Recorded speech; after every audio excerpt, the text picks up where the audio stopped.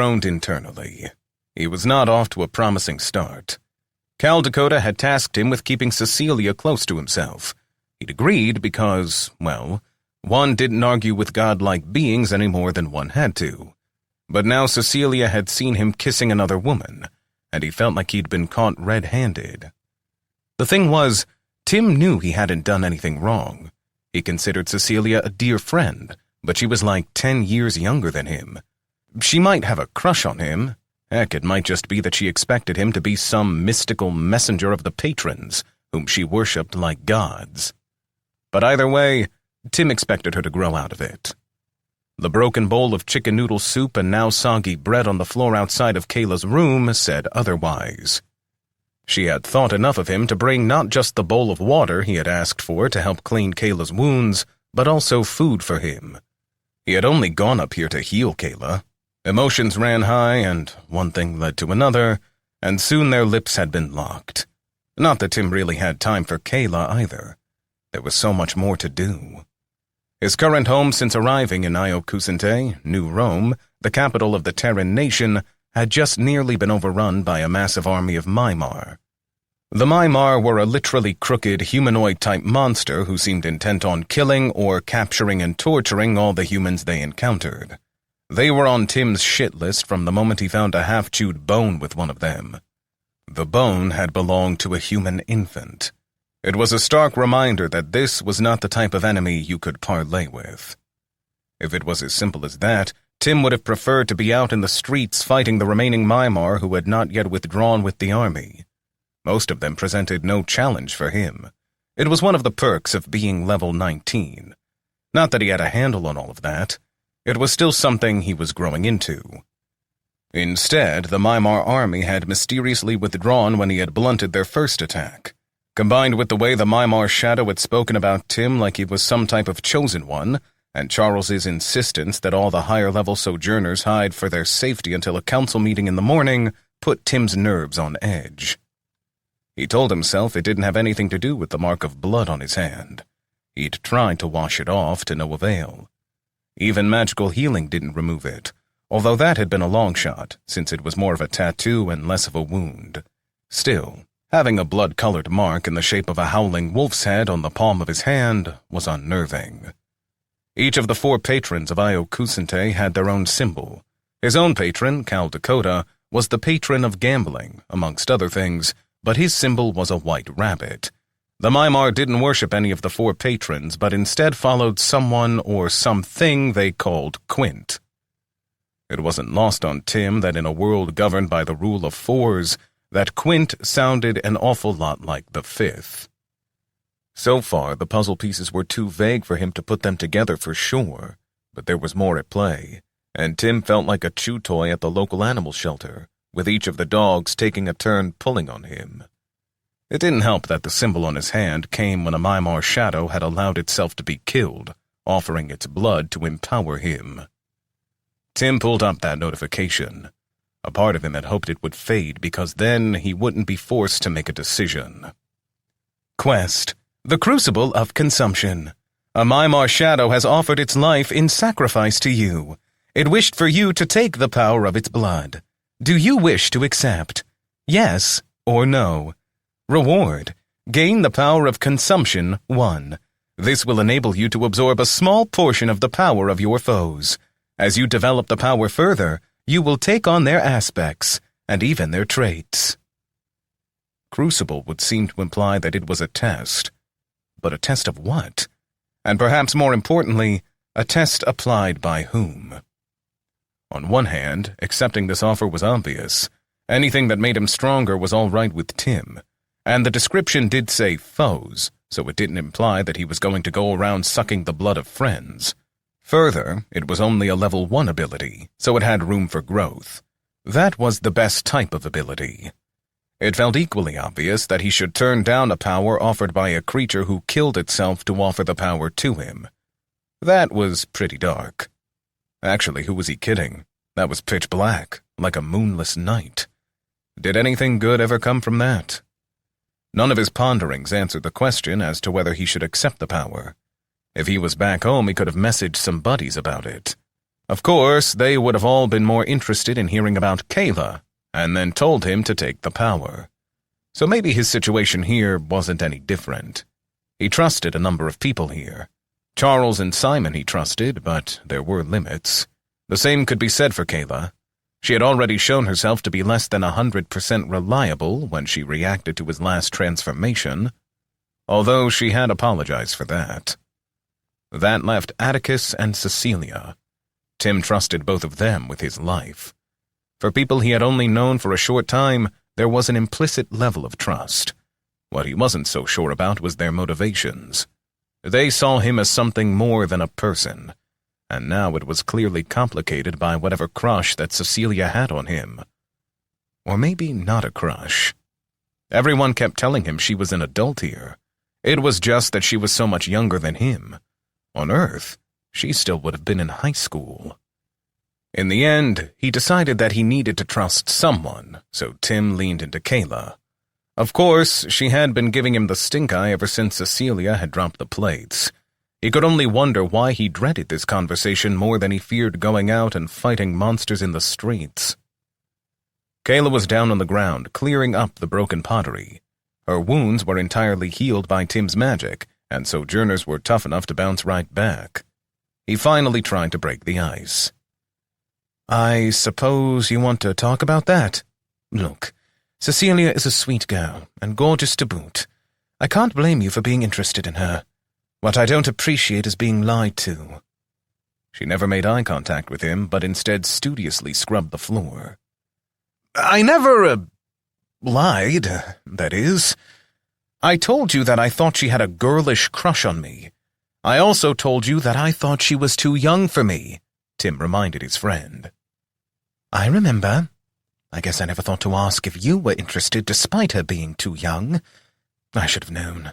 You are a guy, after all. Always the newer, younger model.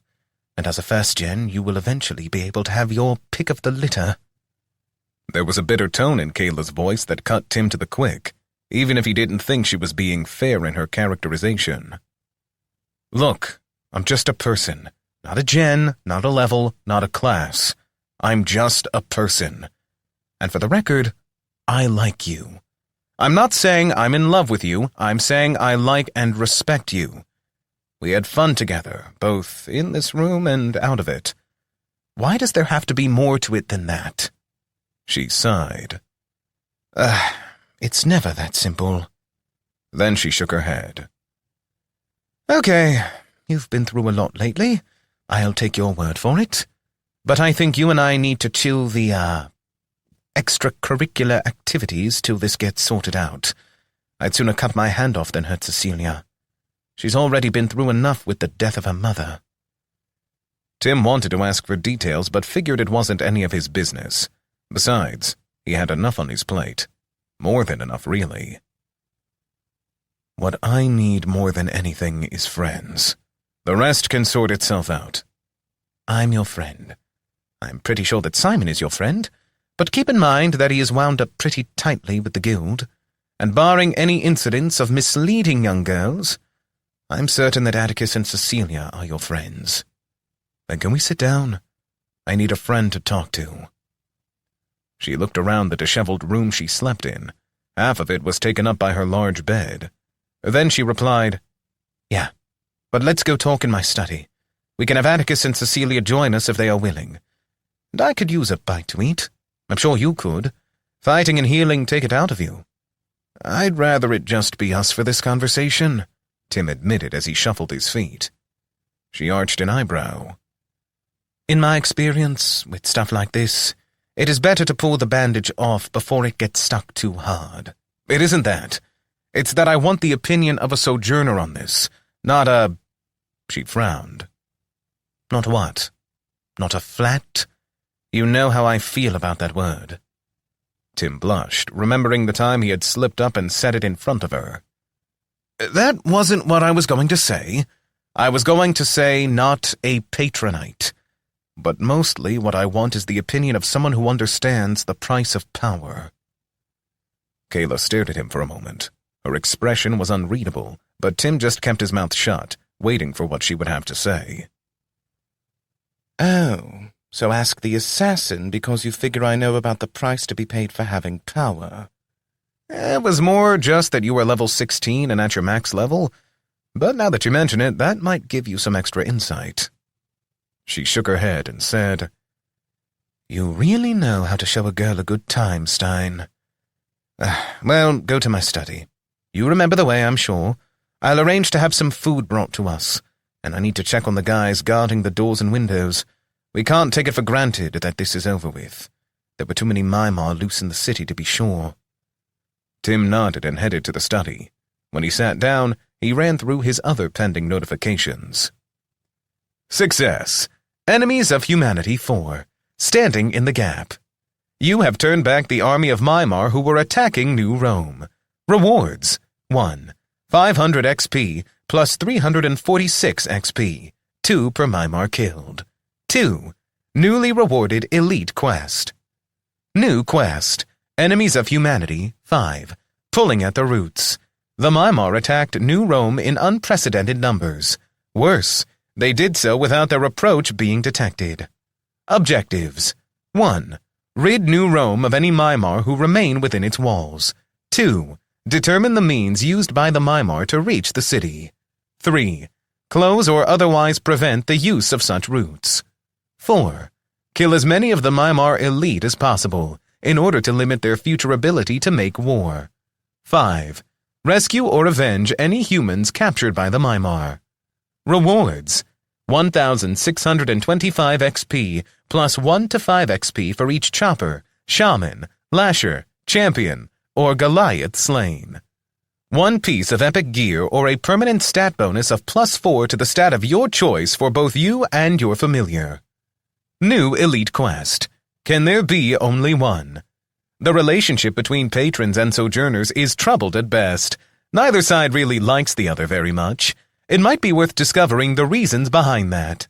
Objectives. 1. Learn what you can about the history of which patrons have selected first gens from the various races. Find out the history of traits and learn about others who may have possessed more than one trait. Determine if it is possible to change patrons. Rewards. A new beneficial trait. Possible patron transfer. Possible trait exchange for existing trait. Tim stared at those quests. The XP for pushing back the Mimar was nice. It put him up to 156,961 out of 192,000. That was a valuable jump. Fighting the higher-level Mimar had also helped Mischief. He had managed to reach level 7. He'd need to check in with him later, but he had been napping since the battle ended, and Tim didn't really want to wake him. Just when Tim was about to close the notifications, another line popped up. She isn't half as smart as she thinks she is. Just that. No insults aimed at him, no demands for entertainment, but there was little doubt the source of that statement. Tim almost wondered that he didn't give him a quest that conflicted with the one Simona was handing out. Oh well, what did a mouse do when cats fought over it? Maybe Tim could ask Mischief when he woke up. He might actually have a useful perspective. For now, Tim was leaning toward accepting the power of consumption, mostly because he didn't trust either Cal Dakota or Simona. They simply weren't giving him any reason to do so. One liked to play at not caring, but it was obvious he cared very much about something. Then there was Simona, who acted like sugar wouldn't melt in her mouth. As if. Tim was more inclined to trust the one who was frank about using him. Then there was this new player, Quint, for lack of a better name. He clearly wanted something from Tim. Tim was not favorably disposed toward him, not with the way he treated humans, or rather the way his servants treated humans. Then again, Tim was using the power provided to him by patrons he didn't trust, so why should this be any different? For some reason, Kayla still wasn't back, so Tim went ahead and looked at his character sheet. Name, Timothy Stein. Age, 28. Height, 6 feet 0 inches. Weight, 184 pounds. Class, Naturalist, Circle of the Oak. Level, 19th. XP, 156,961 out of 192,000. Hardiness, 20. Flexibility, 20. Acuity, 20. Sagacity, 27. Hit points, 347, 10 per minute. Mana, 257, 35 per minute. Offense, 22. Defense, 19. Faction, Terran, plus 60, plus 15. Roshia/Asmar/Ogria, minus 10. Humanity, 31, plus 4. Terran Border Guards, 60. Caesar Febrius, 25, plus 15. Sojourners Guild, 35, plus 25. Traits, Ephemeral, Dungeon Shaper, 1. Titles, Humanity's Avenger, 1. Champion, Grinder. Equipped class skills/spells. 1. Barkskin. 2. Extreme plant growth and control. 3. Master Assess. 4. Nature's Lesser Heal. 5. Grandmaster Swordsmanship. 6. Ice Blast. 7. Tanar's Speedy Bulwark. Equipped magical gear. Mask of the Blind Patron. Choker of Mana, plus 10, plus 8 per minute. Runed Belt of Speed. Ring of Enhanced Health, plus 50 HP, plus 10 regen. Ring of Adept Health, plus 50 HP. Bracers of Handy Power. Armor Plate Harness. Anklets of Speed. Gloves of Life Drain. The more he looked at his build, the more he realized that he needed to find ways to increase his mana regen even further, and then he could really use the Dungeon Shaper skill. The ability to take the powers of a dungeon monster outside of the dungeon was significant, but so was the mana drain. It was a big consideration for him even in selecting new spells that he needed. He also took a second to look at Mischief's status. Name, Mischief. Age, 4 months. Length, 4.2 inches. Weight, 1.3 ounces. Class, Treasure Hunter. Level, 7th. XP, 2,810 out of 3,000 to next level. Hardiness, 14. Flexibility, 28. Acuity, 12. Sagacity, 16. Hit points, 128. Mana, 35. Offense, 9. Defense, 11. Faction, Humans, minus 5. Equipped class skills/spells. 1. Detect secret places. 2. Superior climb and cling. 3. Bite proficiency. 4. Rat bite fever. Debuff. Equipped magical gear. Bejeweled harness of summoning. Plus 3 to all stats. Plus 2 defense. Plus 100 HP.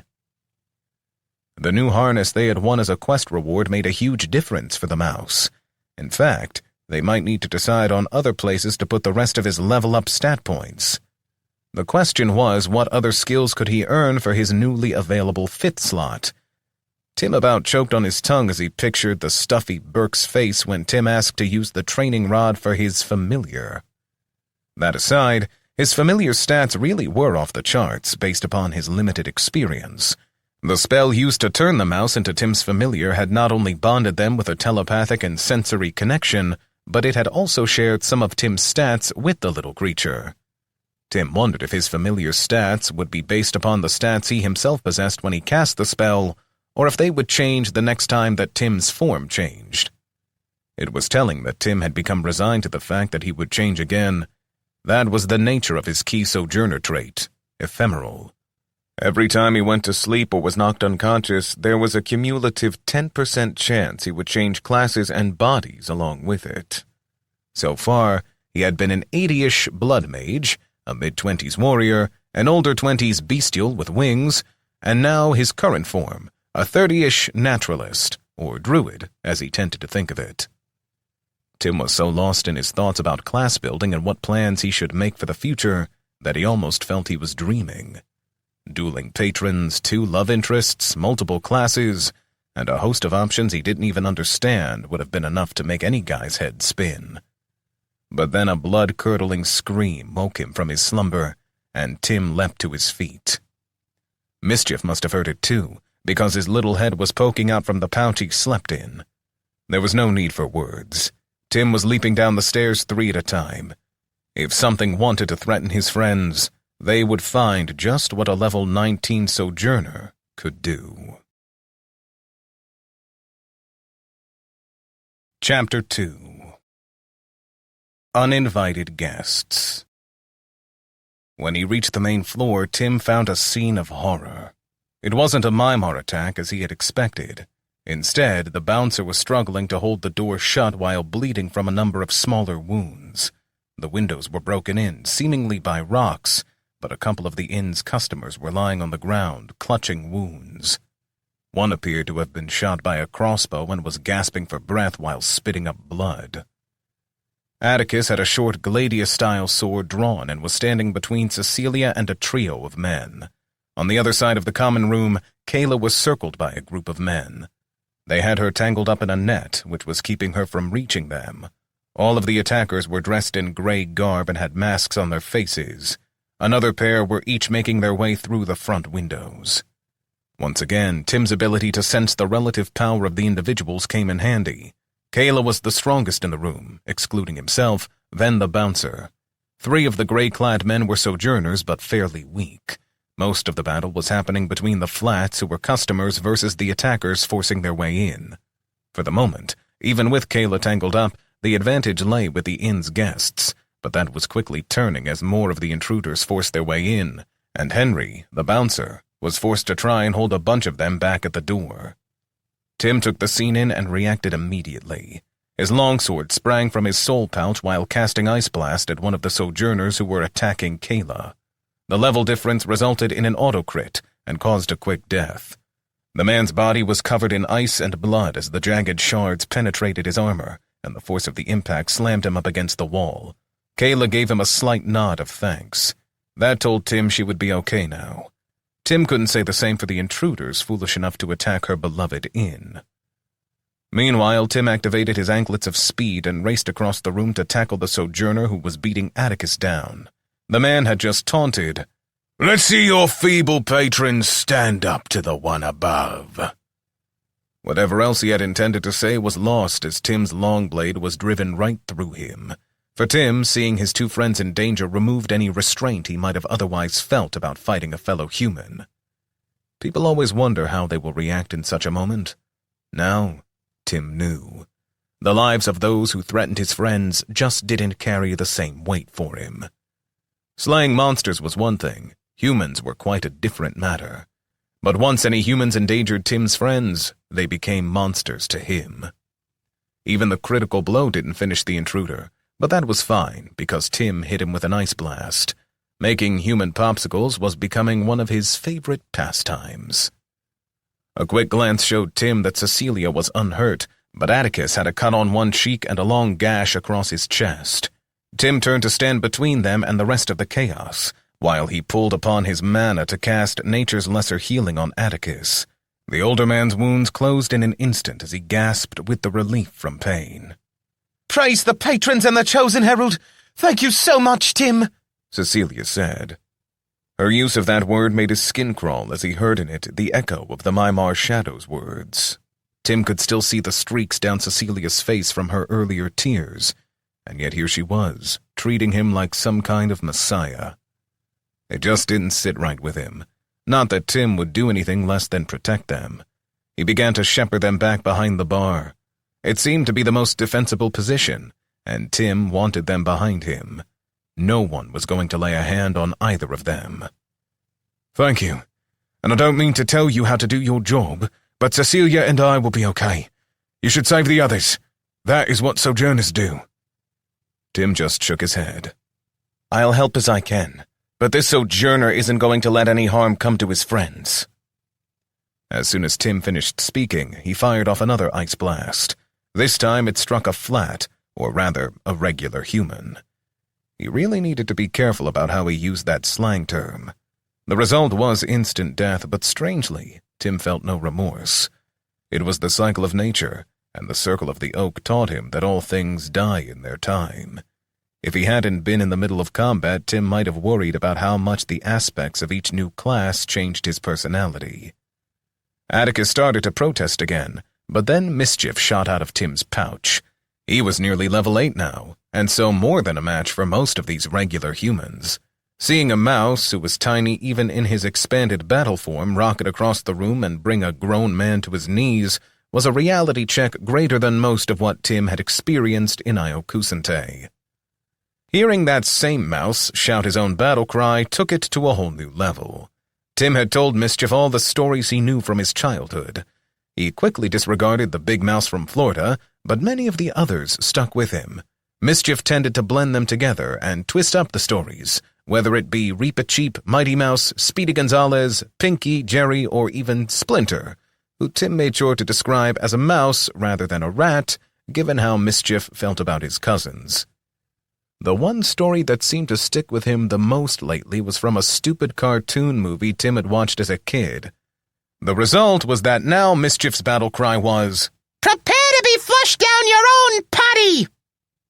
Tim gave up on trying to explain why it only worked if you knew how to make it rhyme. Besides, Tim was the only one who could understand what the little mouse was saying. Not that it mattered if the intruder understood or not, Mischief still dropped him like a toilet seat. The thug crumpled to the ground as Mischief used his enhanced hardiness to slam right into the man's gut. The guy never had a chance. The club he was wielding missed, but Mischief ran up his sleeve to his shoulder, biting all the way. The man made a god-awful racket, so much so that one of his compatriots tried to help out by aiming to smash Mischief while his familiar was perched on the thug's shoulder. His friend's aim was not nearly as good as his intentions, so all he ended up doing was walloping his friend alongside the head. It was too good, and Tim found himself watching the scene unfold as he stood guard over Atticus and Cecilia.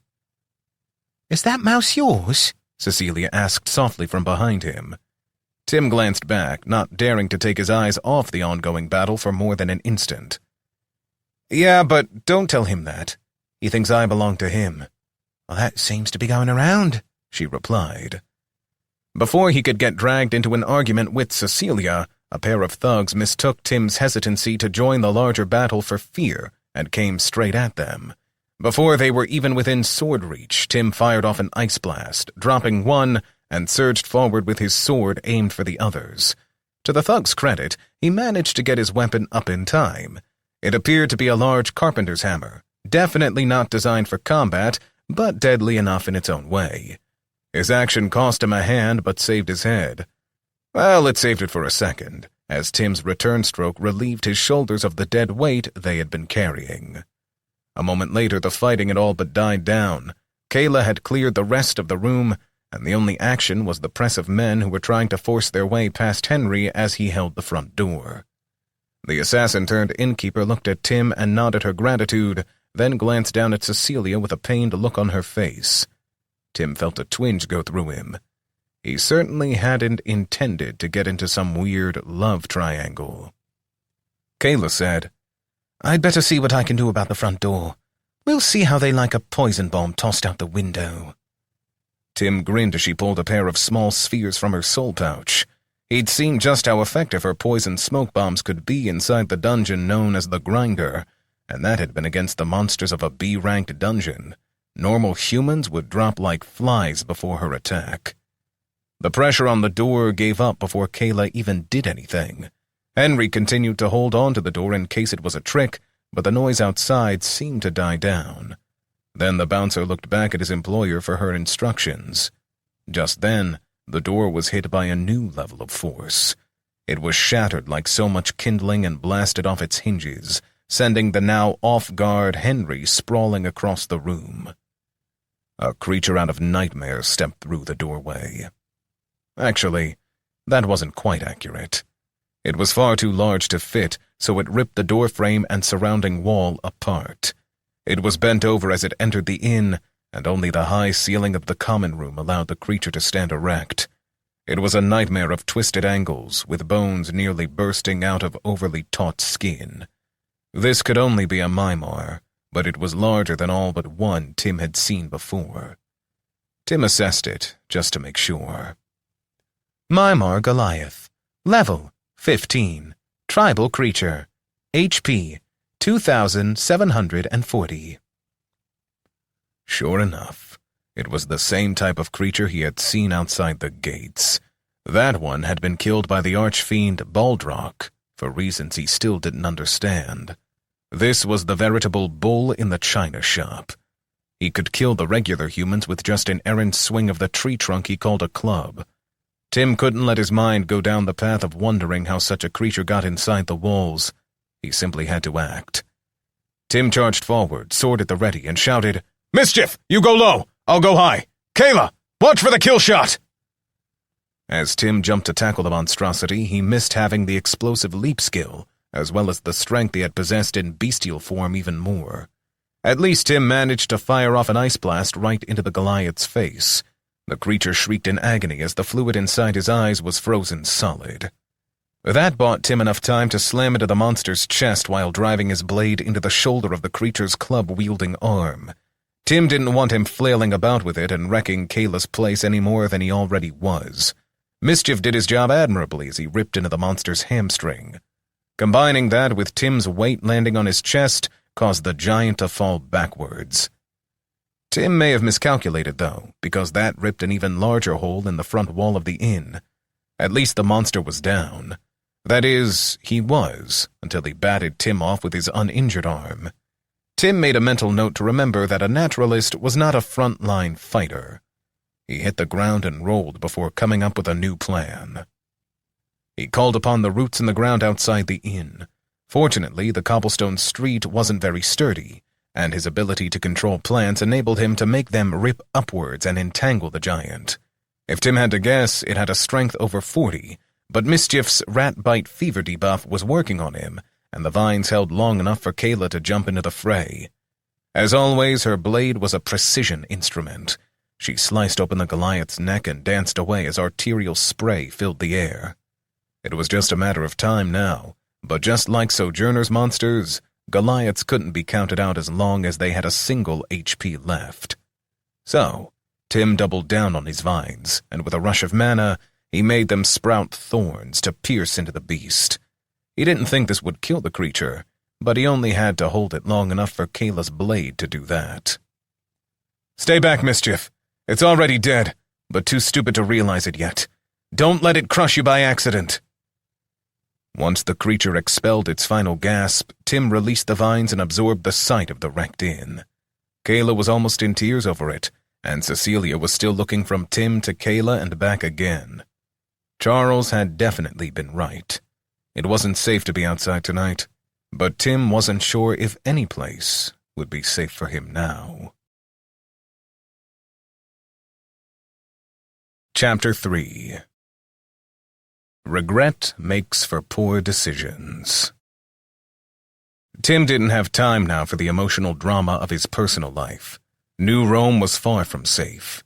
He might have promised the guildmaster Charles that he would stay inside tonight, but that felt moot now.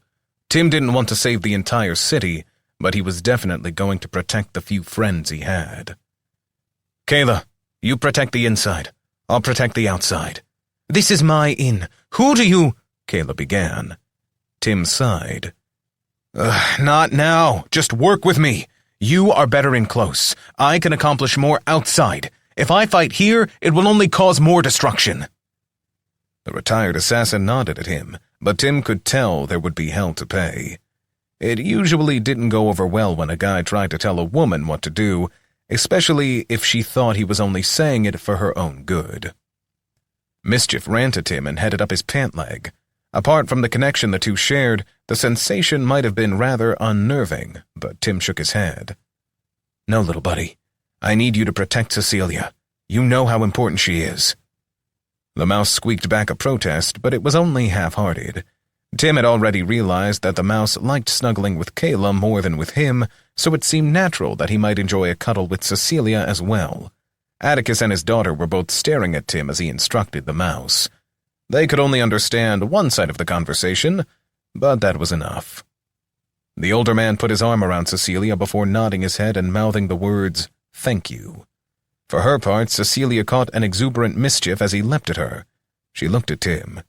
He could see the questions forming in her mind, expressed by the confusion on her face.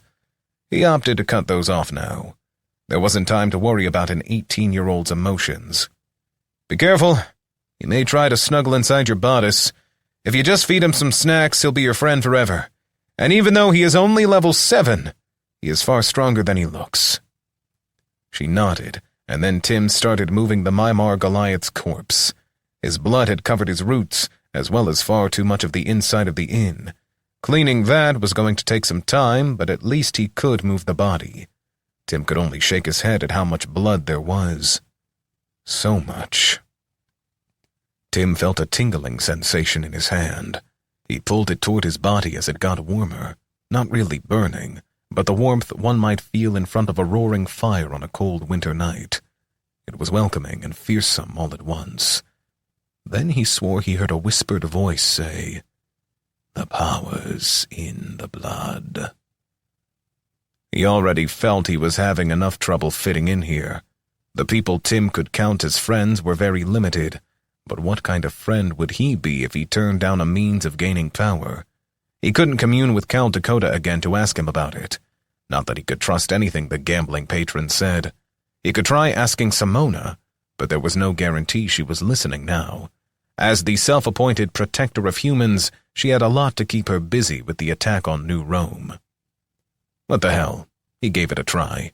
Tim closed his eyes and scrunched his face up as he concentrated. He was glad to be facing away from Kayla and Cecilia.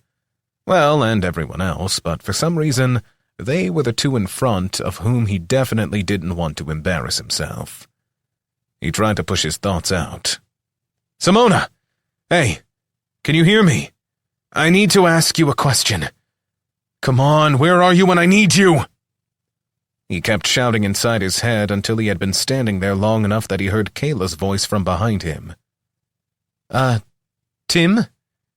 Are you okay?" He shook out the tension in his shoulders and he turned to face her. "Yeah, sorry. Just lost in thought." "It's okay, Tim, if you need to rest. We've all been through a lot, but you more than most. Maybe you should sleep, and I'll send someone to wake you if there is another attack." Tim glanced at the wreck that was the front wall of the inn. It was a testament to how sturdily the building had been crafted that it was still standing at all. If another attack came, they wouldn't have the choke points of the door and windows to slow the enemy. They could easily be overcome before he was even woken. That and sleeping was something of a sore subject with Tim. He might not change this time, but every time he went to sleep there was a chance. As far as he could tell, it was 10% each time he slept, but that was cumulative and rose. So after sleeping 10 times, he was always going to change. Change classes, change bodies, change ages. Even his personality was subtly affected by the changes. And there was still the fear in the back of his mind that he would end up changed into a woman with one of the transformations. Not that he didn't like women, he just didn't want to be one. Of course, he also didn't want to be in his Crypt Keeper form of the Blood Mage again, either. All those thoughts passed through his head in an instant. "Nah, thanks though. I don't think I could live with myself if I didn't do everything to protect you all. I don't have many friends here in Io Kusente, and the people I care about most on this damn rock are right here." Cecilia smiled. She likely heard fuel for her crush. Atticus and Kayla just nodded. They were older and knew what it was to do the hard thing, not because you wanted to, but because it was who you were. With those words to Kayla, Tim realized he had reached a decision. Maybe he should have pulled her aside and asked about the mark. Maybe he should have waited to speak to Simona, for the little that he could trust her. But the simple truth was that Tim couldn't live with himself if he didn't use everything at his disposal to protect his friends. That was just who he was. The irony was that he had never really had to make decisions like this on Earth. He felt a new level of clarity, a sense of identity. This was who Timothy Stein was. He was a man who didn't run in the face of trouble. He was a man who placed the needs of his friends above his own. So, with that thought, he accepted the crucible of consumption. There was a sharp pain in his palm where the tattoo of the wolf's head was. Inside his head, he heard a howl, and then a wave of weakness came over him. Tim fell to his knees and caught himself with his hands to prevent himself from face-planting. His hand came in contact with a pool of the Mimar Goliath's blood, which had not yet been absorbed by the wooden floor. Instantly, he felt alive, as though a bucket of cold ice had just been dumped over him. His body trembled, and he felt something get sucked up into his hand. All over the inn, every drop of the Goliath's blood was absorbed into Tim.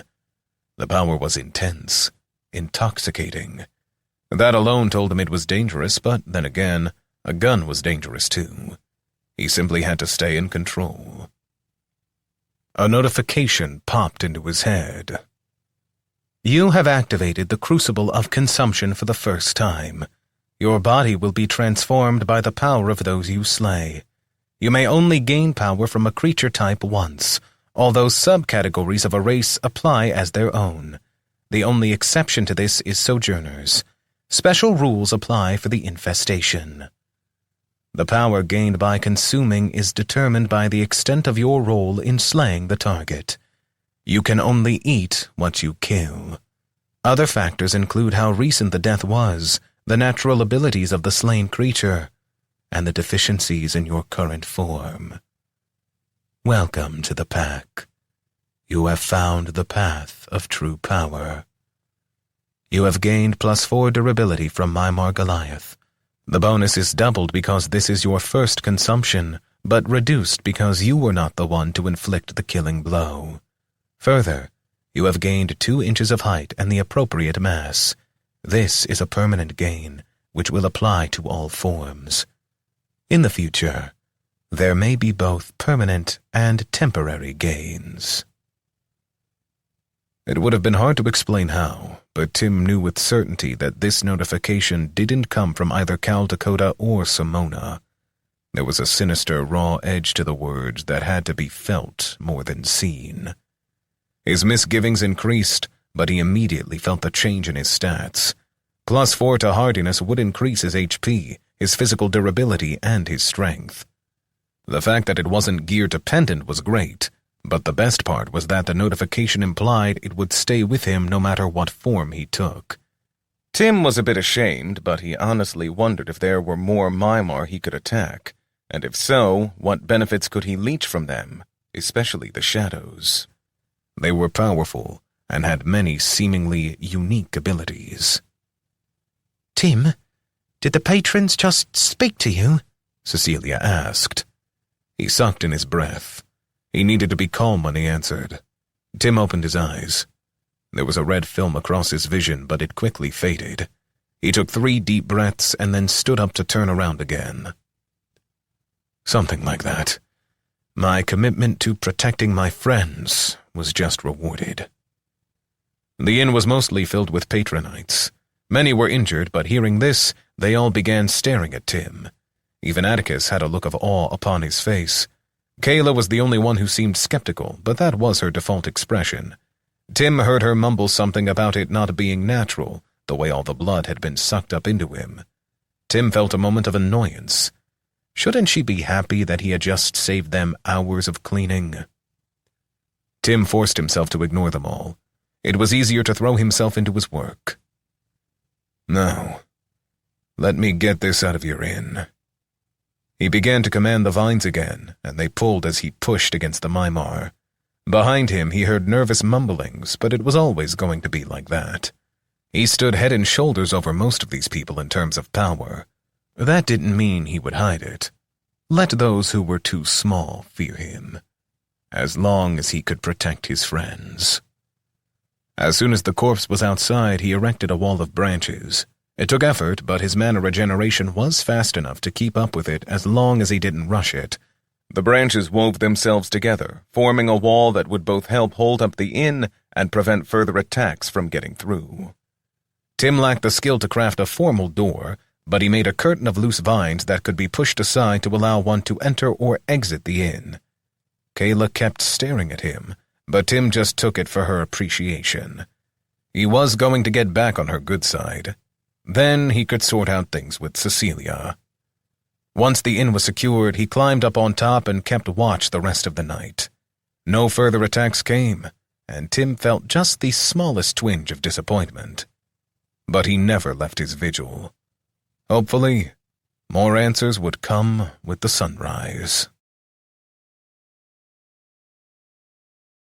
Chapter 4 all that's necessary. The rest of the night passed in relative peace. From time to time, there were screams, but never near enough for Tim to justify checking on them. His duty was clear. He would make sure this inn, or what remained of it, stayed safe. The Four Patrons might not be what he would have named an inn, but it suited the people who came here. Most of the fires were put out over the course of the night, so we had to assume that Charles, the royal army, or someone competent was logistically getting things under control. When his mind wandered, Tim did realize there was another notification waiting for him. It turned out to be a quest, and he didn't have to read it twice to know it wasn't from either of the patrons he had been in touch with. Cull the Blood 1. Objective: kill and drain the blood of 5 different creatures. Reward: 8th skill slot, 25 XP per level of the 5 creatures. That was all there was to it. No snark, no careful explanation. While it wasn't some type of epic gear, it seemed to him that the reward was disproportionate to the effort involved. Sure, he would get more XP if he killed higher-level monsters, but theoretically, he could crush 5 different types of bugs to satisfy the quest. Getting an 8th skill slot seemed like quite the boon, especially if it wasn't the same 8th slot he would have naturally gotten when he managed to hit level 20. With Tim's growing list of skills, he needed as many options as possible. Tim was tempted to open his soul interface to look at different skills he possessed. Skill interchange gave him the opportunity to switch skills out without needing a skill rod. That was one of a couple secrets that he had kept to himself so far. That and the Hell Shard he had in his possession now. He kept that secret even from Simona. When she had asked about it, he had claimed it was destroyed. Now, Tim saw a group of mounted soldiers riding down the street toward the inn. There were 40 of them, all wearing Caesar's colors. Rather than getting down to meet them, Tim sat up on top of the inn. The vines and branches that he had generated hid him from sight, so he simply let the soldiers look for an entrance. Eventually, Henry the bouncer stuck his head out of the vine door. "About time that someone showed up. We sure could have used your help last night." The officer in front of the patrol said, "Looks like you fared better than much of the city. Just be glad you are here to greet the day." "Lot of good my taxes to Caesar do if all I have to do is be grateful for waking up," Henry snapped back. "Keep a civil tongue in your head, man. I don't have time for this. But I am here to escort the sojourners Kayla Nightingale and Timothy Stein to Caesar's palace. Please send them out. We don't have long, and we have many others to gather." Tim waited. A moment later, Kayla stuck her head out the door. "What's the meaning of this?" "Sojourner Nightingale, I presume?" the officer asked. "By the authority of Caesar, all sojourners above 10th level have been called to duty with the kingdom. Those above level 15 are being brought to the palace for a strategy meeting. That is all I am authorized to tell you." Tim could see Kayla's face from his perch above, but he didn't need to in order to picture the frown on her face. "Fine, but I can't speak for Tim. You know how first-gens are. They don't always want to follow the rules." The officer sighed. "Oh, don't I know it. Do you have any idea where he is?" "No. He fought for my inn last night, but I haven't seen him for hours." Tim immediately began to wonder what was up. She had to know that he was close. He had said he would stay close. What game was she playing at? Then Kayla said, "Just give me a moment to go inside and retrieve my familiar. Then I will happily come with you." Tim smiled. Such a smart girl. This way, Tim could watch through Mischief's eyes and ears while staying on the outside. She might be a crafty, underhanded assassin, but she was his ally. And maybe more. As Kayla took her spot on one of the spare horses and headed out with Mischief nestled in his favorite hiding spot, Tim noticed a crest on the shield of one of the knights. It was in a subordinate position to Caesar's crest, and thus likely a house crest, but it bore a surprising resemblance to the piece of loot he had received on his last dungeon run from the undead. Crest of House Avon. May be affixed to any armor by a master smith. All stat and defense bonuses for the armor are increased by 100%. Once affixed, it cannot be removed without destroying the object. Perhaps it was nothing more than coincidence that caused him to see that crest, but Tim was believing in chance less and less. Caldecott might claim that everything was random, but Tim saw his fingers in too many places. It would bear investigating. That was after he figured out what Caesar was up to with the Sojourners, how to handle things with Cecilia, whether the symbol on his hand was a powerful new tool or a deal with the devil, how to control his abilities. Oh, and what to do with the mysterious hell shard he had captured and lied to a goddess about. In other words, he might never get to it, or it might just be next Tuesday, based on the way his life was going here. Once all of the horses were moving, Tim followed along the rooftops from a safe distance. His physical stats might not be as insane as when he was a bestial, but they were still beyond anything a normal human could expect. He would easily have won the gold back home in multiple Olympic events. It wasn't necessary for him to get that close, since he had a man, or rather, a mouse on the inside, but he still liked to see things with his own eyes. He couldn't always control which direction the mouse was looking. Tim saw them pick up 4 other Sojourners, leaving only 1 empty horse. That had presumably been for him. After another few minutes, they made it to the castle. Tim took up a perch on the closest building he thought would go unobserved. It wasn't like his prior life had prepared him to be an expert spy, so he was sorta just going on instinct here. It didn't help that as soon as they rode past the palace gates, Mischief had turned on the connection between their senses. It really sucked that the mouse was the one in charge of that. He couldn't see much, just a little light coming from above, and the sounds he heard were muffled at first, but Tim found if he practiced, he could make out what people around Mischief were saying. So far, it wasn't much beyond directions for where to take the guests. Of course, Mischief didn't stop there. He was also sending olfactory sensory input. Normally, Tim might have objected to that, but this time he could smell Kayla, and in ways his human nose never could have. Her perfume was obvious, as was a light scent of sweat, and so many other things. It would take a great deal of effort, which Tim couldn't spare at the moment, to sort out exactly what he was smelling, but it definitely had him intrigued. If nothing else, Mischief's senses expanded Tim's understanding of the world around him. Mischief truly lived up to his name, though, about passing on his tactile sensations as well. That was a first for the little rodent, and Tim knew all too well that the mouse was doing it just to mess with him. Mischief was nestled inside the front of Kayla's blouse, and the warm, soft feel of her skin was pushing Tim to distraction. He had to marshal his willpower to stay focused. Mischief was going to get an earful about distracting him at critical times when this was over. Then, just like that, the scent and feeling disappeared, and Tim was able to focus on his other senses. It sounded like Charles was addressing the Sojourners.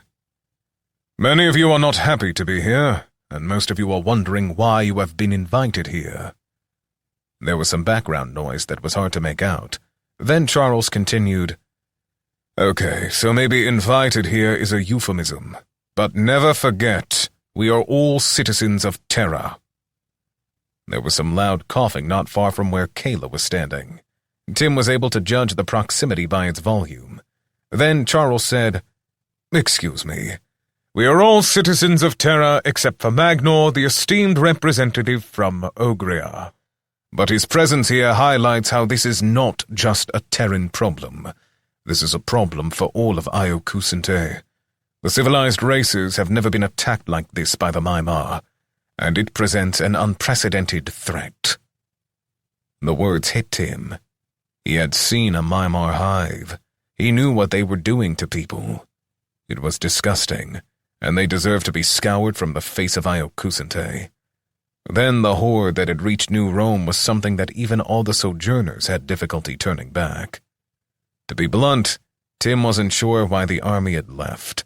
They might have been able to defeat them eventually, but some of the more advanced Maimar were higher level and more powerful than the Sojourners. The Goliaths were stupid, but they were level 15 and physically imposing. The Shadows had some unique abilities that he wasn't entirely sure about. Worst of all had been that arch-fiend. Tim doubted that he could have taken it, and if he couldn't, he doubted that many other Sojourners could. He tried to discern how many people were in the room now, but Mischief could only see out of Kayla's blouse, so it was hard for Tim to know. But If this was all the sojourners in New Rome who were level 15 or higher, there didn't appear to be more than 20 of them. That could be a problem. He wished he could somehow communicate with Mischief, but he could only do that verbally. Perhaps it was time to join them. He just didn't want to get shanghaied into a job he didn't want. So, as much as it chafed, he forced himself to sit still outside the palace and listen through Mischief's ears. The grumbling only got louder until a gong sounded and silence reigned. Another voice, which Tim recognized as Caesar, spoke up. "Your guildmaster has tried to speak to you of common interest, but know that this isn't an option. All sojourners are being called to service per your oaths to the throne. You are people of terror just as the so-called flats are, and if we don't all work together, then who knows what will happen. The higher-gen sojourners will be tasked with helping build up the defenses of New Rome and repair the damages. Many of them are not much stronger than non-sojourners, but every bit of strength will help. The mid-gens will be tasked with serving with the military. We will respect your tradition of fighting in 4-person teams, but those teams will all serve turns upon the wall or in near patrols. We can't risk being caught unawares again. The low-gen sojourners will receive a special assignment, which is why some of you are here. Now, I will turn it over to Generals Franklin and Matin. Simply, know that your nation appreciates your service, but it isn't optional." Watching through Mischief's eyes, Tim saw as Caesar, his guards, and a number of lords left. Charles and 2 generals remained. Tim had met one of them when he was presented to Caesar. General Matin had seemed a decent enough fellow, if a bit stiff. He clearly took his responsibilities seriously. That brought the questions in Tim's head to a point. What exactly were his responsibilities? If the patrons were to be believed, Tim was now stuck in Io Kusente. Earth was no longer his home. This was. Did that make him responsible for what happened to the people here? Or maybe that was the wrong question. Tim certainly hadn't created the Mimar problem, but what did he owe to his fellow citizens of Io Kusente? He thought about all the movies and books he had seen, in which someone got special powers and then was expected to save the world. All too often they were teenagers bemoaning the loss of their ordinary lives. Tim had always scoffed at those characters. Like, who would be upset about getting superpowers? Then there were those people in a movie who refused to fight against an enemy, be it zombies or aliens or whatever. They would claim fear of death if they fought. But the reality was that if the baddies won, then they were going to die. Tim never understood how a character in a movie could stand by and let someone else fight for them while curling up in a corner to hide and hoping somehow everything turned out right.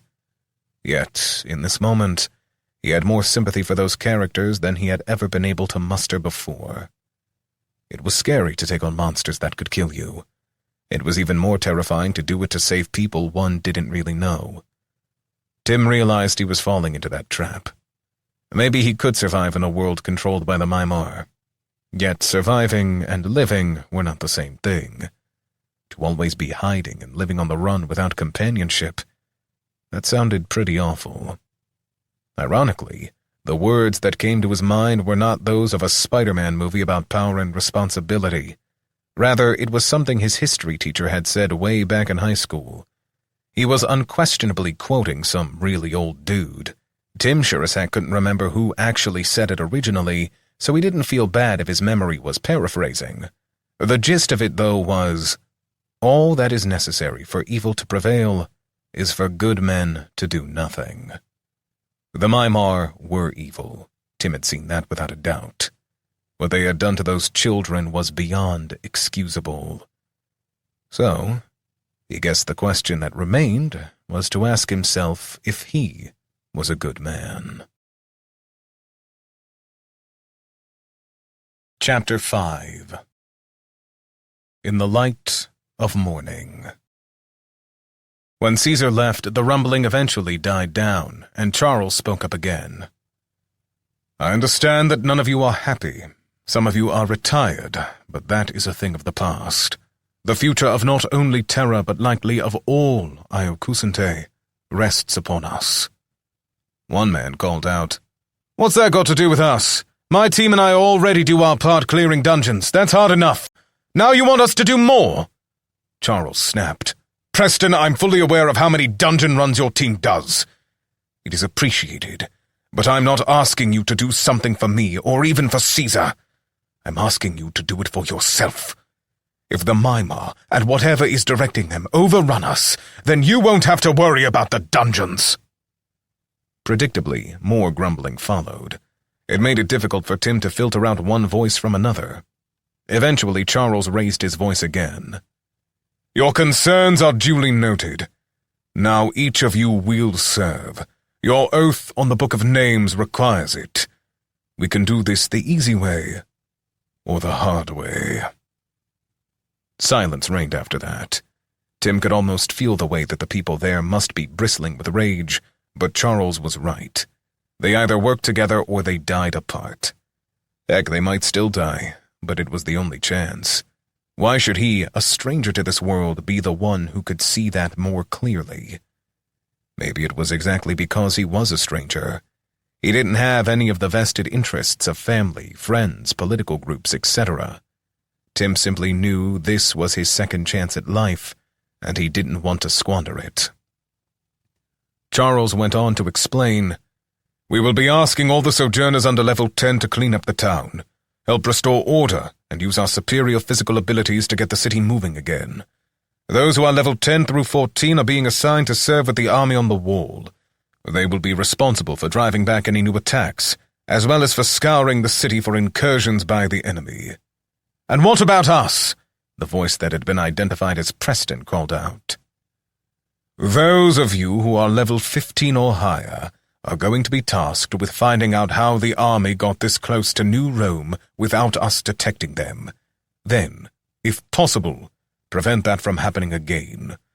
And before you ask, yes, everyone will keep schedules to clear the dungeons. Ogria has generously sent a first-gen representative to help us, and we are expecting other representatives to come from Roshia and Asmar."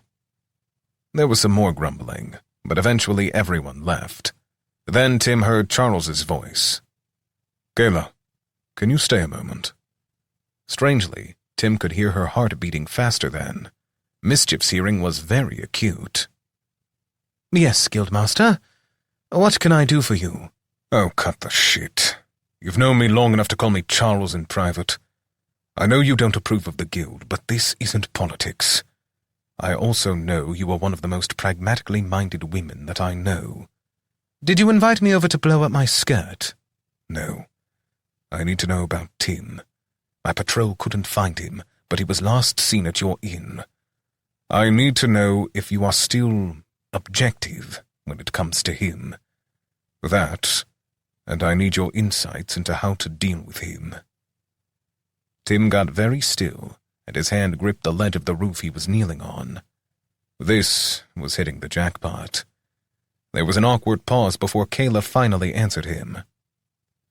"I've slept with him. If that makes me biased, then so be it. I only agreed to this because 2 friends asked me to help him out. He is naive concerning how terror works, but strangely very brave, and willing to fight for people he barely has any connection to." "That is all good. By 2 friends, I assume you mean your patronite friends?" "Yes, Charles. You don't have to make it sound like it's a dirty word.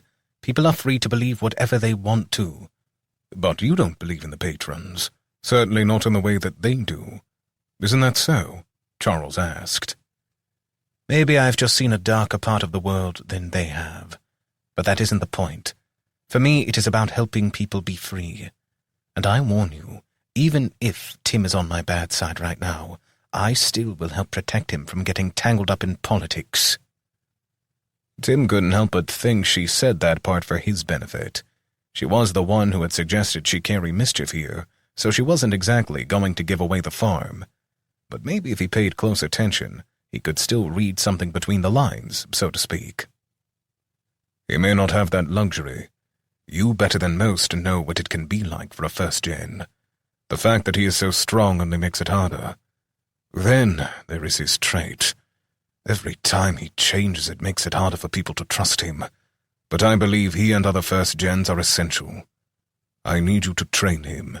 Get him ready for a mission that only first-gens can complete." "What mission?" Kayla asked. "That isn't for you to worry about, but I'm sure it has something to do with all of this. I've convinced the other guildmasters that only a team of first-gens can do this." Kayla gasped. "You wouldn't." "Don't be daft, girl. Just because you left the guild doesn't mean that the business of the guild stopped. We have to protect the people, and foremost among what we are protecting them from are dungeon spawns. I need you not to talk to him about this.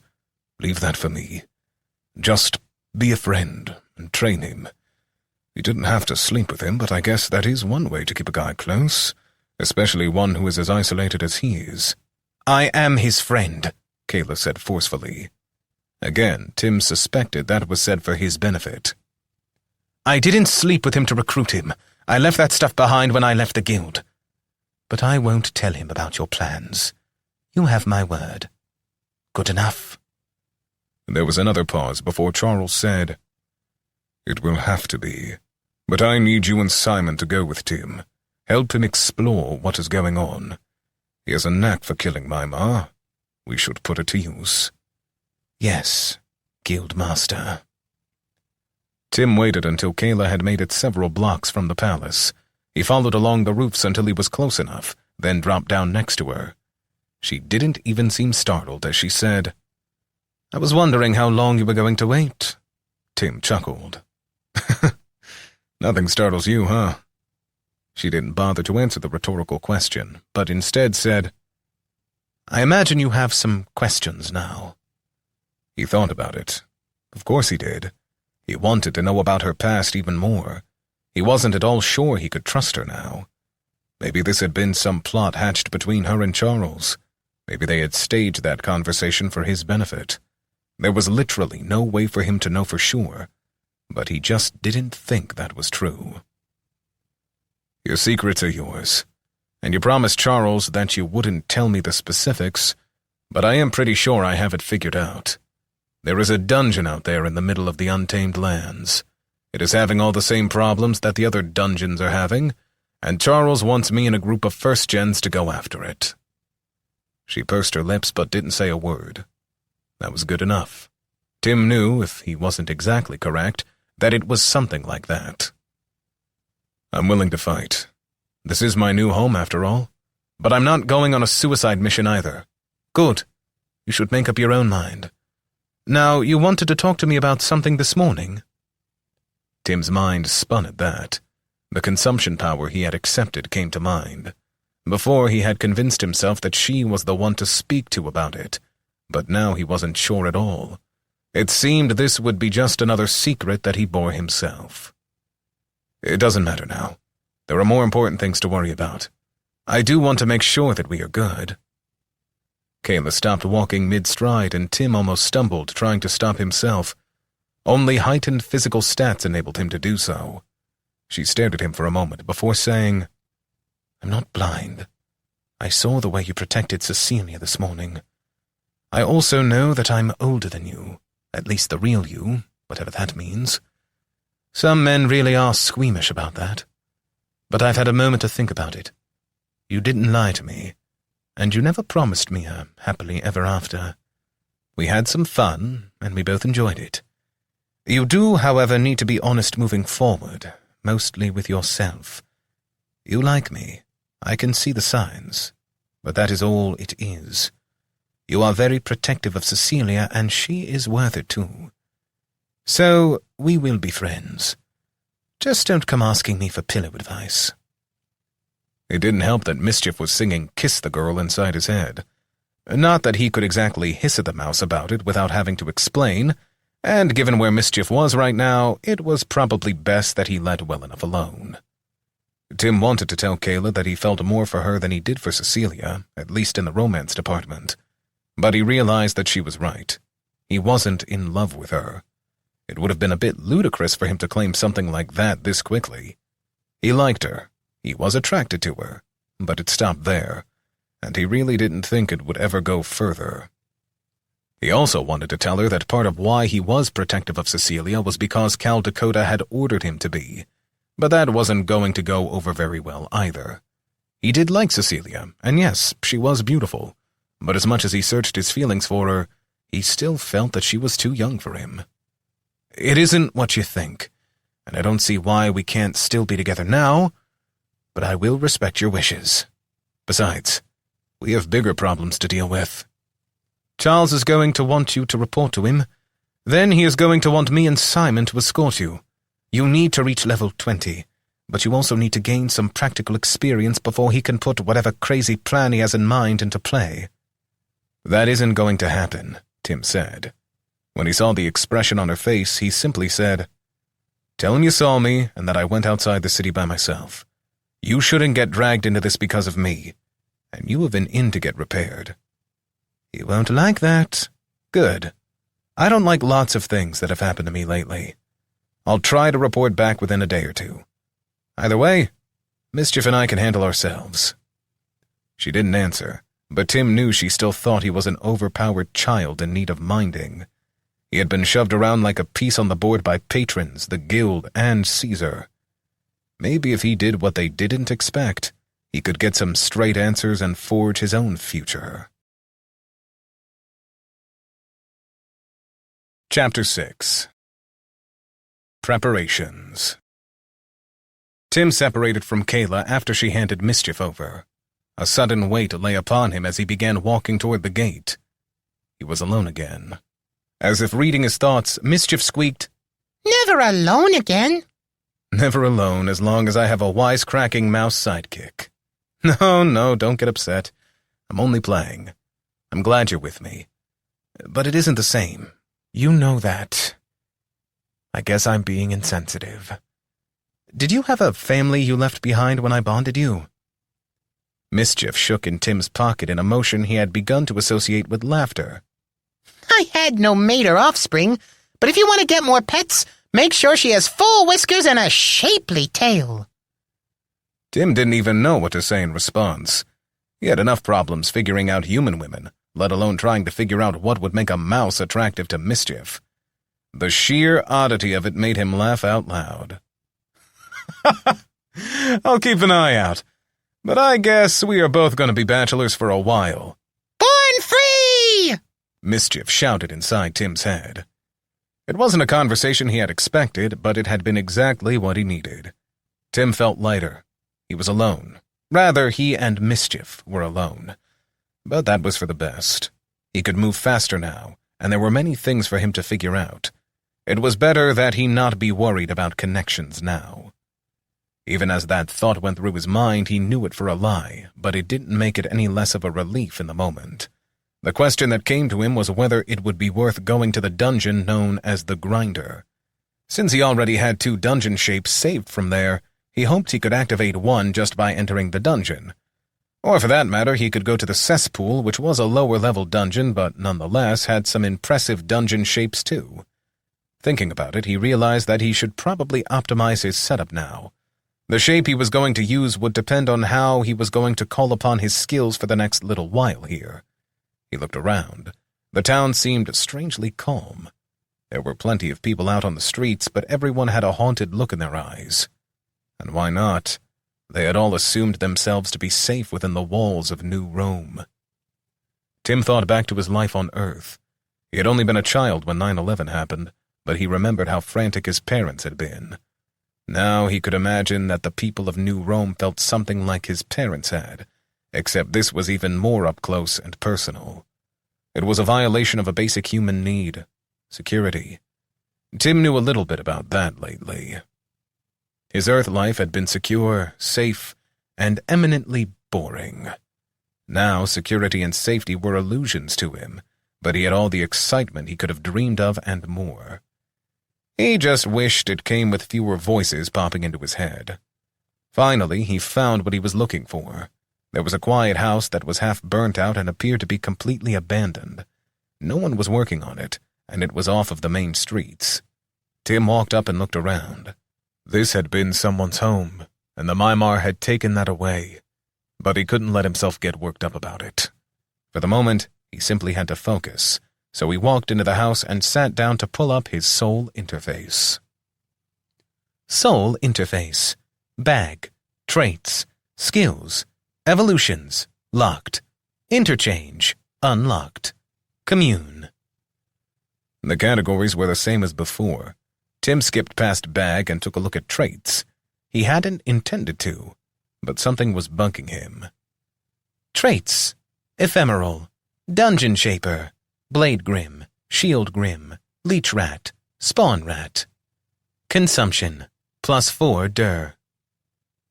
Before, he had only had 2 traits and 2 empty slots. Now he had the same setup as before, except that there was a 5th slot, and it had the consumption ability in it. Apparently, that was a trait, yet he hadn't gotten a notification that he had gained a new trait. At least it showed him the bonuses it was granting him. The bigger deal was that it seemed to put Quint on the same level as the patrons. That was sort of terrifying, but there was nothing to be done about it now. If he was stuck in a battle between godlike beings, then he would collect the power he could and try to weather the storm. That was, after all, the Circle of Oak. He felt a peace settle over him. What would be, would be. The tree didn't fight against the storm. The tree simply was. It endured. Tim knew those thoughts were part of the way the naturalist class was affecting his personality. While he didn't like feeling tampered with, it was likely better than the feral instincts which with the bestial class had infused him, or the fascination with blood that came with the blood mage. The dungeon shapes he had available were listed, but he pulled them each up to inspect his options. Blade Grim, +10 flexibility, attack synchronicity, blade spurs, 2 mana per minute to maintain outside of the dungeon. Shield Grim, +10 hardiness, armored hide, +4 defense. Staff Mastery, 3 mana per minute to maintain outside of the dungeon. Leech Rat, +5 flexibility. Touch drains HP from target at a rate of 1 per sagacity every 12 seconds. Only affects intended targets. 8 mana per minute to maintain outside of a dungeon. Spawn Rat, +100% hardiness. Allows you to split into 4 versions of yourself. Each will be 20% smaller and have 25% of your hardiness. Duration of split, 1 minute. Cooldown, 4 hours. 16 mana per minute from each version to maintain outside of a dungeon. The first thing was to think about his mana usage. His current mana regen with gear was at 37 per minute.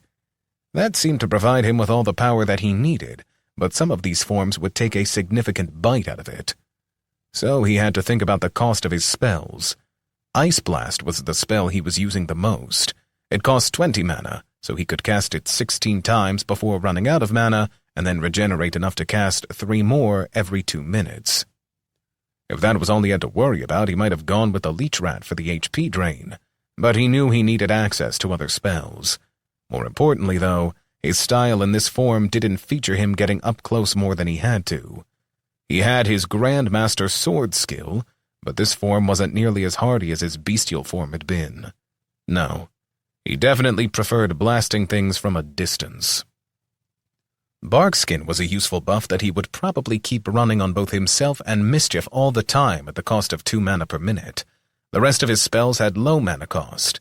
His heal only cost 10 mana.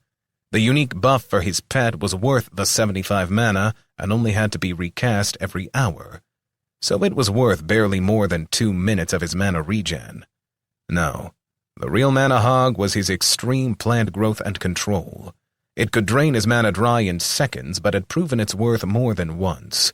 That alone made the decision for him to avoid taking any of the expensive dungeon shapes, but that still left the 2 Grim forms. Shield Grim was tempting. The extra HP and strength it would give him would be worth a lot, not to mention the armored skin, which would enhance his defenses. But in the end, this mission was a scouting mission, and it was better that he travel fast and light, so he decided to hit up the grinder and then try to grab the Blade Grim form, as it would give him a sizable boost to his speed and agility. Perhaps, if he used it correctly, it would even enhance his stealth. Next, he double-checked his list of transferable skills. It had grown to include a number of naturalist skills. Transferable skills. 1. Advanced Dagger. 2. Life Tap. 3. Greater Stat Hex. 4. Grandmaster Swordsmanship. 5. Heavy Armor Proficiency. 6. Shield Adept. 7. Bow Mastery. 8. Master Assess. 9. Explosive Leap. 10. Knight's Eye Domination. 11. Barkskin. 12. Extreme Plant Growth and Control. 13. Nature's Lesser Heal. 14. Ice Blast. 15. Tanar's Speedy Bulwark. Even as much as he would have liked to have added a movement skill, such as Explosive Leap, or the dark vision he would gain from Knight's Eye Domination, he simply couldn't trade out any of his current spells. So he got up and headed as he was to the grinder. This time, as he walked through the city, he paid attention to any patrols he saw. At one intersection, a patrol broke up a few people who were yelling at an old man. Not that the old man didn't have it coming in light of what had just happened. He was standing on the corner yelling, "He comes! The wolf comes!" The people who were yelling at him seemed to just be frustrated that he was shouting and not working, but Tim saw something feral in his eyes, something that wasn't natural. Tim felt a cold chill go down his spine, and he held up his hand. The red mark of blood in the shape of a wolf's head seemed to have faded. Actually, maybe that wasn't right. It hadn't faded. It was more that it was fuzzy. He knew it was there and still almost couldn't see it. One of the guards must have noticed Tim staring at his hand because he walked over. "Is something wrong, Sojourner? Were you injured?" Tim felt startled by the questions, like he had been suddenly woken from a dream. No, I'm fine." The guard frowned. "I thought all the Sojourners were assigned stations. What unit are you with?" Tim internally groaned. Why did he have to stop and look at his hand? "I don't have a unit." That must have been the wrong thing to say, because the guard hollered, "Corporal! This Sojourner says he doesn't have a unit!" The rest of the four-man patrol came over, but that was when Tim noticed her. She was short, so he hadn't seen her before. The soldiers had been blocking her. One look at her told him she was a Sojourner and not insignificant in power. Judging by the robes she wore, she must have been a caster of some sort. "I'll handle this. It's Sojourner business." The man who must have been the corporal turned on her. "Listen up. How many times do I have to explain this? You've been appointed to my squad. That means you follow my lead. We are to report any Sojourners not following orders." The little woman put her hands on her hips. She must have been at least 50, judging from her face. Her hair was mostly a dark black, but there was a white streak running through it. Tim suspected she might have been striking when she was younger. Not exactly beautiful, but with those sharp features that drew attention. "I'd like to see you make me, Corporal Milton." Tim shook his head. It was getting bad already. The city had been attacked from the outside, but now, instead of drawing people together, the aftermath of the attacks was placing stress on the already strained relationships that existed between Sojourners and others. He hadn't been here long, but even Tim knew the military didn't get along with the guild very well. As the four guards glared at the one little woman, Tim cast Master Assess on her. Name: Ramona Jura. Race: Human. Sojourner. Level: 12th. Faction: Terran. Gen: 9th. Class: Elementalist. Hit points: 158. Mana: 364. Tim took the information in. He had never assessed Armand, maybe because the man was part of his team and it had seemed rude at the time. Seeing her stats, he worried about her low HP and wondered if that meant the guards would be able to overwhelm her, while at the same time being impressed by the amount of mana she had. She could probably rip this squad apart with a single spell. Thinking about it, Tim realized that the guards could have non-Sojourner classes, so he assessed the corporal. Name: Milton Davis. Race: Human. Level: 5th. Faction: Terran. Gen: 88th. Class: Soldier. Hit points: 60. Mana: 0. One glance at the squad leader's stats made Tim realize he didn't need to worry about Ramona. The little woman would be able to take care of herself just fine.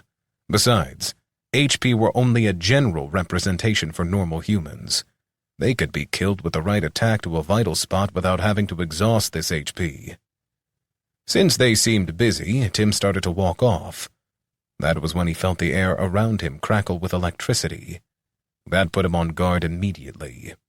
Without even realizing it, the instincts that had been shoved into him kicked in, and he found his hand on the hilt of his sword. Chapter 7. Chaotic Build-Up. That apparently set all the soldiers off, because they all drew their swords or leveled their spears at him. Here, Tim had been judging them for being divided, and he was only encouraging it. He slowly pulled his hand back from his weapon and held his hands up. It didn't help that Mischief was yelling inside his head. Bite! Bite! Tail whip! You can take 'em! Ramona and the corporal both tried to speak at the same time, but when she glared at him, he at least showed a little wisdom and shut up, while signaling for his men to circle around Tim. He wasn't keen on letting them encircle him. Nervous soldiers with pointy sticks aimed at his back didn't make him feel comfortable. He would survive a thrust from one of them. It might not even make it through his custom armor and bark skin, but that didn't mean it wouldn't hurt. Ramona said, I may not agree with these flats. The guards hissed at that, but she ignored them. But that doesn't mean you don't have to follow the guild rules. If you are high gen and tired of doing menial labor, I can sympathize. But the sooner we get done, the sooner things can return to normal. Tim spoke slowly. I don't want to cause any trouble, but I have some quests to complete and need to make a quick stop first. Ramona frowned. The guildmaster himself ordered us to help out. Everyone has an assigned unit. Even the lowliest sojourner can contribute. Now, why don't you tell me what unit you're supposed to be with, and we can keep this from getting ugly. I know. I heard him say it myself, but I'm not lying. They may have assigned me to a unit, but I didn't stick around long enough to find out what their plans were. For this, I will do better on my own. Oh, and I agree. It would be best for everyone if we worked together, rather than fighting each other. The corporal bellowed, So, you're a deserter! We don't have patience for that type. We'll give you a little beating, then take you back to the guild. I imagine they won't be any kinder to you.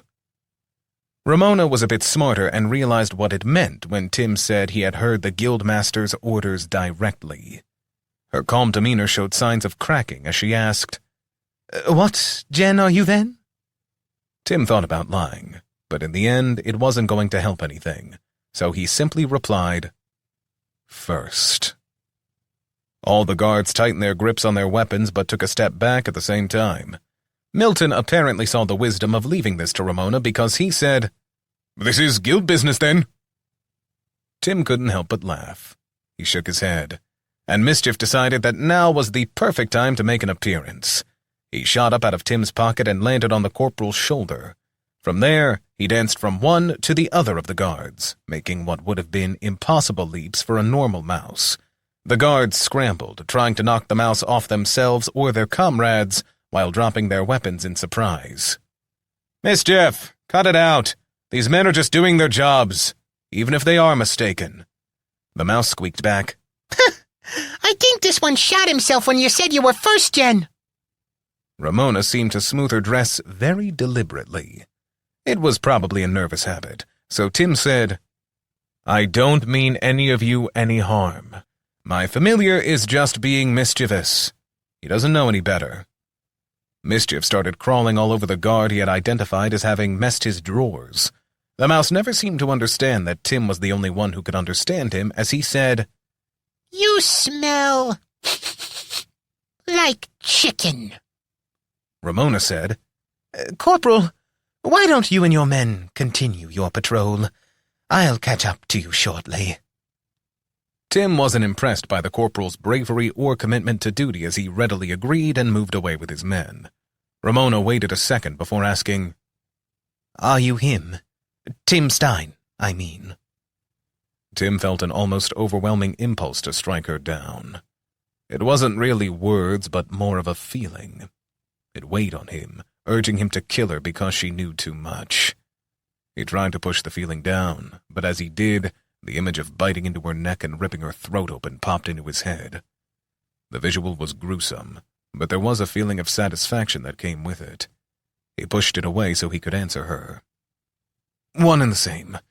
Now, I didn't mean to cause this much of a ruckus, but I really do have work to do. I need to make a quick stop at the grinder, and then we'll be on my way. I'm not supposed to let you go. We've all been ordered to capture or report any sojourner who isn't performing their assigned duties. Well, I wasn't supposed to drink coffee right before bed, and I wasn't supposed to stay up gaming all night when I had work in the morning. I sure as heck am not supposed to be an Iokusente. I definitely didn't ask for this. So, while level 12 is impressive, I'm level 19. It would be better if you just reported me rather than starting anything. She nodded. I can see the wisdom in that. Could you do me one more favor then? That depends. It's nothing big. I can tell you don't agree with being ordered to work like a common soldier, but I actually do think it makes sense. There is no point in causing more divisions inside the city when we have a powerful enemy out there somewhere. That army didn't just disappear, and it didn't retreat because we overpowered them. No, it's out there somewhere, and I need to find it. I've already seen firsthand the horrors the Mimar are capable of. Ramona didn't say anything, but Tim could see her tracking his words, so he continued. As far as a favor, I'm just asking that you don't report me until the end of your patrol. I really want to get outside the city before they realize it. The older woman stared back at him for a moment, then winked. Then she followed after the guards without a word. Tim continued on to the grinder. When he got there, he was blown away again by the Mayan temple exterior. It wasn't consistent with any of the rest of the city, or even any of the architecture or social structure. He stopped when he saw another squad of guards outside the dungeon. He looked around and couldn't spot a sojourner anywhere. Apparently, they couldn't be spared, but whoever was in charge felt it was prudent to put a squad of regular humans in place to make sure nothing came out of the dungeon. Tim chuckled at the thought of how quickly one of the monsters inside would be able to go through the guards. Now, the question was whether they would stop him from going inside, or rather try to stop them. He didn't have any great line to make up, so hopefully it wouldn't come to violence. If he didn't think the extra flexibility would be worth it, he wouldn't even bother. Besides, if he could kill one of the creatures, he could use consumption on it and gain another power-up. He walked straight up to them without hiding. When he got close, he was ordered to stop and identify himself, so he did. But then he added, "I have a quest and need to go inside the dungeon." Tim hadn't expected it to be so simple. The previous guards had been intent on stopping anyone out of place. Maybe these guys were just bored standing guard outside of the most dangerous place in the city. Then again, it might just be that they thought any sojourner crazy enough to march into a B-grade dungeon by himself was not someone they wanted to mess with. When he walked up to the dungeon, he felt a resonance of energy coming from inside the dungeon.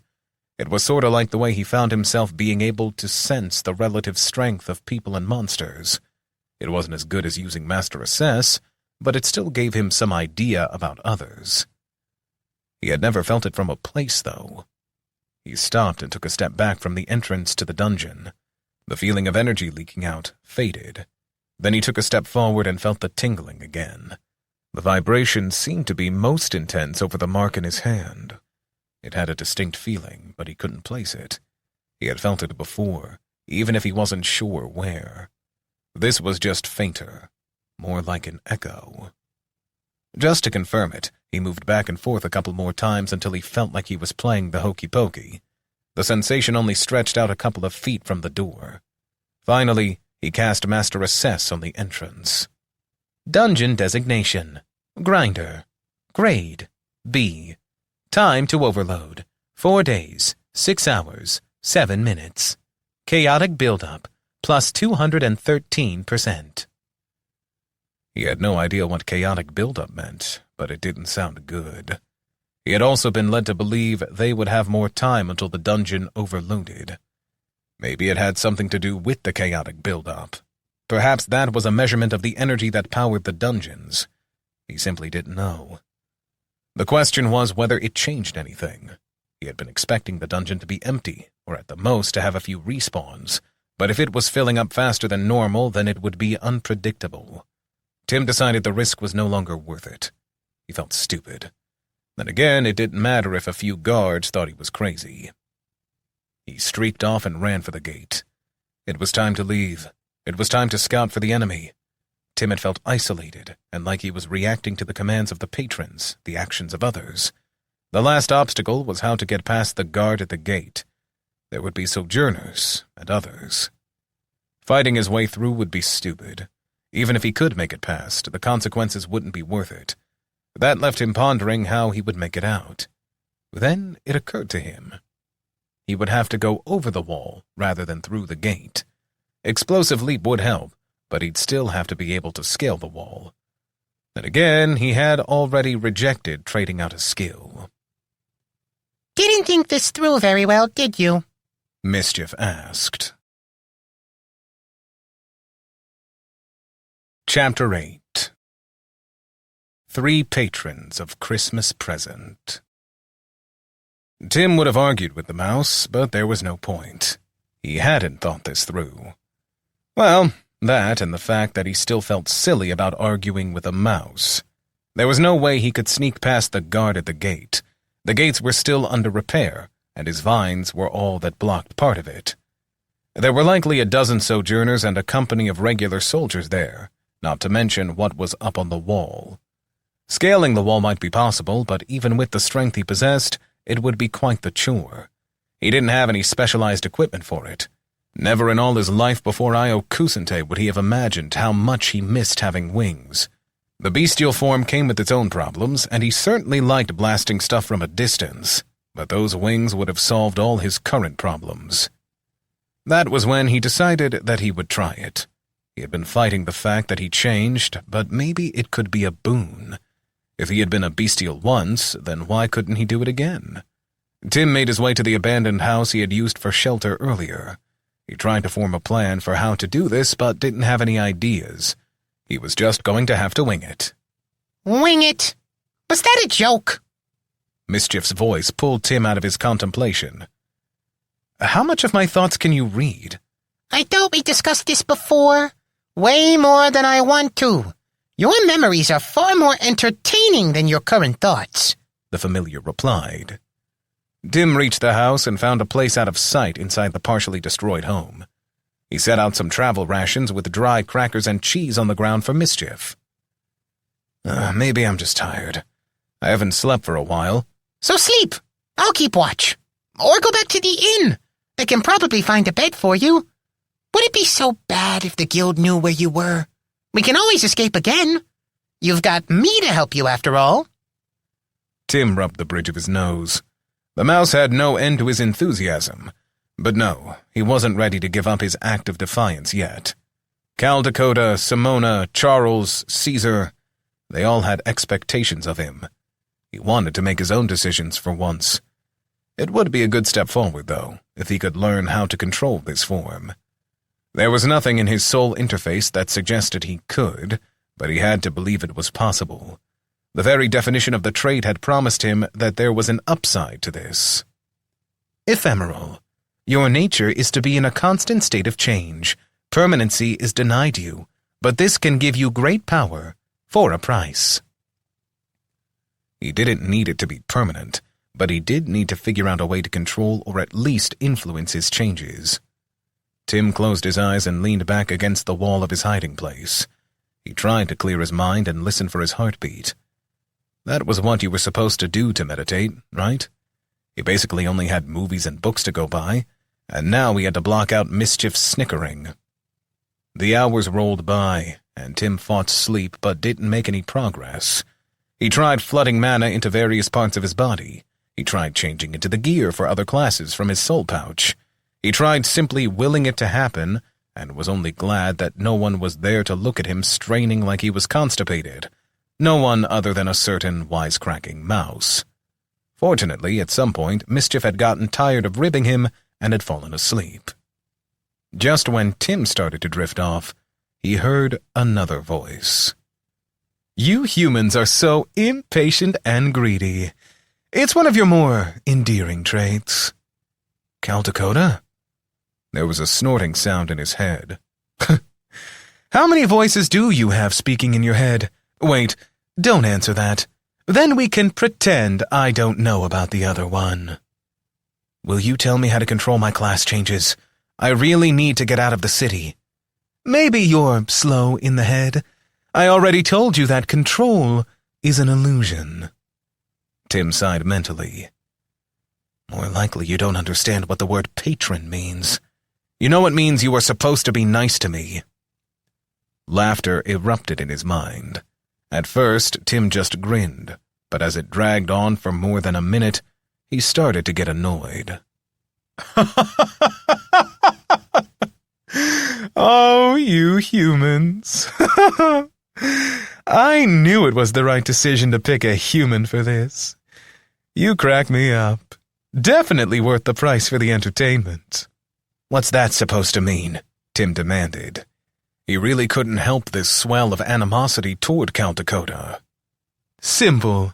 I gave you a trait so broken that it caused a fight among those you call patrons the one and only other time it was given out.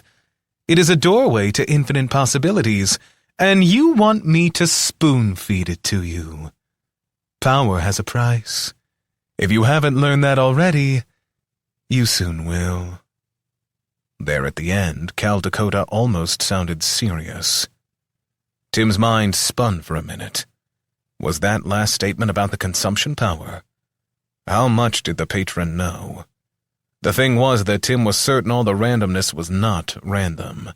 Something he had said once about there being some order even in a completely random world. Maybe that wasn't exactly what he had said, but Tim was going by memory here. Whatever it was he had said, it made Tim believe there was a way to at least influence the changes he underwent. "You clearly have something you want me to do. It would go far easier if you just helped me here.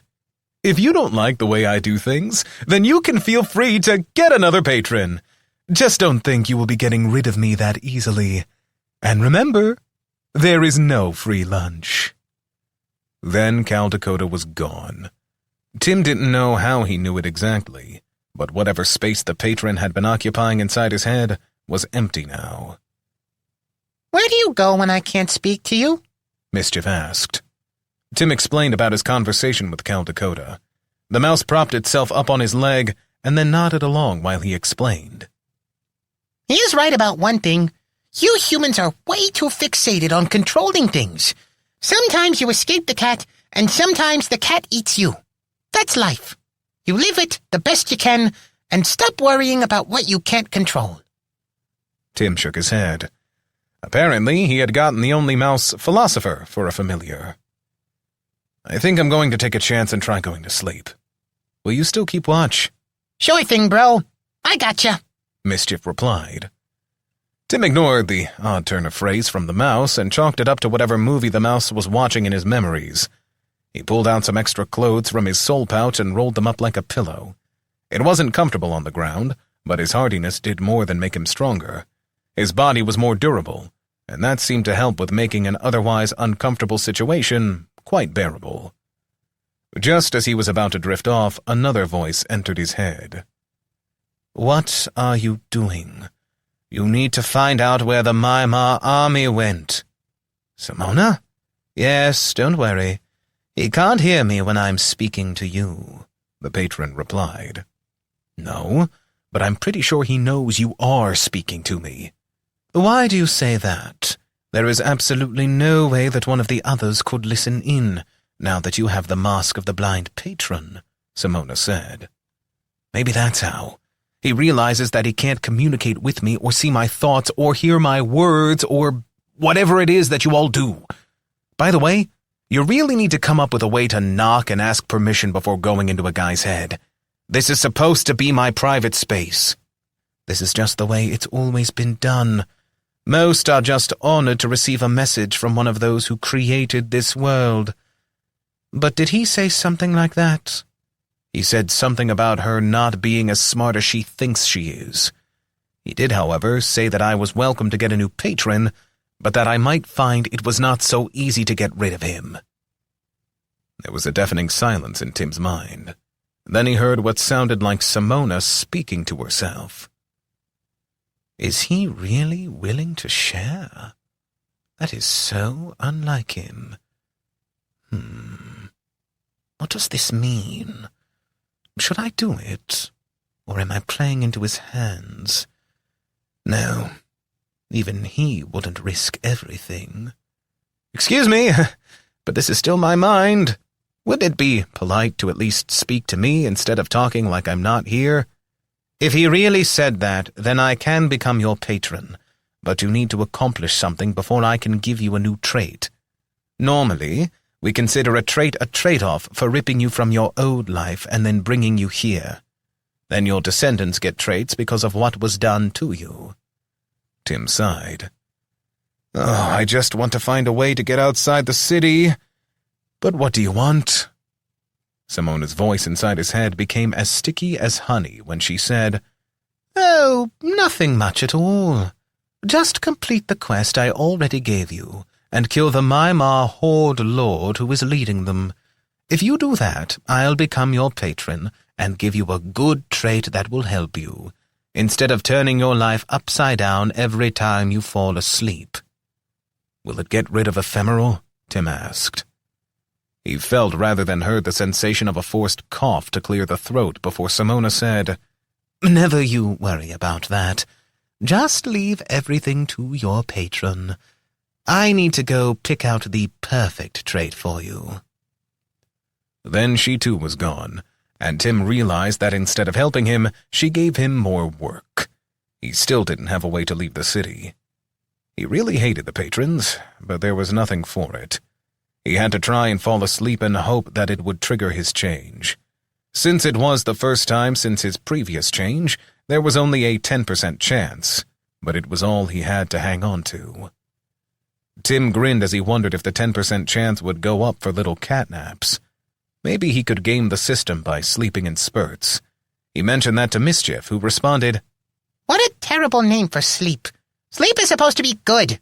Why would you ever name a type of sleep after those monstrous brutes? Okay. Call them micro-naps or whatever. Do you think you could wake me after a few minutes of sleep? Tim asked, trying to ignore Mischief's rant. The mouse's tail swept side to side, a sure sign of his agitation, but he nodded his agreement. So Tim lay back down. Hopefully this time he wouldn't be bothered by a less-than-helpful patron. When sleep did come, Tim found himself almost immediately drifting off. He wasn't aware that Mischief watched him closely and listened for his breathing. Then, when the mouse was sure he was asleep, he bit down hard, but not too hard, on Tim's finger. When nothing happened, the mouse tried it a couple more times, but nothing happened. Instead, Tim's eyes were moving rapidly, and he started squirming as if uncomfortable. The mouse wouldn't have had any idea what REM sleep was before the bond. The world was a much wider place than it had been before that moment.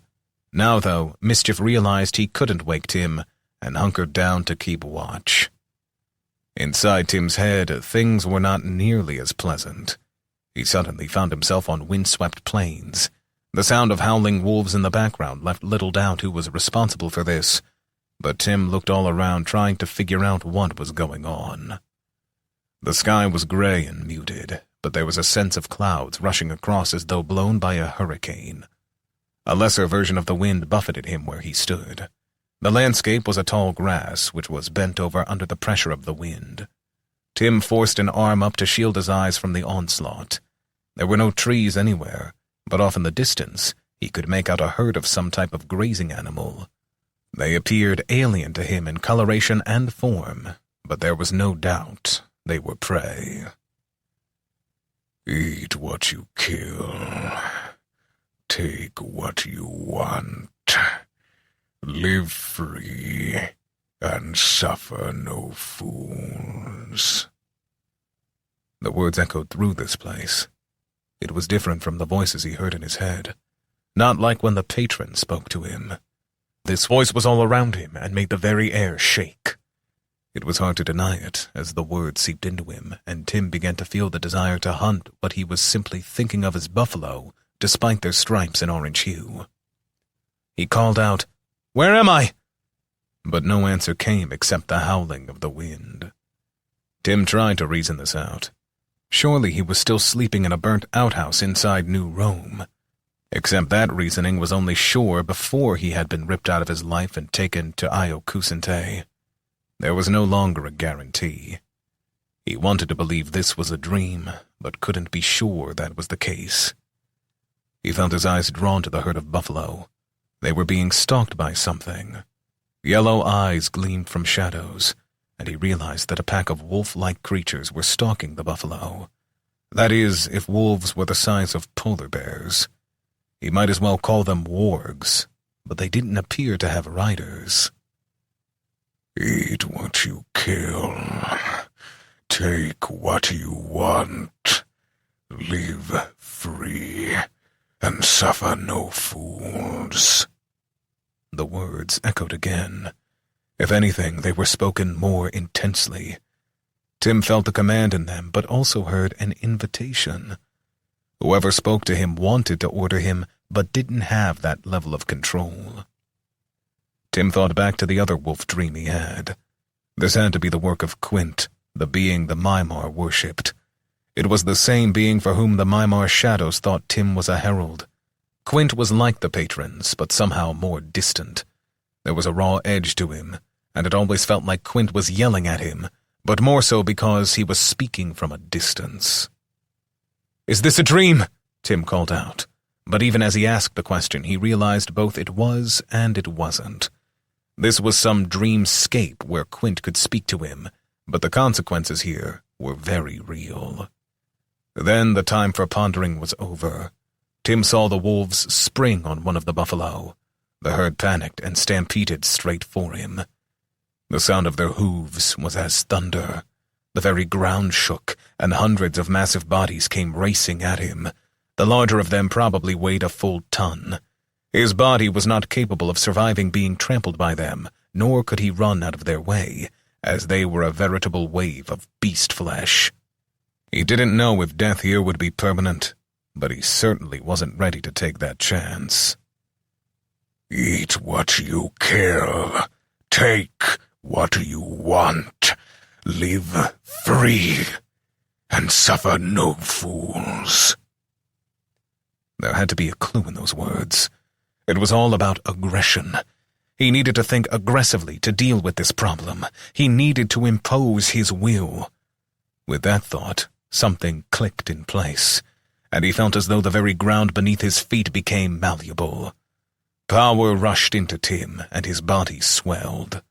Whereas before he was 6 feet tall, now he was a full 10 feet tall, and he could keep growing if he wanted.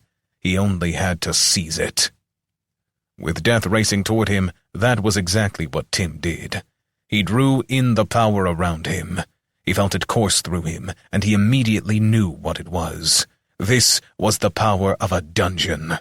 Whatever it was that built up in the dungeons was here in the very air, and it was so thick that Tim felt he could swim in it.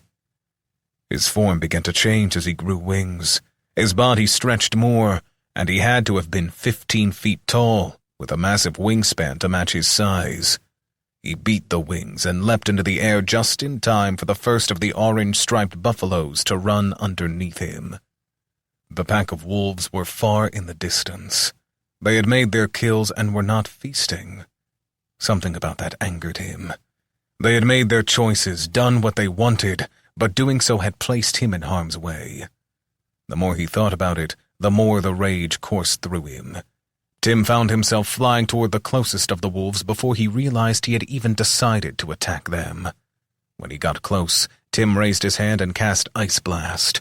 Or at least that was what he intended to do, but nothing happened. He looked inward and realized that there wasn't so much as a drop of mana within him. He was full of rage and this strange chaotic power, but nothing else. His actions had drawn the attention of the wolves. Some snarled at him, while looking at him with baleful yellow eyes. Others stood up from their kills, and a few began to move toward him. Tim needed to flee, but the rage within him couldn't bear to run from a foe. These wolves had attacked him as surely as if they came at him. They put him in danger, and it was up to him to show that they couldn't get away with that. Tim realized in this moment that he wasn't a hunter of prey. No, Tim was a hunter of those who hunt. He was a predator of predators. And why not? Since he had arrived in Iokusente, he hadn't met any who could match his power. But a man didn't hunt wolves. That was fine. He would have to become more. What could hunt wolves? First, Tim thought of a lion, but no. He needed to be the alpha amongst alphas. He already had wings, and that gave him the thought. Tim knew one creature who sat atop the food chain in every magical world he had ever read about. The power surged into Tim to reshape himself into the creature he envisioned. Cold-blooded and cruel, his skin gave way to scales, his lips stretched and bent, a tail erupted from him, and feathery wings gave way to leathery ones. His neck and face both stretched and elongated as he grew. Soon, his mouth was full of teeth the length of his sword. Now the wolves were howling. The pack gathered around one another and circled, looking at him leerily. No longer did he see hunger in their eyes. All he could see now was their fear. He could taste it upon his forked tongue, and it was sweet. Tim reveled in the power he felt. The pack began to run, but Tim wasn't content with that. They had attacked him and had to pay for it. Tim beat his wings and dove as he opened his jaw. Streams of fire blasted out, and he smelled the burnt hair and charred flesh as his rage found expression on the bodies of his foes. Then the sky faded, and he woke to the feeling of sharp pain on his index finger. As the dreamscape faded, the last words he heard were, "You'll do." Chapter 9. Signs in the Dirt.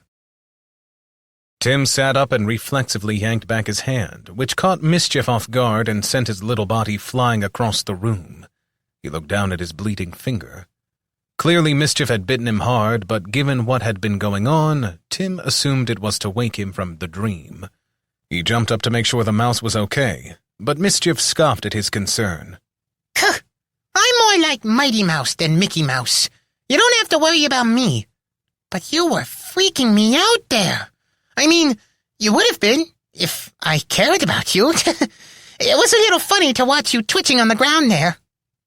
Any concern in Mischief's voice faded into sarcasm at the end. Thanks all the same. I think someone else was trying to speak to me, but I'm not really sure what was going on. I figured as much when I couldn't see your thoughts. You're quite popular. 3 patrons in as many hours. Not entirely sure this one was a patron. I think it's the guy the Mimar worship. Oh, you mean the one that you let mark your hand, and then you agreed to take the power from him? Oh, this is going to end well, I'm sure. Duly noted. When I crash and burn, it will be on me, not on you. Except at your size, you're more likely to fall over and crush me when things go bad. I'm just claiming I told you so privileges right now. Don't worry, it's not like he did anything for me either. These patrons, or whatever they are, seem to be big on giving orders rather than giving aid. We got an addition to our quests from Simona, but she said if we can kill whatever a Mimar horde leader is, then she will become my patron and give me a new trait. Before Mischief could answer, a raspy voice spoke from the shadows. As soon as it did, Tim sensed its presence, but was bothered by the fact that he hadn't sensed it until then. Master touched it. I feels the Master's power. Tim's sword was out of its sheath, and mana gathered in its hand for a quick ice blast. The creature before Tim looked like something out of a horror flick. It was humanish, but twisted and bent in all the wrong ways. Everything about its body screamed unnatural. Its limbs were overly long, bone spurs jutted out at odd angles. Its only clothing was a loincloth, and that hung loosely on its bony frame. Its tongue was barbed and hanging from its mouth. "How did you get inside the city?" "Walls can't stop Shadow. This why Master send me. Eat what you kill." Then it leapt at him. If he had been stuck with his reflexes from Earth, Tim would have ended up skewered on those long claws the creature extended toward him. As it was, Tim easily sidestepped and flicked out his sword. The level difference assured it was a critical hit that took one of the creature's extended arms at the elbow. The creature screeched, and his momentum carried him into the wall head first. Just as he impacted the wall, Tim released an ice blast into him. The force of the spell pinned him to the wall as he was pierced by jagged shards of ice. It slowed him enough that Tim stepped forward and removed his head at the neck. The combination of attacks killed him as his HP were all taken. There was no XP to be gained, but there was blood. Tim reached out with the consumption power and felt a surge as all the blood was soaked up into him. There was a corruption in the blood, but he didn't let it bother him. Power was power, after all. It spread through Tim, and then the notification popped up. "You have activated the Crucible of Consumption once again. Your body will be transformed by the power of those you slay. You may only gain power from a creature type once, although subcategories of a race apply as their own. The only exception to this is Sojourners. Special rules apply for the infestation. You have slain a Mimar Shadow. You have a choice of gains which can be made. Shadow Fade, Shadow Step, +2 to flexibility, permanent, +15 to flexibility, 72 hours. You have additionally gained a secondary benefit of 2% increased ability to see in the dark." Tim looked at the options. There wasn't a description for either of the abilities, but as good as adding stats was, he felt like this had been set up. Perhaps Quint was actually being helpful. It felt like he had sent this creature to Tim in order for him to kill it and gain an ability to meet his current need. In that way, he was more helpful than Cal Dakota or Simona. Not that it was a gift without a price. That wasn't how these things worked. Shadow Fade sounded interesting, and Tim suspected it was the ability that gave the Mimar shadows a near invisibility when moving in anything other than obstructed light. If he didn't have a specific need, then Tim likely would have been 50-50 on which one to pick. Shadow Step was a classic RPG ability, and while Tim couldn't know for sure, he had to assume that it was a way to teleport from shadow to shadow. It might very well be the solution to his problem. Mischief squeaked, "Someone is coming!" Tim cursed under his breath. The shadow's screams had likely drawn attention he didn't want. He picked Shadow Step. Tim felt the power fuse into him, and then held his pocket open for Mischief to leap into. Then he made a run for it.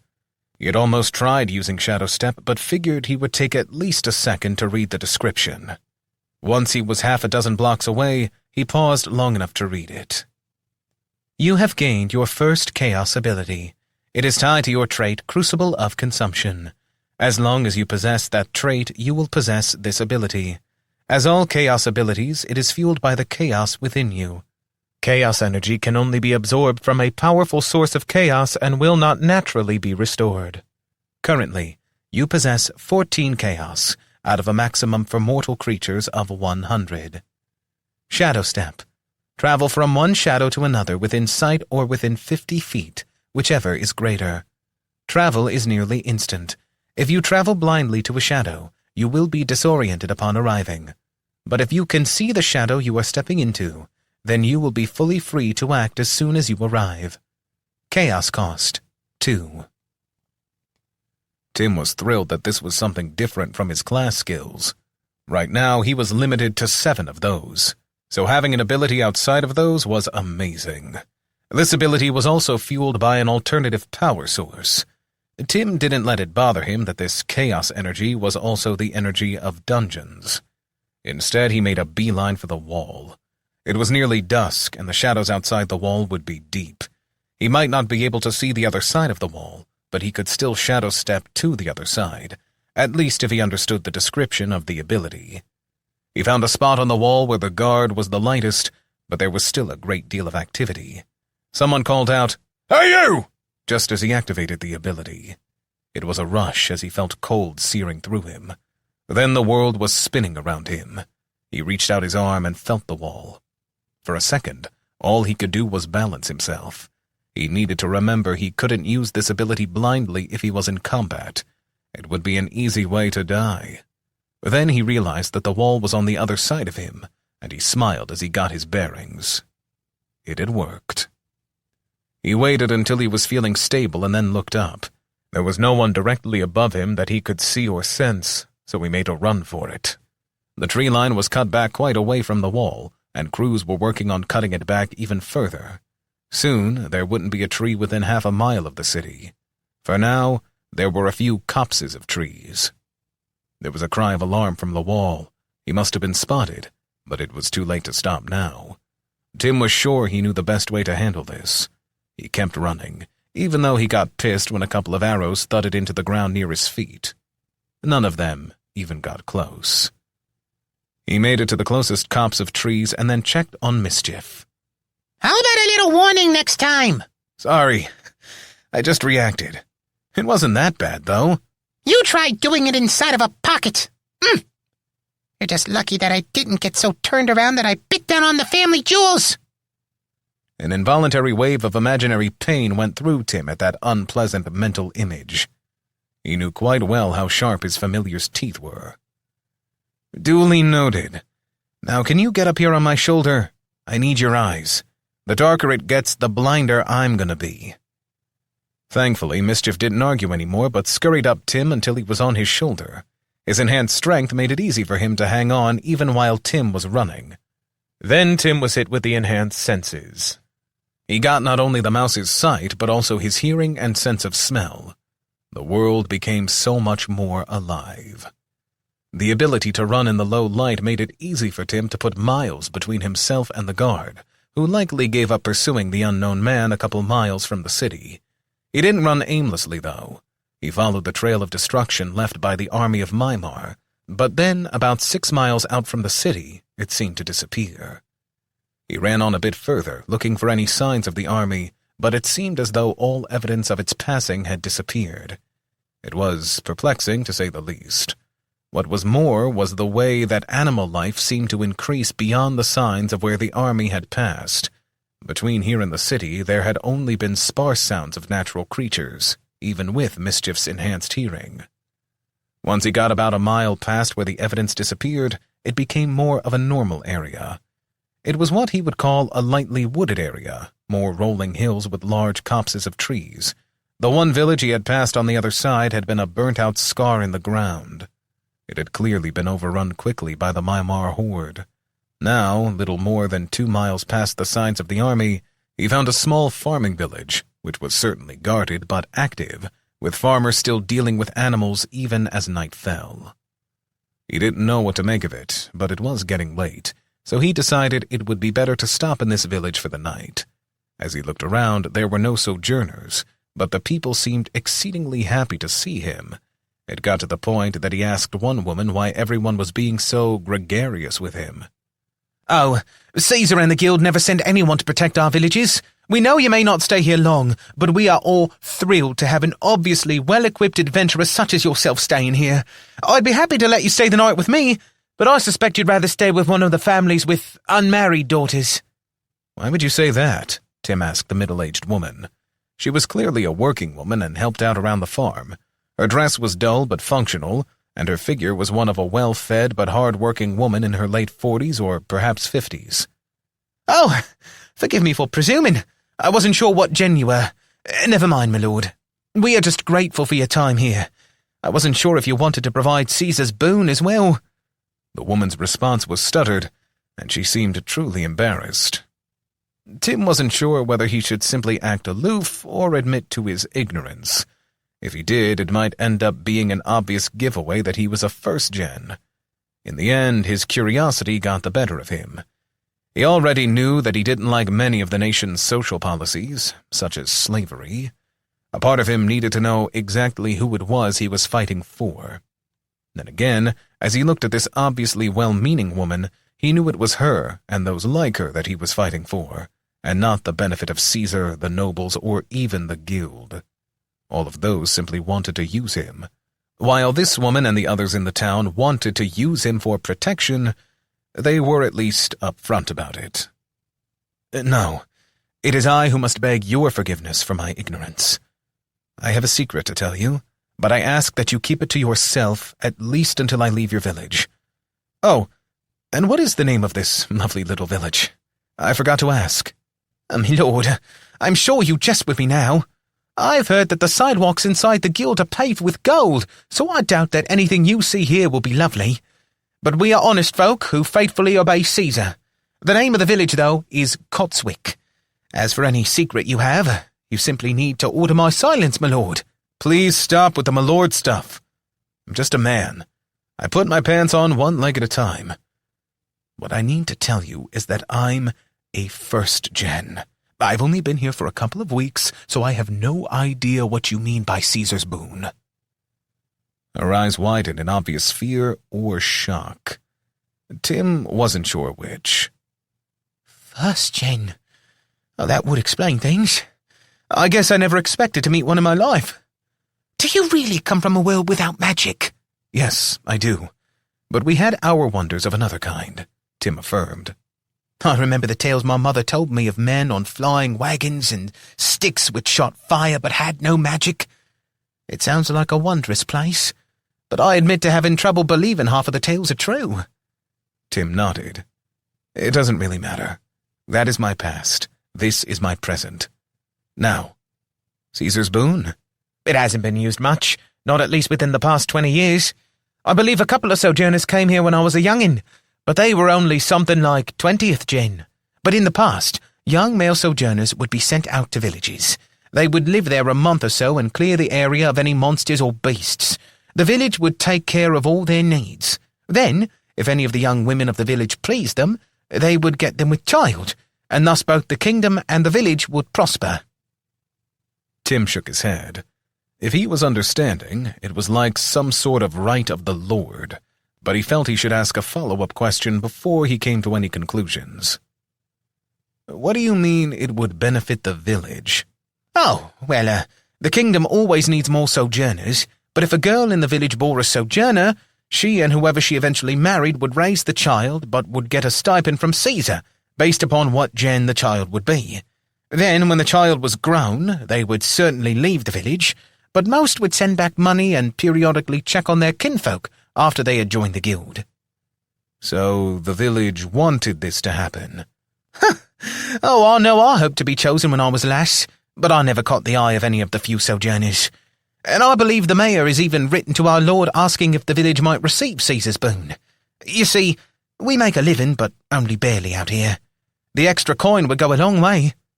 Her face grew red as she spoke, like she was dirtying something noble. I'm sorry, but that isn't how I think. Where I come from, a man who fathers children and then ignores them is worthy of nothing but a kick in the backside. I have no tolerance for that kind of man. Yes, my lord. What did I say about that? My name's Tim, and I'd be honored to sleep at your house tonight. I'll even clear the area of any dangerous animals I find, and I will pay you for your hospitality. The woman seemed awestruck, but agreed. Tim finally elicited that her name was Eleanor. She lived with her husband, one of their sons, and his wife. Their other child had already moved out. She only asked that Tim wait for a moment so she could assure her son and his wife that Tim wasn't there to claim Caesar's boon on her daughter-in-law. Hearing that made Tim even more sick to his stomach, so he simply waited.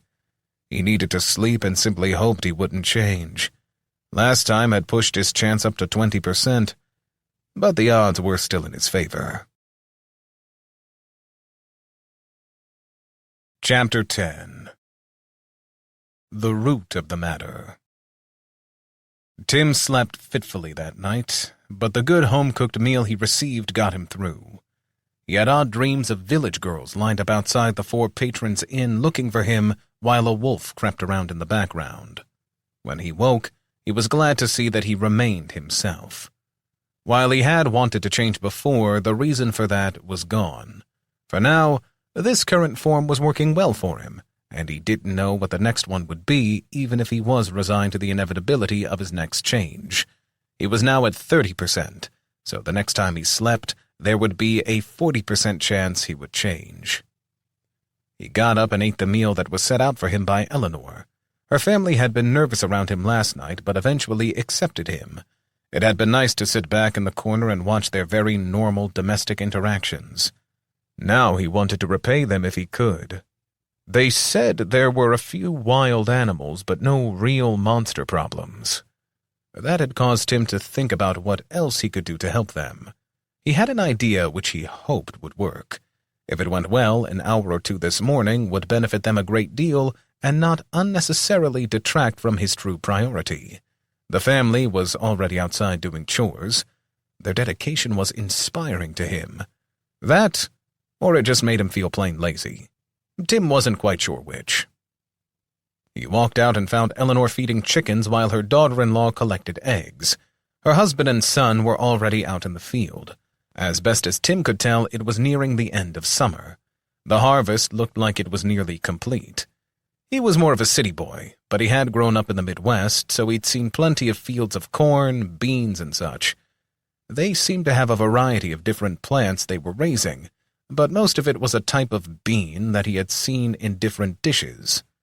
Then there was the grove of fruit trees they had. Something looked off about the trees. That prompted Tim to walk over to Eleanor. "Do you mind if I ask a couple of questions about your farm?" She quickly looked up from the chickens. Not at all, my lord. Tim. "Can you tell me what crops you grow?" She nodded and started rambling on. Everyone likes to talk about what they do, and her initial nervousness about boring a sojourner with the life of a farmer gave way to discussions about how they had switched to growing fava beans recently because of a sudden rush on them for various liver dishes in the capital. She explained she had also heard they went well with a nice Chianti, but she had never tasted any of that, so she wasn't sure. She simply knew they were fetching a better price than corn had. "And what about the trees?" She scoffed. Oh, that. It was my son's idea. Cherries also became popular in the capital, but as you can see, we've barely been able to grow any. The darn thing simply won't bear fruit. Melinda, Eleanor's daughter-in-law, burst into the conversation at that point. They would have blossomed if you had spared the money for fertilizer. Instead, it's all about those beans. You know the cherries are worth 12 times as much as the beans per pound, but you wouldn't take the risk. Bah, go. See a few more winters and struggle to feed your own children a few times. Then you can tell me what you know about risk. Safe and sure is better for a farmer any day," Eleanor retorted. Rather than allowing their conversation to continue, Tim asked, "What if I could do something about the trees? I can't promise anything, but I have an idea. Would that be beneficial to you?" Eleanor got a fearful look on her face. Tim almost asked what was wrong, but then she said, "We shouldn't be putting a mighty sojourner such as yourself out." "I offered. You didn't ask. But I don't want to spend mana and time on something if it won't benefit you. And again, I can't guarantee it will work, but if it might, I'd like to try." Melinda answered instead of Eleanor. "Yes, if we could sell the cherries on top of the beans, it would give us enough money to be set for the winter, and perhaps James and I could even afford to build a small home of our own." "That settles it then. I'll give it a go." Then Tim walked over to the edge of the grove. There were 12 trees in total, but Eleanor was right. They had barely blossomed. If he saw 200 cherries among all 12 trees, he would have been surprised. He dropped to the ground and pushed his hands into the dirt. He called upon his ability to manipulate plants and reached out to the first tree. Almost immediately, he was able to identify the problem. The tree was struggling in the soil in which they had planted it. Not only was it not getting enough nutrition, but it also wasn't getting enough water. He could pump mana into the plant and bypass those needs. He would do that, but first he wanted to look for a longer-term solution. Tim ordered the roots of the plant to grow out. They expanded some, but he was careful to stop them from growing into the beans. He didn't want to ruin a good crop while trying to help a poor one, so the only place he could send the roots was downward. He lost himself in the roots as his consciousness spread out and then downward. The life of the tree pulsed through him, and he found that a few feet further down there were minerals and richer soil. They would need fertilizer in the future, but for now he could pull that up to feed the trees. A stronger root system would also benefit the trees in the future. Tim ordered the roots to suck up the nutrients at a rate that no natural plant could do without the benefits of mana to enhance it. Then he continued pushing the roots down further in search of water. As he got the hang of it, Tim spread his consciousness into the other 11 trees. He wove their roots into a large network where they would all benefit each other. Behind him there was a distant gasp, but he ignored it. Mischief would warn him of any danger. Time didn't seem to mean anything as he focused his mana, letting it flow out slowly into the trees. This was far easier than coaching roots to explode up out of the ground. A part of him wondered why naturalists weren't always out doing that. The ability he was using was only an uncommon, but then again, at level 19, he simply had more mana and mana regen to work with than lower levels had. A cynical part of him also knew that it was because sojourners, especially those with any true level of power, saw activities like this as beneath them. It showed in how shocked they had been at the wall of roots he used to block the fallen gates when the Mimar attacked. None had seen that use of power before. As far as he could tell, most naturalists who had this ability only used it as a limited battlefield control for things such as tripping the enemy. Tim pushed those thoughts out of his mind as he focused his attention. Then he found it. There was an underground stream. Not only would that provide extra water for the trees to enable him to force them to overgrow, but the water was also rich in minerals. As he felt down through the roots, he realized there was something odd. The ground not far under the stream had been disturbed. It was likely more than 100 feet deep, but it seemed like there was an artificial tunnel down there. That tickled the back of Tim's mind, but he filed it away for once he finished this project. Once he was confident that all the trees had been loaded up with nutrients and water, he began to spread his mana into them.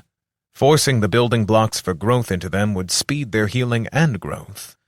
It seemed that there were already 10 times as many blossoms as before, but he was confident he could do so much better.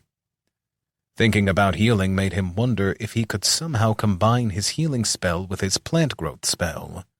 Healing affected natural organisms. The spells were intended for humans, but he knew they worked just fine on mischief, so why not a plant? Tim reached out and tried to channel his mana into 2 different spells at the same time. A flashing notification appeared in his head. You are attempting to fuse 2 spells or skills. A compatibility has been detected. Skill evolution has been unlocked. Would you like to evolve extreme plant growth and control by combining it with nature's lesser heal? Tim immediately selected yes. This was worth the trip to this village all on its own. If he could evolve his skills, they might take on a whole new level of power. He felt a strain as he saw the 2 spells overlapping.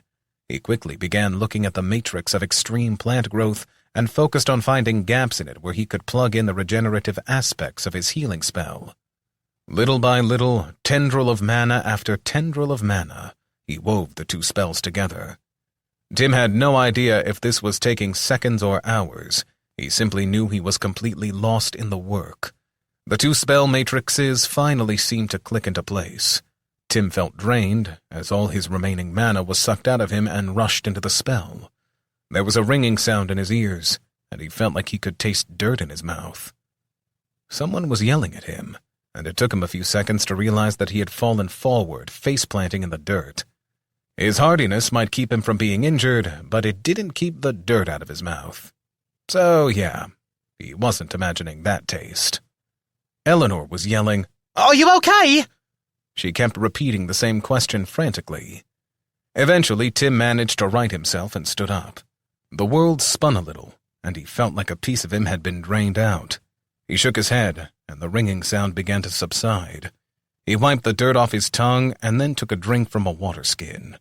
No, on second thought, he put that back and called a wine skin out from his spatial pouch. He needed something with a bit of taste to get rid of the ick in his mouth. Finally, he glanced at Eleanor and Melinda. They looked the perfect combination of scared and worried. He said, "Don't worry. You don't have to stand so far back. I don't know what happened, but all of my mana surged into the trees at once." Melinda said, "Tell that to your killer mouse there." That was when Tim noticed that one of her hands was bleeding. "Mischief! What did you do?" You passed out. You'd already been in a trance for like an hour. Then, all of a sudden, you started to take a dirt nap. No. That's not the right way to use that term. Dirt nap doesn't mean sleeping in the dirt. It means you are dead, Tim replied with a smile. Then why even make up an expression with the word nap in it if it isn't related to sleeping? The mouse demanded indignantly before adding, I swear half the things I learn inside your head are pointless. Fine. We could talk about different expressions later. Why did you bite Melinda? As if I would need to bite her. I just, scratched her a little. You were unconscious. They were both a lot bigger than me and came running at you. We don't really know them, so I decided to err on the side of caution. So sue me. Did I get that one right? Tim rolled his eyes. Okay, you're right, but we'll talk about it later. And yeah, that was right. Then he turned toward the women again. Mischief is just a bit overprotective of me. Sorry. Hopefully the trees are still okay. Okay. Whatever you did is astounding. Tim looked over his shoulder at the cherry trees. There were thousands of cherries now, but each one was nearly the size of a tennis ball. While still a deep red color, each of them seemed to glow with an inner light. Tim mumbled, "Wow," under his breath. Before he did anything else, he cast Master Assess. Chaos Cherry Tree. Level 1. Acuity and Sagacity. Basic Instinct. Driven. Hardiness 30. Flexibility 4. Abilities: Lesser Consumption, Branch Whip, Hypergrowth, Empowerment. The tree now assessed more like it was a monster, or maybe more like a sojourner. He was about to walk up and inspect it more closely when he heard a laugh in his head. Not how I expected this to happen, but absolutely entertaining. You've just created a new type of monster. Completely amazing. You really should check your notifications when you get a chance. Keep up the entertainment value. Oh, and you probably should avoid consorting with the enemy. He knew. It should have been obvious that he knew or was going to find out. Tim couldn't let it bother him now. Once he felt Caldakota's presence leave, he told the women to stay back. He wasn't going to take that warning lightly. Notifications first, then he could see if it was safe to touch the tree. Congratulations! You have evolved a spell and created a new unique version. This spell will belong to only you for as long as you are alive. After that, it will be added to a spellbook and become randomly available, most likely as a dungeon drop. Reward for creation of a unique spell: 750 XP. Your contribution to the diversity of Io Kusente is appreciated. Regenerative plant growth, control, and empowerment. Rarity: unique. Prerequisites: Sojourner, Sagacity, 19. Acuity, 17. Level, 12. Description: allows the caster an unprecedented level of control over any plant life in the area. This spell can be channeled to continue the effects. Once the spell's energy infuses any plant form, that plant form will become capable of independent movement under the mental direction of the caster, and will also temporarily possess a low-level instinctual type intelligence. It may be given the types of commands one might give to a well-trained dog. Range is limited by sagacity at 30 feet per point. The plant affected will gain a temporary regenerative capability. Plant size, shape, and basic function can be altered. This spell may temporarily grant boosts to a plant consistent with up to 40% of the caster's stats. Mana, variable. Only experience will teach you the limits of this ability. The mana efficiency has been increased 200% from the uncommon base spell. Tim whistled. 500 XP was a significant amount for him at one time. The new spell seemed better than the other one in all ways, but he still had further notifications to examine. Congratulations! You have survived the unlocking of the Skill Evolution ability. It is currently set at level 1, but may be upgraded through practice. That notification made Tim want to stop everything he was doing and just start trying to evolve the rest of his skills. He had too much to do now, but he promised himself that the next time he had any free time, he would focus on this. Then he scrolled further down the list of notifications. Congratulations! Your trait has evolved to Ephemeral 2. No longer is change limited to you. Given the right circumstances, you may be able to impose a state of change on other existences. Note that your control of such changes is likely to be very limited. Further, just because you managed to make this work for a tree doesn't mean you should be trying it on sentient beings anytime soon. Probably not even a mouse. There was the snark that he had come to know and hate. The very fact that his trait could be leveled up was such a boon that Tim didn't even care about the attitude. He simply was too thrilled at the potential. With enough level-ups, he might gain some modicum of control over the trait and thus over his life. It was hope, and right now, he was a drowning man and would take any life jacket thrown at him, no matter how uncertain it might be. Warning! You have created a new form of life. This was meant to be the sole province of the creators. You are meddling in matters you do not understand. The chaos cherry trees you have made will obey basic commands from you. They will otherwise act to protect themselves and their domain. Given that they now possess a lesser version of the Crucible of Consumption, they will grow in power by consuming beings which come too close to them. Beware the cherry. They will also absorb ambient chaos. This will improve the functioning of the area around them. Other crops will grow better, animals will produce more, and people will tend to feel refreshed. The extent of this effect will depend upon the level of the tree. Range, 150 feet per level. Unknown danger awaits if the trees absorb too much chaos. Nevertheless, for this accomplishment, you are awarded 1,000 XP and the title Green Thumb of Creation. This title will increase your skill in all gardening or farming activities related to plants by 50%. Tim whistled at that one. Now he understood the warning. The trees would likely attack Eleanor and her family if they got too close. He felt a bit silly talking to a tree, but then again, he now spoke to a mouse and had multiple voices inside his head, so how was this any worse? You will not harm any humans unless directly commanded by me. Protect humans. Allow them to harvest your fruit, and kill any monsters or predator-type creatures who come within range. Then he looked back at the women. Okay, now it should be safe. Here, let's try one of the cherries. He commanded one of the branches to lower itself down and then plucked off 3 of the huge cherries. When he handed one to Melinda, he cast a quick Nature's Lesser Heal on her hand, and her wound disappeared like it had never been there. He felt a greater amount of exhaustion hit him as he cast the spell. Maybe he was worn out from what he had experienced, or maybe healing normal humans was harder than healing another sojourner. Just another question to put into his growing list. It would, however, make sense why some sojourner healer didn't just set up and heal all the ailments the regular humans had. He looked at the cherry and just knew it had to taste good. The notifications hadn't made him believe the cherry wasn't going to be safe, and so he bit it. His eyes popped open as the flavor hit him. It was more vibrant than anything he had ever tasted. This was truly magical. Then the notification hit him. He gained a temporary benefit of +1 flexibility and +1 sagacity for 30 minutes.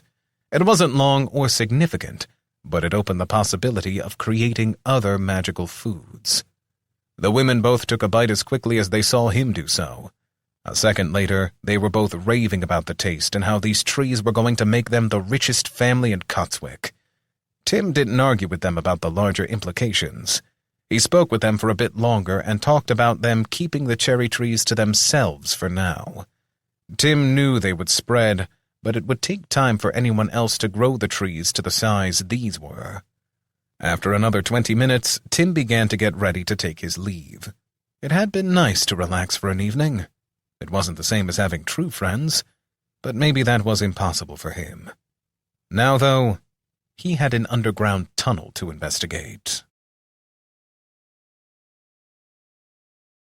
Interlude 1. Charles stalked back and forth. The communication mirror was notoriously hard to sync up. A pair of the guild's arcanists were working to create the connection with the similar mirrors that were with his counterparts in each of the other nations. It required a ridiculous amount of mana and gold to power the mirrors, which was why they weren't regularly used, but the recent attack on New Rome convinced the guildmaster that they had no choice but to move forward with their plans. Neymar of Russia was the first to appear. The man looked like he had been sleeping even though it was past sunup. His grayish skin and a sturdy build, which was lessened with the weight of age, belied his true power as a summoner. "What is it, Charles? I was up half the night working on a ritual." "Have we really gotten so old that a night without sleep is too much?" "We? We. I'm 15 years your senior, and don't play stupid with me. You know your hardiness as a warrior is far greater than mine. You could probably go a pair of nights without sleep, while I'm wiped out with missing a few hours," the caster emphasized. Fine. But I want to wait until the others are synced in before we discuss anything too serious. Neymar's face softened then. "How are your people doing, my friend?" "It is hard to hear the screams of people and know that you can't help them. I don't like feeling like we are holding on by the tips of our fingers as we wait for the next wave to pull us under. Surely it isn't as bad as all that. You should have seen the horde. My Ma are far from the worst that the abyss could throw at us, but they were numbered in the thousands, and there was no shortage of Goliaths and such," Charles said. He stopped mid-thought and paced again. "I know you. That alone wouldn't have been enough. There was something leading them, something that chilled me to my core," Charles said. The words pulled out of him reluctantly. Neymar was wise enough to let Charles speak at his own pace, but then the moment of camaraderie was broken. The broad, ogrian face of Sir Carsus appeared. "God, Charles, you look like something chewed you up and spit you out. I hope you are taking good care of our champion." Clan was everything to the Ogrians, so while the words sounded like friendly banter, Charles knew that it was deadly serious. "Yes, he has come to no harm. In fact, he was able to fight in a dungeon and actually avoided most of the rough part. Now he is helping to guard the wall, since his defensive power is certainly impressive. Well, that much is true. But why did you have me send our best-trained first-gen to you if you weren't going to use him for something more?" Carsus asked. "I have plans, but there has been a hiccup." Before Charles could say more, Desmona of the Asmar appeared in her mirror. "Let me guess. You thought you could control the chaos. You humans are always that way. You can't control that which by its very nature is uncontrollable." Carsus was the first to jump in. Yes. Share some more of that inscrutable Asmarian wisdom. We don't have time for this. I thought we pledged never to make our respective races the issue. We are all sons and daughters of the guild, and it is our sworn duty to do the best we can by sojourners we look after. No one spoke for a moment until Neymar said, Charles was telling me about a massive horde of Mimar which attacked New Rome. Why don't you continue? With that, Charles began to describe the attack from 2 days before. He left out no detail when it came to the size of the enemy army, the various types of Mimar that appeared, and their ferocity. He knew they all had spies here and would eventually learn for themselves, but for now, he didn't want them to know the extent of the damage that had been wrought in New Rome. When Charles paused in his description, Desmona said, "I'm sorry, my brother. I misspoke earlier. My heart goes out to you and your people for their suffering. This type of horde should not have been possible. Mimar are feral, as you all know. Even with shamans and champions to lead them, they wouldn't be able to— No, I don't doubt you. So I should rather say they shouldn't have been able to amass that great of an army. It supports what I have long suspected. Karsus finished for her. Yes, that there is another type of Mimar which is higher up, yet one which none of our people have discovered in hundreds of years. Nemar said, She has a point, though. It would explain much. Was that what concerned you, Charles? No. I have a scout who was able to find the leader of their army. He is known as a Mimar Horde Lord.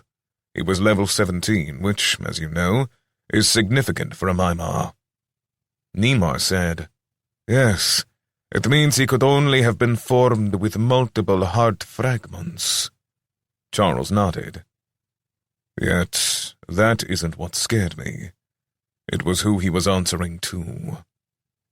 Desmona's preening, Karsus's faux frown, and Nemar's expression of exhaustion all changed in an instant. The Asmarian was the first to speak the question on their minds. What do you mean? Mimar are chaotic creatures. They prattle on about something they call quint, but that is just nonsense. Perhaps not. But I know what I saw. I do, however, have a question for Nemar. The summoner sat up in his chair. All signs of his previous exhaustion were wiped away. What do you mean? You are the only level 19 summoner that I know of, so I have no one else to ask. Simply put, how many summoners do you think could summon an archfiend? The man sputtered like he was drowning. That's preposterous. Every right-minded summoner knows not to summon fiends. They are creatures of pure chaos and beyond control. They consume everything around them in an endless need to eat. Oh, sure, occasionally, a summoner who is either arrogant or a renegade will manage to summon a minor fiend. Even then, it never ends well. Typically, the summoner is consumed as soon as the fiend gathers enough power. Since their power is difficult to measure with most spells, it is hard to gauge when to let them loose. Yes, and then the wild fiend has to be hunted down. It is always considered a top priority, Desmona said. Her Ogrian counterpart added, Charles already knows that much. There must be a reason for his question. Charles simply stared into the mirror. The silence grew awkward until he finally asked, Is it possible there could be a fiend who could control its chaos? Perhaps one who could balance it with mana in our world, so that they could act rationally. Nemar seemed lost in thought, and each of the guild leaders waited with varying degrees of patience to see what he would say. Every summoner who does this long enough gets a sense of the eyes. That is what most of us call it. The feeling that someone is watching. Something which dwells in the space between our world and the others we reach out to. I want to tell you that there is no way a fiend could be anything but raw destruction.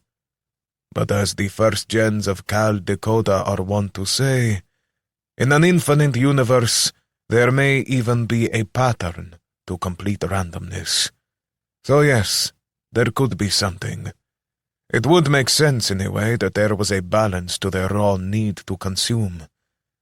But would you have us believe that an arch-fiend was behind the attack on New Rome? Charles shrugged and sighed. I only know what I saw. It had red and black skin, large leathery wings, and stood 12 feet tall, with huge horns towering above that. It wielded some type of fiery magic which would put most elementalists to shame, and it was fiercer with its sword than any warrior we sent at it. Eventually, we had to stop attacking. It wasn't pressing into the personal attack, but every sojourner I sent at it fell in seconds. Sir Karsus shook his head. Oh, may the absent patrons guard us all. A level 20 fiend would be terrifying beyond measure. I've seen what they can do when they reach level 10. They are more powerful than their level would imply due to their sheer destructive force. I fear it's worse than that. I had a level 17 arcanist with me. She attempted to measure its power and was unable to do so. She got a notification that it was too powerful for her to assess, Charles said. That would have to mean it was beyond level 20, and that simply isn't possible, Desmona said as she smashed something that was out of view through the communication mirror. For the representative of supposedly the most patient of the four races, she was a hothead. It definitely isn't possible, based on what we know of the law of force, Nemar mumbled almost too softly to be heard. Or more than 2,000 years of recorded history. Things don't just suddenly change, Sir Karsus insisted. I don't know. I'm trying not to come to any conclusions. I'm only passing on the information I have. And Karsus, my friend, when you get a report from Magnor, you will learn that he witnessed a number of fiends fighting outside a portal in a dungeon he helped clear.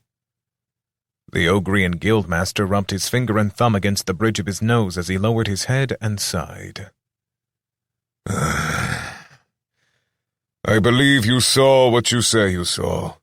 The question remains, though, what do we do about this? I think we have to escalate our plans. The fact that the Abyss was able to spew out this many monsters and get as far as New Rome without us detecting it says that they are becoming more aggressive. The attack on us has at least been good in that each of you now has sufficient motivation to get your respective leaders to allow you the freedom to build up your defenses. Maybe you will fare better if an attack comes your way. You still think a team of first-gens is the only way to clear the Abyss? Desmona asked. Nothing else has worked. Yes, she sighed. You already argued as much. I will get our champion headed your way, but she is not likely to put up with much crap from the other first-gens. She has been here 30 years and is level 20.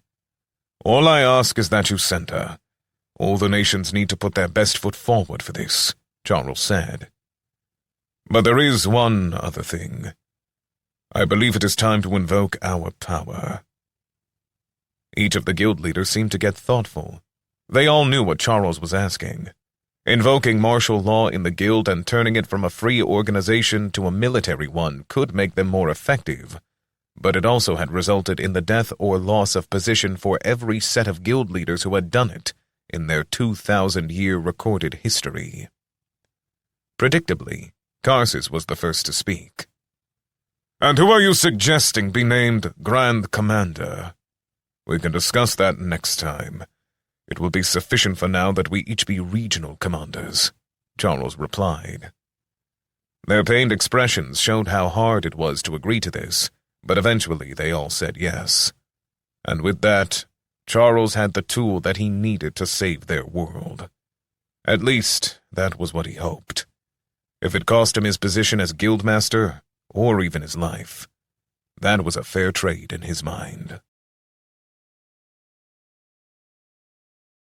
Chapter 11. Holes in the Air. Once Tim's mana was refilled, he headed out with half a dozen of the jumbo cherries in his spatial pouch, along with some fresh bread and jerky from the farmers. They were beyond ecstatic and would have offered just about anything to try and repay him.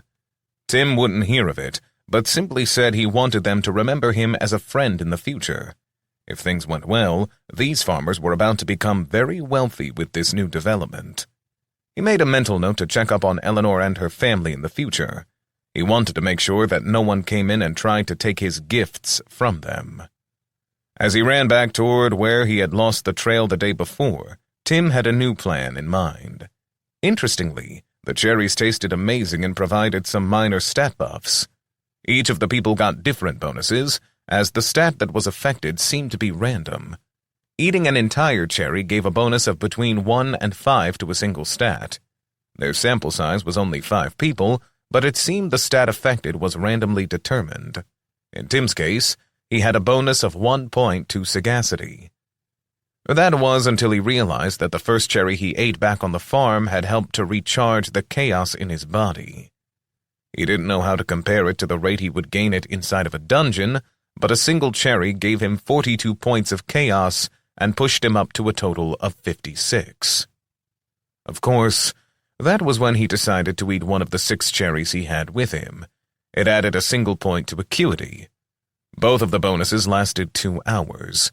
He had initially been worried that the chaos inside the cherries might have some effect on Eleanor and her family. Then again, people were able to be around dungeons without any trouble. Well, that and the assess on the tree told him that it absorbed chaos from around it, so the stuff must be part of Io Kusente at a basic level, just like mana was. He paid close attention to them.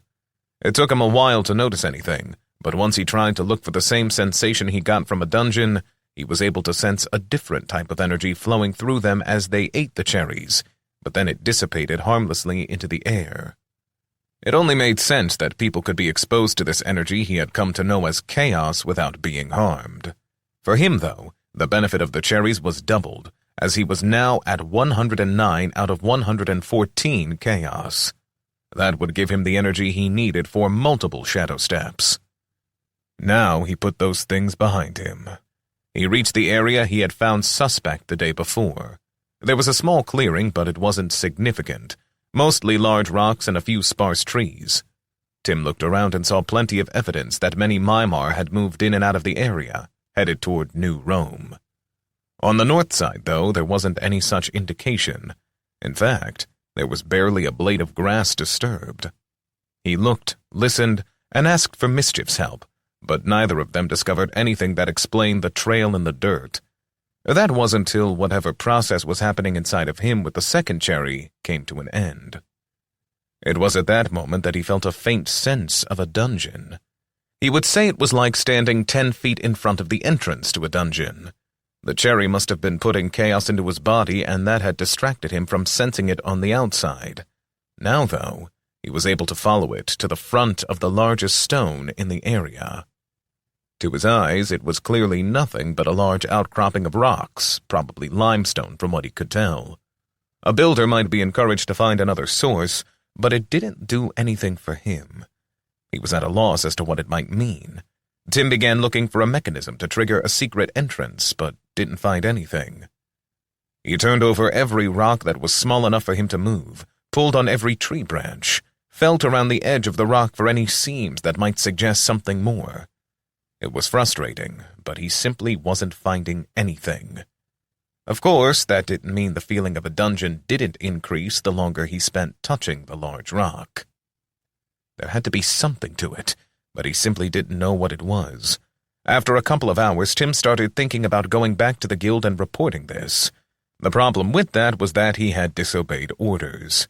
He could play it off as ignorance, since he hadn't revealed himself to any of the guild leaders, and he trusted Kayla enough to believe she would keep his secret. All would go well if he could give some type of definitive progress, but just a possible lead wasn't going to get there. So Tim decided to get a little more invasive. He sent roots burrowing down into the ground around the tunnel, but nothing happened. The further his roots went underground, the less he could sense a dungeon. Can we just go back to the city? I'm not much of a country mouse. What's the matter to you? I have plenty of food for you, Tim responded. Yes, but the inn was warm. The bed was comfortable. Oh, and both Kayla and Cecilia were much softer to snuggle with than you are. Tim groaned. I need to come up with something. The Mimar attacked our home. They killed people. They probably took other people captive. They can't be allowed to get away with that. Mischief squinted and wiggled his small pink nose, which made his whiskers bounce up and down. It was an expression that Tim had come to associate with Mischief being annoyed. I get not letting someone attack our nest and get away with it, but that city is too big to be our nest. All you need for a nest is a nice, cozy place with some food stored up, maybe some soft cotton to line the nest, and a warm mate to share your home with. I'm sure either of your females would be happy to make a nest with you. Humans are ugly, but neither of them seems to mind. You'll just have to trust me that humans think a bit differently. Even if I was inclined not to protect the entire city, what about the 4 Patrons Inn? Certainly that has been our home, more than the room at the guild. When Tim said that, Mischief bared his teeth. Yes, that is true. I admit I just want to get back to the warmth. But you are right. They did attack our nest. So we should rip their throats open and pull out their entrails. The transition from Lazy Mouse to Murder Mouse gave Tim whiplash, but all he could think about was the visual of trying to reach entrails from an open throat. I don't think you understand anatomy very well, but we can't leave, for sure. We need more than this. Then Tim kicked a small rock to vent his frustration. By mere circumstance, his foot got under the rock, and it soared up and over the large rock he was investigating, much like a field goal. At least it did mostly. Halfway over the large rock, the one he had kicked just disappeared out of the air. The phenomenon caught Tim by surprise, so much so that he grabbed another rock and threw it. It did exactly the same thing. There was some type of disturbance up in the air. He reached into his soul bag and pulled out the staff he had used as a blood mage. It might not be a good weapon for him now, but he used it to try and probe the bottom limits of what he was coming to think of as an invisible portal. A few tests revealed that it began about 8 feet in the air and was a good 12 feet wide. If this was what he expected, then it could easily explain how the Mimar got here. This couldn't be natural. Now he had a decision to make. This information was more than a vague suspicion, but it still wasn't as much as he wanted. Truth be told, Tim wanted to fight some Mimar, or rather, he wanted to slaughter some. His sense of justice demanded it. He wanted peace for New Rome, and he didn't care how many Mimar he had to kill to get it. Mischief scoffed at that thought, but didn't say anything, so Tim just ignored him. He'd been doing stupid things since he arrived here. Why not try it again? Then all suspicion came to an end as a trio of Mimar scouts dropped out of the air. They simply materialized from nothing. It wasn't at all how the Mimar shadows stepped out of shadows. The air was clear and open. 1 second they hadn't been there, and the next they were. The air even shimmered like ripples in a pool as they came out. Tim knew his enemy, though, and didn't waste time with questions. He just fired off an ice blast and then was on the next closest with his sword. This wasn't a fight, but the killing of a potential security breach. The first two had fallen almost instantly. The third one screeched and tried to leap back into the invisible portal, but all he managed to do was grab the bottom edge of it. Clearly, it would take him a moment to pull himself up and scurry through. Not that Tim would allow him that long. The next sword slice cut the wretched creature in half. Its hands continued to hold on as though its upper body didn't realize that it was already dead. Tim jumped up and severed both of its hands at the wrist, which of course dropped the body while leaving the hands clinging on. On instinct, Tim decided to enter the tunnel. He had been leaning that way before, but this just convinced him it had to be so. There were 3 possibilities. The Mimar might have come out and it had nothing to do with him. They might have come out because he had thrown the tiny rocks into the portal and they wanted to investigate. Or the worst option, they might have been ordered by someone else, someone higher up the food chain, to investigate. That was the worst option because it meant that what he was doing was already doomed. If they knew he was here, then he would be unable to warn the city before more forces could exit the tunnel. No, he wanted to see if he could discover more information. Forewarned was forearmed, and knowing was half the battle, after all. As he leapt up, he met the portal, and suddenly found himself frozen in place in a gray nothingness. It was unnerving, or it would have been but for the notification that popped up immediately. You are attempting to enter an astral tendril of the dungeon known as the Abyss. Do you wish to enter? Mousecrap. Tiny, round balls of mousecrap was all that he could think. This wasn't what he had been expecting. If he was right, the Abyss was the dungeon that was at the center of the continent. It was the reason for the Untamed Lands, and essentially the daddy of all the other dungeons. Foolish or not, Tim decided to keep moving forward. The way the Mimar had come out made it clear that he would be able to leave. At least, he assumed that much. Chapter 12 Into the Abyss. As soon as he made up his mind, the grayness disappeared, and Tim found himself in what appeared to be a dank underground tunnel. The stone that made up the walls appeared to be handcrafted cobblestones with a lighter-colored mortar holding them together. Upon closer investigation, it became clear that the stones were petrified skulls from various types of creatures, many of which were humanoid. The mortar was likely something just as disturbing, but Tim didn't bother assessing it. He did, however, try and assess the dungeon itself. Dungeon designation: Abyss. Grade: S. Time to overload: minus 112 years, 9 months, 4 days. Chaotic buildup: plus 387%. One thing for which he didn't need the spell was to tell him how thick the dark, chaotic dungeon energy was in this place. Compared to the grinder and cesspool, this was like jumping into the deep end of the pool. The energy just lay all over him. It was even more oppressive to his senses than the heat in the air. There was moisture all over the walls, but the air temperature had to be at least 100 degrees. That was some humidity. The good news was that there were no Mimar in sight. The bad news was that the tunnel was 12 feet wide and 15 feet high. That meant it would be easy for the enemy to transport a large number of soldiers at once. Tim wasn't exactly sure what the connection between the dungeon and the Mimar was, but there must be one. Using Mischief's sight, Tim was able to see fairly well. The tunnel went forward but curved downward and out of direct line of sight about 50 feet ahead. There was nothing for it but to investigate. He took the time to restore or refresh all the buffs on himself and then on Mischief. Then, with sword in hand and a spell at the ready, Tim started down the tunnel. His mouse-enhanced hearing picked up some screeching noises ahead, just past where the tunnel was out of sight. He thought about his options. Ultimately, if there was a horde waiting for him, he would have to turn tail and run. But if it was only a few Mimar, he would kill them and move on. He had quests that called for him to investigate this and kill a bunch of Mimar, so why not? The only reason he paused at all was the sense of yearning he felt to kill. That couldn't be a good thing, even if it was aimed at such vile creatures. Tim crept up to the curve in the tunnel and then set Mischief down.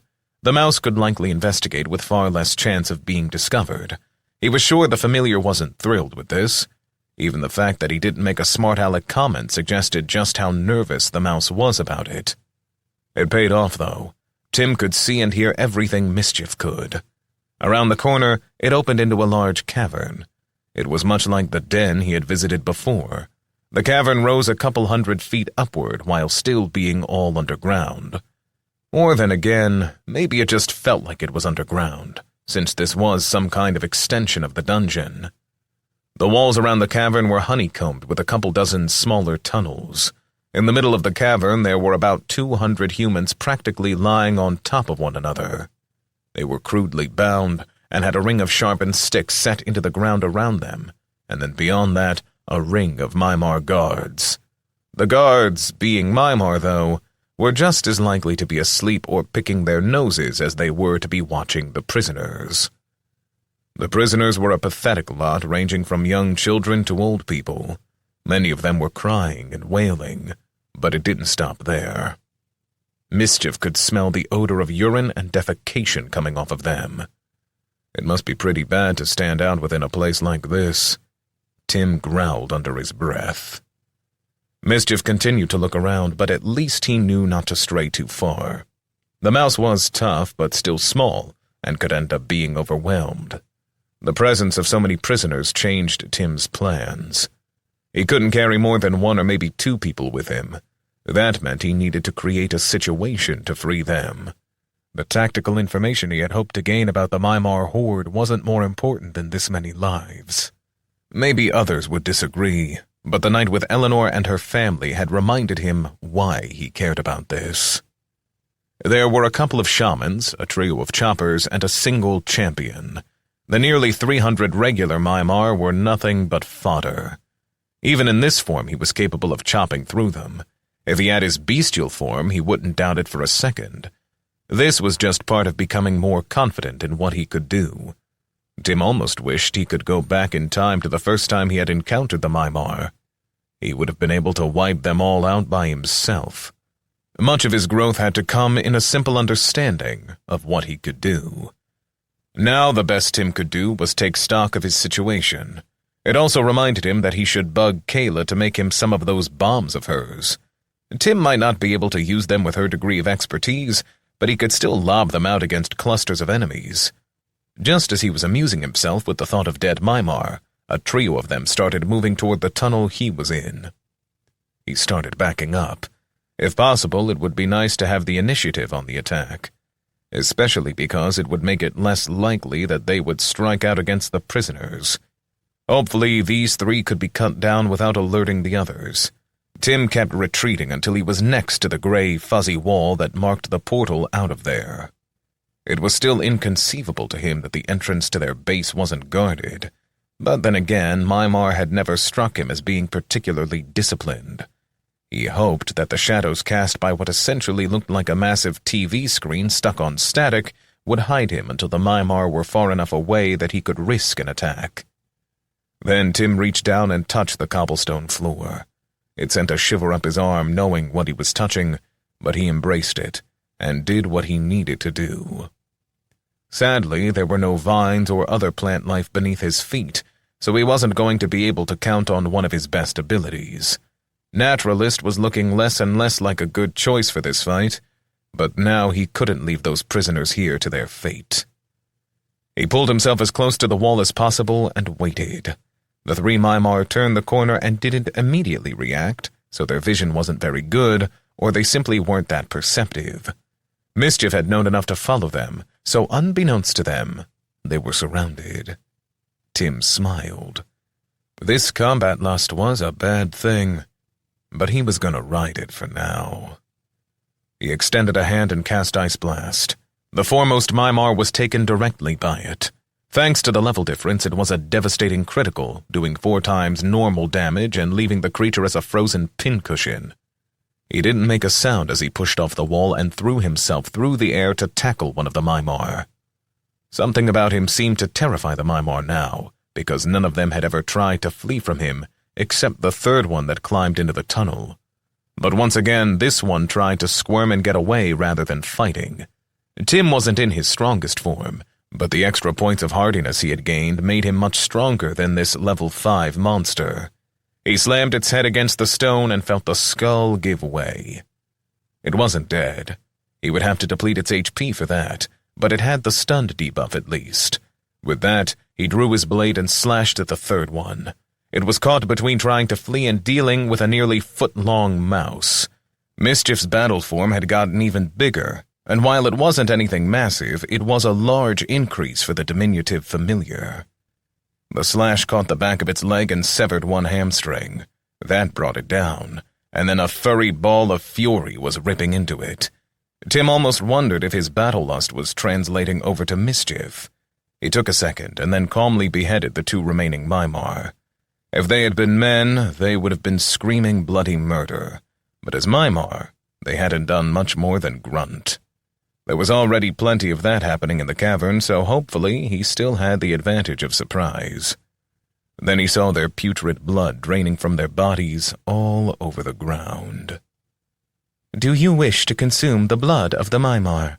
Warning, the first 5 creatures from whom you drain blood will count toward your quest reward, and all have bonuses applied.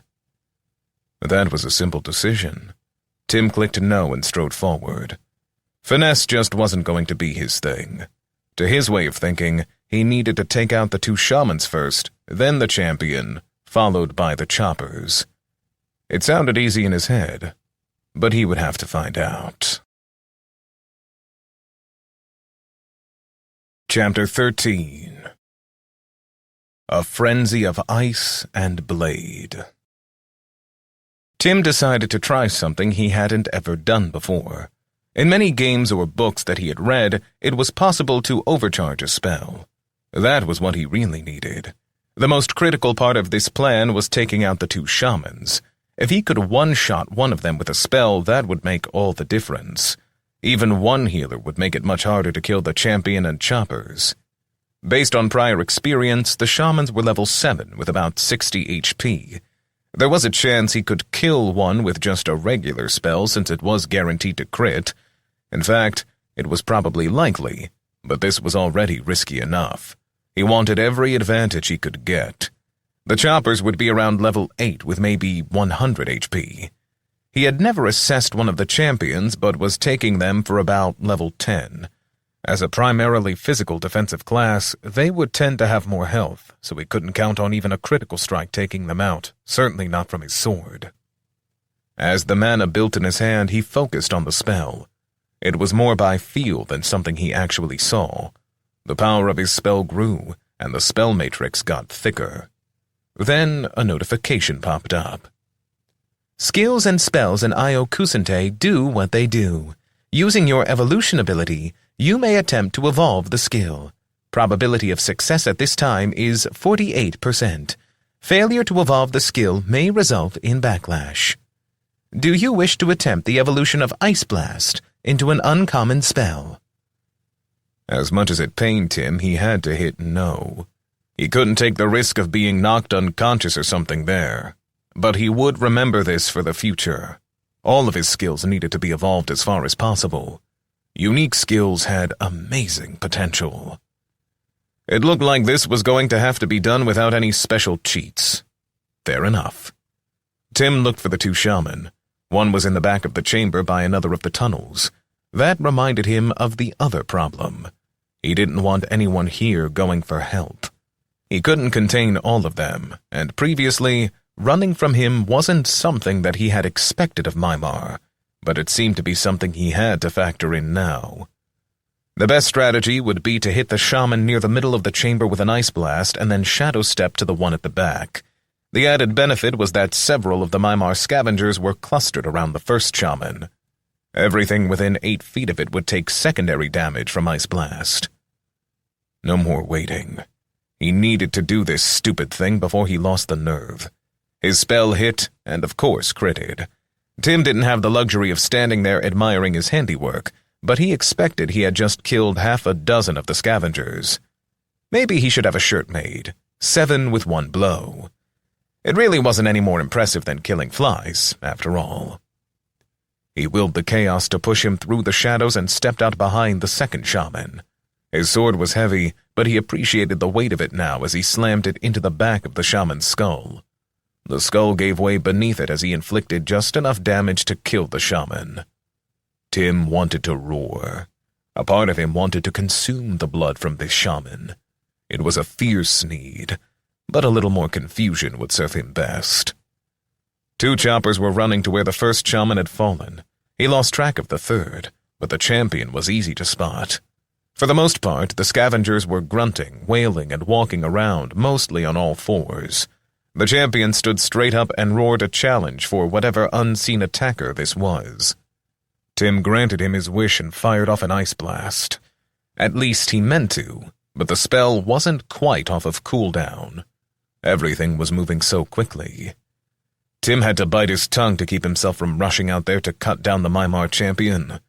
At least he focused himself enough to cast Master Assess.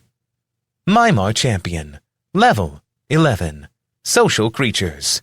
HP 185. Active skills. Enraging aura. Chaos bulwark. Perhaps it was a blessing in disguise. Tim had never gotten an assessment that showed active skills, but knowing that it had some sort of defensive feature in effect changed his mind. At that moment, the champion locked eyes on him, but was still more than 200 feet away. Tim quickly shoved his sword into his spatial pouch and pulled out his crossbow.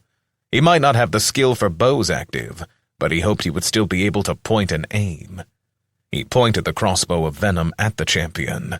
Not only was the champion charging at Tim, but a few scavengers which were around it were too. Perhaps the enraging aura it had was enough to make them overcome whatever fear the scavengers had developed of him, or it could just have been that having a leader was all they needed. The champion closed the distance quickly, and Tim fired the crossbow. It wasn't a shot he would be bragging about or anything, but it was still on target, if barely. Just as it was about to clip the creature's side, it was caught in something that looked like a swirl of blackness. It whipped around like a leaf caught in a gust, and then was flung off sideways. Tim cringed when he saw the bolt hit one of the humans in the shoulder. He couldn't stop to help the man now, or even allow himself to feel too badly. It was just good that he had it attacked with a more powerful weapon. Thinking quickly, Tim switched weapons with one hand, drawing out his sword again while firing off an ice blast at the cluster of scavengers who were following the champion. Whatever protection he had didn't extend to them, as they were ripped apart by the spell. Then the monster was on him, and Tim had to sidestep a quick thrust. The champion was using a single-handed blade. Tim immediately saw the nicks in the blade. This was not a well-cared-for weapon, but that didn't mean it would hurt less. On his other arm, he had a round shield, which was about 2 feet in diameter. It also showed signs of neglect. Clearly, this was stolen equipment, which matched up with what he knew about Mimar. He parried a couple more sword thrusts. Just as he had anticipated, the champion was a far inferior swordsman. His training inside the Book of Names made him ready for whatever it threw at him. Except he couldn't play defensive.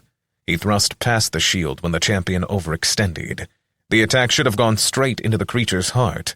It wouldn't kill him immediately, but not having a working heart made it difficult for even a magical creature to keep fighting. Instead, the thrust was caught up in the black swirl of chaos.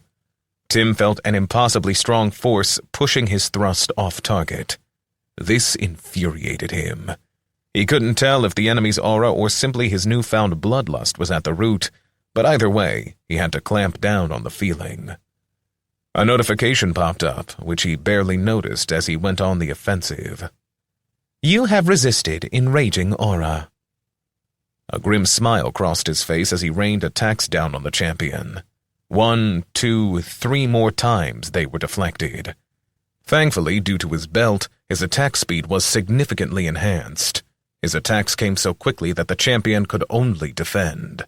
Its skill with the shield was poor because it was only able to catch 1 in 3 of his attacks. Finally, on the 5th successful attack, the thrust got through and took the champion in the throat. Tim was almost caught off guard by the fact that it got past whatever magical protection the creature had, or rather, used to have. Each successive blow fell without being interrupted by the swirling, chaotic energies. Unfortunately, the fight had dragged on long enough that the 3 choppers were running for him. The champion was on his last leg, blood coursed from the wound in his neck, and he was barely able to lift his arms due to injuries in his shoulders, but he still had HP, so he was still on his feet. Wanting to end this, Tim snapped a front kick into the lower edge of the creature's shield. Normally he wouldn't do that, but he trusted in his hardiness to make him durable enough for it.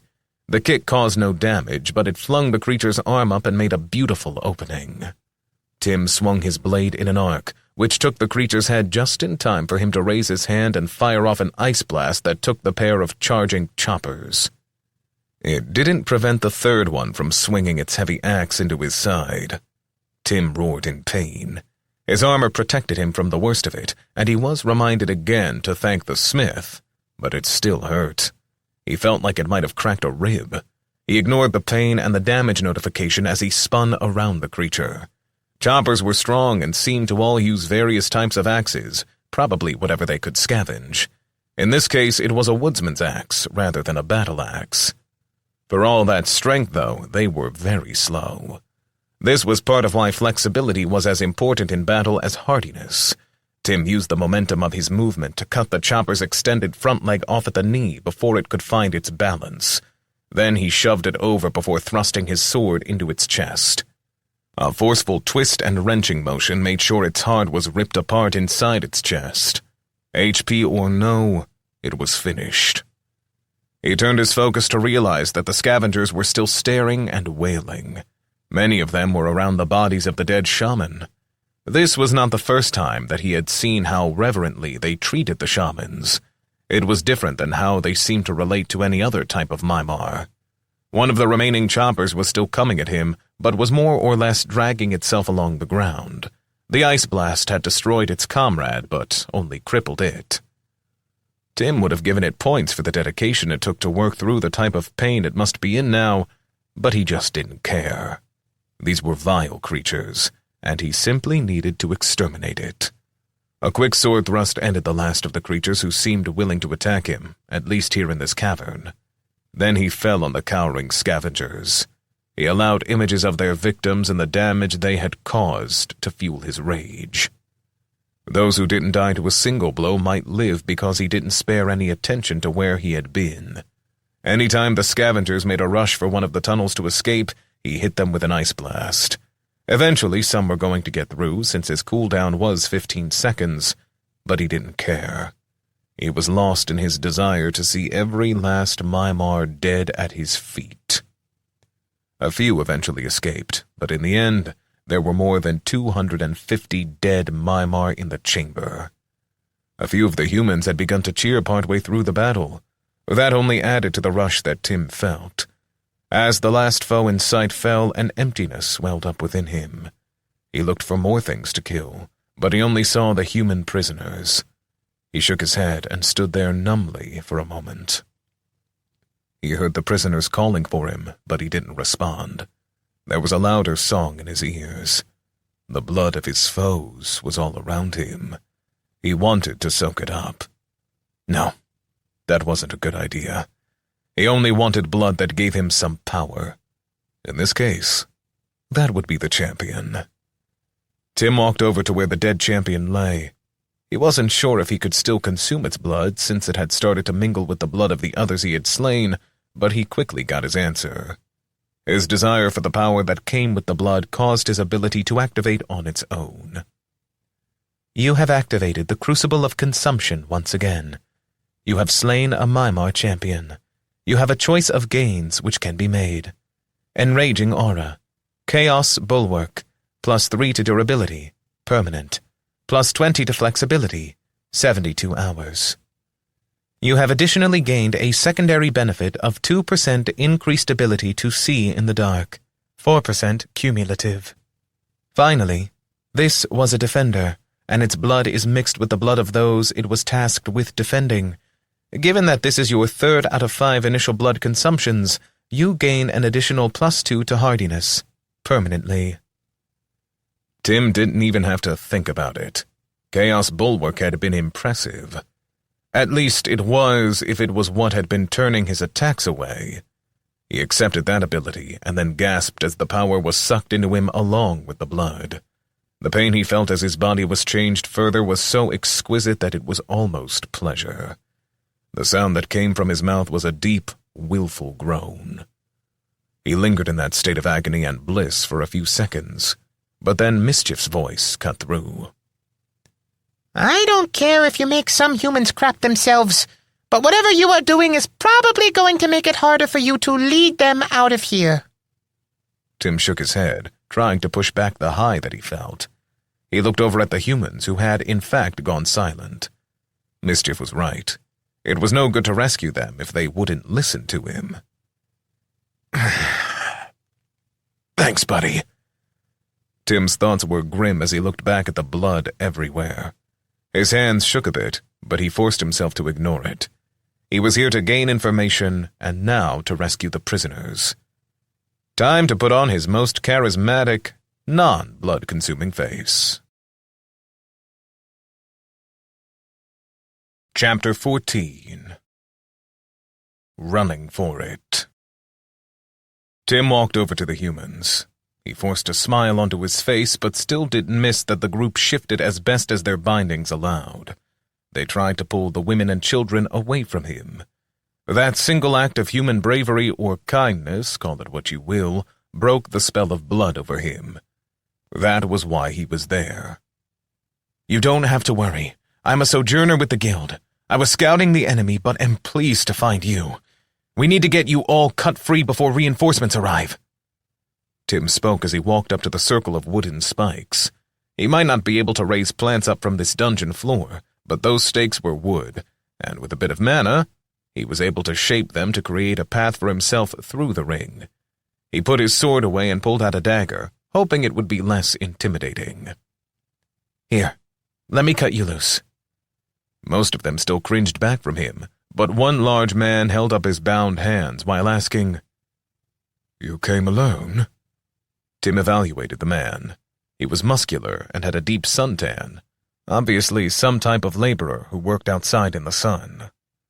Yes, I'm new to Iokusente. I haven't had time to get to know many people. Murmurs of first gen went through the group then. He didn't know what to say to that.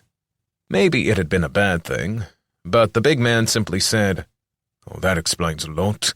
My father was a sojourner, so I've heard a few stories about what it means to be a first gen. Just answer me this. Are you going to kill us? Tim was taking a liking to the big man. He was honest and just spoke his mind. What's your name? Preston. No, Preston, I'm not going to kill any of you. Until less than 2 weeks ago, I had never killed anything in my life. Well, other than bugs. Now I'm just trying to figure this out. But I can tell you one thing. I hate Mimar, and I very much want to save all of you from them. If we don't get moving, though, this is going to be impossible. If they send too many for me to handle, I will have to fight my way free. Information about this place is the only thing more valuable than your lives now. Tim heard murmurs of monster and don't believe him. It was probably fair after the display he had just put on. With all the blood and viscera on him, he certainly looked terrifying. Preston stared at him for a few seconds and then said loudly, Shut up, everyone! He just risked his life for all of us, so do as he says. Tim quickly cut Preston free and then handed him the dagger. He called out, Mischief! See if you can gnaw through some of their bindings. Then he thought to explain, I have a familiar. He is a mouse named Mischief. Don't be mistaken. He is level 7. Then Tim remembered one of the notifications during the battle. No, I guess he just turned level 8. Anyway, he is quite powerful, even though he is small. He also is very nice. If you pet him, he will be your friend forever. After that, Tim went to find the man who had been shot by the bolt. It was good that he did, as the man didn't look like he had long to live. The bolt had only caused a flesh wound in his shoulder, but it was the poison that Tim was worried about. He quickly cast Nature's Lesser Heal. It restored the man to full health, even if it couldn't take care of the poison. You've been poisoned. I don't have a spell prepared which will stop the poison, but stay close to me so that I can keep healing you. Eventually, the poison will run its course. Sorry that you got shot. I didn't know the creature had a shield which could do that. The man didn't seem to hold it against Tim at all, and instead nodded with understanding and rather effusively thanked Tim. It was probably a testament to the man's hardiness that he was alive at all. The healing, combined with Preston's words and Mischief's general cuteness, seemed to win most of the group over to him. Tim didn't want to be thanked so much as he just wanted to ensure they followed instructions. Once everyone was free, Tim made more paths through the ring of spikes and ordered the group to head toward the escape. One of the women said, We can't go! We have to rescue our children! Her words caused Tim to evaluate the group. There weren't many kids, and the ones that were there were probably under 10. He didn't see a single teenager. Something to consider later, he thought. I promise I will come back here. I will kill every last Mimar. But I can't risk dying here without the city knowing about this place, and I'd like to take you with me. That said, I won't stop anyone who wants to stay and try to rescue their children. I just can't stay now. Some of the women wailed. Tim wanted to tell them to get a move on, but he could understand their pain. It was a very human thing to protect your children, and even though he didn't have any, it was still motivation that was easy to identify with. Men clutched their wives, and some had to be dragged out. It was easy to see how painful that was for the men, but Tim had to harden himself to it. He saw Preston working his way over to him. Thanks for freeing us. Here's your dagger back. Of course, and you keep it. I can get it back when we make it to New Rome. In fact, we should pick up any of the weapons here that someone can use. Are you speaking for this group? I'm not really much of a leader, and I need to be free to fight whatever is sent for us. I can try. I'm just a teamster. Well, not that long ago, I was just a guy working in an office. The biggest danger I faced most days was a paper cut. Now, here I am. His eyes got wide as Tim said that. So, do you really plan to come back here? By myself if I have to. I've sort of made it my personal goal in life to kill all the Mimar. Could I ask you a question? Preston asked nervously. Sure, but then we have to get moving. What level are you that you can do all this? Oh, I'm level 19, and like I said, my familiar is level 8. Preston whistled. Even though my dad was a sojourner, he was 40th gen and never got above level 2 as a warrior. Even with that, I remember how he seemed impossibly strong to me as a boy. I know some of that is the lens of my childhood memories, but, I guess what I'm trying to say is that I have no idea how strong a 19th level would be, but somehow knowing your level makes me feel better. Tim smiled and then said, Well, Mr. Leader, you need to get this group moving. I will be the last one to exit the tunnel, but you should have some armed men go out first, just in case there is anything out there. I don't think there will be, but that is more of a guess. After that, Tim cast heal on the poisoned man again, and then began keeping a careful watch. He told Mischief, You need to stay with Preston. Be up front and ready to fight if anything happens. Once Preston got everyone moving, they began to pick up the pace. Soon they were all in the tunnel, and then the first of them started to go outside. A few seconds later, one came back and announced the all clear. It couldn't have come any sooner, as Tim heard quite a bit of noise coming from one of the tunnels. It was clear that he would soon have more company than he wanted. There was a hissing sound, almost like a steam engine. Tim turned to see the last of the prisoners exit the dungeon into the real world, so he went to follow suit. Just before he jumped, though, he saw a Mimar shadow step out of the darkness. Herald should hurry. Horde leader is jealous. We'll send monsters. Herald is not ready. Not strong enough. Tim stared at the creature. A part of him wanted to slay it, but for some reason, the shadow seemed intent on helping him. What's coming now? Probably dear Moltor, it replied. Tim had no idea what that was, but did remember Reggie telling him that deer added to the name of a monster meant that it was an enhanced version of the monster. Sort of like a dire beast in many games. It came with enhanced size, physical power. They also all gave off an aura of despair and fear. The last thing he needed was something that could cause his group of refugees to run in fear. Not knowing what else to say, Tim said, Thank you. Shadow serve master. Herald will soon. Should use shard. Much power. Tim didn't bother to answer, but jumped out of the tunnel into the real world. Once he got outside, he ran over to Preston. Not to worry you, but pretty sure there is some kind of monster following us, and not just a Mimar. He looked around as he spoke. The clearing was just as he had left it. No threats were showing, and the trail back to the city was clearly marked by Mimar footprints, or since they often dragged their feet, more by lines in the dirt. Preston nodded and called a few of the other men over to him. As subtly as they could manage, Tim saw them shift the armed men to the back of the group. They recognized that the greatest danger lay behind them, not in front. Mischief was sitting on Preston's shoulder. He might not like it, but at least the mouse was doing his job. Tim waited outside the dungeon entrance. He wished he could close it, but he didn't have any idea how to do that. For now, it was about getting this group and the information he had back to the city. He waited for a while to give the group a head start. Many of them were struggling to move very quickly. It had only taken Tim a few hours to reach this clearing, but he expected it would take the refugees at least a full day. It was already midday with the sun past its apex. That meant they wouldn't make it before dark, so Tim had to be ready. This was going to be a long trip. That prediction turned out to be truer than he had known. The poisoned man was soon out of the woods, figuratively, as the poison ran its course. Then Tim began sharing the food and water he had stored in his spatial pouch. It had been a great abundance for him, but wasn't much for the others. That led to him using his control of roots to search for roots. He came up with a creative solution.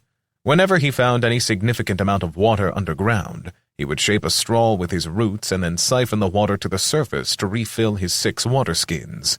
The people then had to pass them around. A part of him wondered if he shouldn't have taken the people to Cotswick. He rejected that thought, though. It wouldn't be fair to bring trouble down on the people of that small village, and he needed to get his information to the city. For all the fear, though, they weren't attacked all day, and it had started to get dark. The people were stumbling in the woods, some barely able to stand up. Eventually, Preston came to him. "Would it be possible for us to stop for a while?" Tim grimaced. Stopping only increases the chance that something will catch up to us." "I know. But if we start getting broken limbs because we are tripping over roots, that will slow us down even more." Tim wanted to explain that he could simply heal any such injuries, but that wasn't what the man needed to hear. If their leader was this frayed, then Tim could only imagine the panic in some of the others. They had been kidnapped more than 2 days ago. Until he rescued them, they had been bound and witnessed various horrors without getting any food or water. It was enough to wreak havoc amongst the strongest of groups. With a sigh, Tim said, "Okay, we can stop for a few hours, but there will have to be guards on duty. I can't be the only one watching. All the men will take turns. We are tired, but we have wives and children to protect. At least those that weren't taken from us. You must be tired, though, too. You should get some sleep. We will wake you if anything happens." Tim hesitated to say anything. It was true that with the adrenaline rush having long since worn off, he was dragging a bit too. He would need sleep soon, but there were risks. Specifically, there was a 40% risk, better than 50-50, but not by much. If he changed now, he might never be able to win the trust of these people. Of course, if he was so exhausted that he made a mistake, it could cost them their lives. With his hardiness, Tim knew he could go a couple days without sleep, but that didn't mean he would be in peak fighting condition. "I'll think about it. But either Mischief or I will be awake at all times, and you need to have at least 4 armed men up and awake. Have someone gather some firewood, and we will build a few fires. In the meantime, I'm going to see what I can do about setting some traps." Chapter 15. Traps and Dreams. Tim walked the perimeter of the camp as they were getting settled in. There were no blankets or tents, but a warm fire and fear-induced loss of sleep the past 2 nights made most of them crash hard. Within minutes, half the camp was asleep, but his work wasn't done. The stakes around the prisoners gave him ideas. He didn't need to create deadly traps for the enemy. He was worn out himself. It would be a better use of time and mana for him to just create things that would buy them some time. Mischief had returned to him and was now sound asleep in his pouch. Tim used his ability to control and shape plants to create a shallow ditch around the camp. Large roots served as his shovels. The ditch ended up taking him a couple hours to make, but he wanted to ensure that his mana never got below half, so he had to work slowly. At least since the upgrade, the skill was more mana efficient. He worked until the ditch was a good 6 feet wide and 2 feet deep. It wasn't meant to be anything but an obstacle, and the walls were sloped. He wasn't sure if any attackers would even fall into it. Then he added tiny, punji stick-type roots. He formed sharpened little bits of root that were 4 to 6 inches long. They were thick in the pit, but then he grew a bit of vegetation over them. In the dark, they should be well hidden and would cause a world of hurt for anything coming at them. One thing he had learned was that taking a creature's head or heart killed it, but taking out its feet ended the fight just the same. Then he used roots to form loops that stuck out just above the ground.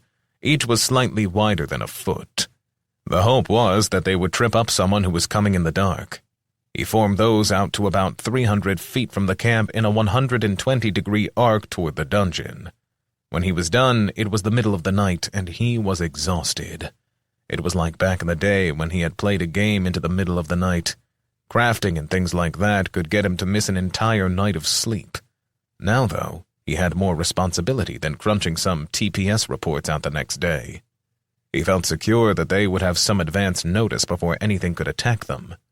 Throughout the night, he had watched the guards change, and there were always at least 4 of the men up, awake, and walking around the camp.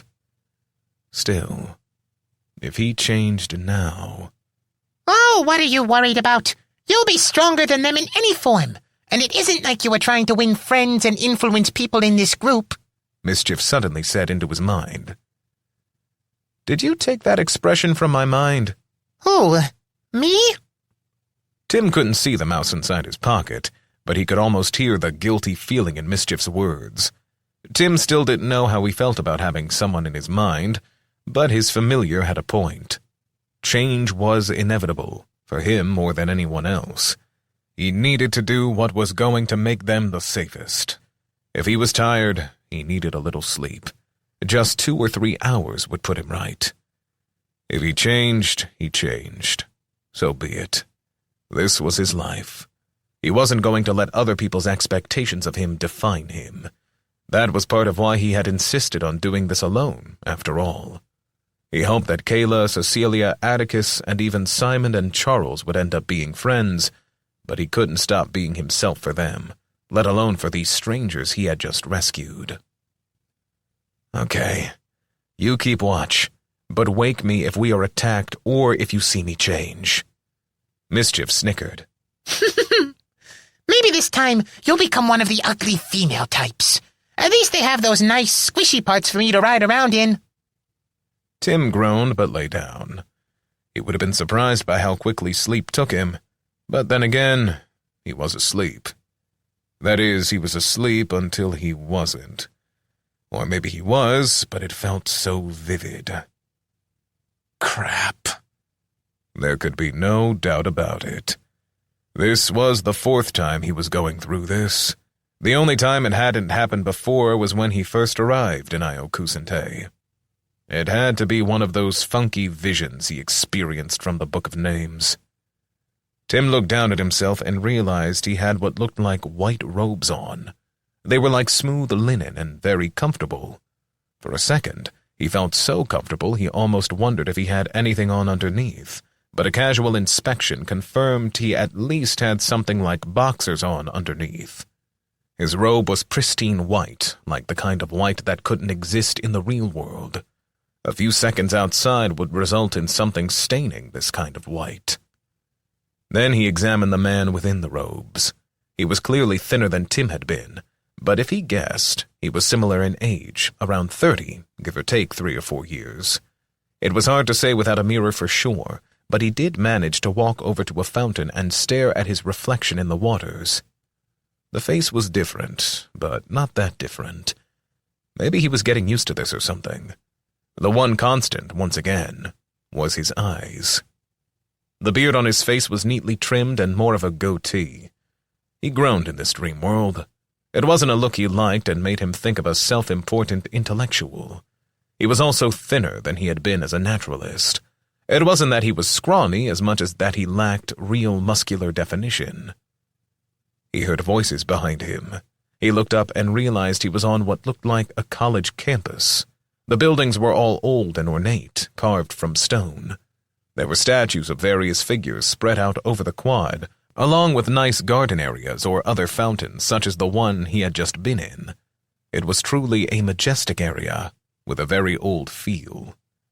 The voices he heard came from a man and woman who were walking down some large stone stairs toward him, having just exited one of the sizable buildings.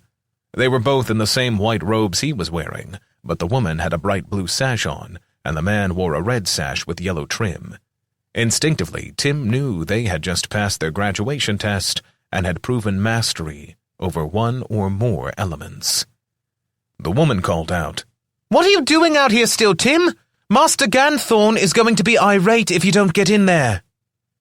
Tim knew better than to argue in one of these visions. Not all of them had people in them, but when they did, those people were only going to interact with him as someone who should know what was going on. So he nodded and jogged up the stairs while holding up his robe. The entrance to the building was open without any type of door. Tim was about to walk in the entrance, but paused at the last second. As he looked closer, he noticed a thin film of energy shimmering in the doorway. It registered with him that this was a trap. He looked around and saw a smooth metal pad cut into the stone of the doorframe. Tim raised his hand and put it against the pad. Mana drained out of him, and he felt a click as the screen across the door dissipated. Air rushed out as the screen dropped, and he could smell coffee brewing inside. He walked in and followed the track through the building to find Master Ganthorn. He simply knew the way and didn't fight the knowledge. It was something he had experienced with the other visions. When he walked around the corner, he came into what appeared to be a lecture hall. There were numerous students in the same white robes. Most all of them appeared to be in their late teens. The man on the stage was standing behind a large table with 5 petal-shaped stones on it. Tim smiled. He felt a resonance from the stones and identified them as fire, earth, water, air, and lightning. Good of you to join us. We allow some extra consideration for you, Telmaris, because the Archmagus says you are so talented. But now is the time for you to prove it. It is examination day. It took Tim a second to realize the master was speaking to him. This vision was more like his vision for the warrior class than any other he had experienced. It was almost like he was living the life of another person in another time or place. He didn't know if it was real or a memory, or what it was. He wasn't even sure how much his decisions affected it. "I'm here, Master Ganthorn." He kept his reply short. That would give him less opportunity to screw up. Yes, we all see you, but are you ready? That is the question. Tim nodded, so the master continued. Well then, given your excellent skills and incomparable power, you won't mind facing off against 2 challengers. He had no idea how to answer that question, but it was clearly a trap. Whatever this Telmaris person had done, he had deeply upset the master. He thought for a moment, but not knowing the entire situation, he wasn't sure if he was about to make things worse or not. I trust that Master has consulted with the Archmagus about the best way for me to be tested. Simply instruct me, and I will follow. Master Ganthorn's face became white then. Tim smiled. His guess had been right. The master had been overstepping his authority. He mumbled something under his breath and then waved away one of the 2 students who had come up on the stage. He said, "Well, perhaps you are right. That might be too much of an honor. So you will have to content yourself with dueling just Arius." With that, the young man at the end of the stage stepped up to the far side of the table with the stones. Tim didn't know for sure, but it felt like he was supposed to climb up onto the stage and stand opposite this Arius. As he climbed up onto the stage, he got the sense that Telmaris wasn't very well liked. The class wasn't exactly cheering like in an arena, but they were murmuring, and there were a great deal of things like, "Go, Arius!" being said. There were 2 rings on the table in front of Tim and a matching pair on the other side. They were lined with runes and set just wide enough apart for Tim to place his hands in them without overstretching. Arius placed his hands in the rings on his side, so Tim mirrored his actions. As soon as he did, he felt a magical lock click into place. He was now connected to the table, and through it, to each of the stones. Suddenly, understanding filled his mind. He wanted to claim these stones. The stones resonated with different frequencies, and those frequencies were what defined which elements they were connected to. The power of an elementalist was defined by the elements they could master, or so Tim had been told. These stones were going to measure his connection to the different elements. He tried to relax and feel which of the stones he felt most drawn to. That voice of greed and bloodlust in his mind screamed for him to take all the stones. Master Ganthorn was rambling some instructions, but Tim already had a sense of what he needed to do. Telmaris might have cared about mastering all the elements, but Tim already had a decent ice spell, and with his plant ability he had a connection to earth. What he needed now were fire, lightning, and air spells. Tim would have been so screwed if he hadn't learned how to focus his mana down into roots. This was much the same. There were different paths to each of the stones, and he had to pick the right ones to focus on. He felt most drawn to the lightning stone, but almost immediately he saw the fire stone was starting to fall under the influence of his opponent. The redder it glowed, the more Arius had asserted himself over the stone. The bluer it glowed, the more it signified control by Tim.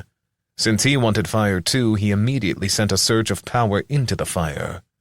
The color of the stone quickly changed from red to a deep, rich purple. The blue was slowly winning out, but it was hard because Arius already had a foothold. Tim felt like he fought for every little bit of control and had to dig out multiple claws that the opposing mage had buried in the stone. The practice he had, both evolving spells and working with dozens of vines or roots at the same time, gave him an advantage here. While he gave most of his attention to taking control over the fire stone, he also sent out mana into both the air and lightning stones. Arius didn't seem to notice at first. Beads of sweat were building up on his face, and his hands were shaking. He was no match for Tim or Telmaris. Whether that was because of Tim's level 19 or something about Telmaris, he didn't know, nor did he care. As the firestone started to grow more blue than purple, Tim felt the pressure relax. The audience was speaking in hushed whispers, and it was clear they were discussing strategy, but Tim tried to push all that sound away. He focused his mind on claiming the 3 stones as completely as he could. The stones for earth and water began to turn red. Tim saw a confused look on Arius's face as he seemed to wonder why those stones weren't being contested. The man should just have been grateful as Tim was slowly but steadily taking control of the firestone. Even the feeble attempts which Arius made at air and lightning were easily rebuffed. The man clearly didn't have the ability to split his focus as many ways as Tim did. Of course, Tim wouldn't have had this ability even a few days ago. Then Tim felt a click, and the air stone locked into place. Seconds later, the same happened with lightning. It was a full minute before the water and earth stones were fully red, but at that moment, both mages poured all their attention into the firestone. Tim had managed to turn it so it was almost entirely blue, with just a hint of red around the edges. Once water and earth were his, Arius redoubled his efforts. Tim felt a little strain, but it was clear he was the stronger of the two. Decorum seemed to have been lost in the room as a circle of students was now standing around the table. They were staring intently at the firestone. Some were cheering Arius, but Tim heard a few cheers for Telmaris now. Rather than drag it out any further, Tim pushed all his remaining power into the firestone. Arius was struck physically by the force and knocked backwards from his place at the table. Some of his classmates caught him before he could hit the ground, but he was clearly unconscious. Master Ganthorn called for quiet. He instructed some of the students to carry Arius into the back and then looked at Tim reluctantly. "We have a winner. Now you must choose an element as your primary." Tim looked at the 3 stones, which glowed a brilliant blue. The first one was the firestone.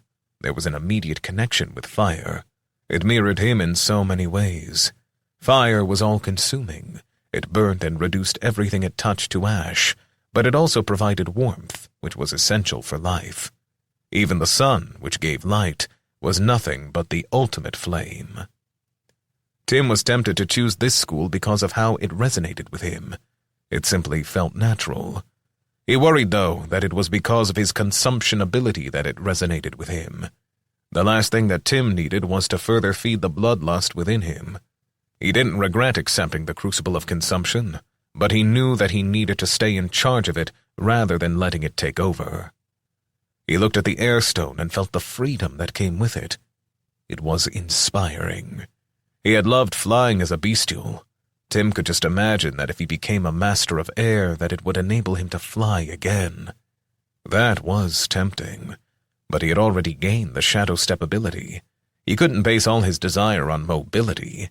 If anything, the time inside of the dungeon with the Mimar showed him that his greatest need was for destructive capability.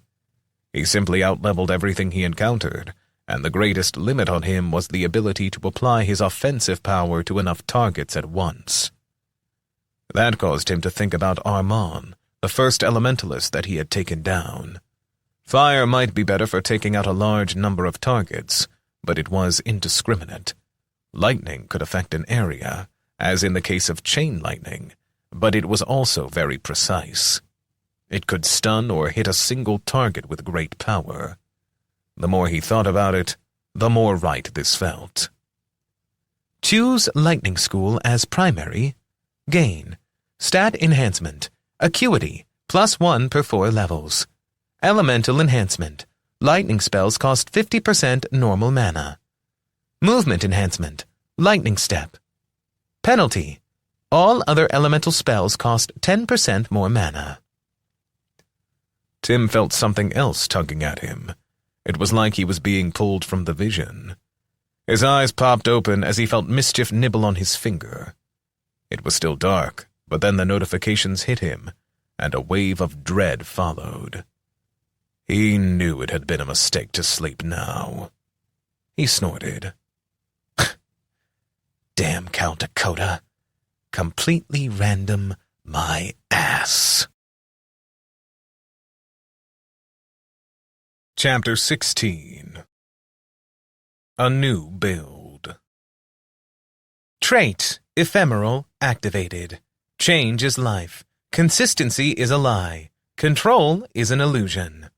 Unconscious roll for new class, 5 out of 16. Result, 9. Elementalist. You now have 19 level gain stat points to assign. Elementalist portion of the Book of Names ritual completed. Lightning School chosen. Secondary School auto-chosen based upon test result. Fire. You may assign transferable skills freely for 1 hour after change. Increase in adaptability assigned. He cursed again, but he made sure to keep it quiet. He needed to sort this out. Any danger, Mischief? I think there have been some scouts moving around out there, but nothing has come into camp yet. And you didn't wake me? I did now that you changed. And let me tell you, it's disappointing. I think you're a bit older with more wrinkles, but you're still just a stinky guy. Fine. You can whine about that later. I need to figure this out. Keep watch and give me a second. I think I'm a spellcaster again. Tim started reading through the other notifications he obtained. Your patron may think this is funny, but it isn't a game. You have been forced to change again. The least he could do would be to give you some spells appropriate for your new class. I can grant you 2 spells, but you will have to select from the following choices and change out 1 or 2 of your current slots. Oh, and elementalists are primarily acuity-based. Well, that had to be Simona. Maybe having the patrons competing against each other was best for him, if it kept them giving him gifts. He looked at the other notifications from Quint or whoever the other mysterious being was. Before looking at the spell choices, he focused on his character sheet and what it had to offer. Name, Timothy Stein. Age, 31. Height, 6 feet, 0 inches. Weight, 184 pounds. Class, Elementalist, School of Lightning, Fire Secondary. Level, 19th. XP, 156,961 out of 192,000. Hardiness, 16, +6 consumption. Flexibility, 14, +4 belt. Acuity, 30, +4 mask, +4 school. Sagacity, 18, +4 mask. Hit points, 290, 10 per minute. Mana, 447, 26 per minute. Offense, 20. Defense, 14. Chaos, 14 out of 100. Faction, Terran, +60, +15. Russia / Asmar / Ogria, -10. Humanity, 31, +4. Terran Border Guards, 60. Caesar Febrius, 25, +15. Sojourner's Guild, 35, +25. Traits, Ephemeral. Dungeon Shaper, 1. Crucible of Consumption, +6 dir. Shadow Step, Chaos Bulwark, 4% See in Dark. Titles: Humanity's Avenger, 1. Champion, Grinder. The first thing that caught Tim's attention was how freaking high his acuity was without even having applied any of his class points. Elementalists really were built to be glass cannons. His sagacity was okay, but his mana regen had gone down from where it had been as a naturalist. If an elementalist was all about flashy blasts of power, that made sense. Next, he decided to apply his stat points. It was a question of enhancing his physical traits or leaning fully into what an elementalist could do. Up to this point, he had counted on his physical power for a great deal. Now he had to decide if that was worth it.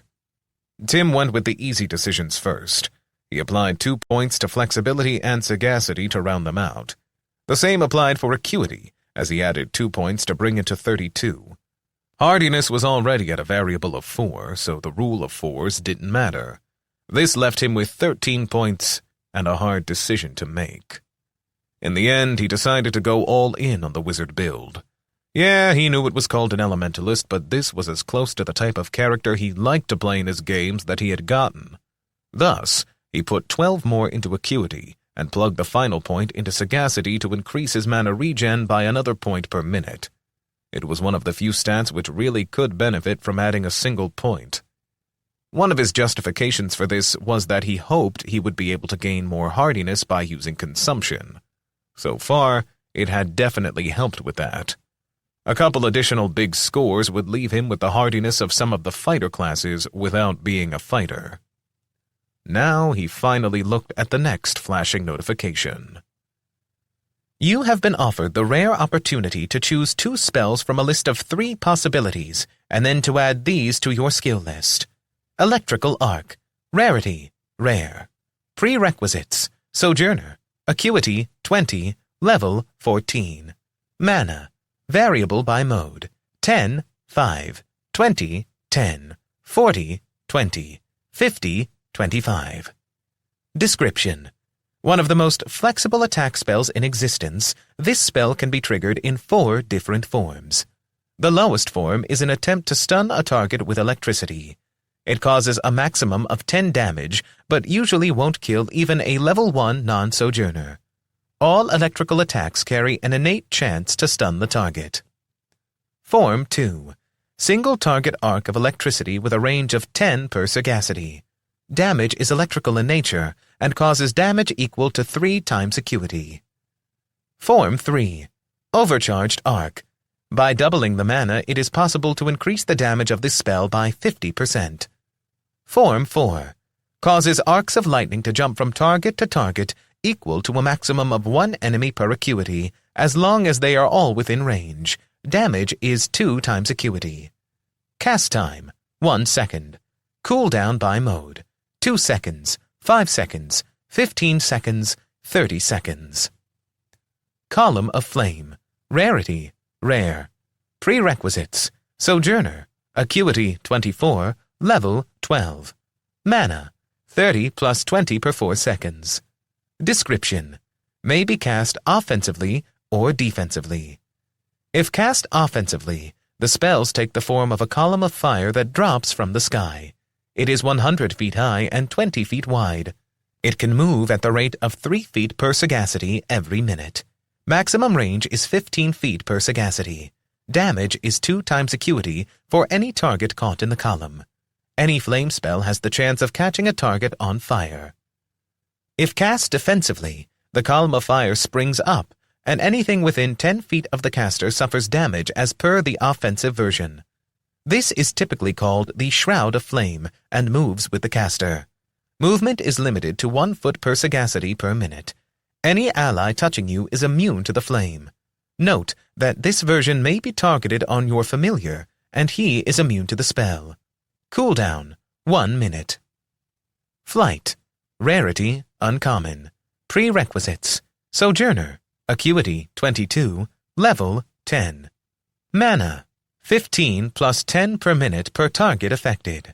Description: as the name implies, this spell grants the ability to fly through the air. Movement speed is double your base land speed. Multiple targets may be affected so long as the maintenance cost is paid for each.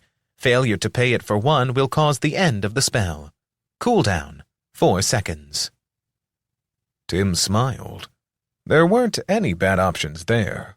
He could pick any 2 of them and add them to his spell list now, but one of them was a trap. 2 of them were rare and thus might be harder to obtain at the skill rod. The other was only uncommon, so it stood to reason that he could gain flight. On the other hand, it would allow him to reach the city in half the time and give his news. That was where the trap came in. The patrons were never done playing games, it seemed. And for all that Simona said she wanted to be more helpful, she was still not above continually testing him. Count Dakota wanted amusement. Simona wanted to make sure he was a good man and would save the world, or whatever crap she wanted from him. Quint wanted to corrupt him. Knowing he was being manipulated 3 ways or more helped him to avoid the worst of it, but not all of it. Besides, it would be arrogant to assume he was going to be able to outthink godlike beings. He just needed to stay true to himself and ride the waves as best he could. Tim made his decision and ignored flight. He couldn't use it now because he wasn't going to leave nearly 200 refugees in need of his help. That wasn't something he had in him to do. Now he just had to choose which skill slots to change out. 1. Barkskin. 2. Extreme plant growth and control. 3. Master assess. 4. Nature's lesser heal. 5. Grandmaster swordsmanship. 6. Ice blast. 7. Tanar's speedy bulwark. The list of what he wouldn't give up was simple. As much as he was a mage now, Tim refused to deprive himself of a melee skill. It had saved his life too many times. Healing was necessary as well. That left 5 spots he could play with. Master Assess was a utility skill, and one with which he shouldn't have to fill a spot.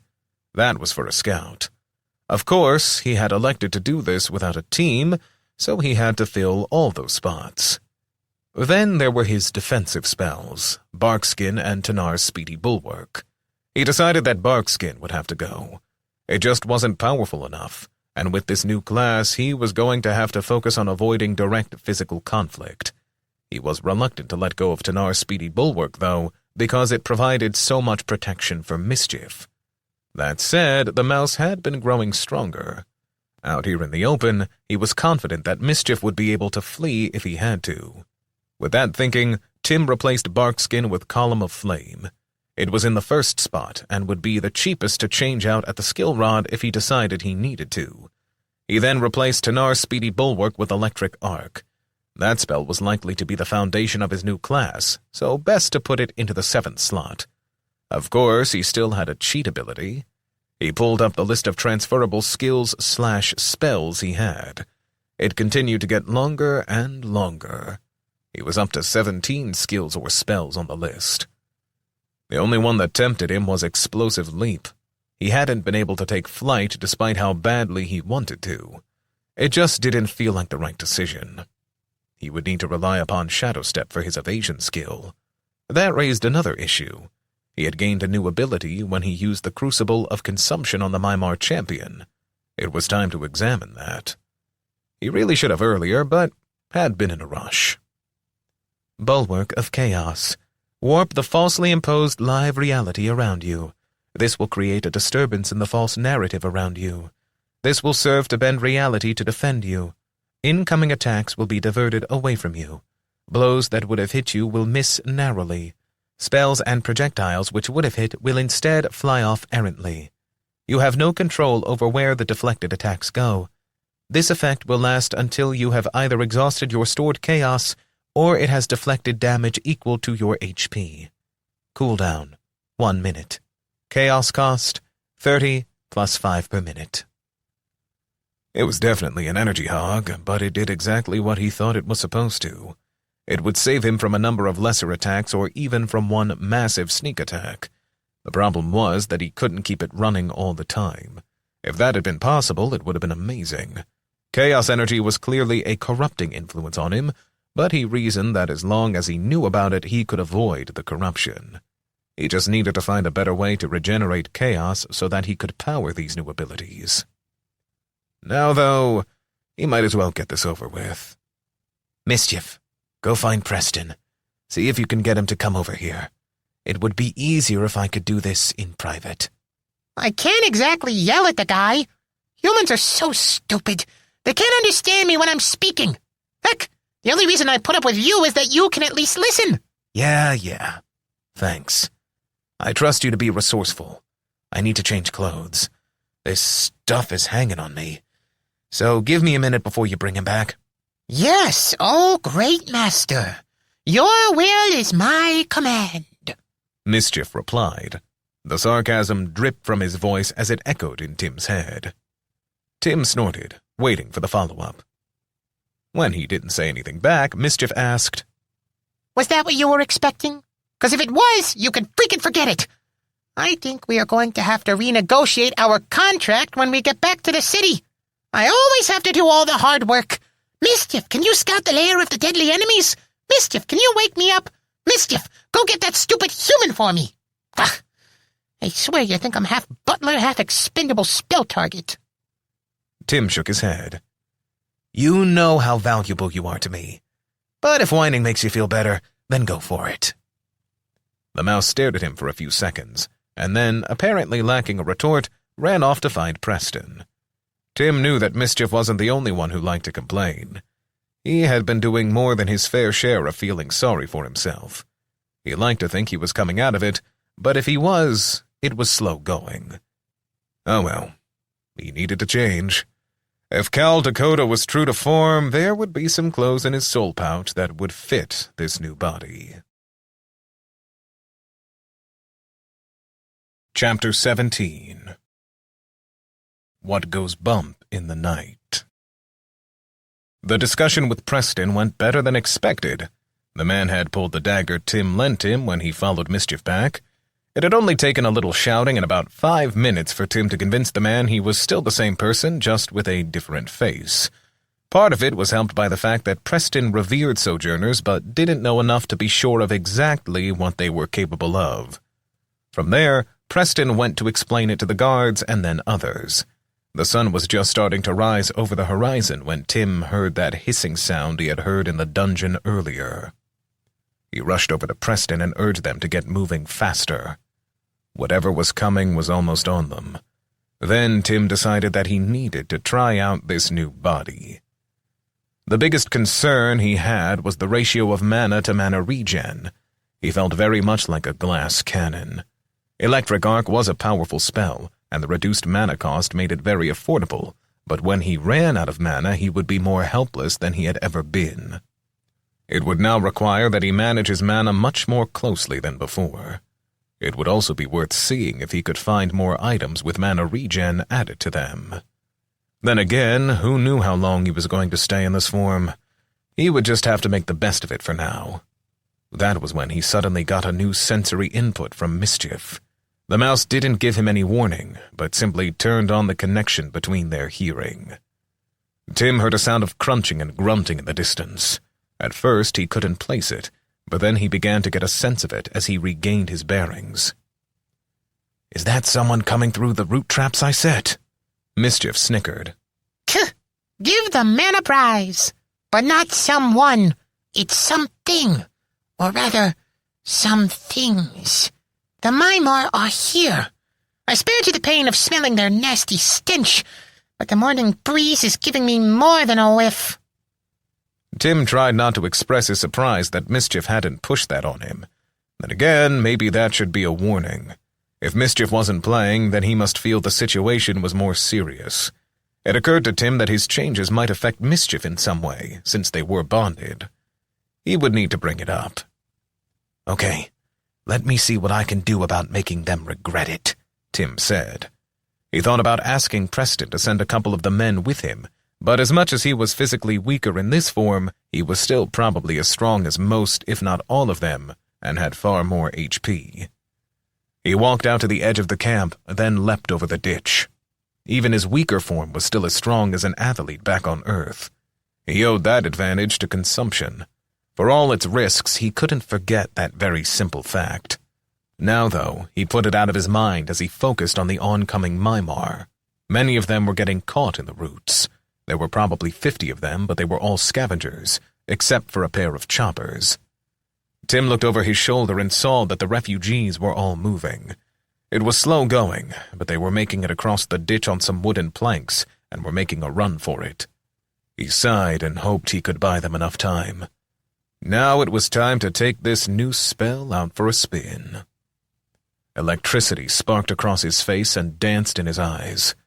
Now all that was missing was an oversized circular straw hat to make him a proper storm. Oh well, go big or go home. Tim reached out and cast the AoE mode of electric arc. The energy rushed up his body and sprang out. The first target was shocked and fried until its muscles convulsed and left nothing but a charred corpse. Each arc leapt from one target to the next until he had hit his maximum of 42 targets, one for each point of acuity. The root traps he had made kept them all close together, and the electricity arced faster than they could possibly respond. The base damage was 84, which would have been enough to kill the scavengers. Thanks to auto-critting, each arc also killed even the choppers. He felt power rush through him.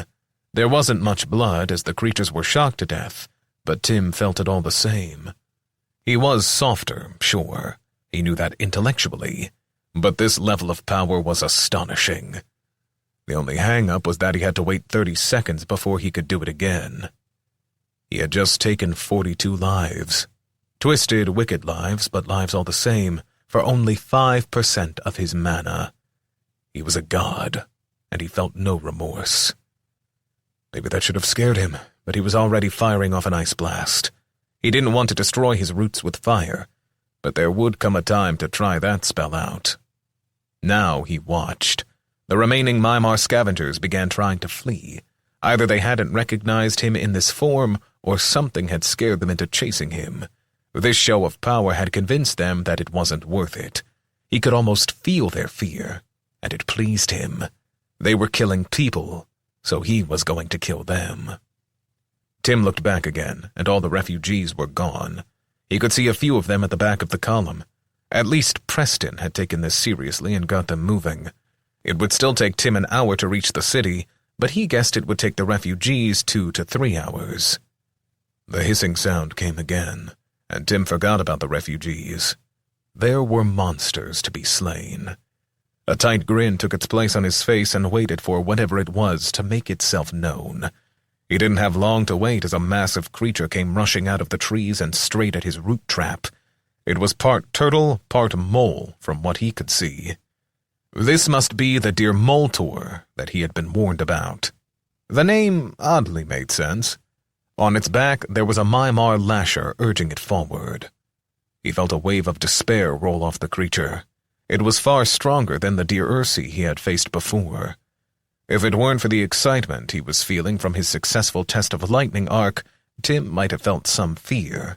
As it was, he was too stoked up to care. Maybe this creature would be a worthwhile challenge.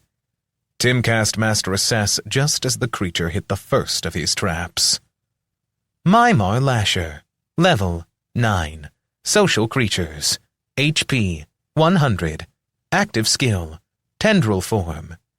Deer Moltor, Level 15, Enslaved Creature, HP 690, Active Skills, Deer Aura. So the one was a tank, and the other was driving it. Take out the brain, and then he would whittle down the deer Moltor's health. The creature hit the first of his root loops and stumbled a bit. It hissed in rage, but it was so impossibly strong that the root didn't stop him. Tim knelt and dropped his hand to the ground. It would be on him in seconds, but he strangely wasn't scared. He reached out to the roots and sent them up as tendrils to wrap around the creature. They wrapped around its legs and slowed it, but the beast managed to rip each root as he made it. He needed to go bigger, so he pushed a wall of spiky roots up at an angle. The attack couldn't pierce the armored shell around the creature, but it did manage to lift and slow it long enough for him to loop layer after layer of roots around its back legs. It hissed in rage, but was stuck. Tim took a second to laugh. That had cost more mana than he liked, but he was still at 80%. Then he felt pain, which he hadn't felt for some time. The lasher struck out at him with a barbed whip. It was part of the twisted creature's body, connected at the wrist. The tip sank into Tim's cheek and gouged out a piece of his face. He screamed with the unexpected pain. Maybe he shouldn't have gotten rid of Barkskin so quickly. One hand clutched his face and he felt the warm blood run between his fingers. The other sent out an electric arc. Instead of aiming for the turtle, he focused the attack on the more vulnerable lasher. The creature had caused him pain, and a feral urge within the back of his mind growled for its blood. The arc ran across the turtle shell and then exploded into the Mimar. Its body convulsed, but again, given its level, he was almost certain to crit, which, of course, he did. And soon its dead husk fell off the back of the deer Moltur. The creature went berserk then, and bent back to rip itself free from the roots. That, however, bought Tim enough time for the much shorter cooldown to pass. He fired an ice blast and then an electric arc. The damage was underwhelming, to say the least. Tim had hoped that the turtle would be sensitive to the cold, but it must have been a warm-blooded creature, because not only did its shell resist the impact damage, but even the chilling power had no effect on it. The lightning attack didn't do any better as its shell seemed to spread the attack out.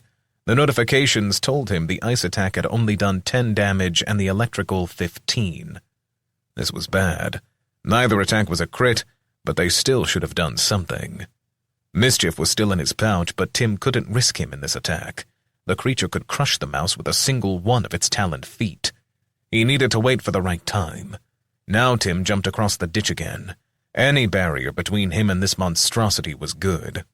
It had to be at least 15 feet long and must have weighed at least 5 tons.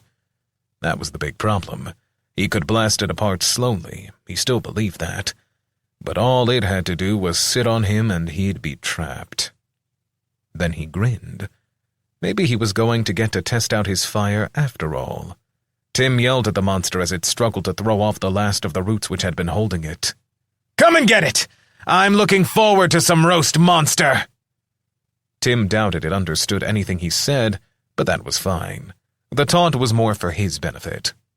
He took careful aim and sent another electric arc at the creature. The problem with this spell was that he couldn't seem to get it to hit a specific part of the target.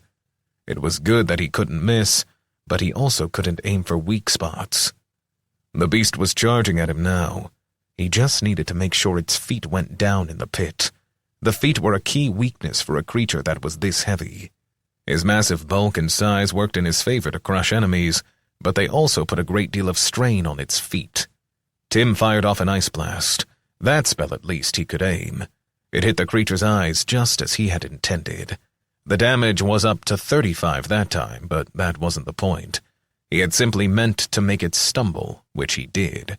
That sent both its front feet down into the ditch. There, its own massive weight drove the punji sticks into the soles of its feet. The creature reared back its head and let out a scream of pain. There was no time to stop, though, as Tim cast Column of Fire. He called it down directly on the deer Moltur. Flesh immediately began to cook. The damage notifications showed that its shell was protecting it. It even pulled its head back inside. This was simply going to come down to a matter of which held out longer, Tim's mana or its shell. The damage started to add up as the heat built and the creature cooked inside its own shell. The screaming sounds became pathetic, but Tim couldn't worry about that. His mana was being drained not just by the cost of maintaining the column, but also by making sure the root spikes that held the creature stuck in place stayed strong enough. The column alone was costing 20 mana every 4 seconds. At this rate, he could hold out for maybe a minute. Still, he watched the damage add up. The first 4 seconds it was only 10, but then 20, 30, 40, and rising. It was going to be a close thing. Finally, Tim let the spell go after a minute. He was at 5% mana. He wanted to hope that had been enough, but couldn't risk it. He ran down to the beast and shoved his arm into the shell where the head had been pulled back. He let loose an electric arc. He couldn't aim the spell, so he did it manually. The creature's head butted out, and Tim felt his arm snap as he force-fed it a high-voltage cocktail. He was flung backwards as it spasmed. Its head was little more than a skull. The heat had seared the flesh to the bone, but it was a magical creature, so it would stay alive until the last moment. Tim pulled out his sword as he watched the creature spasm. The damage that time had topped 100 points. It couldn't possibly have more than a sliver of life left, but if its hardiness was high enough, it might start regenerating if he didn't finish it. His right arm was broken, but he took the sword in his left and used it to help him up off the ground. Then he stumbled into it and lifted the sword up high.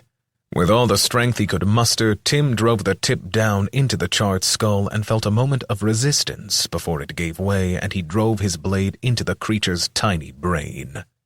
He fell backward, entirely spent both in terms of mana and physicality. His arm throbbed, and his body ached from the strain, yet he felt more alive than ever. This creature had been the greatest test to him, and he had faced it. What's more, he realized he liked it. Maybe he was turning into one of those adrenaline junkies he had always made fun of back home. Then the notification that the creature was dead came through. Finally, he could lie still for a moment.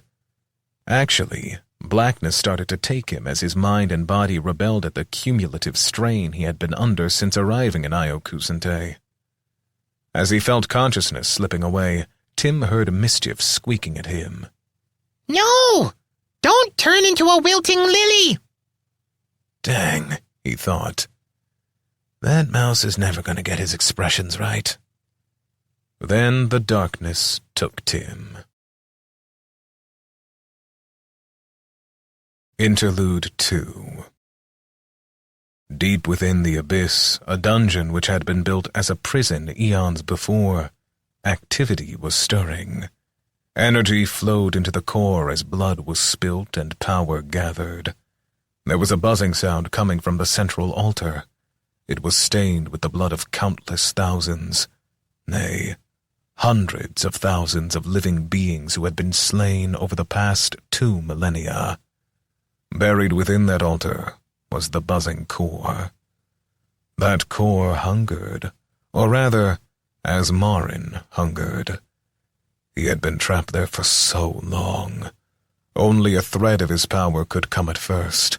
He had to suffice with the obedience of mindless beasts. Slowly, so slowly, his reach had grown. The others should have known he would not be denied. This world was his, and all that were in it should pay homage to him. More than anything, though, he craved the blood and homage of the 4 races. Humans, elves, dwarves, orcs. They had all been brought here to seed this world. Oh, they didn't go by those names. Terrans, Asmarians, Ogrians, and Roshians, they called themselves. But he knew them. He knew those races from even before he joined with the others to make this place, before it had been robbed from him. He was robbed of his due, but he felt the connection building. The one who would be his herald was growing stronger. Soon, he would even be able to speak to this one. Soon, this one would signal the beginning of a new era, the era of the wolf. The sweetest part of it was that this one had been claimed by his nemesis. The others were his enemies, to be sure, but it wasn't personal with any of them like it was with the gambler. No, the gambler needed to lose it all. Only then would he know his folly. The gambler was living up to his nickname. He had risked much to restore this old trait. It could give great power to the herald, but that power could be turned to Asmarin's purpose. Now Asmarin stirred because he felt the dregs of power, but he wanted more. The Mimar shamans who stood watch over it looked up. The noise echoed through the chamber as the altar shook. Fear crossed their faces, as more than any other they feared their master. They knew his terrible temper, and yet they revered him. It was he who gave them life.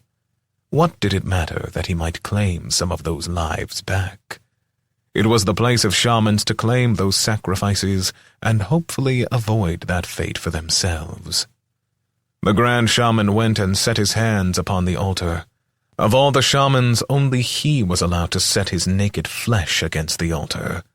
The voices that whispered in his ear were slowly driving him insane, but that was the price he paid. He heard the voice, and he obeyed. He stood up from the altar and yelled out, "Prepare the ritual. We must summon Baldrock. The master says the herald must be fed." All around him, the other shamans fell to their knees and raised their hands. "Praised be Quint. Praised be the master." Many of them called out loudly and repeatedly, as they secretly hoped it hid the way their bodies were shaking in horror. Chapter 18. To the Wall. Tim woke up. He didn't know how it was possible, but he must have fallen asleep. He'd had dreams or nightmares of a dark and fiery place filled with chanting. It was bizarre. "We need to get moving! More of them are coming!" Mischief shouted in his head. Tim shook his head as he asked, "What?" "You've been out for an hour! I was beginning to worry!" A feeling of terror swept over Tim. First, he worried that he had changed again, but the first notification in his mind told him that wasn't the case. Trait: ephemeral activated. Change is life. Consistency is a lie. Control is an illusion. Even with change, sometimes things remain the same. Role determines class remains the same. New chance set at 20%. Okay, that much was good at least. Tim had to admit he wasn't sure he was a fan of the Elementalist. The class had great potential for damage, but it required a team around it to protect him. When he thought about the Elementalists he had met, Armand or Marcus, both had a team to work with. That was the catch. He needed a team. He wanted a team, but his constant shifting made him a poor fit in a team. It also made people uncomfortable around him. That is, it made people more uncomfortable than the simple fact that he was essentially an alien from a different world who had voices speaking to him in his head. He also feared that any team he was with would simply hold him back. There was another notification, but he asked Mischief a question first. Have any more Mimar come? "Not yet, so I let you rest. But I'm telling you that I am starting to smell them. We need to get going." For the mouse to be nervous, he must smell a lot of the monsters. Still, if they weren't on him now, Tim wanted to check the last notification. He was pretty sure what it was about. You have activated the Crucible of Consumption once again. You have slain a deer Moltur. You have a choice of gains which can be made. +5 to durability, permanent. +30 to durability, 72 hours. Toughened skin, +10 to all types of damage resistance. As tempting as the damage resistance was, Tim opted to go the tried-and-true route. He didn't know how much of a bonus he was getting for these creatures being the first 5, but if this kept up, he soon would have enough hardiness that even as a mage he would be able to tank damage. The secondary reason was that he didn't know if taking toughened skin would leave him looking like a turtle. He certainly wasn't a mutant or a ninja, and while his life might be on the rocks now, he had hopes for it.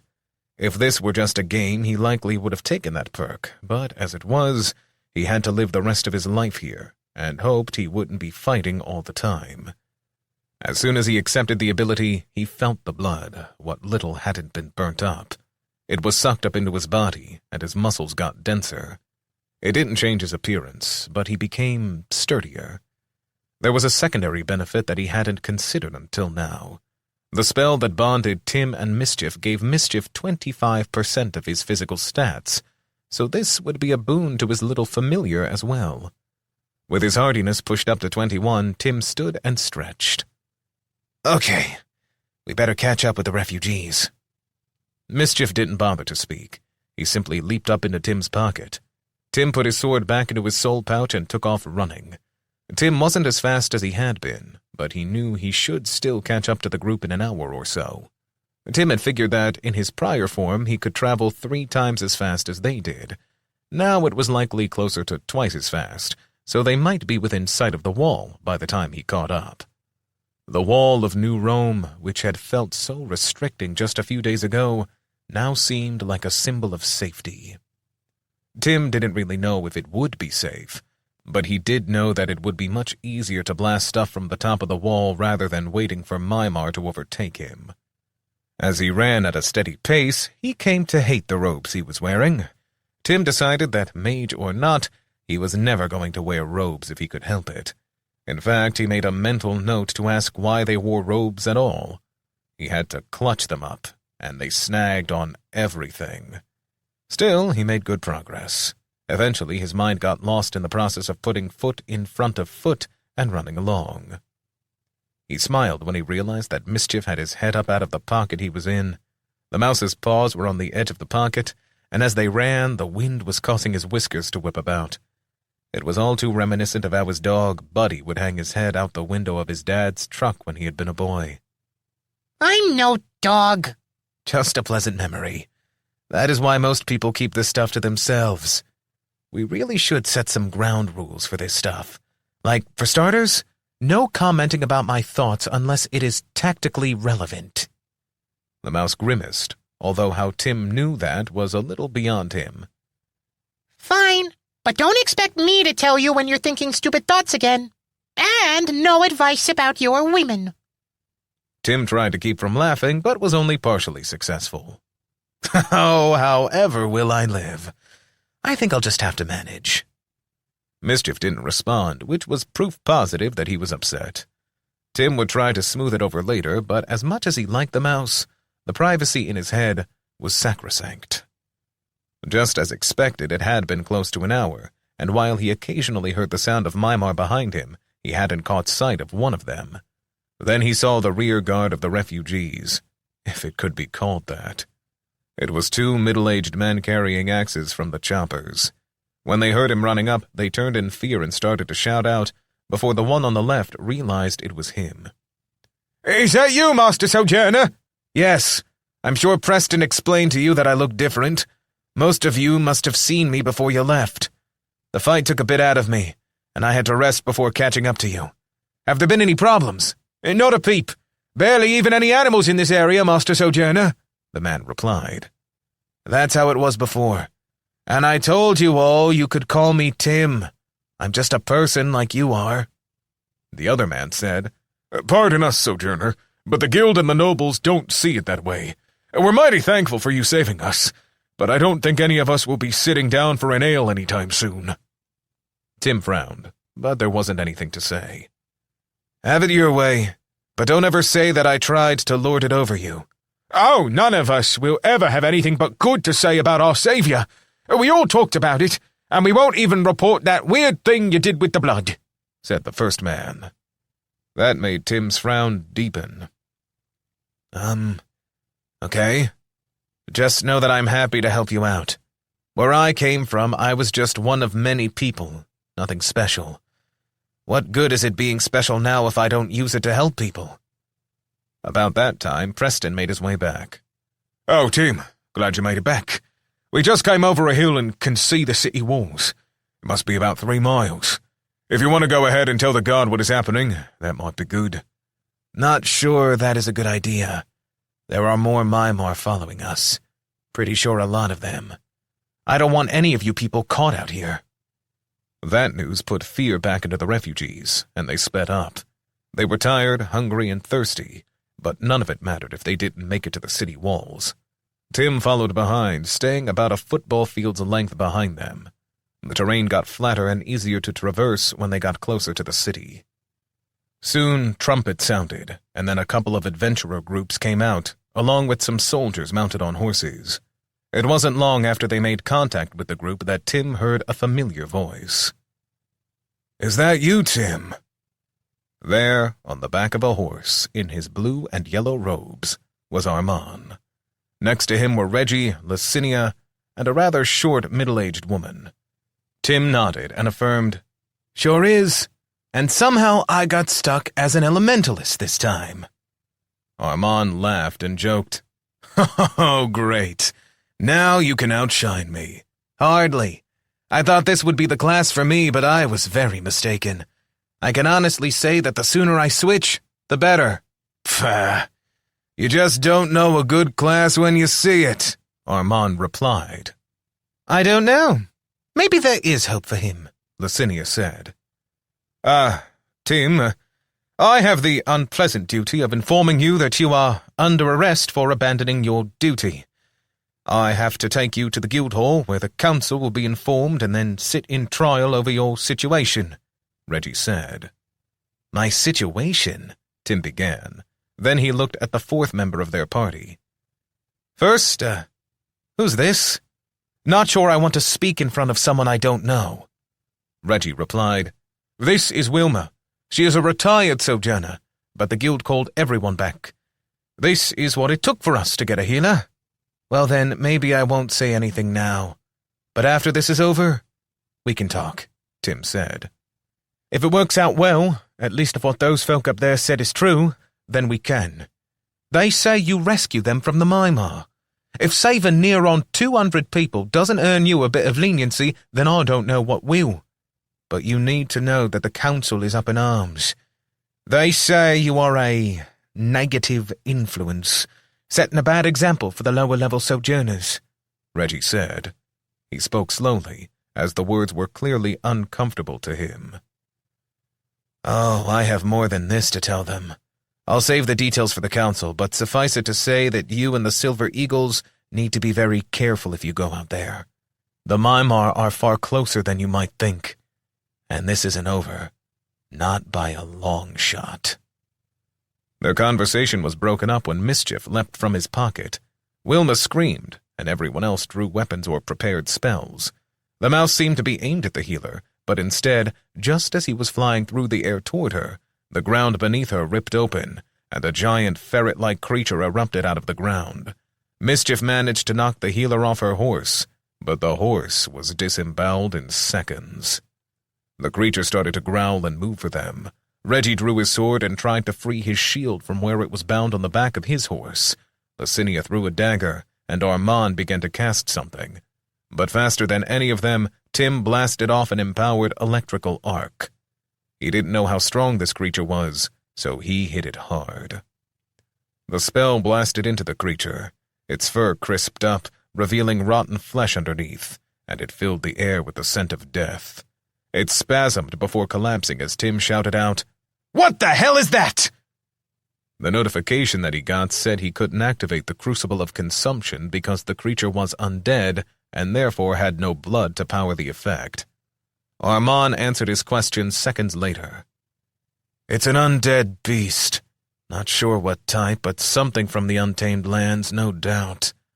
Oh, and that spell was awesome. You have to tell me about it later. More guards and sojourners showed up.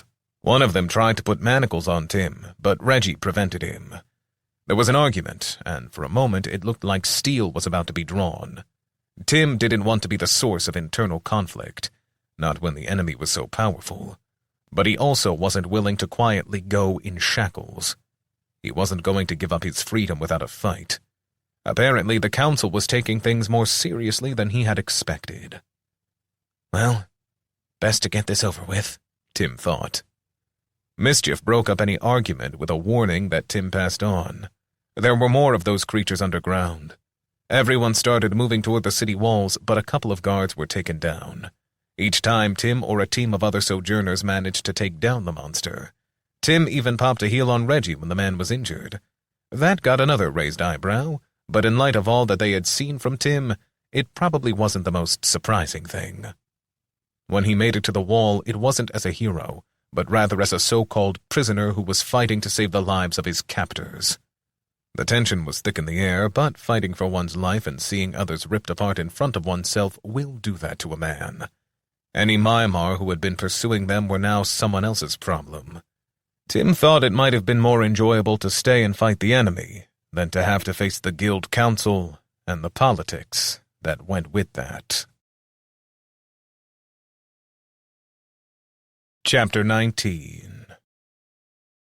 Before the Council. Tim relaxed. He had been a bit critical of Reggie and the other Silver Eagles before, but they stood by him and made sure he didn't get ramrodded into a cell somewhere. That was more than they had to do. Not only them, but Preston stood there arguing with the guard captain, who was trying to keep them away. He kept demanding that Tim be treated as a hero, not as some prisoner. Rather than leading Tim to think he had made the wrong decision to go out alone, this made him believe that he had been correct. Tim hated politics. That might be a byproduct of his life on Earth. All politicians lied. One of his favorite jokes used to be the one about how you know a politician is lying. The answer, of course, was, when their lips are moving. Something about this situation made it all that much more unacceptable. The people of New Rome faced a genuine threat to their continued existence, and for them to be political, jockeying for control was unacceptable. Still, it was nice to think that he had some, if not friends, at least companions and supporters. As they were deciding where to wait, Tim affirmed, "I am the Guildmaster's apprentice. He'll probably be upset if I'm not taken directly to him. If he isn't there, I can wait outside his office." Tim really had no idea what Charles would want. For all he knew, Charles was the one who had ordered him arrested. But either way, asking to connect directly with the Guildmaster might serve to defuse the situation. In the end, they apparently weren't willing to risk the Guildmaster's ire. Well, that or they realized that he could likely take most of them apart. They might overwhelm him, but he was much stronger than most of them. Not that he wanted to start killing people, sojourner or otherwise. But the taste of their blood would be so sweet. Tim freaked a bit when he heard that quiet whisper. A chill ran down his spine. The voice was different. It wasn't Quint, nor had it felt like a telepathic voice inside his head, like one of the patrons or Mischief. He had heard the voice, or at least thought he had. It had been so real that he felt hot breath on his neck when he heard the words. It caused him to whip his head around, but there was no one there. He shook his head. His situation kept getting stranger and stranger. Charles was apparently at the palace now, so Tim was left under guard outside his office. After about an hour, the waiting started to get old. Tim had so much he wanted to accomplish, not the least of which was getting some more spells or skills for himself and Mischief. He needed to figure out what to do with the Hell Shard, and of course he expected to be back in the fight against the Mimar soon. Eventually, a group of sojourners approached. Tim quickly noticed that neither Charles nor Simon was with them, but he did recognize one of the council members. She seemed to have a perpetual RBF, as she had when Tim had been presented to the council before. Tim would almost bet she was one of the ones who voted against him before. When her group of 4 stopped in front of Tim, a large, burly armored man stepped up. "Sojourner Stein, you are ordered to present yourself to the council now. We are here to escort you." Tim made a show of sitting down slowly.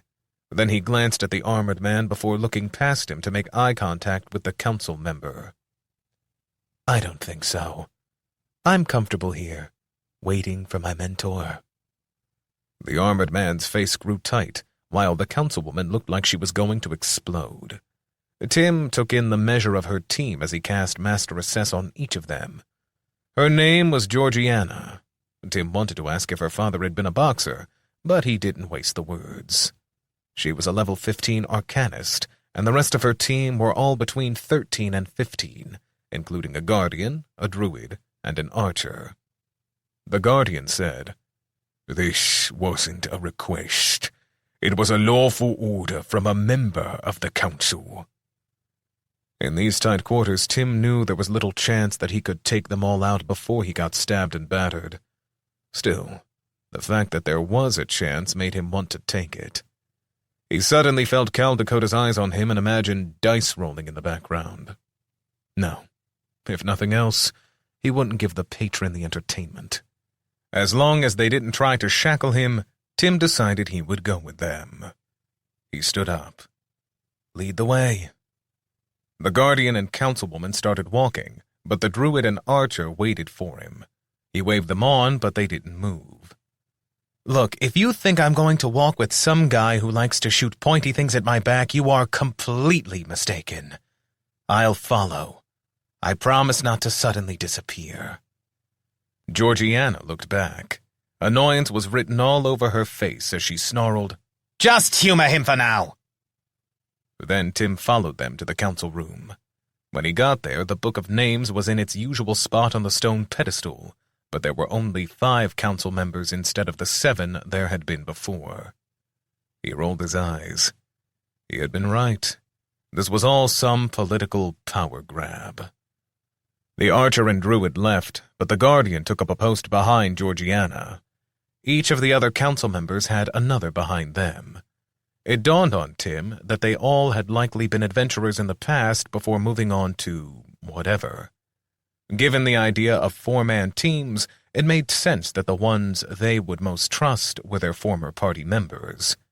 That made him respect them for their previous service, but it also made his stomach turn that those who knew the dangers Io Kusente possessed could so easily become mired in politics.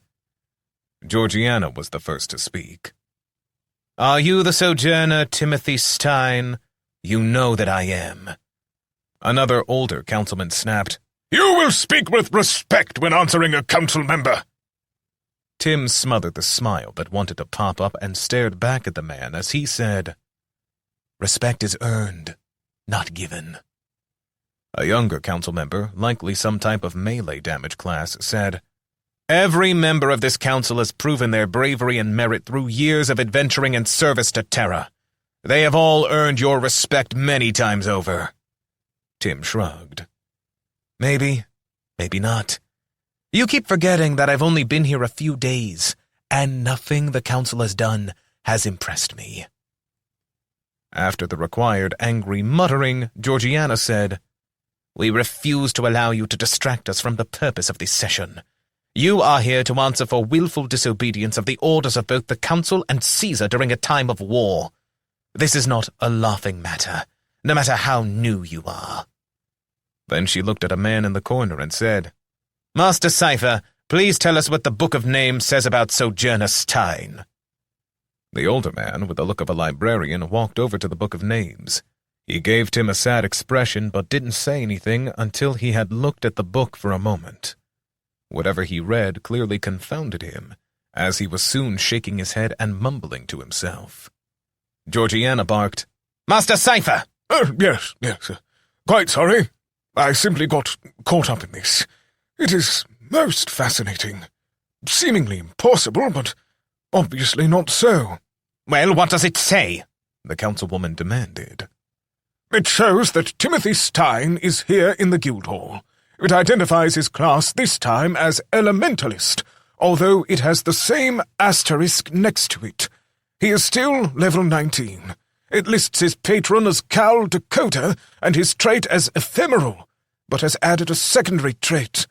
As you know, many adventurers gain a second trait over time, so it is only astounding that he has done so in such a short time. He also has gained 2 titles. One is for holding the record in the grinder. The other is more interesting. It is Humanity's Avenger 1, and it grants him a 10% damage bonus when seeking vengeance, presumably for affronts to humanity. It is interesting because the number implies that this title can be upgraded, but also because, despite his short time here, he has been afforded a title such as this. Oh, and because the only known instances of receiving this title in the past were from Simona, so it appears that more than one patron is involved with him. Georgiana was frowning as he went on. The description was dry, but if one listened, it clearly painted Tim as a hero of sorts. Another councilwoman, however, asked, Is that all it says about him? What about his skills? Well, that is the most interesting part, Master Cypher began. Rather than reading it, I will have the book project the list for you all to see. Equipped class skills / spells. 1. Column of Flame. 2. Extreme plant growth and control. 3. Master Assess. 4. Nature's Lesser Heal. 5. Grand Master Swordsmanship. 6. Ice Blast. 7. Electric arc. A holographic image of his current skills was posted up. Tim found it interesting that they weren't making any mention of the crucible of consumption or the abilities he had gained with that. For that matter, no mention had been made of his odd stats. Maybe the book couldn't detect some things, which gave even more credence to the idea that Quint was a being on par with the patrons, but separate from them. There was a great deal of mumbling and some outrage, but finally, Georgiana demanded, How can this be? He has skills from at least 3 different classes on there. Quite right, Councilwoman. Although, I will point out that while most of those skills would be limited to certain classes in practical terms, they don't necessarily have class limitations. They just wouldn't present themselves to someone unless they were of the appropriate class. That distinction may not seem important, but apparently it is. Georgiana turned her gaze upon Tim. Can you explain this? Tim really didn't want to give them any more information than was necessary, but he couldn't think of a good excuse without lying. That, and he was pretty sure that at least one of them had a truth-telling feature. For the same reason that I have a familiar. As he said that, Mischief ran up his robe and perched on his shoulder. I gained each of the spells when I got a different class. So far, since I have been in Iokusente, I have been a blood mage, a warrior, a bestial, a naturalist, and now an elementalist. Oh, and each time I get a different body. I look slightly different, and I may become a different age. Apparently, this is what my trait, Ephemeral, does. One of the councilmen asked, And what causes your class to change? Is this something you decide on?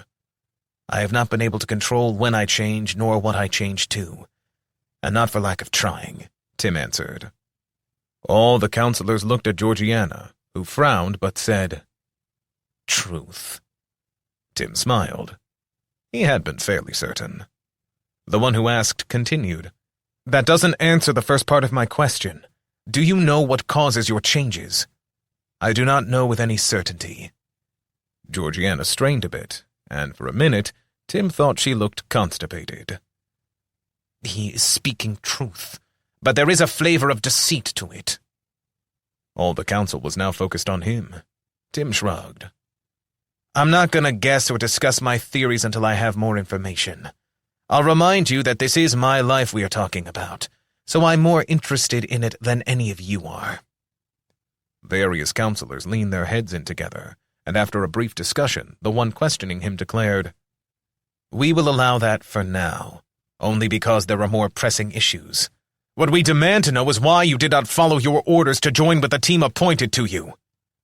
With a perfectly straight face, Tim said, No one told me I was assigned to a team. Georgiana huffed. True. That seemed to fluster the man questioning him, but then he asked, Are you saying that you hadn't heard about the plans for the city's defense, nor the order from this council that activates all sojourners level 10 and higher? I am saying that my ears never heard any such command or plan. Mischief spoke into his head. Why use those ugly hunks of flesh on the side of your head when you have my vastly superior ears? Tim couldn't entirely keep the smile off his face while he watched Georgiana's face turn various shades of red. Then she stood up. I don't know how you are beating my magic, but I don't believe anything you are saying. I've never trusted you. You are a wild card, and we can't have that now. The balance of power is too precarious. That was it. She pushed him over the edge. Precarious! I'll tell you what is precarious. The fate of this city, this nation, and even this world. I have valuable information to pass on, but all of you are more concerned with your personal fiefdoms. This is ridiculous. You need to focus on what matters here. The Mimar threat is not over, and it is closer than you think possible. They have a hidden entrance to the abyss only a few hours from here. They will be able to launch an attack on New Rome at any time they wish, unless we can close that opening. The room burst into outrage as many people started talking at once. It took a good 5 minutes for Georgiana to get everyone else quieted down. Tim just sat there, weighing the different council members. Some of them seemed concerned by what he said. Others didn't seem to care and saw this as just a distraction from the important work of politics. I don't see how we can let you go about spreading such things. That is, unless you will swear a personal oath on the Book of Names to bind yourself to the service of the Council in general, and the 5 of us foremost, Georgiana said after the room quieted down. In all the chaos, Tim hadn't even noticed that a back entrance to the chamber had opened. He smiled when he saw Charles and Simon standing there. I must have misunderstood what you just said, Councilwoman Hesper, because I am certain that you know it would be an offense punishable by death to seek to form illegal allegiances within the guild. And of course, you would never have such poor taste as to try to subvert another guild member's mentee, especially if their mentor was the guild master himself. Simon spoke, but Charles just stood back there silently. The guardian behind Georgiana turned and took a step toward Simon. You may be the keeper of the gate, but you would do well to remember who is actually protecting this guild and keeping our position of prominence within the kingdom intact. If you need a reminder, I'll be happy to provide you with one. Simon's fist clenched, but before he could say anything, Charles slid around. He walked right up to the guardian, who had at least 6 inches on him, and pressed his finger into the man's breastplate. Shut it now, Jacob, and put it back in your pants. You were a good man once, so out of respect for that, I won't have you drummed out of the guild. But if you speak to me or Simon like that again, I'll remind you just what a difference there is between the 2 of us.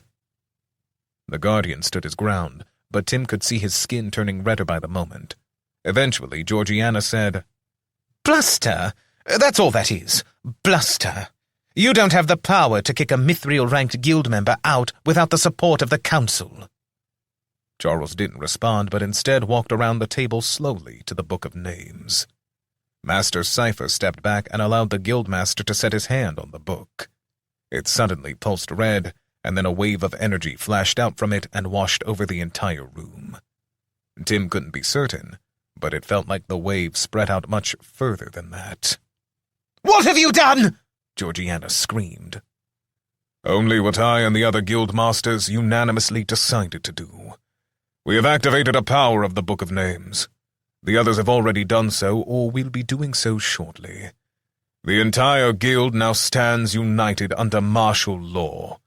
For the moment, each guild master will act as regional general, but within a day or 2, we will choose one of our number to act as high commander until the threat at hand is dealt with. This means that I can now command absolute obedience from anyone who is bound to the Book of Names. You can't do this, she protested. I can, and I have. Surely you have read all the provisions in the guild charter. But either way, it is accomplished. This council is disbanded. You are all stripped of your titles and privileges, including your generous allotments.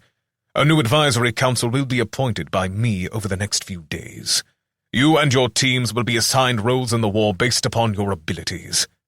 Oh, and you will return any guild property in your possession to the vault. Several of the former council members started to protest, but Charles raised his voice and commanded, "No!" It was almost like watching puppets. They clearly didn't want to move, but they couldn't help themselves as they began walking toward the door. Tim would have laughed if he didn't find that type of control terrifying. After a minute, the room was clear but for Tim, Simon, and Charles. The guild master sat down and asked, Well, Tim, what kind of mess have you made for me now?" Chapter 20. Mercantile Thoughts. Tim filled Charles in on what he had learned about the astral connection to the abyss. The guildmaster said it was hard to believe, but that what Tim told him matched up with what all the witnesses had said. He was right that it was a terrifying proposition, because even if they blocked this opening, even if they found a way to close this one, what was to keep something like that from opening inside the city? They had no way of knowing if it was a naturally occurring evolution of dungeons, if other dungeons would start to have such openings, or if it was something the Mimar could produce on command. In order to build trust, Tim did share some details about his build, such as the abilities to transfer skills and to evolve other skills. That brought up another question he hadn't considered before. The Guildmaster asked, "Would it be possible for you to transfer a skill to another person?" Tim blanked on that. He hadn't even considered that. I don't know. All three men were silent for a moment while they pondered the question. "You should probably keep that to yourself for now. Caesar would be less than happy if he were to lose the revenue from the skill rods. But I'd like you to try. I'll have some people sent to your chamber for you to test it on." Tim shook his head. "Only people I already know and at least semi-trust. And not here. I'm not staying at the guild. I'll be staying at the Four Patrons Inn." Charles grinned and looked at Simon. "Can you believe this guy? Talking like that to his mentor?" "You could always order him. The Book of Names will compel him," Simon said, but his tone said what he thought of such an idea. Tim added, "He could, if he wants to make an enemy." "Fair enough. Although I didn't get very much out of this apprenticeship. As long as you fight when called and don't just go off doing your own thing without talking to me. This is a war, and no matter how powerful you are worthless if I can't depend on you." Tim nodded. He didn't like it, but it wasn't unreasonable. "How about this? You make me a full guild member and free me from any further debt to you as apprentice, and in return, I'll give you half of my interest in a new product." Then he explained about Stephen the blacksmith and the new armor he had. He wasn't wearing it now, but he pulled it out of his spatial pouch. Charles and Simon were suitably impressed. Tim decided it was a small concession to make. He thought the armor would be popular, and his 50% stake in it might make him a fair amount of money in the future. But Charles had far more connections than he did, and could probably get it going faster. He even mentioned moving Stephen and his wife to the capital so they could get it really moving. Although it would have to wait until they knew about the current situation with the Mimar. "So, like Charles said, I need to access the skill rod. When is that possible?" Simon nodded. "There may be a line for it. If you want, I can set it up so you get first access tomorrow morning. That is, if it's okay with you, Guildmaster." "That would be for the best. Tim, I know you aren't telling me everything. Just swear to me that you aren't holding back anything in an attempt to hurt the guild or Terra." Tim nodded. "I'm not a fan of slavery in Terra, nor of how Caesar and the nobles look down on regular people. We are all just people. And I don't like the politics in the guild. But I will fight to save the people of Terra and to make a new home for myself. I have no intention of harming either the guild or Terra." I guess that will have to do for now. I hope someday you are willing to share more with me," Charles said while absent-mindedly stroking his beard. "Oh, who knows what the future holds, but a lot of it would involve telling you about the voices inside my head, and I'm not sure you will ever be ready for that. It baffles me how even sojourners won't believe that the patrons are real beings who are actively involved in what is happening on Io Kusante." Simon started to say something, but Tim cut him off. "Rather, it used to confuse me. It also confused me why I didn't see more first-gens. I mean, if one comes per year, even if the mortality rate is 50%, there should be at least 20 living first-gens for me to talk to. Yet the way you talk about it, I'm the only one." "But you figured it out now, didn't you?" "Yeah. I'm sure it has something to do with Caesar's boon." Charles laughed. "You are a smart one, aren't you? Well, for the record, the mortality rate is closer to 60%. Most of the first-gens die before they ever make it to the city. That is one of the many reasons why I doubt whether the patrons, if they exist, care at all about us.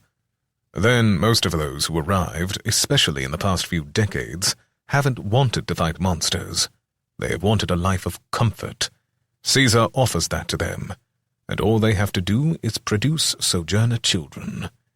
The female first-gens usually marry into the families of one of Caesar's favorites. This helps to keep the nobility in power, because they produce very loyal and relatively powerful sojourners who are even lower gen than their fathers. The men he never has any trouble setting up as breeding studs. They get a life of luxury and all the women they could want. Tim shook his head. I can see the appeal, but that's not a life I'd choose. I prefer meaningful relationships. And I bet those children are still mostly for the nobles, aren't they? I'd never support that. You'd be surprised what you'd support when you see all the things Caesar can offer you. Needless to say, Caesar would have made an offer like that to you eventually. I was only able to delay it because of your level. A level 1 first gen is easy to control. Not so much with a level 19. He would have had to constantly watch to ensure that you didn't disrupt things, Charles said. Okay, so before I go, do you want me to try and pass on a skill to one of you? Charles shook his head. Simon may be one of the ones who comes to visit you, but I'm not going to make anyone do it. As for me, I'm content with my skills, and none of the ones you possess tempt me. Maybe a few years ago, before I earned Grand Master in swords, but not now. And do make sure you get to the skill rod first thing tomorrow. I expect that you will be headed out to the front lines tomorrow. This time, don't leave without your team. We just have to switch your team up a bit since your class has changed. Tim nodded, and then realized he was being dismissed, so he left. It was good to be a full-fledged member and not have to share so much of what he made with the guild, but he still worried about what the future had in store. Charles may have used the ability in a way that benefited Tim, but it wasn't lost on Tim how easily that power could be misused. Tim got back to the inn. It was still torn up. Of course, it had only been a couple of days since it happened, and there was probably a great deal of demand for builders. He walked in and nodded at the bouncer, who was currently doubling as a construction worker. A number of the patronites were also working. Tim thought it was an indicator of how much they valued this place. He looked, but he didn't see Atticus or Cecilia. Oh well, probably best for now, Tim supposed. He needed some sleep, but first he asked if there was anything he could do. Henri told him that he'd have to wait for Kayla to get back. Apparently she was being kept busy by the army or guild or whomever. Tim could only imagine how happy that made her. Not. Well, that just meant he could go up to his room and take a nap. The building's front might be torn off, but the frame had held up remarkably well. Even with all the ruckus, he was confident he could sleep. He even partially hoped that he would change classes again. He lay down to sleep and blissfully drifted off, despite the hammering and sawing downstairs. Mischief cuddled up with him, complaining the whole time that he wasn't as soft as Kayla, but he still drifted off even before Tim did. Then, when Tim awoke, it was the first time in a while that he hadn't woken up worried that a monster might be waiting outside. He could tell from the light coming in the window that it was late afternoon, so he had probably slept for more than 5 hours. It was good to feel well-rested. He even found it changed his outlook on things. He did have one notification to look at, but was pretty sure he knew what it said. Trait: Ephemeral activated. Change is life. Consistency is a lie. Control is an illusion. Even with change, sometimes things remain the same. Roll, 31. Determines class remains the same. New chance set at 30%. Next, he needed to see whether there was any real food beyond trail provisions. He walked downstairs and almost ran into a very muddy Kayla walking up the stairs. Tim turned sideways to make room for her as he said, "Oh, you don't look very happy." She stared at him for a minute before saying, "Tim?" His face got red. "Oh, yeah. I forgot I had changed again. Sorry. As impossible as it seems, this is becoming part of my life. I should have identified myself right away." She laughed and said, "It's not that big of a change, but I have to admit I still preferred the bestial form. This at least explains what Henri was saying about some strange sojourner who went upstairs and said he was going to sleep. Henri didn't feel like causing any problems, so he just waited for me." Now Tim laughed. "Yeah, I should have thought about that. It explains why he turned down my offer to help." There was an awkward moment between the two of them. Then Tim said, "So, What now? I mean, I know you need a bath and some rest or whatever, but I still want us to be friends. I don't have that many of those that I can lose even one. I'd actually like that too. I've been teamed up with that Ogrian first, Magnor. He doesn't have any problem traipsing through mud and caves and whatnot, looking for places where the Mimar might be hiding, but I'm an assassin.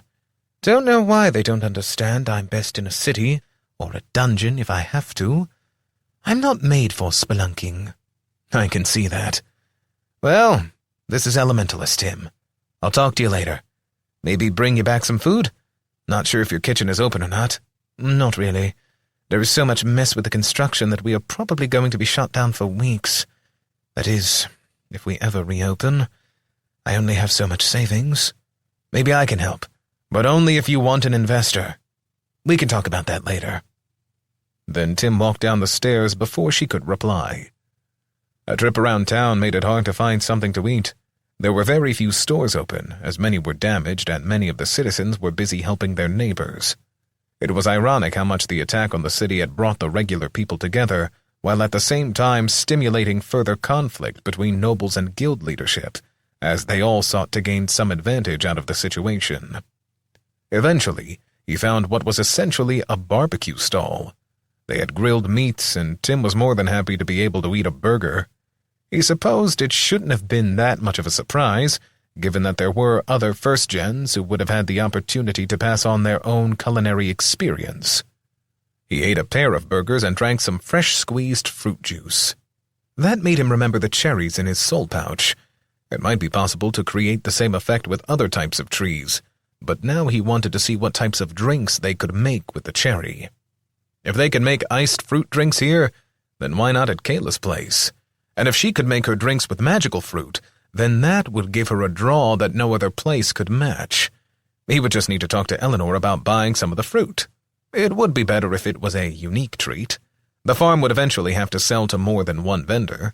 That is, unless he could figure out how to set up a business that bought all their cherries. Tim shook his head. Here he was, unable to control what his face looked like in the morning, and yet he was trying to make plans for a mercantile enterprise. Maybe he should handle what was on his plate now. It was just that one had to strike while the iron was hot. Then it occurred to him. He knew a merchant. Truthfully, he had no idea just how large Atticus's business was, nor what his business acumen was like, but he certainly knew more about it than Tim did. It would also offer a way for him to remain connected with Cecilia. Even if he didn't like her, he had to do that for Cal Dakota, whatever that was about. No, the more he thought about it, the more he decided this could work. Now he just needed to find them. With that in mind, he bought another hamburger and bundled it up to take back to Kayla. If she hadn't ever tried one, then she was in for a treat. He was disappointed they didn't have fries to go with it, but nothing could be perfect. And the fries would have been cold by the time he got back to the inn either way. Chapter 21. Catching Up. When Tim made it back to the inn, he found that Kayla was waiting for him. Maybe this isn't a lost cause, he thought. At least if she still wanted to talk to him, there was hope. He might not know exactly what he wanted out of the relationship, but he did know that he liked her. The loose-fitting robe that she wore told him that she was comfortable around him but wasn't trying to flaunt anything. Of course, that was according to his less-than-preeminent skills at reading the fairer sex. Mischief didn't waste a moment but leapt from his pocket as soon as he entered the study, where Kayla was waiting for him. He landed on her leg and prompted a brief squeal from Kayla before it devolved into laughter. Oh, Mischief, what am I going to do with your boss? If only he was as easy to read as you are. Mischief laughed, at least inside Tim's head. Did she just call you my boss? Tim shook his head. Sorry to not be as simple as a mouse that just wants to cuddle with you. Oh, and he thinks it's funny that you called me his boss. He could be right.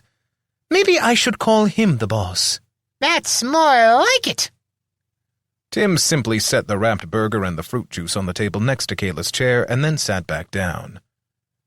You can both laugh it up. I can take it. I wasn't kidding. Just 'cause you are bigger, everyone thinks you're the boss. Where would you be if you couldn't share my senses? I just know you wish I was sharing them with you now. The mouse teased as he curled up on Kayla's lap while she was stroking his back. Tim chose just to ignore that and said, I wasn't sure if you have had one of these, but it's called a hamburger. Very similar to food we have back home. Kayla unwrapped it and eyeballed it. Never seen it.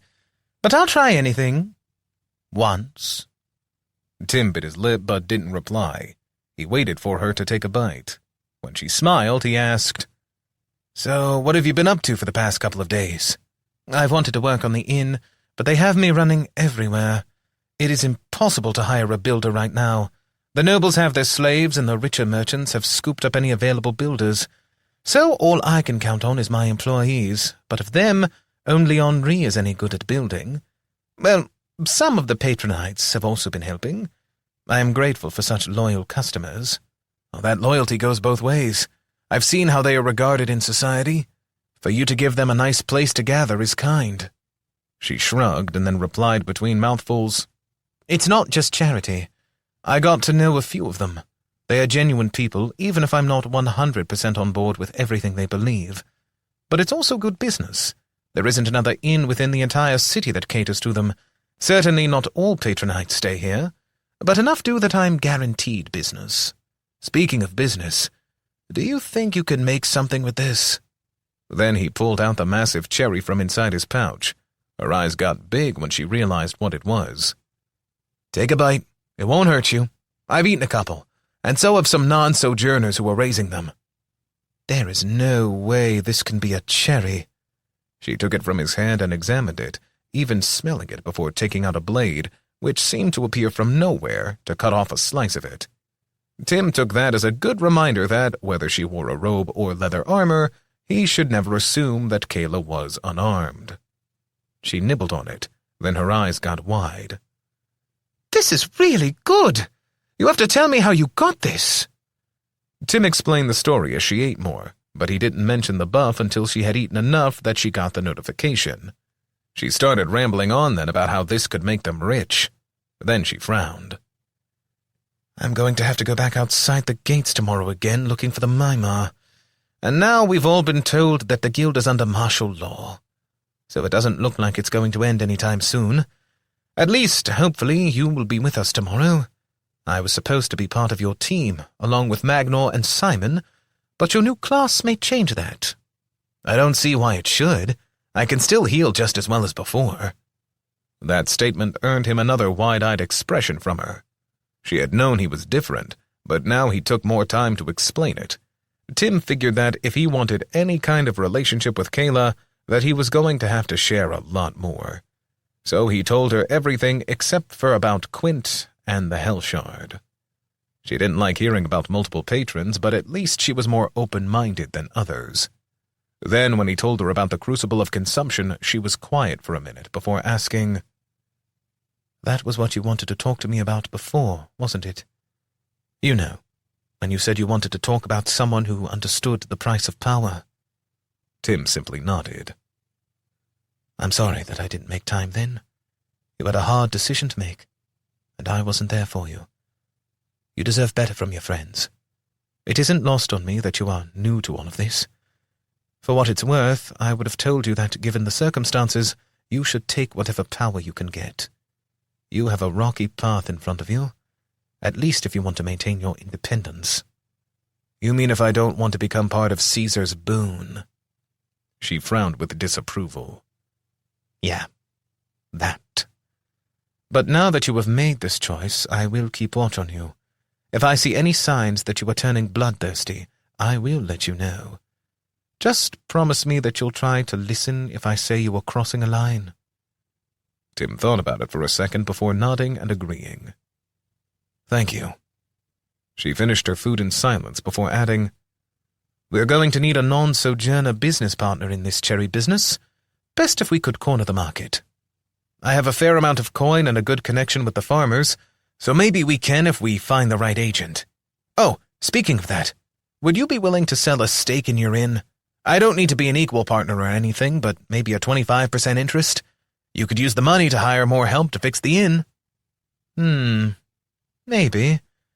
But you have someone in mind as a non-sojourner to help us with this business? Kayla asked. Her mind was clearly working quickly as she weighed all her options. I only know Atticus, but I understand if that might be a problem for you. She scoffed. Atticus is a good friend, and you don't want to sleep with him. What you mean is that you wonder if Cecilia being part of our venture would be difficult for me. Tim's face grew a bit red, but he insisted that he didn't want to sleep with Cecilia. I've already told you that she is too young for me and just a friend. Mischief chimed in. Yeah. I've heard how much louder your heart beats when she is around. Tim blurted out. No comments are needed from the peanut gallery. Kayla's face got red. Then she burst out laughing. Did Mischief just say something? Oh, dang. I wish I could hear what he is saying. Tim groaned. Nothing worth repeating. But I suppose we should talk about this. I do find Cecilia attractive. I'd have to be blind not to, but I also think she is too young for me. I understand things are different here, but she is, 17 or 18? And I'm 10 years older than her, so it isn't something I plan to pursue. But I have a mission from Cal Dakota to keep her safe. Is that going to be a problem between us?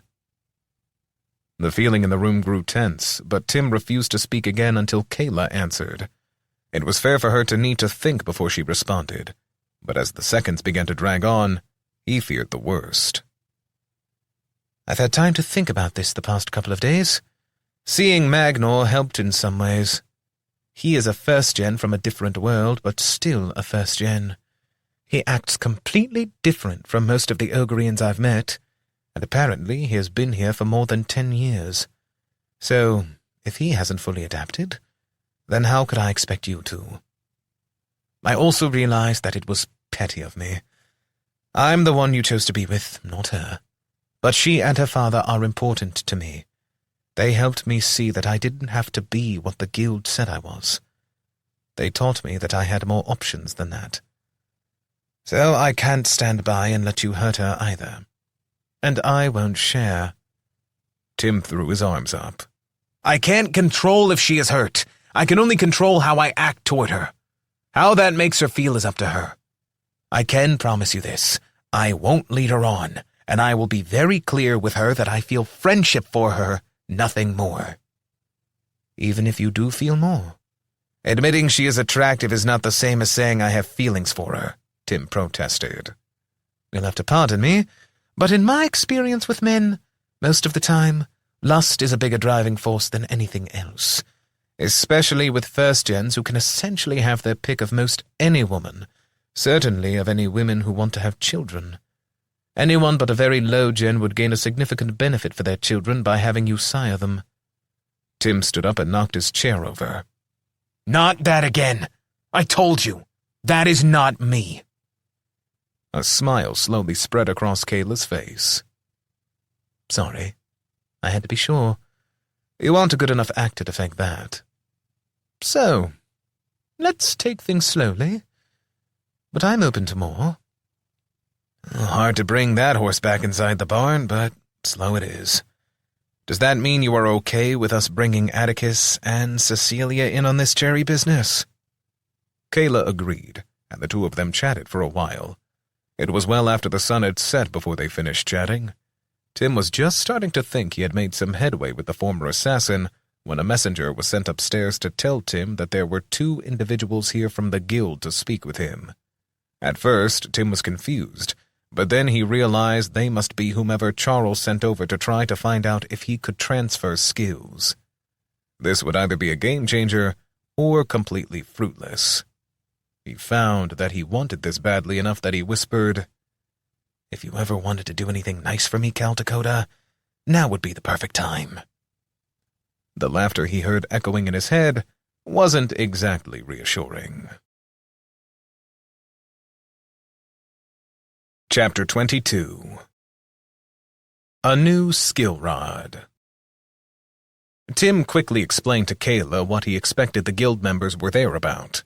As soon as he did, she instructed her employee who was carrying the message to go back and tell the guild members they would be escorted upstairs shortly. Tim arched his eyebrow at making them wait, but then she set her hands on both of his thighs. "Can you do that for anyone? I don't know that I can do it at all, but if it works for one person, then I hope it will work for any sojourner," Tim replied. She smiled. "Try it on me first." He thought about it for a second before answering, "I can't guarantee it will work. I've obviously never tried anything like this. What if it causes some injury to you? Oh, and here we were getting along so well. Tim, if you are going to know one thing about me, and for that matter, most sojourner women, we don't expect our male counterparts to save us any more than other men would expect it. We want to be treated as equals when it comes to danger, and so on. I know that the non-sojourners have bizarre customs, but I'm every bit as powerful as any other level 17 sojourner." Tim nodded. "You mean if you decide to take the risk that I shouldn't stop you just because you are a woman, or because you have feelings for me. If it's safe for one of them, then it's safe for me." "Okay, you're right. I have to use Io Kusente rules here. But what skill do I have that you would want? I guess that depends on what the options are." With that in mind, Tim ran through his currently equipped skills and the skills that he had on his transferable skills list. "My mana mostly goes to waste, as I don't have many skills that use it, except when I'm making poison bombs. So, what if you tried to teach me a spell? Life Tap might be ideal, since it's both an offensive and a defensive measure." Tim pulled up the spell description. "Well, do you have at least 14 in acuity? Because that is a requirement." She pouted and admitted hers was only 12. She had put a couple of points into it for the slight enhancement of perception, but she couldn't justify more than that. So she proposed Nature's Lesser Heal as her next choice. The same problem occurred since she lacked the requisite sagacity. Explosive Leap and Night's Eye Domination were both out because they were unique and also required level 18. Both Tim and Kayla started to become a little discouraged. Then she asked about Electric Arc, but of course both his new spells had super high acuity requirements. They finally settled on Master Assess. She kept her first skill slot for various information-gathering skills. She would change them out based upon the mission she was going on. For example, presently she had a skill Detect Hidden Enemy equipped. It was a common skill and not very broad, but it was very good at doing its namesake. In contrast, Master Assess was a rare skill, much broader in its application, and while it required an acuity of 12 and level 17, she met both of those requirements. "Okay, just let me go change into something more fitting for guests. Then you can bring up the guild members. But wait for me. Tell them I'm going first. I'm betting these are some of the council's lackeys, and I just love it when that type gets their panties in a bunch." She had a positively wicked grin as she spoke, but then she disappeared into the hallway to go to her room. For his part, Tim let the messenger know that the others could be brought up. Tim shook his head. Kayla was his friend, but she had a way of doing things that was likely to get him in trouble. Not that he wasn't already doing that well enough, if he were being honest. He was a bit surprised when the two men who entered the room were Simon and Armand. Didn't expect you to." Simon looked confused. "Why not? You should have known that Charles would keep word of this limited. If it turns out that you can do this, it will be a potentially game-changing phenomenon, especially if you can transfer abilities from other classes." "I'll take your word for it, although I admit that the more I think about it, the less surprised I am to see Armand. He is probably more curious than is good for him." "Guilty as charged. Now, are you going to teach me some cool new spell?" the elementalist asked.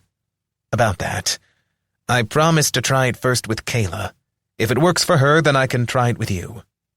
Simon looked like he was about to protest, but then shook his head, as if deciding the better of it. Kayla only took a little bit longer to get ready and return, so they never really got past small talk. Once she was ready, they all looked expectantly at Tim. He turned his palms face up and said, "I have no idea how this works.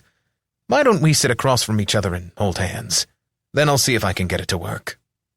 They held hands, which was pleasant enough in itself, but Tim was focused on work. He opened his soul interface and focused on the skill exchange ability. There weren't any instructions. There never were when it came to Caldecota. Tim would have given just about anything for a detailed wiki walking him through his abilities. He tried visualizing and willing, and just about everything he could think of. What was infuriating Tim was the way he could feel the world around him wanting to shift. It was malleable. The world was naturally chaotic, but laws of nature, laws of the patrons, locked it into place. They had exerted their will on this place and made it into the Io Kusente he was coming to know. Yet there were gaps in the framework. He would feel those gaps, feel the uncertainty beneath. It resonated with his ephemeral trait, but didn't help him gain control. Maybe the message he always got that control was an illusion was true. Yet he didn't think that was true, at least not always. He refused to believe it. No one could control everything all the time. But everyone could control some things some of the time. He just had to figure out what it was that he could control. Normally, he would say the one thing you could control was yourself, but that seemed to be contrary to everything he had experienced since arriving in Io Kusente. Then again, that was just it. Even if he couldn't control his form, he could control his attitude about it. He could make choices of his own, even if he didn't like the options he had. He felt like he was on the verge of something, but it was starting to drain him.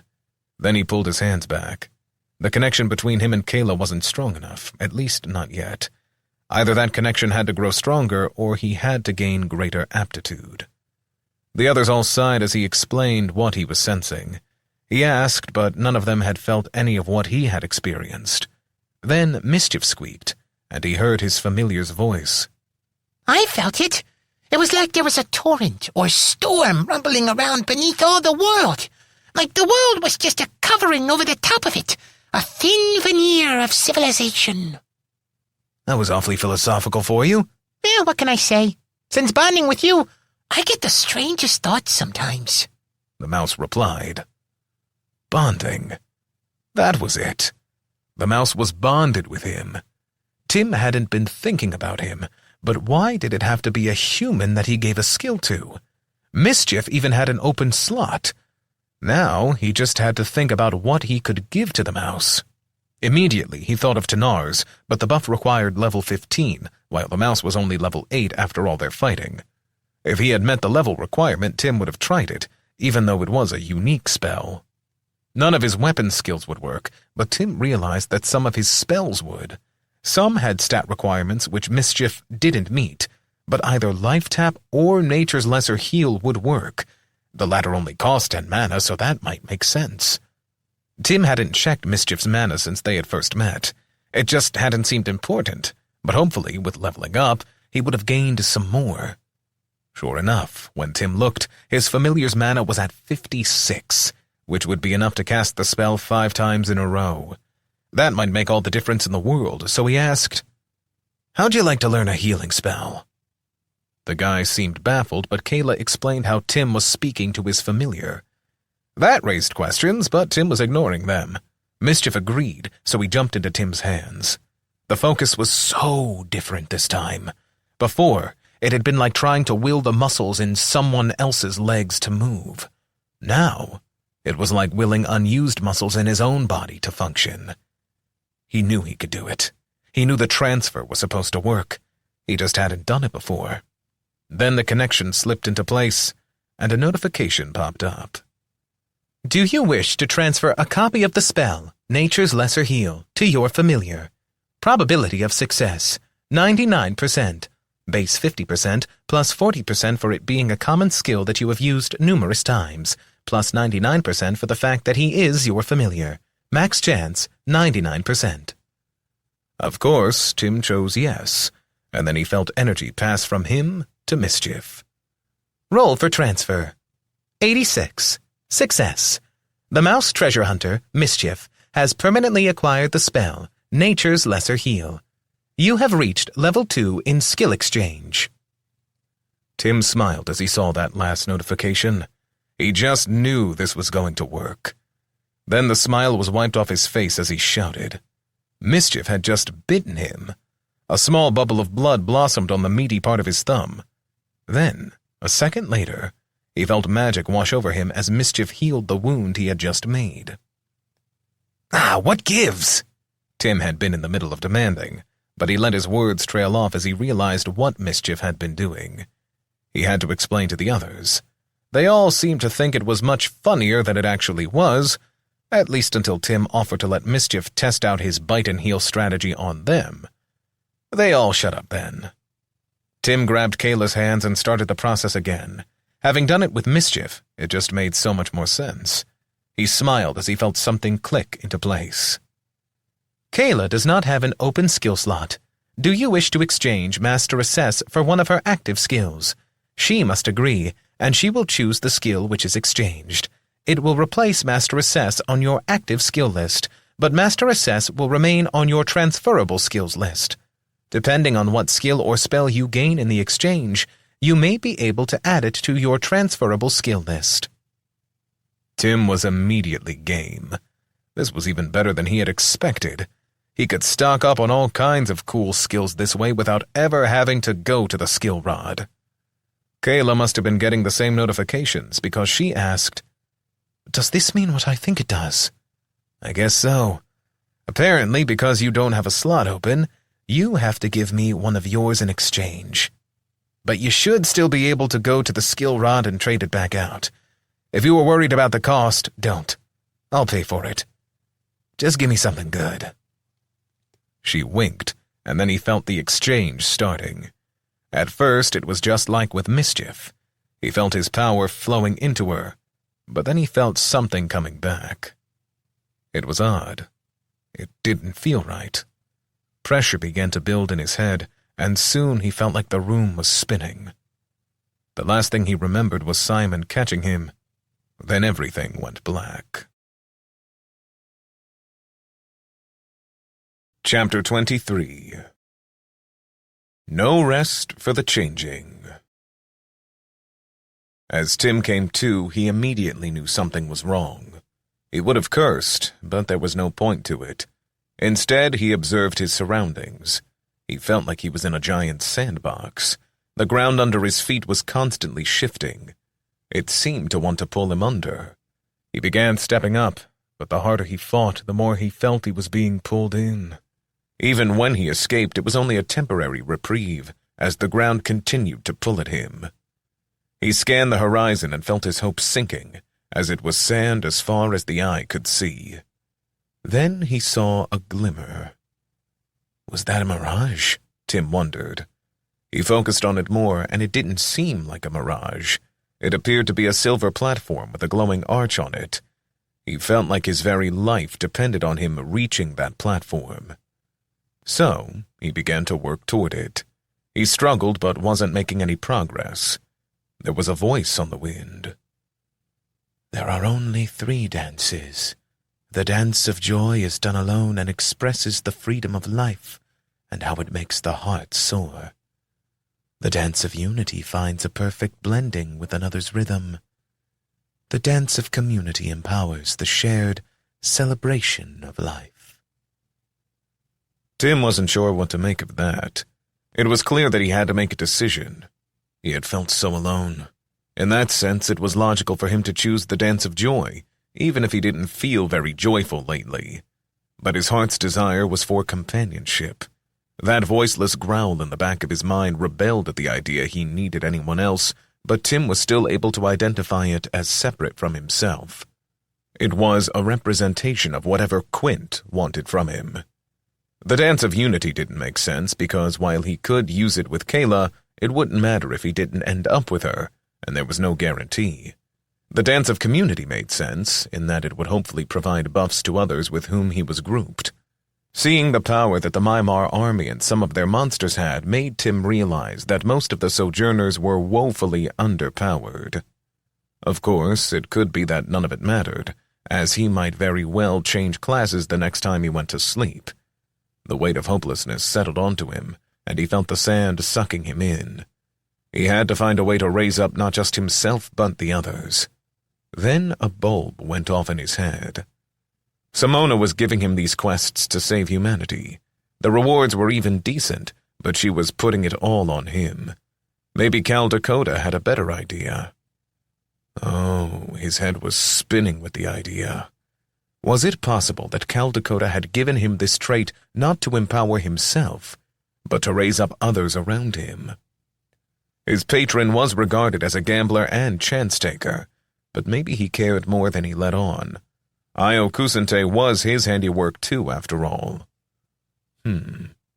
If that was the case, though, simply transferring skills to other sojourners wouldn't work. A skill rod could do that.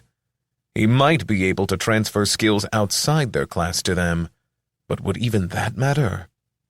He had been limiting the transfers to skills for which the others met the requirements, but what if that wasn't a limitation?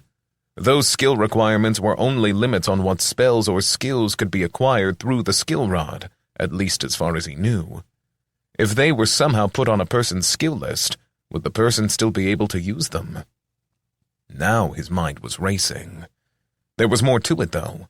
If he could evolve skills, then maybe he could pass them on in an evolved state. And what was to stop him from sharing unique skills? Now his mind was racing. Tim felt the urge to become part of something larger. He knew the dance he wanted to select. As soon as he made the mental choice of the dance of community, he watched as humanoid figures made of sand rose up from the ground. They clasped hands with each other and then with him. No one of them could escape the clutching sand by themselves, but together they pushed, pulled, and worked in a growing unison, so that soon they were all flying across the unstable ground. Within a minute, he reached the silver platform, and the last of his sand companions crumbled. The portal flared to life, and Tim walked through it. He felt so alive in the sense of being part of something larger. Then he opened his eyes and realized he was on his back, lying in the study with Kayla kneeling next to him on one side. Simon was on the other side, and looming over them all was Armand. He grinned and said a weak, "Hey, Then he added, "Give me a sec to check notifications." Trait, ephemeral activated. Change is life. Consistency is a lie. Control is an illusion. Unconscious roll for new class. 5 out of 16. Result, 8. Dervish. You now have 19 level gain stat points to assign. Dervish portion of the Book of Names ritual completed. Dance of Community selected as primary. Dance of Joy auto-selected as secondary. You may assign transferable skills freely for 1 hour after change. Increase in adaptability assigned. Since he had others here, he might as well ask for advice before he assigned his points. Looks like I'm a dervish now. Not really sure what that is, other than it's a damage-dealing class. Well, flexibility is generally its primary stat, Simon said. Which dance did you choose? Or do you even get to choose? Tim nodded, but his head still hurt a bit from the vision. Yeah, I undergo the vision from the Book of Names each time I change. I chose the Dance of Community, but was also assigned the Dance of Joy as a secondary. Armand whistled. Oh, that must be rough. Not as bad as the dreams I have. And yeah, I know sojourners don't have dreams. Chalk it up to another oddity about me or whatever. Kayla interrupted Armand as he started to ask questions about Tim's dreams and said, Great! You will have some excellent movement and damage-enhancing songs that you can use while fighting. Dervishes dance more than they fight. They depend upon speed and precision. Almost all of them dual-wield, so if you want to use that heavy blade of yours, you will have to think things through.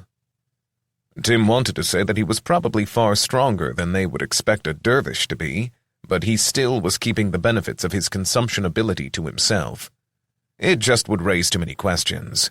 Eventually, he would have to trust someone more, but he had to figure it out for himself first. He closed his eyes. It wasn't technically necessary, but it felt like it made it easier to assign points. Dervishes, like all sojourners, at least once they were adults, started with a base of 10 in each stat. Then they automatically gained +6 to hardiness, +8 to flexibility, and +2 to sagacity, with nothing for acuity. They also gained a base of 8 HP per level and 4 mana. Part of him wanted to groan at the loss of all his mana. He really felt that Elementalist had not been a good class for him, but it had been nice having all that mana. It was definitely going to change which skills he used. He opted to put a single stat point into Hardiness to bring it to 28, then 2 into Acuity to bring it to 16, that left him with 16 more, which he applied to Flexibility, bringing it to 38. Name: Timothy Stein. Age: 27. Height: 5 feet 8 inches. Weight: 159 pounds. Class: Dervish. Dance of Community. Joy Secondary. Level: 19th. XP: 156,961 out of 192,000. Hardiness: 28, plus 11 consumption. Flexibility: 38, plus 4 belt. Acuity: 16, plus 4 mask. Sagacity: 16, plus 4 mask. Hit points: 385, 10 per minute. Mana: 162, 24 per minute. He didn't get any new skills or spells, but then again, he was inside the city in a safe location with access to a skill rod. There was no reason for Simona or any of the others to give him any perks now. Interestingly, his skill list still included spells such as Electric Arc, for which he no longer met the requirements. He needed to test it to see if it would work. Of course, he would need a target for that, but at least it had a stun-only mode, and the damage from it would be reduced significantly since his acuity was so much lower. There was still one more notification he had to glance at before explaining what was going on. You have reached level 3 in Skill Exchange. You may now receive skills or spells from classes you do not possess in exchange for transferring a skill or spell to another. Hopefully that meant he wasn't going to pass out each time he tried this, which was a good thing. He thought that the Dervish class might be fun. He was feeling more optimistic than he had in a long time. There was one thing that he was upset about, but he couldn't help it. This was the shortest he had been since middle school. He was only 5'8" and not even 160 pounds. Hopefully Kayla still liked him. She had first met him as a massive bestial, and as much as she denied it, he knew that she had fancied his muscles and size back then. Since he was okay, the others had all stepped away from him. Actually, as he looked around the room, they were standing in the corner speaking in hushed tones. Tim was about to get up when a thought entered his mind. He pushed up with his middle and kipped to a standing position. Then looked around to see if they had noticed, but they were still locked in conversation. He frowned that no one had seen him do something that he had thought was so cool back on Earth, but oh well. He coughed to get their attention. When they turned to look at him, they looked worried. What's wrong? You've all seen me change, or at least know that I do this. Kayla replied, Actually, I was sleeping the last time you changed in a room with me, and I didn't know what was happening until afterwards. Armand said, Simon and I were there the first time you changed, but we were a little bit occupied with other things, so we didn't see it. Oh. Okay. Well, what's it look like? I can't exactly see it from the outside. They all looked at each other. Then Simon said, That was actually what we were discussing. Your body became amorphous for a second, almost like a slime. Your face started to look like Kayla, who was still holding your hands. Then your body began to take on her shape. She yanked her hands back, and suddenly you morphed into a more masculine form. Well, maybe that answers something. I've been worried that I might change into a woman. Tim coughed and looked at Kayla. Not that being a woman is bad. I mean, women are great. I, just don't want to, Armand cut him off and suggested, Stop while you're ahead. Tim bit his tongue and realized how stupid he sounded. Yeah. Anyway, I had an epiphany of sorts. But first, I need to test a spell. If it works, then I think I may be able to break even more rules than I have been. Simon frowned, but Tim clarified, Not those kinds of rules. I mean, I may be able to give skills to people even if they don't meet the requirements for those skills. All their eyes got big. Armand was the first to recover. What do you need to test this out? I'm glad you asked, my friend. I just need a willing volunteer to stand over there, Tim requested as he pointed to a spot on the floor on the other side of the room. The elementalist was ever the type to experiment. He had an incorrigible curiosity, so he walked over. Is this going to hurt? Tim shrugged and then cast electric arc on the lowest setting. Sure enough, the energy ran down to his fingertips. Then a corresponding arc of electrical energy ran up Armand. He yelped, then collapsed on the ground. Simon rushed to him, as did Tim, with Kayla standing back. Tim didn't notice her hand on her dagger, as he was so focused on Armand. Don't worry, he's just stunned. I had to test that spell because it requires a 20 in acuity, which I currently don't have. Apparently, as long as the spell is in my active skills list, I am able to use it. I expect that if I transfer it out, I won't be able to relearn it until my acuity is 20 again, but I'm not willing to take that risk to test it. Simon infused a healing touch into Armand, but he had only taken a minor burn and no real damage. The heal wouldn't remove the stunned debuff condition, so they just had to wait until he came back too. When he did sit up, the first word out of his mouth was an accusatory, "Why?" Tim shrugged. I owed you an electric shock, but mostly because I needed to know. Then he explained about the 20 acuity, and Armand's eyes got wide. Oh, give it to me. See if it works. I want that spell. Simon just shook his head. This could change everything. Chapter 24. Nothing for free. Tim placed his hands on Armand's head. He didn't know if physical contact was necessary, but it couldn't hurt. He pulled open the soul interface and went step by step. He almost wanted to laugh as everything went much easier this time. It looked like it would work, but there was no way to know for sure until he hit go. He reminded the elementalist to choose the slot into which he wanted to put the spell, and that it would go there, but that he would lose the spell in that slot.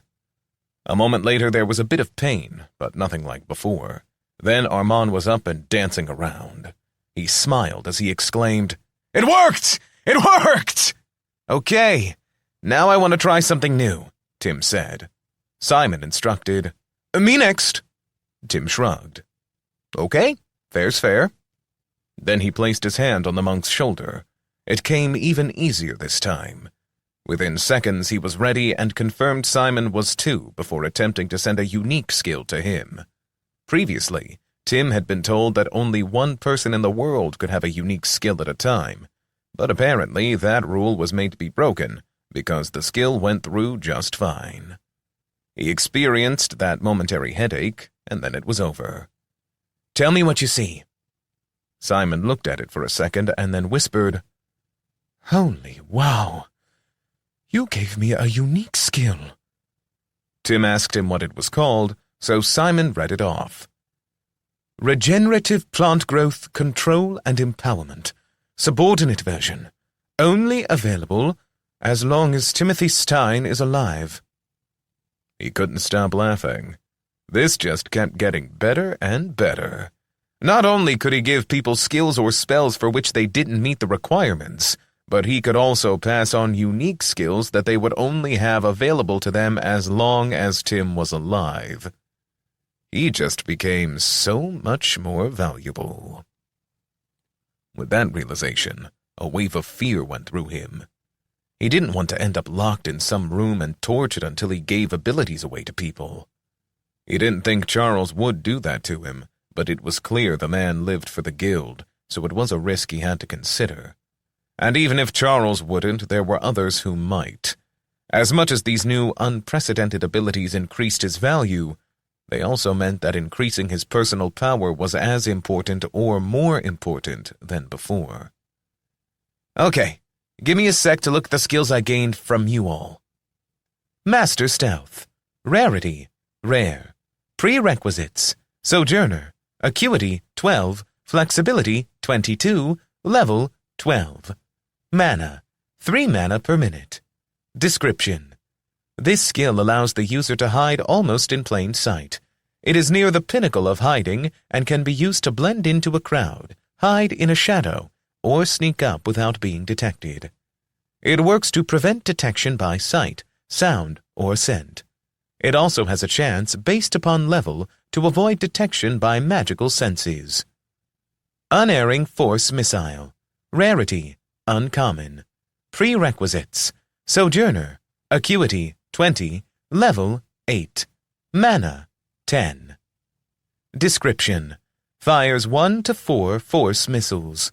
Each missile travels unerringly to any target within range and can only be blocked, never avoided. The combined damage of the missiles is 2 times Acuity. Range, 100 feet. Range may be increased by spending an additional mana for every 10 feet. Additional casting within the same minute may be forced, but each one costs an additional 5 mana. Cooldown, 1 minute. Penetrating Punch. Rarity, rare. Prerequisites: Sojourner, Hardiness, 15, Sagacity, 15, Level, 15. Mana, 15. Description: this skill enables the user to punch with such perfect technique that the force of the punch is transferred through almost any armor or shielding, including some magical protections. The damage is 4 times normal for the attack. Cooldown, 1 minute. Tim was thrilled. He didn't know how much he would use the skills, but he would at least think on them. He appreciated the fact, though, that his companions had given him useful abilities. They were all skills for which he could think of different uses. "I think we can call this a success. I suppose it would be too much to ask you to keep it to yourselves," Tim wondered. Armand chuckled. "Oh, you know I have to tell the other Silver Eagles." "Can you at least ask them to keep it to themselves?" Simon cut in. "Don't worry about that. It was a condition of him getting to come here. Charles wanted to find out if it would work. It works beyond anything we had hoped, but at the same time, we have to figure out how to turn this to our advantage." Tim shifted his weight from one foot to the other. "There is one more thing." He wasn't sure if he would regret this or not, but at least he figured it would prompt them to keep him free so he could develop his skills. Simon just arched an eyebrow. When Tim didn't continue, Simon commented, "You know, when I was first showing you around, I thought you'd never shut up. You were constantly asking questions." Kayla and Armand both laughed at that. "Now I feel like the shoe's on the other foot, and I'm the one asking the questions." "Okay, that spell I gave you, it wasn't the way I originally got it. I have the ability to evolve skills by practicing and using them. The more proficient I get at using them, and the more different ways I use them, the better my chances at evolving them. So I combined 2 skills to form that. And there's more. When I get spells from the skill rod, there is a chance that whatever skill I get will evolve to a higher form. Even though I only got common skills last time, some of them evolved into uncommon, rare, or even unique skills." "This is too much to take in at one time," Simon admitted. Armand followed up with, "I knew it was a good idea to team up with you." Kayla coughed and declared, "Well, you can both find your way out. I need to get some sleep. I assume that we will be back outside the city tomorrow." Simon shook his head no. "Well, most likely you will be here to help with Tim's training. He will need to get some new skills from the skill rod and see what comes of those. Charles is sending a couple teams to a point that Tim told us about. The army will also be sending a large force. In the meantime, the leaders are discussing how to proceed, so you probably have at least 2 days and more likely 3 or 4 before we make a concerted counterattack." That led into a brief discussion, but eventually Kayla insisted that she needed to sleep. She made it clear that she meant to sleep alone, and while Tim wouldn't have turned down the opportunity, he wasn't actually keen to sleep. He wanted to see what this class could do. He had a pair of scimitars in his soul pouch, but for now, he stuck with his magical weapon. The first thing he did was rearrange his active skills. He kept the new ones he had learned, but got rid of Column of Fire and put Master Assess back into that spot. It had simply been too valuable to him to not use it. Once he was done, he felt like he was as well equipped as he could be, until he could get more class-specific skills. At the last minute, he replaced Ice Blast with Explosive Leap. It gave him another movement option, and one that didn't rely upon chaos. Equipped class skills / spells. 1. Master Assess. 2. Penetrating Punch. 3. Master Stealth. 4. Nature's Lesser Heal. 5. Grandmaster Swordsmanship. 6. Explosive Leap. 7. Unerring Force Missile. He settled in for the evening with some light food and then began practicing his skills. He worked on stealth and his new missile attack. He even practiced delivering Penetrating Punch, but he could only deliver it into the air. It felt like a powerful attack, but he was already wondering if he could develop it into a weapon attack. About the middle of the night, he was contemplating taking a look at the Hell Shard to see if he could figure out anything about it, when he heard a screeching at the window of his door. Mischief, who had been sleeping, was immediately awake. Tim reached out with his sword and opened the shutters. What he saw made him shudder. There, perched upon the ledge of his window, was a 2-foot-high, bird-like creature with leathery wings and a spiked tail. Its hands were 3-taloned claws, while its feet were longer, like a human's, but had 3-taloned toes in front and 1 in the back. Its face was vaguely human, but that resulted in it looking even more disturbing. Tim was about to run it through when it spoke. The voice was high-pitched and reedy, but he could understand what it was saying. Baldrock says Herald must be tested. Herald must grow stronger. Power is in the blood. At the mention of the Archfiend, Tim did that silly thing where a person looks around for someone or something they know isn't there. If the Archfiend were there, Tim would likely be dead, or at least in a fight for his life. The name, however, caused him to cast Master Assess on the ugly creature. Lesser Fiend, Imp, Level, 6, Mildly Hungry, Fearful, HP, 170 out of 170. It was rather impressive for such a small thing. Tim wondered how intelligent it was, but then it spoke again. Will Herald kill intruders, or must Herald be tested? Before answering him, Tim poured more mana into assessing him. It took 6 seconds, but eventually he gained more information. Imps are physically the weakest of fiends. They are commonly used as messengers, as they are one of the only types of lesser fiends that can contain the desire to consume for any length of time. They are often used by greater fiends and archfiends as messengers. Despite being physically weak, they often have magical abilities beyond those of other lesser fiends. The creature leaned in and looked at Mischief like it wanted to snap him up and eat him. However, Tim asked, "What does that mean? Who are the intruders? Are you working for Quint?" So many questions. Imp only knows what Imp is told. You calls intruders by name sojourners.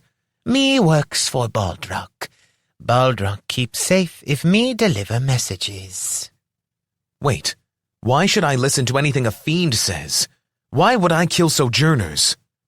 You have crucible of consumption. Me feel it. All fiends can feel it. Kill intruders gives power just like killing fiends. Makes strong. Baldrock says you be herald for Trapped One, but not strong enough free Trapped One. Tim scratched his chin. So he was supposed to commit murder so he could drain power from the sojourners. Like that was going to happen, he thought. But then he remembered the bloodlust in the back of his mind. This made him even more concerned. The problem was that if they wanted him to get stronger, then it meant that they didn't consider him a threat now. He was stuck. He needed the power to save Terra, but gaining more power was also doing what his enemy wanted. He thought about telling the imp he wasn't going to become evil, but that was fairly pointless. He had a strong suspicion that the imp didn't think in terms of good and evil, but only about strong and weak. The best thing he could do now was stall for time. He didn't want Baldrock attacking the city again. Tell your master that I need time to think about this. The imp stared at him for a moment. Its unnatural eyes seemed to pierce into him, and then it pushed off the windowsill and leapt into the air. Soon it was gone from sight into the darkness of the night sky. Tim had the feeling that Baldrock wasn't going to like that answer. He needed to prepare for whatever being tested meant. Chapter 25. Tests. Once the sun was fully up, Tim went out and found a vendor who was selling fresh bread. The city was already fully awake and moving. There was so much to do, and while walking towards the Guildhall, Tim stopped a few times to help people out. He spent half an hour helping haul lumber up to one shop which was being rebuilt. He was stared at by many when he offered to help, but when he started lifting more than any two normal men could carry, his help was immediately appreciated. Hardiness was an addictive stat, he decided. Clearly, he needed other stats too, but hardiness made him stronger, healthier, and sturdier. It felt great. He could do more work in half an hour than the others would get done all day. It was a good feeling to do something productive. Back on Earth, he had rarely had the opportunity to make anything. His job had seemed meaningless. While he had followed the common advice and strove to get a job better than working with his hands, he realized that maybe he had been missing out. Part of him wanted to stay and keep working, but he knew that wasn't his place. Another time, he helped an older woman who was trying to sell some fruit. He pulled her cart free when it got stuck in a pothole. She wept in gratitude and tried kissing his cheeks repeatedly. It was a bit embarrassing, but again made him feel good about this. Each time he stopped to help people, it created a feeling of connection with the city. It made his purpose in saving these people more real, more personal. Maybe it was an aspect of having chosen the dance of community. He couldn't say before. He knew that his classes could affect his personality, but this time at least, it felt good. Tim truly wanted to be part of the life in New Rome. Shortly after helping the widow, he turned a corner and saw another construction site. It looked like it had been a large home, likely a merchant who had combined his home and business. There were many workmen there, so obviously the owner had some real money. Tim wished he could get a crew like this for Kayla. With a couple dozen workmen, they would have the 4 patrons inn restored in a couple of days or less. He didn't see that they needed his help, so he started to walk past, but caught himself mid-stride when he felt something. It was that feeling that he associated with dungeons, or what he was now calling chaos. Before he even realized it, he had his sword in hand and was ready to react. Then the ground underneath the building the workmen were constructing exploded upward in a shower of dirt, rock, and wood. Out of it climbed a massive creature. It had to be 14 feet tall and was easily 8 feet wide across the chest. It appeared to be a hairless gorilla of sorts with a horned head, hooked claws for hands, and 3 lizard-like tails. Its skin was a charcoal color with streaks of purple and red in it. Tim didn't hesitate. The workman would be so much fodder to something like this. He cast Explosive Leap and threw himself at it.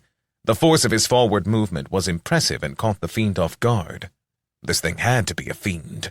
The horribly mismatched body and the aura it gave off were exactly like those creatures he had encountered in the cesspool.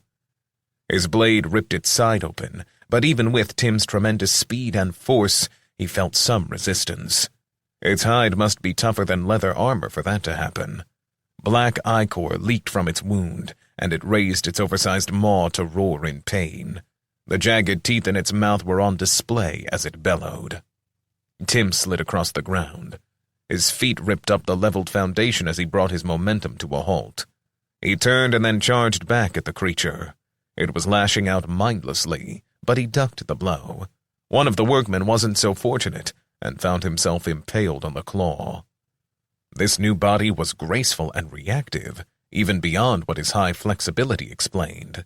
Tim didn't argue with it, though, and simply went with it. He was able to stop on a dime and swung his blade in an arc. The blade struck the creature's arm, which was holding the man up, at the wrist. The blow was powerful, but still not enough to sever the clawed hand. Tim yelled, "Everyone run! Clear the area! This creature is too strong!" As he shouted at the workmen, who seemed paralyzed, the fiend lifted the man on his hooked claw and bit off his head. The man's body went limp. Then Tim saw, to his horror, that the wounds in both the creature's side and its wrist began to visibly heal. He cast Master Assess to find out what he was dealing with while he danced around it, launching probing attacks. Greater Fiend, Level 16, Ravenous, HP 695 out of 810. Active Skills, Aura of Paralyzation, Consumption Regeneration. Tim knew he should have been scared, but a part of him could only think that he had finally gotten a challenge. None of his probing attacks did any serious damage, but they proved one thing to him. This creature outclassed him in strength and durability, but it was pathetically slow compared to him. The fiend glared at him with hate, but then bit off another of the arms from the body he held. "More!" The paralyzed workmen were screaming in terror but seemed unable to move. Tim would have to do something about that. Sadly, he didn't have his specialized skills yet, but he fired off an unerring force missile at the creature. It managed to penetrate its skin but wasn't a critical strike, and only did 18 damage. That wasn't going to work. What he really needed was to be able to combine penetrating punch with a sword strike. He kept that in the back of his mind, and he ran forward and then ducked as the creature lashed out at him. He rolled between its legs and slashed out at the back of its knee. Taking it down would be a good start. He managed to get a second blow off before he had to move to avoid another attack from it. That was the way it seemed to go for the next few seconds. Tim would dance around the abomination, hitting it 2 or 3 times, and then he would have to dodge. Soon the creature had finished devouring the man it had killed, and its attacks came slightly faster, but Tim was still easily able to avoid it. He just wasn't able to inflict any type of critical strike. The level difference was too small to allow for the auto-crits he was used to. As it was, only about 20% of his attacks were critical strikes. They were the only blows doing more than single-digit damage. The fight became harder as Tim had to give up on his strategy and focus on keeping the creature from killing any of the paralyzed workmen. As the fight dragged on, the Greater Fiend managed to hook and kill another man, who it slowly consumed. This time, instead of biting the man's head off first, it began by chomping on its victim's limbs. The man screamed and thrashed, and the fiend seemed to enjoy the torment it was inflicting as much as the sustenance its victim gave to the creature. Finally, once he was sure the man couldn't be saved, Tim shot a force missile at the man's head and ended his suffering. That seemed to anger the fiend more than any of his attacks. And why not? They had been fighting for over 2 minutes, and the creature was still at 75% health. Tim was beginning to grow frustrated. If he stopped worrying about protecting the paralyzed men, he could have inflicted far more damage. He still hadn't been able to apply his new skill to a sword strike, but that wasn't shocking. Learning in the middle of battle was always going to be hit and miss. Cries sounded down the street as a guard patrol ran in to attack the creature. Tim gave props to them for courage, not so much for their intelligence. The first 3 were the normal humans with their spears lowered. They never even managed to make contact as the aura of paralyzation froze them. The third man was a sojourner, likely a warrior based on his armor. He raced forward with a large 2-handed sword drawn. For Tim to have been on one of the patrols, he would have needed to be between level 10 and 14, so he was hardly a weakling by Sojourner standards. It was enough for him to shrug off the paralyzation, but it still caused him to stumble. Tim saw it about to happen, but even with his high flexibility, it was impossible to stop this current attack in time to save the man. The creature's hooked claw drove up under the man's chin and nearly ripped his head from his body. He wasn't dead yet, since he was a sojourner, but all he could do was flail weakly as his lifeblood pumped out of him. Wherever it touched the fiend, the blood was absorbed, and the level of chaos in the creature swelled. Whereas before, eating regular humans helped promote regeneration, this was something different. When it bit the warrior's head off, not only did all its wounds close, but it shimmered. A bony protrusion started to form over its chest, which mirrored the warrior's armor. Shit! Tim could only curse. The creature was getting stronger by the moment as it drained the blood and life from the warrior. Tim had to do something. The fiend stopped moving for a moment as a wave of euphoria went through it. Tim recognized that feeling. It might be his only opening. He closed in and activated Explosive Leap. The force drove him upward into the creature. His blade was driven into the creature's skull through the neck, just like it had hooked the warrior a moment before. The force of the attack split the greater fiend's skull wide open, ripped the weapon from Tim's hand, and broke a couple of his fingers. The fiend crashed backwards where it flailed about. Tim pulled his other magical sword from his soul pouch and leapt onto the creature's prone form. He had to dance and leap to avoid its thrashing, but he drove the sword into its chest with all the power he could muster. The blade only sank a few inches into its chest. He immediately transitioned to an attack with his bare hand against the newly formed bony chest piece. He activated Penetrating Punch and cracked the bony plate. A wild claw swing cut his thigh open, but he managed to catch himself. Standing upright again, he drove the sword into the cracked spot and felt it pierce deep into the fiend. Its skull was split wide open, with whatever gray matter it had oozing out onto the ground, and any heart that it had was shorn in half by Tim's sword, but it refused to die. A single word echoed through Tim's mind in a withered, dry voice. Consume.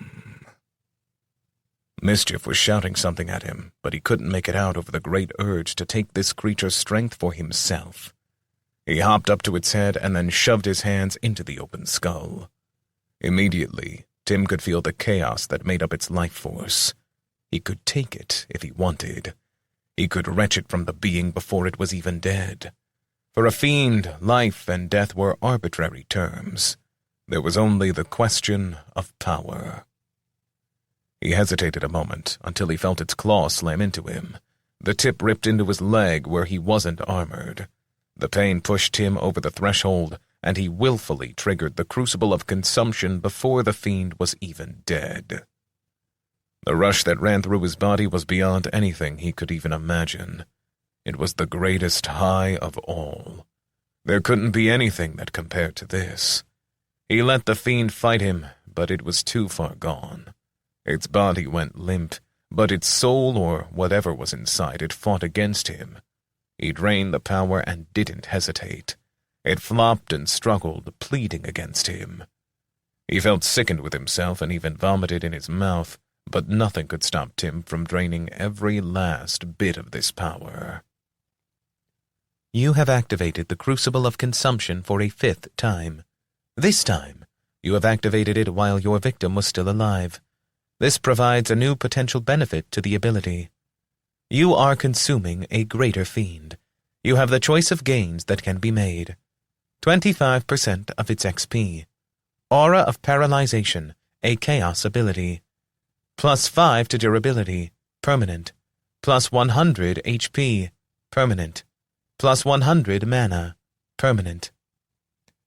Tim immediately chose 25% of its XP. He needed to reach level 20 and gain the extra skill slot.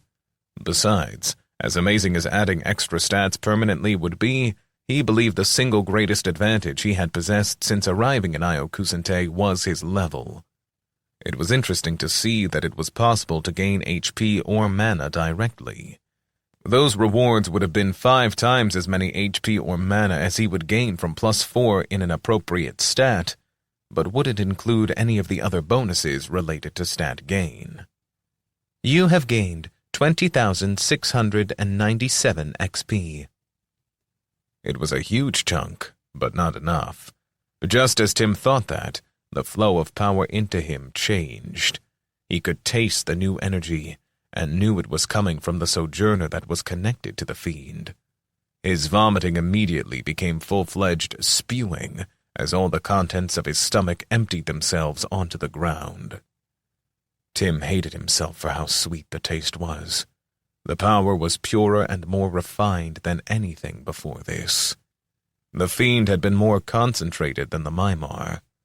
Actually, as he thought about it, even the Mimar were more concentrated than the Dear Moltor.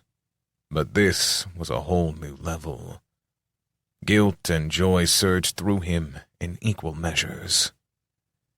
You began consuming a creature while it was in the process of consuming another being. This marks you as an apex predator. You make the pack proud and will be a mighty herald. Embrace the power as it is absorbed into you, and know that you can be so much more than those who are only prey. You are consuming Derek Filson, 6th Gen/Level 12 Warrior Sojourner. The degree of parity between you and this victim is far greater.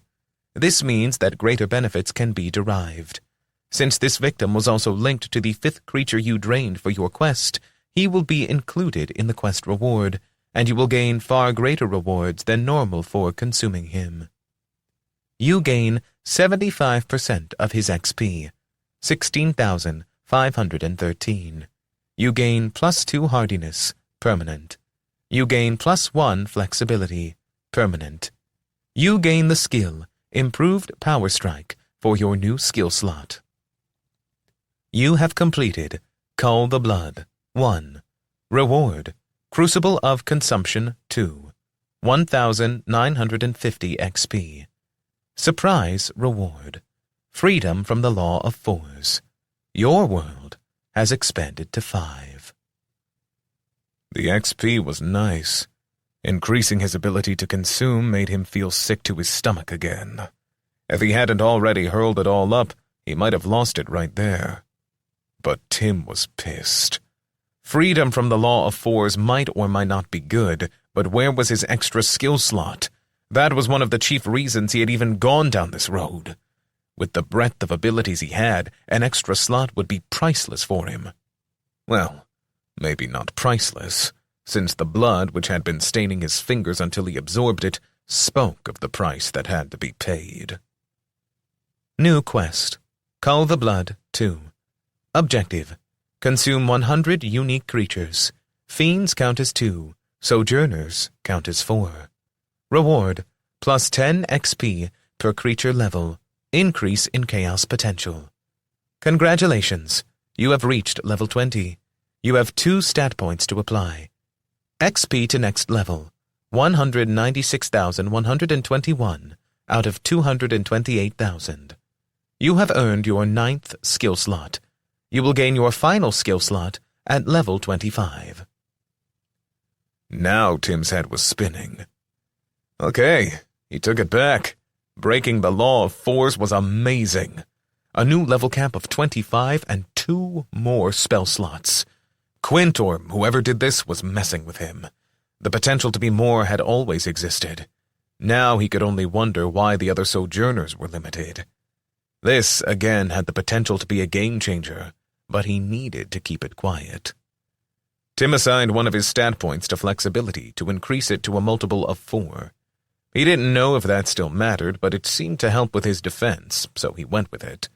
Quint, or whoever, wasn't exactly taking time to explain how this worked. Then he put the last point into hardiness. Everything else on his sheet was the same. Well, that wasn't true. He had the extra skill slots showing, and his ability to see in the dark had doubled with the completion of the quest, so it was now 8%. Name, Timothy Stein. Age, 27. Height, 5 feet 8 inches.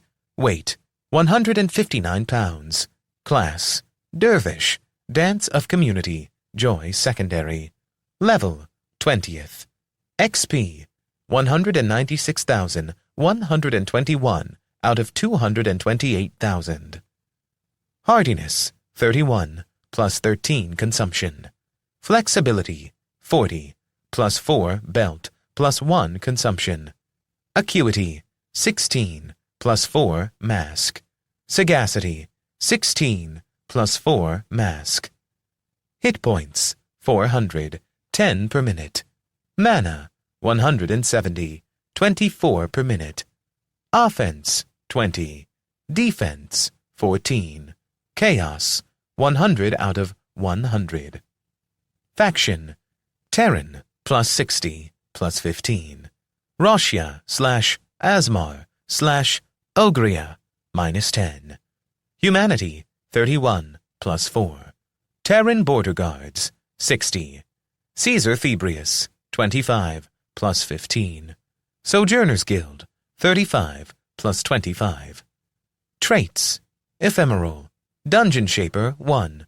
Crucible of Consumption, 2, plus 13 Dur, Shadow Step, Chaos Bulwark, 8% See in Dark. Titles, Humanity's Avenger, 1. Champion, Grinder. Equipped class skills / spells. 1. Master Assess. 2. Penetrating Punch. 3. Master Stealth. 4. Nature's Lesser Heal. 5. Grandmaster Swordsmanship. 6. Explosive Leap. 7. Unerring Force Missile. 8. Improved Power Strike. Chapter 26. What was that? It took Tim a minute to recover. There was so much packed into what he had just experienced. He felt guilty, like he had killed Derek, even though he knew he hadn't been responsible. But knowing and feeling weren't always the same thing. He had still benefited significantly from the man's death. He pushed that out of his mind, but still felt a little bit like he was underwater. Everyone who had been paralyzed was moving again, so at least there was that. They were clearing the debris, but no one had tried to touch him, nor the corpse of the fiend. Except as he looked down, there wasn't a corpse from the fiend. It had disappeared. All that remained was the bloody residue from the warrior who had been half consumed by the fiend. At least it was 4 feet away, so he wasn't kneeling in the poor guy's remains. There were more squads of guards there. He could hear them interrogating everyone. All the workmen and the soldiers who had been there gave their own renditions of the tale. What was a common thread was their agreement that Tim had been the one to save everyone from some large monster. Eventually, one of the guards in the uniform of an officer came up to Tim. "Do you need a healer?" No. The fight just took more out of me than I expected. I've seen people die. We all have recently. But it was hard to watch that man die, when I tried so hard to intercept the blow that killed him. The officer seemed to have a glimmer of compassion on his face at that. "I imagine it never gets easy, but I need a bit more information to report to my commander about what happened here. 2 men died, one of yours and one of us regular folk. From what I've been told, though, it would have been much worse if you weren't here. Can you just tell me who you are and how it is that you happen to be here?" Tim stood up then. He didn't have the size of his bestial form, but he knew he could snap this man in half. He hoped that lent some weight to his presence. "There aren't my people and your people. I've only been in Io Kusente for a couple of weeks, but as far as I'm concerned, we are all humans, and that makes us all on the same side. I've faced the Mimar and those controlling them. They won't be content until we are all wiped out." With each word, Tim edged forward until the officer was backing up. Yes, sir. Wait. You've only been in Io Kusente for 2 weeks. What did you say your name was?" the officer asked as he stumbled over his words. "I didn't, actually, but it's Timothy Stein." One of those sojourners who had arrived with the new squads, a mage or caster at least of some sort, stepped up. "I thought you were a naturalist. I saw you fighting at the city gates against that monstrous Mimar." "Check with the guild, but if the guildmaster or council are willing to give you an answer, you will find out that my trait causes me to keep changing bodies. I'm tired of hiding it. Since I've been in Io Kusente, I've been a blood mage, a warrior, a bestial, a naturalist, and an elementalist, and now a dervish. It is actually making my head spin, but I'm doing what I can to help out," Tim replied. The sojourner and the officer looked at each other, but neither seemed to want to take the lead. Tim decided he was done with this. He hurt inside and didn't have time for pettiness. To answer your question, I was walking to the guild hall from the Four Patrons Inn. I stopped along the way to help a few people, and so it has taken me longer than expected. But I ended up walking around that corner over there, and I saw a monster emerging from the ground. It had some type of aura that paralyzed all the workmen. They couldn't even run, so I had no choice but to step in and fight it. The officer asked, "What type of monster was it? And why is there no body?" I managed to assess it. It was a level 16 greater fiend. The only other time I fought fiends was inside of a dungeon. Their bodies disappeared too. I think they are made of energy or something, and once they are dead, they just dissipate. Tim wasn't sure if that was true, but it was the story he had decided on. He might be sharing more details, but he wasn't going to share about consumption. Hell, he didn't even want to think about what or who he had just consumed. "You defeated a level 16 by yourself?" the officer asked. His mouth was practically hanging open. The caster next to him said, "I believe Sojourner Stein is level 19. Actually, 20 now. I just leveled up as a result of that fight." "Well then, congratulations. Not many of us are ever going to reach max level. It's good to know you were fighting on our side." "You'll forgive me if I don't feel like celebrating. Now I need to be going. The fact that a fiend appeared in the city needs to be reported to my mentor, the guild master." Tim spoke in such a way as if he was daring either of them to contest what he was saying. One of the workmen cried out, "Wait, Sojourner!" Tim turned in the direction of the voice which called to him. A man held out his hand, and Tim grasped his arm in the style of terror to shake it. The man almost fell over himself, thanking Tim for saving his life and that of his crew. Tim gave his condolences for the man that he couldn't save. The foreman, who had identified himself as Brent, said, "I'll pay a premium to his family and make sure they are taken care of, at least in the short term." Tim pulled out a pair of gold coins. "Please send them to the Four Patrons Inn. I am staying there and have some business ventures starting up. If his wife needs work, we will try to find something for her. I'm only sorry that I couldn't save her husband." "The way I saw it, you did all that any man could ask, and a lot more than most would even try. It is hardly your fault that he died," Brent said. "I don't think it's my fault, but that doesn't stop me from feeling sorry that it happened." Brent nodded and then said, "If there is ever anything I can do for you, let me know. It is a pleasure to meet a sojourner who doesn't look down on a working man. And a first gen who is level 20 to boot." "Well, there is one thing. We need help repairing the damage at the Four Patrons Inn. If you know any builders who could help, I'd be grateful and happy to pay reasonable wages." "Consider it handled. My crew and I will be there first thing tomorrow. I need to give the lads the rest of the day off. This sort of thing can mess with a man's mind." Tim smiled. "Isn't that the truth? Are you sure you don't have to finish this job?" "Oh, I'll finish it. My word is good, and a deal is a deal. But this shop belongs to a pompous blowhard. I'd rather work for a man like you. We can get to this project after that," Brent said. "Thank you." "Least we can do."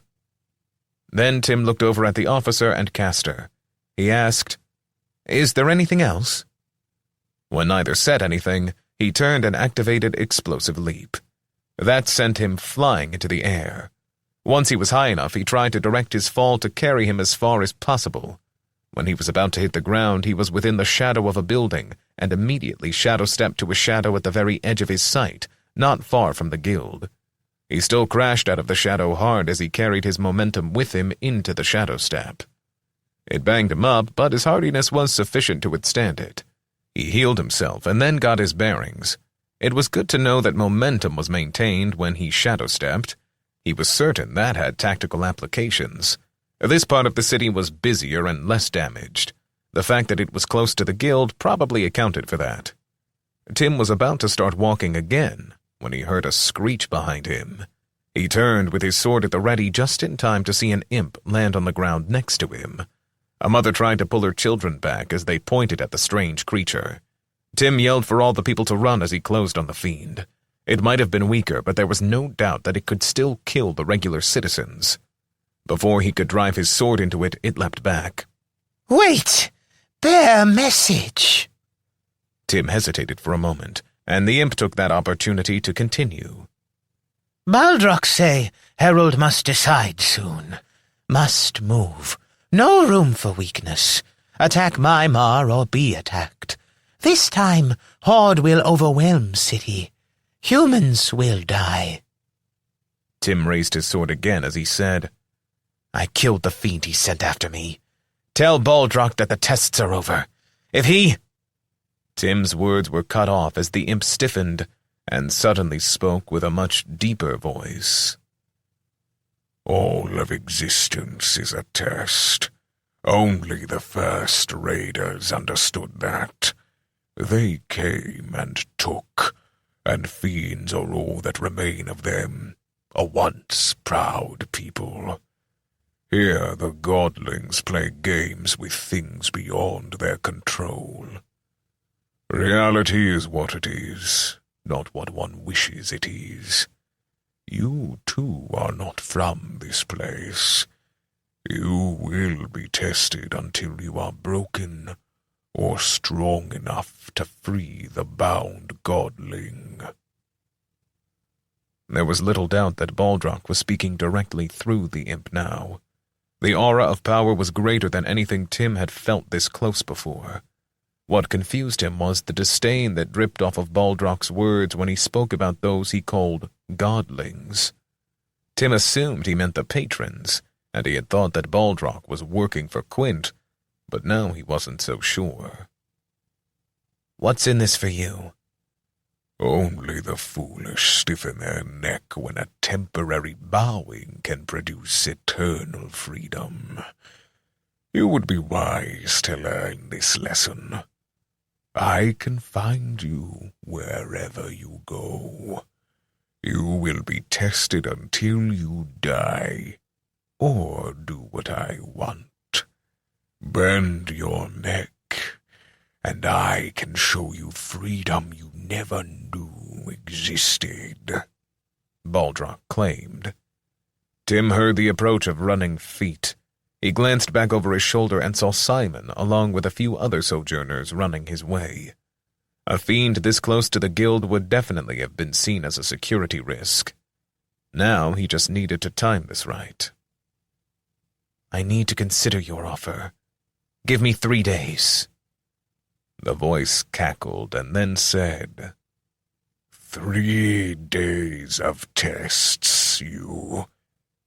Tim ended the words as he cut the imp's head off. Whatever power allowed the archfiend to speak through the imp must have required that its head be intact. It thrashed around on the ground as black ichor leaked from it, and Tim reached out with his power and consumed the fiend. Its body dissipated in a sparkle of energy just as the other sojourners arrived. Tim explained that an imp had landed and squawked at him. He didn't go into details about the conversation, as that was part of what Tim was still keeping close to his chest. Simon seemed content with the explanation, especially when Tim told him that it was the second fiend attack this morning, and that he needed to speak with Charles right away. The monk didn't seem to notice the fevered look on Tim's face as he absorbed the energy from the imp. Tim fell in behind the others and followed them back to the guild hall. As he did so, he looked at the brief notification he had received. Cull the blood, 2. 2 out of 100. 60 XP banked. Acuity, plus 0.5. Cannot be used until a full point is accrued. Oh, so much for the quick rewards he had been getting from consuming before. It would have been too easy if it continued like this. A part of him reveled in the fact that he would simply have to consume more. That scared him, but he managed to tamp it down. Chapter 27. Back inside the guild. Once inside the guild, Simon gave instructions to some of the others, who must be acting as guards, and then escorted Tim to Charles. The guildmaster was clearly busy, but still took time to hear about the fiend. Tim gave him a summary of it, but left out anything about consumption or messages from the archfiend. When he was done, Charles stared at him for a good 30 seconds before saying anything. Well, you were the first level 20 that Terra has had in a couple of generations. You've accomplished a lot, and what Simon has told me has great potential. I have a few candidates that I'd like you to give skills to today. If nothing else, it would be amazing if we could get every sword wielder to be a Grand Master. Now, that won't be so easy. I have to check, but I am limited to moving a skill once a day. Meaning, if I transfer the skill to someone, then I get whatever skill they had in that slot before. That is fine in that it builds up my list of transferable skills, but I can only transfer Grandmaster Sword back to my active skills once per day. In other words, I can only give away a skill that I want to keep on my active list once a day. Before Charles could reply, Mischief ran up out of his pocket, squeaking. Remember what you did with me. If they have any empty skill slot, then you can give the skill away without losing it yourself. Stupid humans. What would you do without me? Tim explained what Mischief had said, while leaving off the last part. So, is it possible to use the skill rod to remove a skill? Charles stroked his beard as he thought about his reply. Not with a skill rod, no. There is a high-level Arcanist skill which can strip an active skill from another Sojourner, but it is not guaranteed, and it is very painful, as I understand it. So maybe this isn't quite the solution I had hoped. He can still strengthen the leaders. It will simply take time, Simon said. Then he added, and don't forget, he can give skills for which the target doesn't meet the requirements. We can have warriors capable of spells and low-level Sojourners with powerful, unique skills. There is also the fact that he can evolve skills, or at least that he has done it once. Time is what we don't have. Think about how massive the Mimar army was. We may have them bolted up for now, but the very fact that they could get this close changes everything. Add to that the fact that fiends are now appearing in the city itself. Oh, and the fact that, apparently, the world's most deadly dungeon can spin astral tendrils into other parts of the world. Simon and Tim both nodded. When it was all laid out, it sounded a bit overwhelming. Tim replied, I'll do my part, but I should probably go get some skills more appropriate for a dervish. Will I still be allowed to use the skill rod this morning? Charles replied, As soon as you pass on the skills that you have available. Simon has a list of people with whom we want you to share skills, so just tell him what you have available now. Mostly, we are looking for higher-end skills, Master or Grandmaster. And of course, unique skills of those with high-level requirements. Oh, and as compensation, we will pay all the charges with the skill rod. You get to cut to the head of the line and spend as long as you want, but focus on quality over quantity. We can always give people low-level skills. Tim felt the dismissal in Charles' words, so he turned and left as soon as the guildmaster finished speaking. Simon led him to a group, wherein he shared Master Assess, Master Stealth, Grandmaster Swordsmanship, and Explosive Leap with various people who were deemed to be important to the guild. The skills he got back, with one exception, were all lesser versions of what he had, and the notification he got said that the skills were not added to his list. The one skill that he did get came from a berserker to whom he gave Explosive Leap. It was another movement skill, which he traded out. Enhanced Run. Rarity, Uncommon. Prerequisites, Sojourner, Hardiness, 20, Flexibility, 18. Mana, 1 per minute in Marathon mode, 1 per 4 seconds in Sprint mode. Description. This skill improves every aspect of running by using mana to enhance it. In Marathon mode, this skill will enable the user to run for 1 hour per hardiness at 80% of maximum speed without suffering any fatigue. In Sprint mode, this skill will increase the runner's speed by 10% per flexibility. Tim liked flying too much to ever want to use this skill, but he could see how it had uses. He was just glad for this process to be over, as now he got to go to the skill rod. He would have been lying if he said he wasn't looking forward to messing with Burke again. He planned to let mischief torment the man. When he arrived, other sojourners who were ordered out of his way got upset, but he'd just have to deal with that later. Inside the room, he found not only Burke, but a pair of sojourners waiting with him. They were both in military uniforms, so they must have been ones who signed with Caesar rather than the guild. They were relatively powerful based on what he sensed, Tim expected at least low teens, which spoke to how much Caesar wanted to maintain control of the rod, and through it, the guild. Rather than worry about that, Tim held his hand next to Mischief's pocket and let the mouse climb onto it. "Berkey, I'm sure you're glad to see me again. This time, no holding back the good stuff. I get access to all the skill books." The man frowned in response. Yes, I've been made aware of the situation. Yeah, and the guild is paying for any skills I want to try out.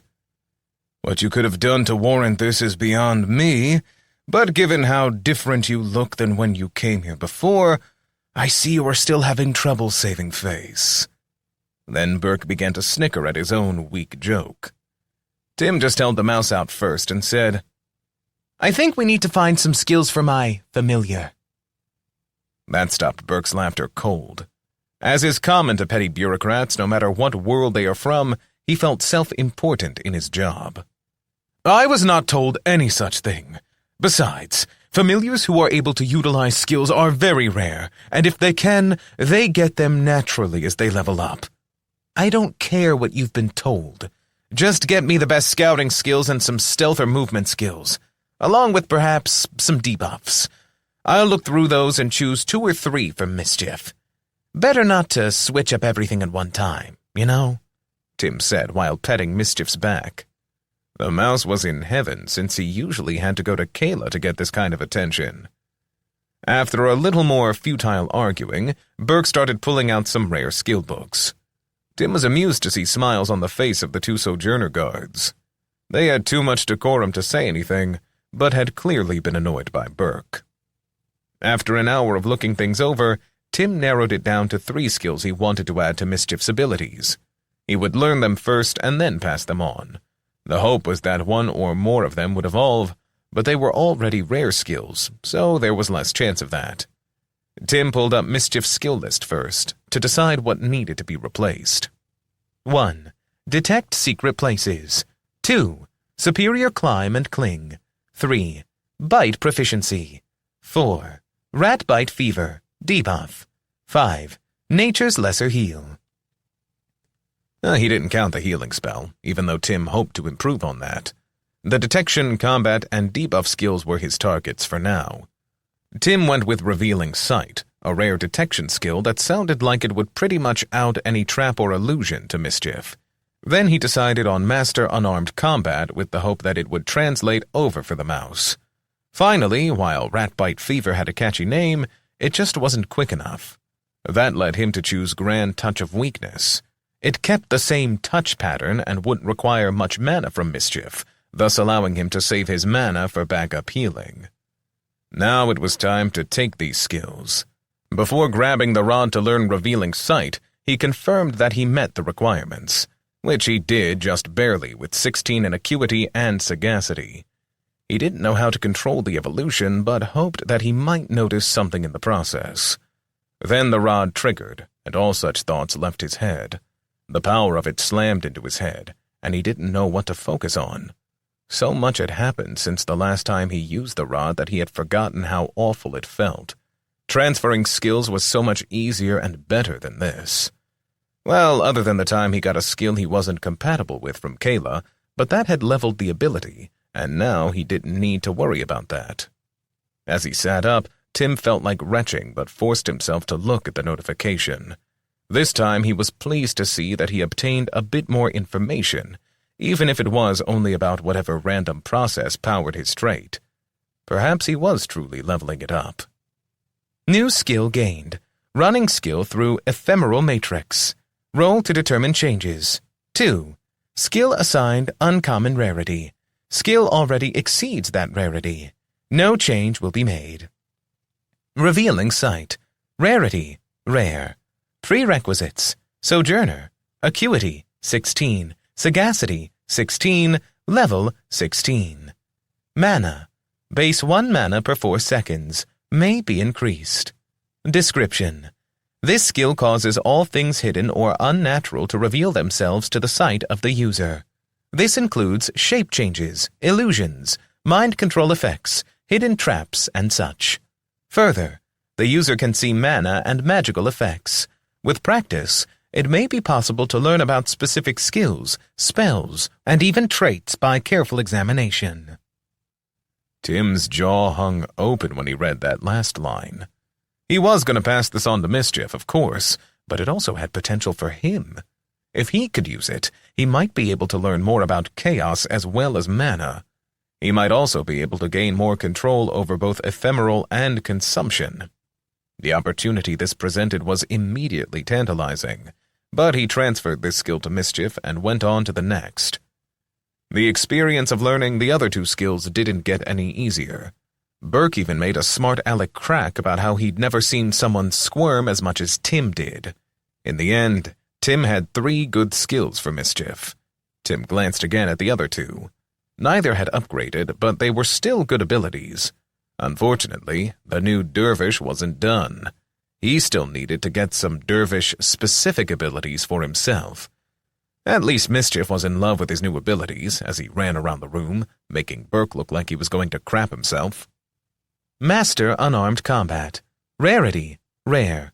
Prerequisites. Sojourner. Flexibility, 24. Level, 12. Description. Base accuracy of any natural or unarmed combat attack is increased by 300%. Base damage is increased by 100%.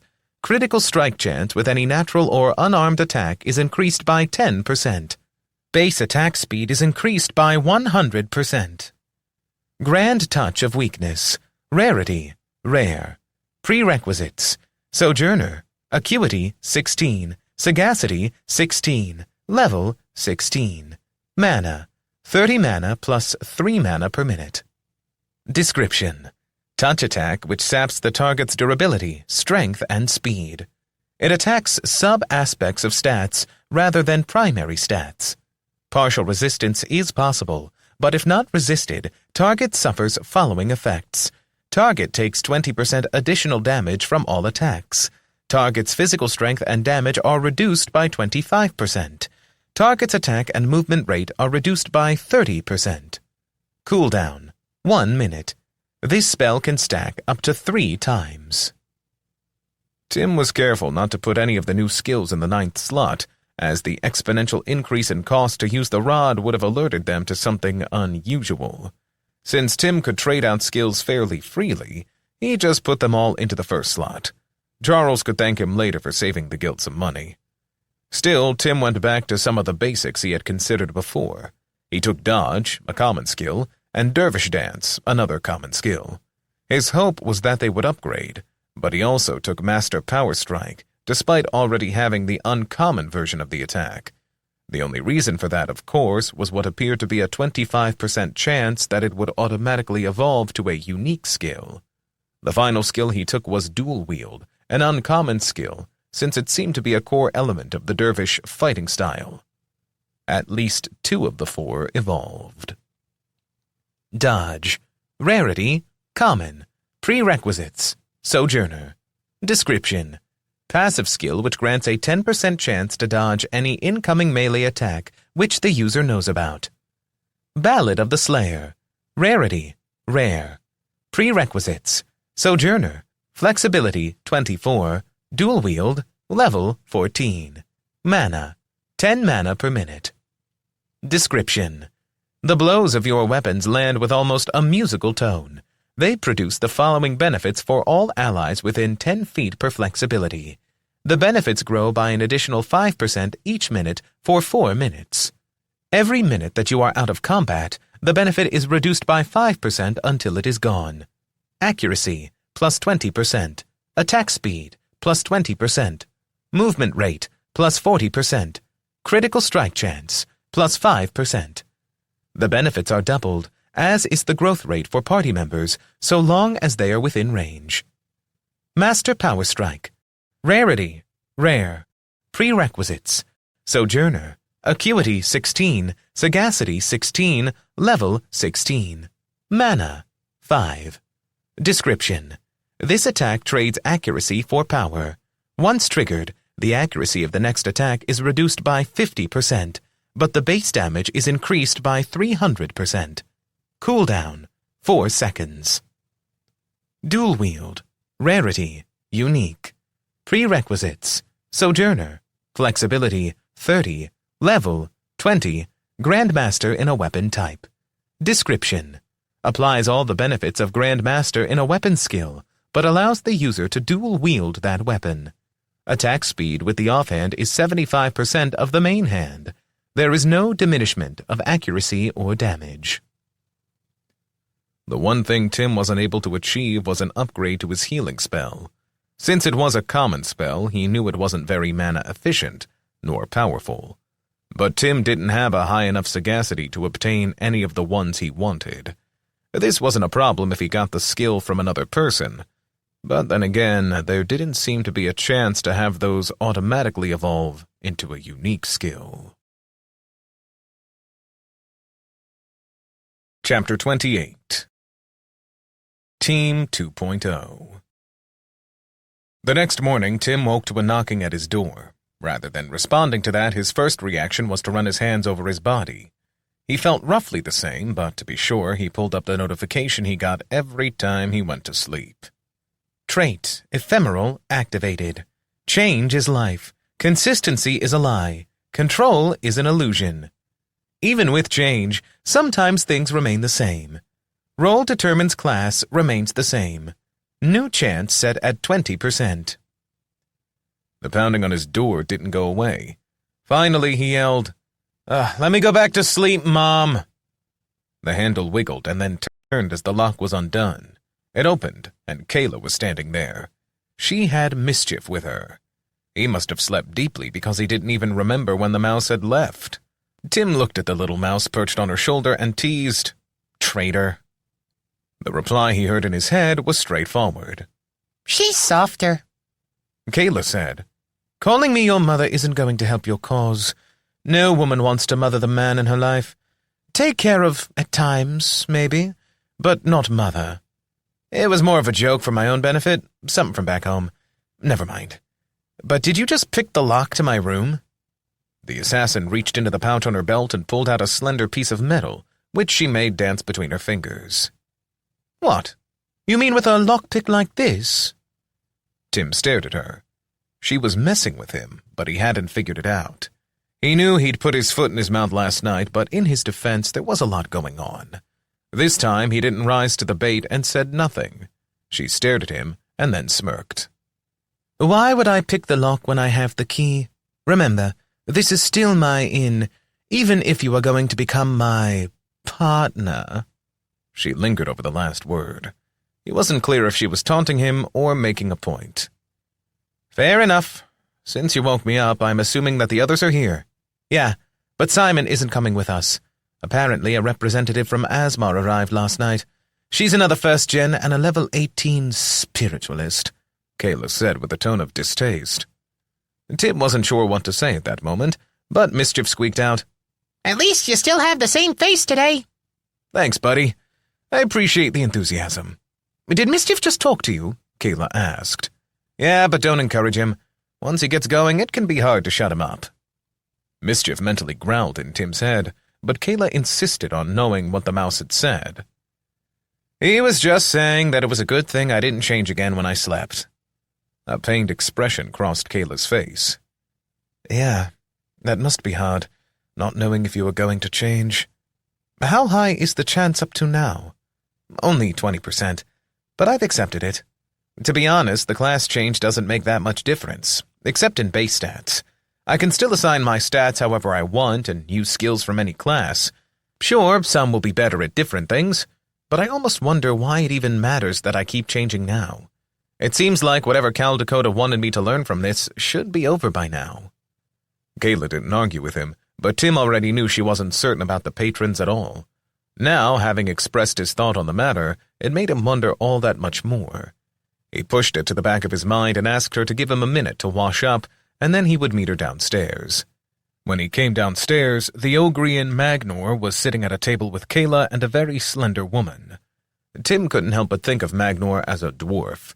He couldn't have been over 5 foot and was very broad across his chest, while sporting a long, thick beard.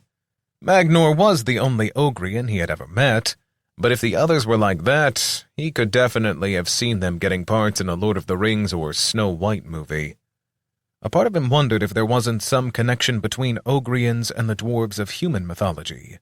But again, that wasn't important. He focused instead on the third person at the table. She was in highly impractical white robes, and even with her back to him, he could make out her long, cascading hair that was like spun gold. Sometimes people say that a blonde woman has golden hair, but that would do a disservice to this woman. Her hair was truly golden in color. There was also the little detail of the pointy ear he saw when she pushed her hair to the side. If Ogrians were parallel to dwarves, then maybe Asmarians were elves. Tim walked down the stairs and pulled out the fourth chair at the table. He nodded at the Ogrian. "Magnor?" Then smiled at Kayla. "As beautiful as ever." Finally, he turned toward the woman. Her features were angular and sharper than any human's, the eyes almond-shaped, the cheekbones high. Her face was both severe and yet oddly perfect, perhaps too perfect. "Hello, I'm Tim." She sniffed. "Dawn rise to you, human." So, she was the haughty type of elf. He wasn't going to be deterred. If he was going to be stuck on a team with these people for a few days, then he was going to make the best of it. "Not sure of your customs, but I'm used to people sharing their names when they meet new people. We have to depend upon one another, but I don't care how many orders Charles gives me. I'm not going to be in a team with a healer who isn't even polite enough to get to know the people who will be depending on her." Another sniff. It almost seemed to Tim that she tilted her head in the air. "Humans are so prickly. You have no more choice in the matter than I do. Your guildmaster can enforce your obedience, so let's not make the pretense that we are friends." "He can sure try," Tim replied. Her eyes widened at that before she regained her composure. "Human bravado. I swear you are worse than the Roshians. Still, if it will move this farce along faster, I am Alindriala." "Glad to meet you, Alin. Or maybe that's a stretch. But then again, I shouldn't expect better manners from an elf."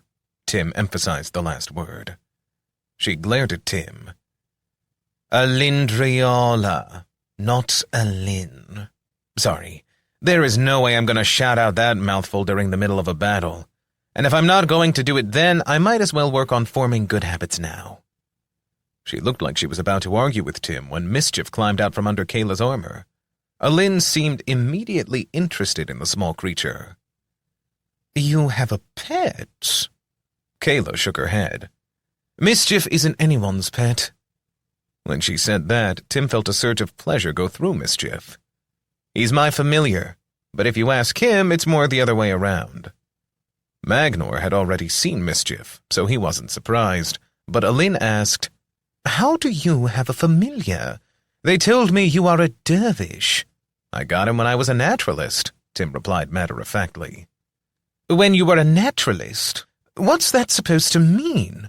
And even naturalists don't have familiars." Tim found he was enjoying her shock and confusion as a pleasant alternative to her initial Ice Princess routine. "Yeah, I still had one of my bestial spells. It was a unique binding spell. Mischief gets half of my acuity and sagacity, and a quarter of my hardiness and flexibility." Even Magnor didn't know about the mouse's class changes, so rather than let it get any more awkward, Tim started explaining. They both had a number of questions. He avoided anything related to his chaos abilities or still being able to level up past 20. Once Tim had had enough of explaining things, he stopped the questions, and Magnor said, "We're supposed to hit a dungeon to practice teamwork." Kayla groaned, and Tim arched his eyebrow. She answered his unspoken question. "Oh, it was bad enough going into a dungeon with Simon, someone I know and trust, at least in a battle. Back then I didn't really know Tim. Now I do.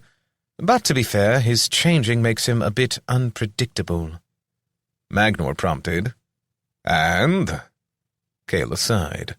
Tim could see that had been her attempt to be diplomatic, but now she replied, "And? I'll tell you what and is. You're a pompous jerk, Magnor. I think you may be competent, but I don't have a big enough sample size. Then there is Miss Stuffpants over here. I really don't care what race you are. If you are going to be on my team, I have to be able to trust you and feel like you've got my back. The Ogrian snorted, making his thick mustache bounce. Alin had the decency to look a little embarrassed, or at least that was what Tim thought the expression on her face meant. It took a moment, but she opened her mouth. I must apologize. I am a spiritualist, and all sapient life is precious to me. I would never do anything to harm any of you or allow harm to come to you. It is simply that I find your mannerisms jarring. Please, forgive me. Tim said, It's okay. Back on Earth we used to have tension between different groups of humans, and that was only because their skin color was different. There were no other races besides humans, but we still found things to fight about. It was somewhat similar on my homeworld, but more about fighting for the good mining spots, Magnor said. Alin looked at her hands as she said, To my shame, there were great disputes between the city-dwelling and forest-dwelling people on my world, even though we were all Asmarians. Tim said, See? It can be confusing for us first-gens. We didn't grow up in a world where there were entirely different races of people. Heck, I've only been here for 2 weeks. Magnor said, 10 years for me. But I was 40 when I was pulled here. I've been here 50 years. But I just think my people don't change very easily. Only my belief that Simona pulled me here for a reason keeps me motivated to grow and learn. That is why I have reached level 19. Tim's mouth was hanging open. You look like you're 25, Alin. Just how long do your people live? Around 200 years, but it can be a bit longer. We don't generally show much in the way of aging until around 150. Being a sojourner has only slowed that process even more. Tim whistled. 200 years? Wow. Kayla said, None of that excuses us not getting along. If we are going to be a team, we have to work together. And I guess I need to know if you all really believe in the patrons.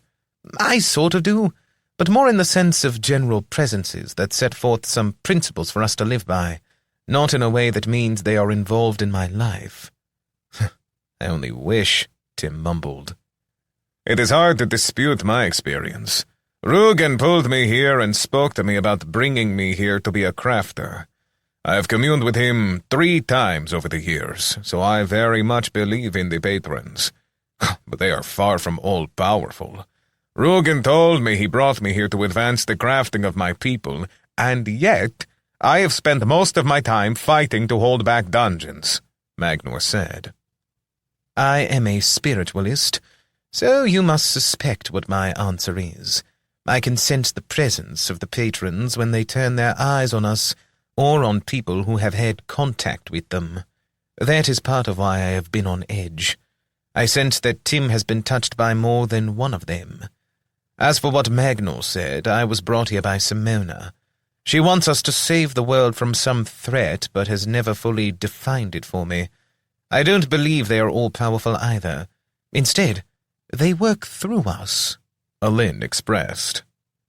So, it's true then, Kayla observed as she ran her fingers through her hair. It was a gesture that Tim had seen her make more than once when she was nervous. Magnor seemed confused.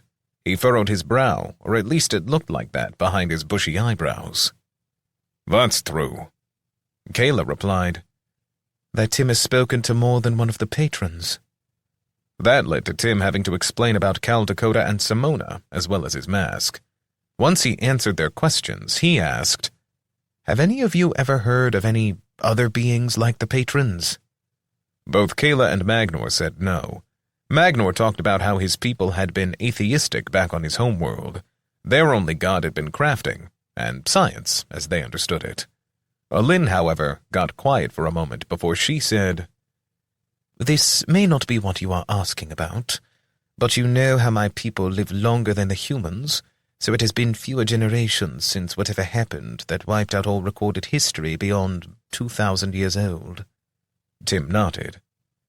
Okay. You know something? Not no, but there are these really old legends. I might not have ever heard them, but as a spiritualist, it's part of my job to look into such things. The long and short of it is that supposedly, in the distant past, there were 5 patrons, not 4 patrons. Magnor scoffed. That doesn't make sense. There are only 4 different races on Ion Kusente. What about the Maimar? Could they be another race? Kayla asked. That made everyone quiet, and once again it was Alin who spoke up. No chance of that. I've fought some of them. They are corrupted. There is something like an Asmarian soul in them, but there is also some dark energy in them. They feel more akin to dungeon monsters than any of you feel. That led into a discussion about what they could do. The conversation dragged on until they were forced to leave since the workmen had shown up as promised. The group went to the guild and grabbed an early lunch on the way there. They each outlined their skills for one another, and then Tim dropped the bombshell about his ability to transfer skills. Magnor and Alin almost didn't believe him until Kayla agreed that he was telling the truth. That led to them wanting to try it out, which was just fine with Tim. He wanted to get a healing spell from Alin anyway. Tim explained how he could return it to her so it wasn't like she would lose anything. He promised Magnor they could try it out another time, but once he found that Alin had a unique spell, he wanted to see if he could get it from her. She almost didn't agree, but after some pleading, she agreed to let him try. The result was that he became the proud owner of Simona's Lingering Glory. Rarity, unique. Prerequisites, Sojourner, Sagacity, 30. Level, 18. Spiritualist. Mana, 35. Description: heals target for 300 health, and then 12 health per second for 1 second per sagacity. Range, 10 feet per sagacity. Cast time, 1 second. Cooldown, 1 minute. It was powerful enough to heal any of them except Magnor to full health, almost from the point of death. Tim took one last look at his skill setup and then followed Magnor, as he said he was going to take them to their assigned dungeon. He felt much better about the team. Even just a morning of getting to know each other, sharing stories about their homeworlds, and talking about their abilities made him hope this could work. Equipped class skills/spells.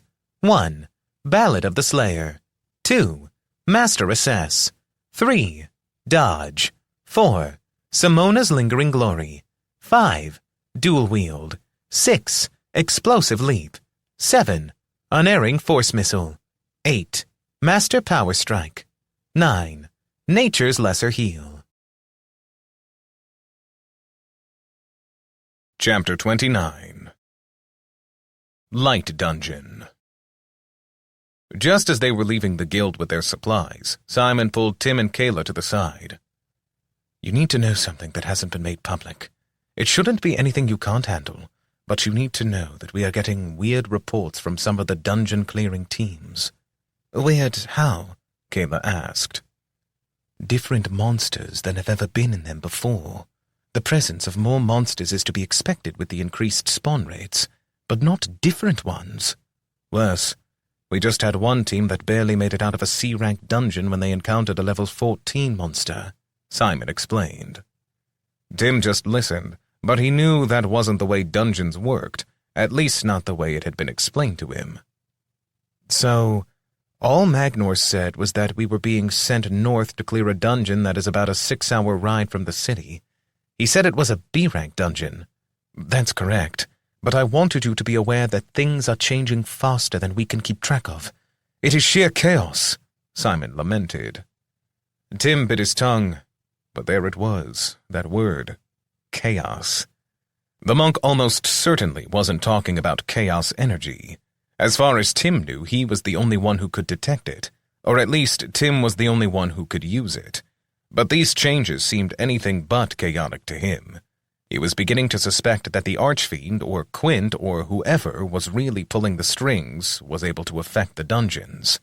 In fact, he was beginning to believe that all the dungeons were connected. Given the fact that a portal opening into a wing of a dungeon that was hundreds of miles away had appeared just hours from the city, his guess definitely felt like it had merit. Thanks for the heads up. We'll let you know what we find out. Honestly, this trip is more about finding out whether we can work with Magnor and Alin. Charles seems to be pushing for me to work with other first-gens for whatever reason." Simon's face took on a grim expression. He didn't say anything, but Tim could see that he had an opinion he didn't feel free to share. He and Kayla said goodbye and then walked quickly to catch up with the 2 foreign first-gens at the stable. From there, they got horses and headed out of the city. They would cover the 35 miles in about 6 hours unless they pushed the horses, but there was no reason for that. The generals and guild leaders were still working out a strategy for counterattacking the Mimar. It frustrated Tim, but he still had enough to keep himself busy. He and Kayla shared a little small talk during the trip, but mostly everyone rode in silence. That was fine by him, as he needed some time to clear his head anyway. When they arrived at the dungeon, he felt fresher than he had before, even with Mischief's games along the way. The mouse was riding in his favorite location, and every so often would turn on their sensory sharing. It was always a shock to the system for Tim. At least the mouse knew not to do that in a dangerous situation. It was just annoying how funny the mouse thought it was to make Tim practically jump out of his saddle by suddenly passing on the sensation of warm flesh pressed up all around him. That stopped now, though, as even the mouse put on his game face for the dungeon. It was typical, or maybe not typical. After all, Tim had only been in 3 dungeons before. That was if he counted his foray into the abyss. Either way, it was a large mouth in a hillside. There was an ominous feeling around it, which said it was no normal cave. When he walked up to the entrance, Tim could feel the chaos energy roiling inside. Magnor announced, "I'm first, then the assassin, then the spiritualist, and the dervish will bring up the rear. I'll tank any monsters and call targets for the rest of you. Keep your buffs up as long as you can, and speak up if you are having any problems. Just because this will be beneath us in level doesn't mean that we shouldn't take it seriously. Besides, if we get the dungeon clearing record, we might be able to get a bonus." Kayla sighed. We have names, Ogrian. Don't call us by our classes. This is what Tim was talking about." Magnor grunted, but said, "Okay, Kayla." Tim asked, "One more time, what is this dungeon known for?" Kayla replied, since despite their briefing, she was the only one of them who had been here. "It has a great number of traps. It is populated by 2 general monster types. They are small humanoid creatures with 4 arms called screechers. They crawl the walls, fight with rocks and spears, and have a sonic attack. Sometimes there will be elite types. The normal ones are low HP but relatively high damage for their crude weapons. We are beyond their level, so the sonic attacks shouldn't be that bad." Alin asked, "And the second type?" "They are winged monsters with the upper body of a woman but with lizard scales. The lower half is like a bird, complete with talons. They typically fight with spells and will use their wings to try and keep their distance. They are generally around level 10 and have a wide range of spells, from elemental attacks to illusions and other mind-affecting magic. So don't trust your eyes if you see something that seems odd." They all nodded and then watched as Magnor went in first. Tim waited for all the others before going in. Right before he stepped in, he would have sworn that he saw an imp perched on a tree near the dungeon, but he was already in motion. "Do you wish to enter the Vale of Shadows?" The name was ominous, but Tim had already known it, so he accepted, and soon stepped out into the dungeon. He was immediately greeted by a bright light, which forced him to cover his eyes. The others were having similar reactions, although it seemed to affect Magnor the worst. As his eyes adjusted, Tim saw that it did not look like there were many shadows here. The entire place was a large, wide-open room with marble columns and wide arches. The room was rectangular, with a vaulted ceiling that went up at least 100 feet. It was 50 feet wide and 300 feet long, with 2 doors on each side and what appeared to be another door on the far wall. The light was the most confusing part. It seemed to fill the air without any visible source. Even the corners were as full of light as the rest of the room. The air was warm with no discernible breeze but a pleasant scent, which Tim couldn't place. Kayla laughed. "So much for the Vale of Shadow." They briefly discussed whether they should continue, but they decided it was necessary, given that the dungeon was reportedly set to overflow with monsters soon. If they didn't clear it, they would be up to their necks in monsters. Kayla set Mischief on the floor, and then she and the mouse began working to clear the massive room of any traps. It was slow going because while everything was well lit, that didn't rule out magical traps or simple things such as pressure plates. Mischief shared his vision with Tim as he used revealing sight. The first thing that hit Tim was that the light was magical. Maybe that shouldn't have been a shock. How could there be this much natural light inside of a dungeon? But there was more to it. Tim had the sense that the light was hiding something, but he couldn't discern for sure what it was. Magnor and Alin both settled in to wait while the others worked on clearing the massive room, but Tim wasn't as patient as either of them. He began pacing until Magnor snapped at him to stop it. He wanted to complain that this was going to take hours, but he knew that would simply come across as whining. Since they had chatted all morning and then had ridden for 6 hours, it was already approaching dinner time, and they hadn't even moved past what was essentially the foyer of the dungeon. Fortunately, about 2 hours in, his impatience was soothed, as a scraping sound was heard coming from the first door on the left. Tim moved over to investigate, with Magnor and Alin following him. It sounded like some creature was scraping at the other side of the door. Tim called out to Kayla. She returned and took up a position on one side of the door, with Magnor in front of it, Tim on the other side, and Alin well back in part of the room which had already been checked for traps. The doorway was only the size of a normal human door, so Tim was confident nothing too large could get through it. Truthfully, he didn't care what it was. He was chomping at the bit to see some action and try out his new skills. Tim held a sword in one hand and reached out to turn the pull on the door's latch with his free hand. Then, with a jerking motion, he swung it open into the room. Magnor was almost immediately swarmed by small, furry screechers. They came out of the floor, the walls, and the ceiling. He swung his axe and bisected the first one to reach him, and in turn, the second on his return stroke. They were simply coming too quickly. Tim laughed as he realized this was where an elementalist would have shown off. He could have dropped a column of fire on the doorway and burnt up anything trying to get out. Since they could climb out on the walls, heading higher up or spreading to the sides, Magnor was unable to stop the flow. Tim shouted, "Back up, Magnor, and protect Alin! Mischief, work with Kayla! I'll handle this side of the room!" Then he activated Ballad of the Slayer and pulled his second sword from the soul pouch. The screechers on his side tried to swarm over him. They had small daggers, rocks, and simple spears. Tim wove between them and lashed out with his blades. He stopped trying to see and react to each attack, but let the instincts of the dervish take over. It became a dance, and he realized that elementalists were not the only ones equipped to deal with this. It might be slower, but any of the screechers that got close to him died. Every blow was a critical strike due to their level, and Tim's damage and speed continued to increase, thanks to Ballad. The others must have been feeling the same effects, for even Alin had given up on healing and was twirling a staff around.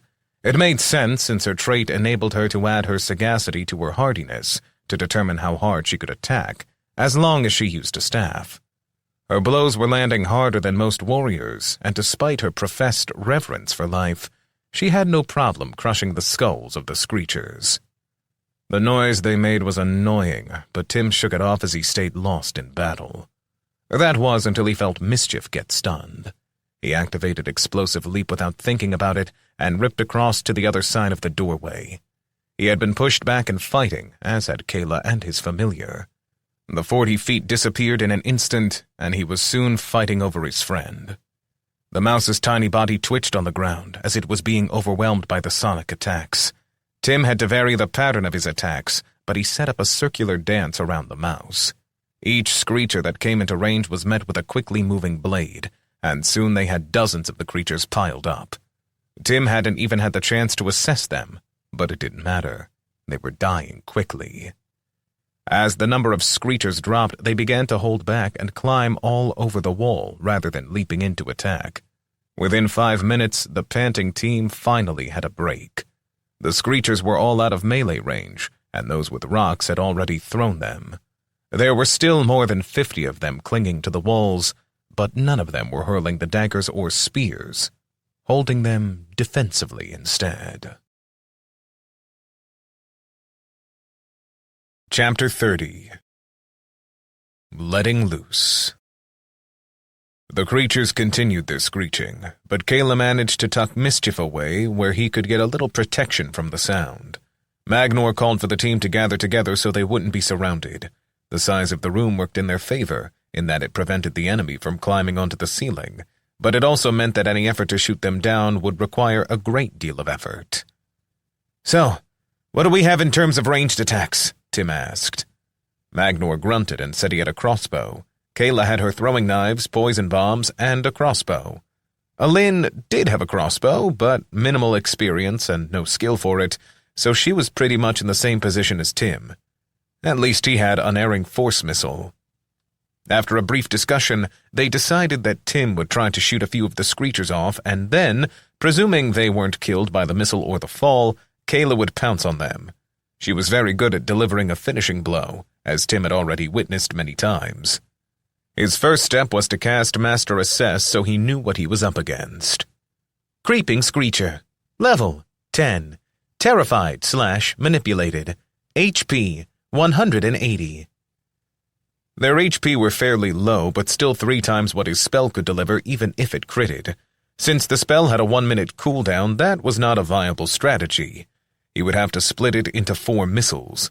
Then, if he did a forced second casting, it would cost 25 total mana, which he would regain within just over the minute cooldown. If it worked, this was still going to take 10 minutes to get rid of all 50 of the creatures. For some reason, Tim had always imagined that dungeoneering would be more like non-stop action. Instead, he was finding out that it was far more about hurry up and wait or slow, methodical action. He took aim for the first blast and managed to knock all 4 that he hit from the wall. Tim jumped in to help Kayla while insisting that Magnor stay and protect Alin. The second blast went off just as well, but after that, the creature seemed to be getting a better hold as they prepared for him. Even then, each attack still managed to knock 2 or 3 off. When they were down to the last dozen, the creatures must have decided that it was do or die, because as one, they went at him. Tim drew both blades, but before the group of monsters reached him, a small bomb exploded in their midst with an acid poison that started eating away at them. It was simple to clean them up after that. Then they got the next real surprise. Your party has slain 383 creeper screechers. This is the entire current population of said creature in the dungeon. You can only eat what you kill, and thus gain 1 XP for each of these creatures that you assisted in killing. XP 297. They compared notes and didn't understand how any of them could have gained XP from the creatures. Their level should have precluded it. The line about eating what you kill creeped Alin and Kayla out, but Tim didn't share his thoughts about it. He couldn't even admit that he had gained XP since he was at level 20.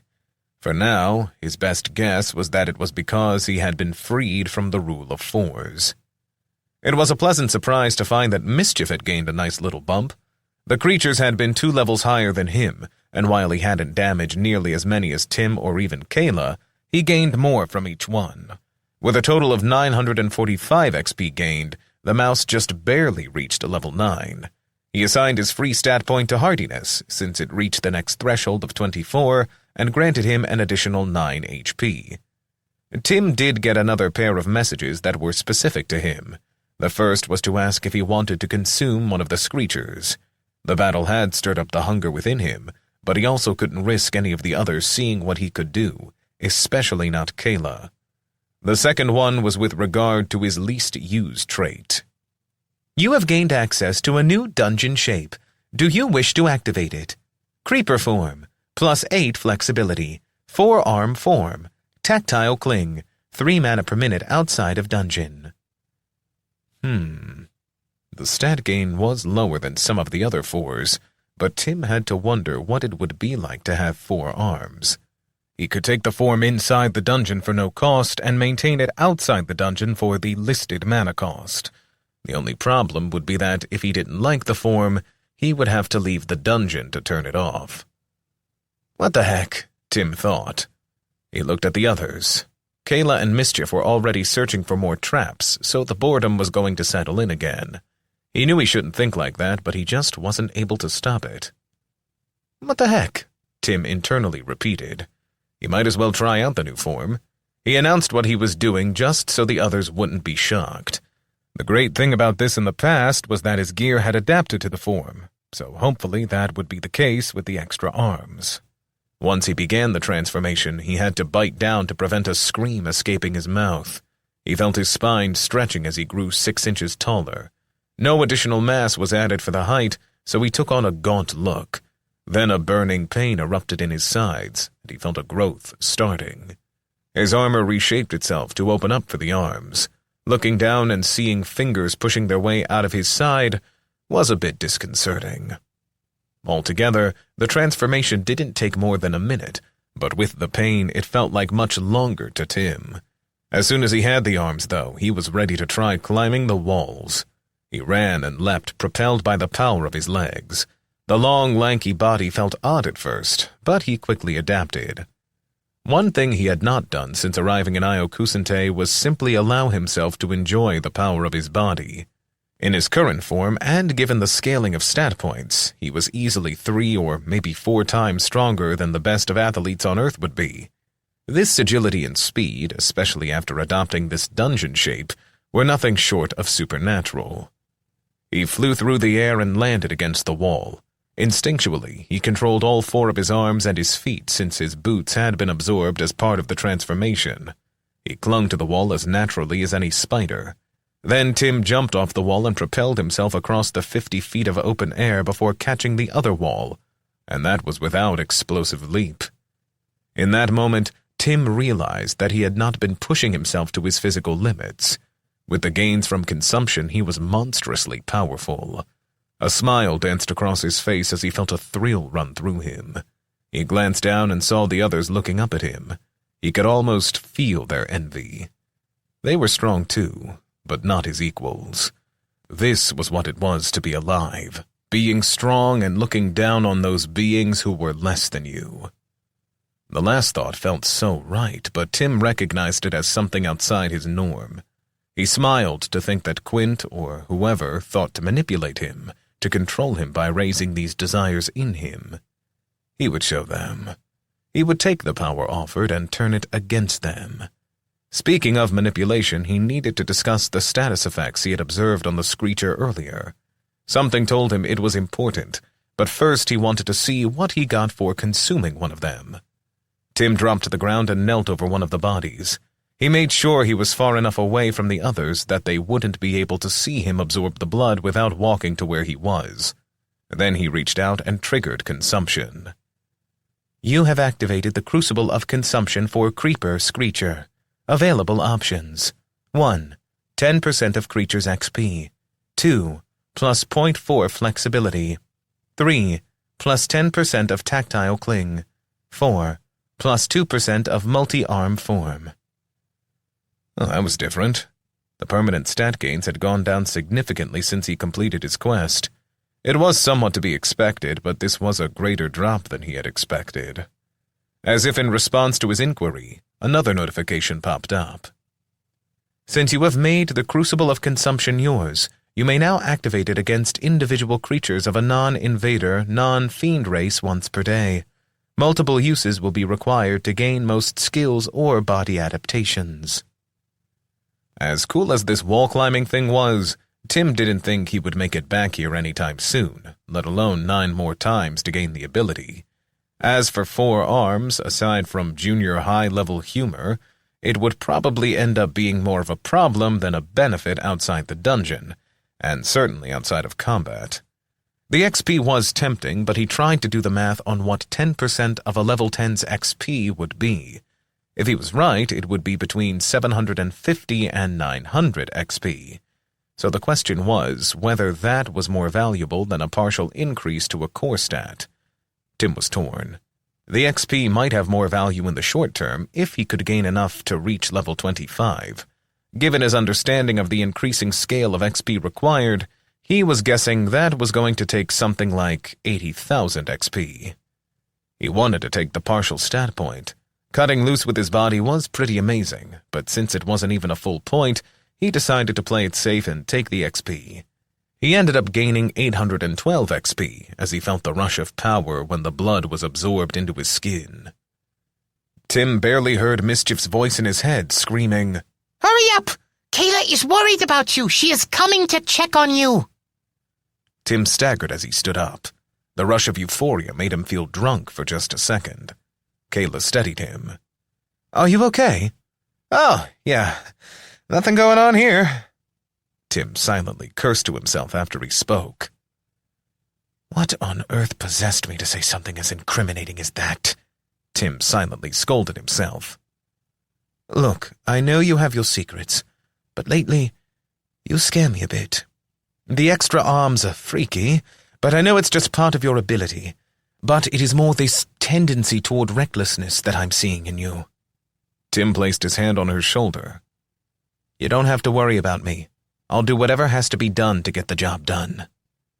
She stared into his eyes for a moment, but then simply nodded, as if to herself. "Okay. Well, we cleared the room. We need to pick a door to go through. Yeah, before that, we need to discuss what I saw when I assessed the monsters. I wasn't worried about it at the time, but the more I think about it, the more significant I think it is. But I should tell all of you at the same time so I don't have to repeat it." With that, they walked over to the other two, and Tim explained about the status debuffs he had read on the monster. If it had only been the terrified status, I would assume that was from combat, but it was also the manipulated status. To me, that implies that they were being controlled. Is that something the other dungeon monsters could have done to them? All eyes turned to Kayla. She took a moment before answering, but finally said, "They might have the power. Well, probably not for this many screechers, but some. I don't know. I've never seen the monsters in the dungeon fight each other. I'm more inclined to think this is part of the strangeness that Simon was talking about." Alin said, "I haven't mentioned it, in case it was just me, but I have felt something here. It is hard to explain it, as most people think I'm just being a crazy spiritualist." Kayla said, "No, well, listen. That is what teams are for. How to put this? There is this, I guess you would call it, an energy inside of dungeons." Magnor jumped in and said, "You mean like mana?" "No, not mana. Definitely something different. And this is where you all start looking at me sideways and act like I'm crazy," Alin said nervously. Tim didn't want to give too much away, but he was curious what exactly she could sense. "We don't think that. For what it's worth, it may be part of my oddness, but I felt like there is something inside of dungeons that isn't anywhere else too." Alin smiled at him. Tim couldn't tell if she thought he was patronizing her or if she appreciated the support. Either way, she continued. "Whatever that energy is, there is a lot more of it in this dungeon than I felt even in A-grade dungeons. So I believe that whatever empowers dungeons may have altered this dungeon in some way. We need to be careful." "Careful is good, but I also want to get back to the city before they start the counteroffensive. So, time to pick a door," Tim declared. Chapter 31. Doubt and Horrors. The tension level rose between them. Tim felt like his abilities weren't being tested, and it was even worse now that he had 4 arms. He used his arms for swords, although 2 of the swords were non-magical. He still felt like a blender as he waded into the foes. At one point he shouted out, "It slices! It dices! And so much more!" The phrase was lost on the others, and Tim grumbled to himself that it wasn't fair all his jokes were lost on everyone else in Io Kusente. As far as foes, their next door led them to another wing of creepers. Then they found a room with a dozen elite versions. Something was different about them, though. While similar to the others, their movements seemed jerkier and more robotic. Each of them had large red bumps on the back of their necks. The elites were more than twice as strong as the lesser versions, but found in the same wild pack style. They had a different debuff status than the others. Rather than manipulated, theirs read as controlled, and instead of terrified, they were mindless. It showed, too. Their extra strength, reach, and speed were entirely wasted, as they clearly weren't acting with much intelligence. The only good part was that Tim was able to consume one of them. It had been difficult to make up an excuse, but ultimately he brought up the rear and just hung back a second longer. They were level 12, so the XP reward was a bit better, and with the single point that he got for each kill, it added up to another 1,969 XP. The rest of the team, or at least Kayla and eventually Alin, were asking him how he felt. Tim started to get tired of the question. Couldn't they see how well he was doing? The thought kept going through his mind that he probably didn't need a team at all for this.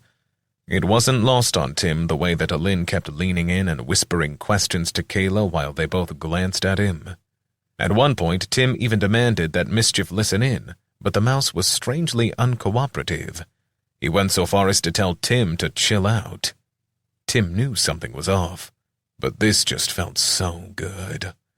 When they made it back to the open room, they saw that each of the wings they had cleared now created a line of lights on the floor leading to the end door. Tim wanted to force the end door open now, but there was still something holding it shut. Kayla insisted that they had to clear the other two wings, but Tim struggled to listen to it. He hoped there would be a challenge worthy of him behind the final door, but no, he had to go clear the other wings. The third wing held a couple hundred of the flying bird women. They cackled and launched a variety of spells, but at level 10 they just weren't powerful enough to affect the team. Alin even erected a barrier, which prevented the spells from hitting them. Not that Tim needed her protection.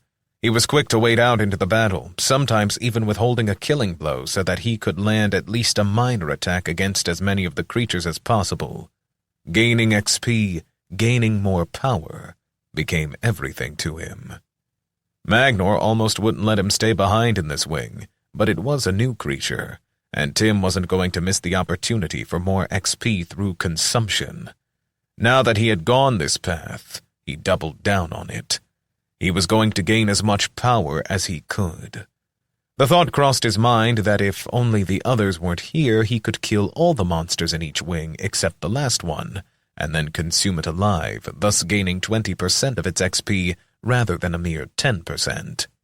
Even though they held him back, he got another 1,051 XP, which pushed him up to over 200,000 total. Each time he used consumption, it came easier to him. It started to feel like second nature, and he couldn't wait to find more creatures to consume. He told himself all of this power would save the people of New Rome. He would be a hero, and they would all love him. He just couldn't believe that Charles was making him go out with a team. Tim was almost positive they were only holding him back. Now they were going into the fourth door.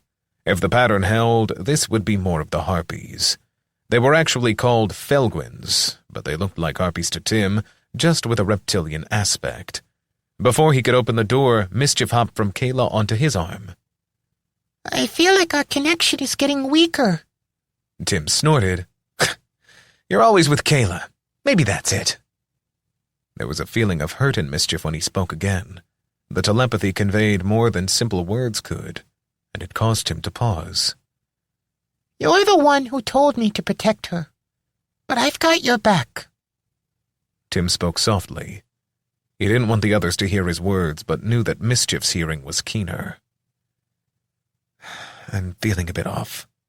More aggressive. Did it occur to you that slurping up all that blood might have a negative effect? Jeez, I'm the one with the brain that's smaller than your fingernail. Despite himself, Tim chuckled at that. We need the power. I need the power. It's the only way we can defeat what is coming. I just have this feeling that it is more than we have expected. You mean here in this lair? Mischief asked. Well, obviously something is up. Something is controlling the dungeon monsters. I can feel an increased level of chaos here, so we may be looking at a fiend. I don't want to spook the others, because if there is a fiend that can do this, it is all the more reason for us to clear this dungeon. But I was talking about the greater fight. Quint and all the others think they can control us, but you and I are going to show them. We will make our own path. That's right. You and me. I'm stuck with you after all. Just don't forget I've got your back. Kayla may be better for snuggles, but bros before. Tim cut him off with a chuckle. Don't go there. Besides, I thought you said human females were ugly. Well, you all are. But it doesn't mean I can't enjoy snuggling. I mean, have you looked in the mirror? Your heads are practically round. Ugh. Mischief shivered. If you're done playing with your mouse, can we get going? Magnor asked. His booming voice cut across the room. Tim told Mischief to stay with Kayla. The conversation had helped him feel a bit more grounded. It wasn't anything earth-shaking, but sometimes it was the small things that mattered, like knowing you had a friend. With his head a bit clearer, Tim pulled open the door. This tunnel was a bit different. It was still glowing with a bright light, but the walls were covered with scorch marks, frost patches, and acid burns. There was a lingering aura of violence in the air. After opening the door and seeing that nothing was waiting to attack them, he gave way to Kayla. The assassin would act as their scout, but since she had Mischief with her, Tim could see what she was seeing. She ran down the hallway while the others waited. Magnor took up his position blocking the door. Tim had to admit he was good at his job, even if he was a pompous jerk. He focused on the sensory information that Mischief was sending. The mouse's keen ears picked up a wailing sound, while the air was filled with the stench of death. Not far down the hallway, they came across the first corpse of an elite Felguin. Its body was scorched with what looked like electrical burns, but then it had been torn open. There were no bite marks, so that seemed to rule out a fiend, like Tim was worried about. Heck, if a fiend was killing these monsters, then it likely would have not left any remains. Fiends lived to consume, as he had come to understand. The wailing sound got louder. As Kayla and Mischief got closer, Tim started to hear the sound of pleading. He passed on the information to the others, but a feeling of dread was overtaking him. It sounded like human voices. Young human voices. The knuckles on all four of his hands began to grow white as he cracked them. The tunnel opened into a room where a single Felguin was standing guard over a number of humans. Kayla moved around in such a way that Mischief could see the entire chamber. Tim almost wished she hadn't. The smell was awful, but the room was filled with partially dressed and clearly broken young men and women. They weren't only human either. While most were human, there were also Asmarians and some green-skinned orcs, which Tim assumed were Roshians. Tim sucked in his breath. They were all chained to posts and living in absolute squalor. It was like the ones he had found inside the Mimar lair, but so much worse. The evil of it was only magnified as they were kept tightly packed into the chamber. Once again, the distribution was more women than men. What was different this time was that they weren't all young. Some of the younger ones were whimpering, while the older ones just stared off vacantly. Kayla and Mischief came back to the door. Tim had already explained what they had seen, so it wasn't necessary for them to repeat. Alin was stunned, but Magnor asked, "Why would they do this?" Tim told them the story about what he had found inside the Mimar lair. My best guess at the time was that they were being kept as human sacrifices. There was an altar in the lair where their shamans killed humans in the worship of a being they call Quint. "There aren't any Mimar here," Magnor said. Which is why I said that had been my assumption. But now I'm not sure exactly what is going on. Alin had tears running down her face. We have to free those people. Kayla nodded, but Tim frowned. He said, It may not be that easy. I was able to free some last time, but they were broken inside.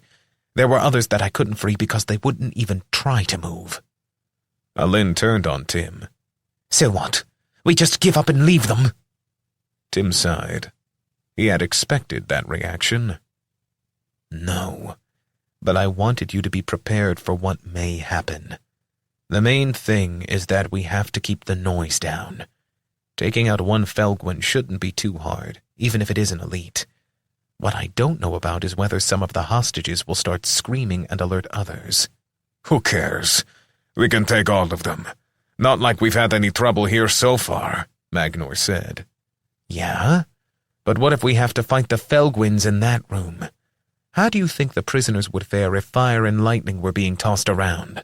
Just because there are no Ogrians there doesn't mean we don't have to protect them, Tim replied. I didn't say that, Magnor protested. But Tim just ignored him as he laid out a plan to lure the Felguin guard out into the tunnel, away from where the prisoners could see. They all gripped weapons and moved into the tunnel. A quiet fury simmered within Tim.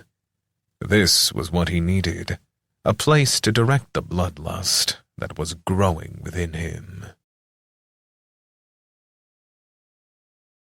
Chapter 32. Can't unsee that.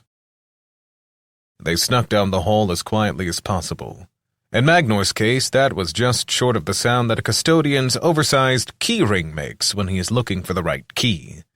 When they got to 50 feet from the doorway, Magnor and Alin stopped. Tim wasn't as stealthy as Kayla, but was definitely quieter than the Ogrian. Except then it occurred to him he could be stealthy. He used hand gestures to signal for Kayla and Mischief to stop. Then he switched Nature's Lesser Heal out for Master Stealth. He didn't have the practice to match Kayla, but this would make him much quieter. He suddenly knew just how to walk, balancing his weight so that his armor didn't make too much noise. The light that filled every inch of this dungeon made it impossible to truly hide, but he was able to creep right up to the edge of the room. Once he made sure that Mischief and Kayla were in place, Tim poked his head around the corner and used Master Assess. Felguin, Elite, Level 14, Controlled, HP 340, Primary Element, Fire. It had the same controlled status. Tim waited until it turned away from him and then confirmed that there was the same red bump on the back of its neck. The fact that the monsters had put a guard who was essentially a living flamethrower to watch over some helpless humans was both practical and cruel. Any compassion that Tim felt for the fact that the creature was being controlled disappeared in that moment. Tim stepped out and fired off an unerring force missile at the Felguin guard. It only did 32 damage, but that was enough to get it to chase him into the hall. Its reactions were a bit sluggish, and it didn't even make a noise when it chased him. As soon as it cleared the doorway, Mischief leapt at it and tagged it with his debuff. Alin threw off a golden wall, which protected Tim as the Felguin unleashed its flames on him. Thus, with the target debuffed and completely distracted, Kayla did her assassin thing and stepped up behind it. He didn't know how she could hit for so much damage in one blow, and was just glad that she was on his side. The winged creature fell to the ground. Tim looked at its body, thinking about how much XP he could get from a level 14, but he hadn't killed it, so it was better that he wait for another one. He looked up at the rest of the group. Alin, if you want to check on the prisoners, you can, but try to make sure they stay quiet.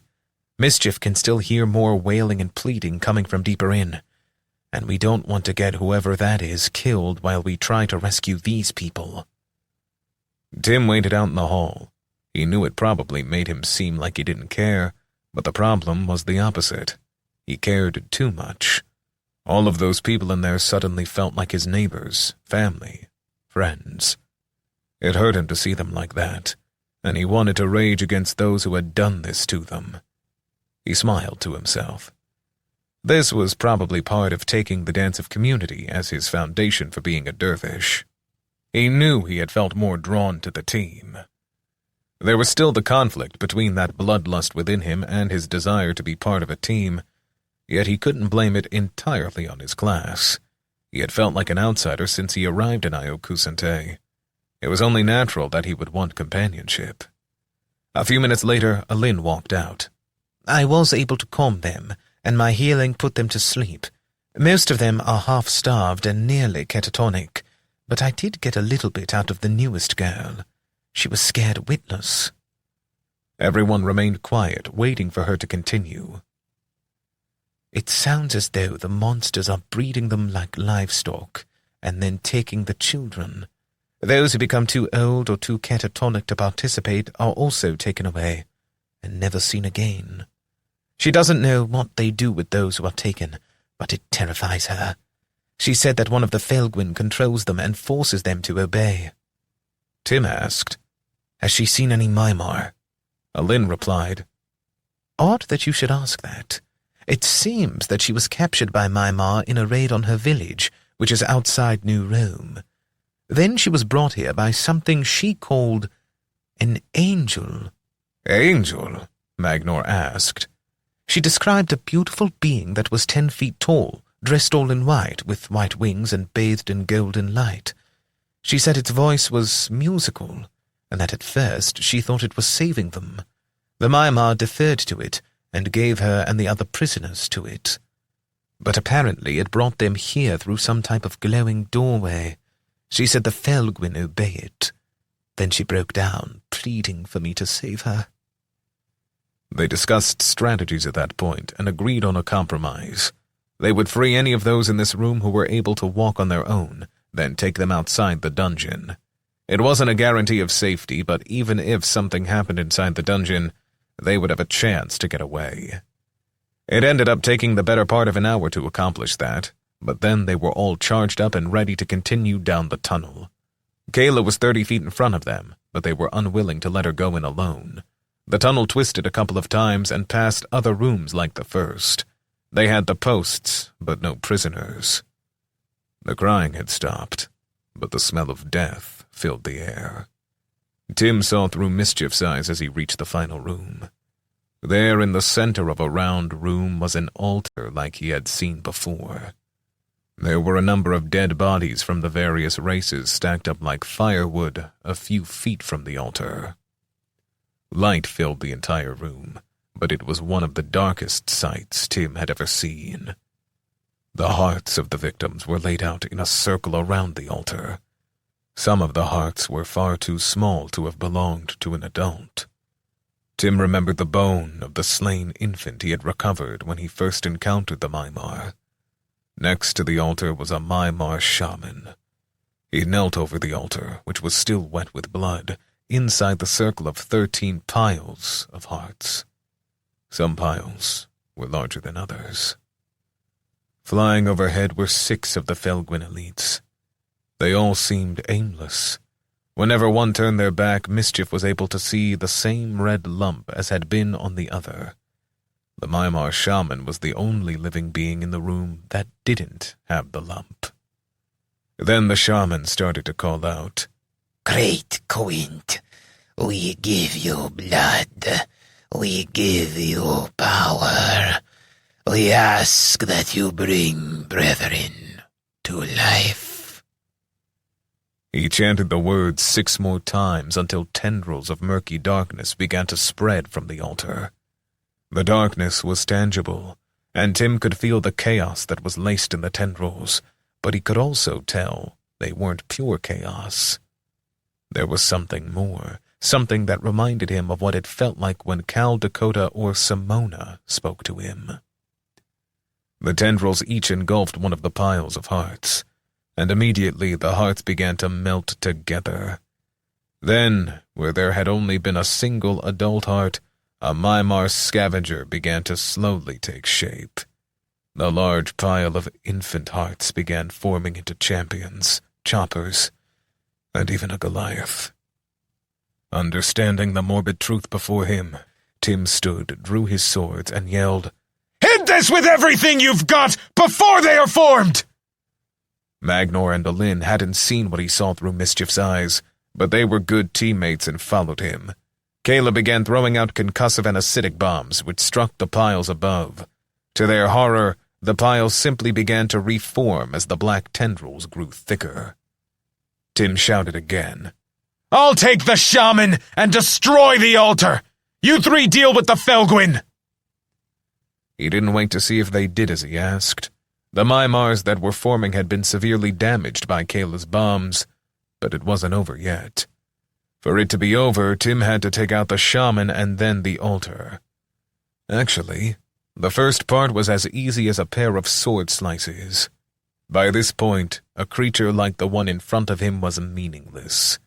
The larger problem was what to do with the altar. He leapt forward with 4 swords on the attack. As predicted, the shaman tried to raise its staff. One sword knocked it aside, a second took it in the heart, and a third removed the creature's head. Tim smiled. He could almost get used to having 4 arms. Then he put his swords away, only keeping one out so it would be close enough to reach. He put his hand on the altar and immediately heard the frenzied howling of a wolf. Chaos swirled in the altar, but there was a portal or channel of sorts within it. It burned, and when he touched it, there was a pull from within. The altar was infused with the life energy of hundreds of victims. It was gruesome, but that energy was slowly leaching through the portal to feed whatever was on the other side. Worse than that, he felt like it was that life energy which was changing the bloody piles of hearts into Mimar. Tim felt sick to think that they captured humans and the other races as a way of creating more of their sick monstrosities. The power he felt within the altar was largely chaos, but it was something more. He picked up his weighted sword. The magical blade was almost unbreakable, and it could be used to chop as well as slice. He stood up, and with all his might, he brought it down on the altar. A crack across the stone top appeared, but it wasn't enough. Tim hit it again, and it split fully open. As he had expected, within there was a miniature version of the portal he had closed before. As soon as his hand touched the edge of the portal, he heard a voice in his head. The image of the bonfire with the wolf dancing around it popped into his head at the same time. What was it with that image? What did it even mean? Join me. Be my herald. I won't neglect you. You can rule all the humans for me. You will answer only to me. The voice couldn't be mistaken. There was so much power behind the words. Tim felt an almost involuntary urge to kneel. Yet he dug deep and resisted. What gives you the right to rule over humans? Oh, little brother, how little you know. The gambler at least did us a favor when he opened your potential. You can be so much more. You simply need to swear allegiance to me, and you will stand only one step beneath me. Tim couldn't have said how he knew it, but he was sure the voice meant what it said. It really would elevate him. He had thought that this portal being smaller would make it easier to close, but nothing could be further from the truth. It felt almost unmovable. As before, he tried to use ephemeral to alter the world around him. He wanted that portal closed. When it didn't work, he tried to stall for time. What don't I know? Laughter, sharp and mocking, echoed in his mind. Shut this portal if you must. I've waited 2,000 years. What are a few more days? You will come to me. I feel it. The touch of chaos is on you. You are freed from their restraints. Only when you come to me will I share the truth with you. You may not understand until then. Come to me. Then all 13 black tendrils pulled up from the Mimar they were trying to create, and instead plunged into him. A menu opened like a notification, but he had no choice but to see it. It was like his eyes were held wide open, and all his world became that screen. Hell Shard. Do you wish to travel to hell? Travel to hell, choose a destination. Empower yourself. Tim groaned in agony as his body was pierced by the tendrils, but he could also feel the power that lay within them. Power which could be his.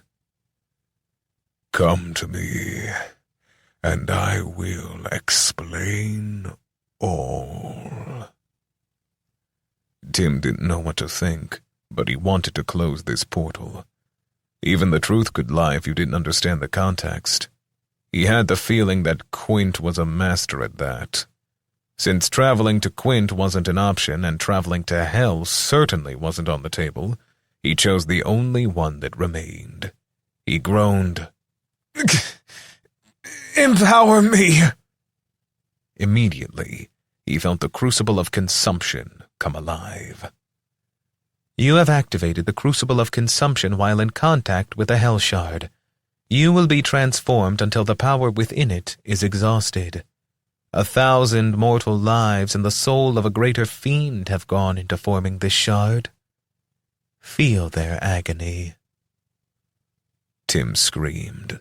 The sound was ripped from his body, and he couldn't hold back. He felt like he was being torn asunder.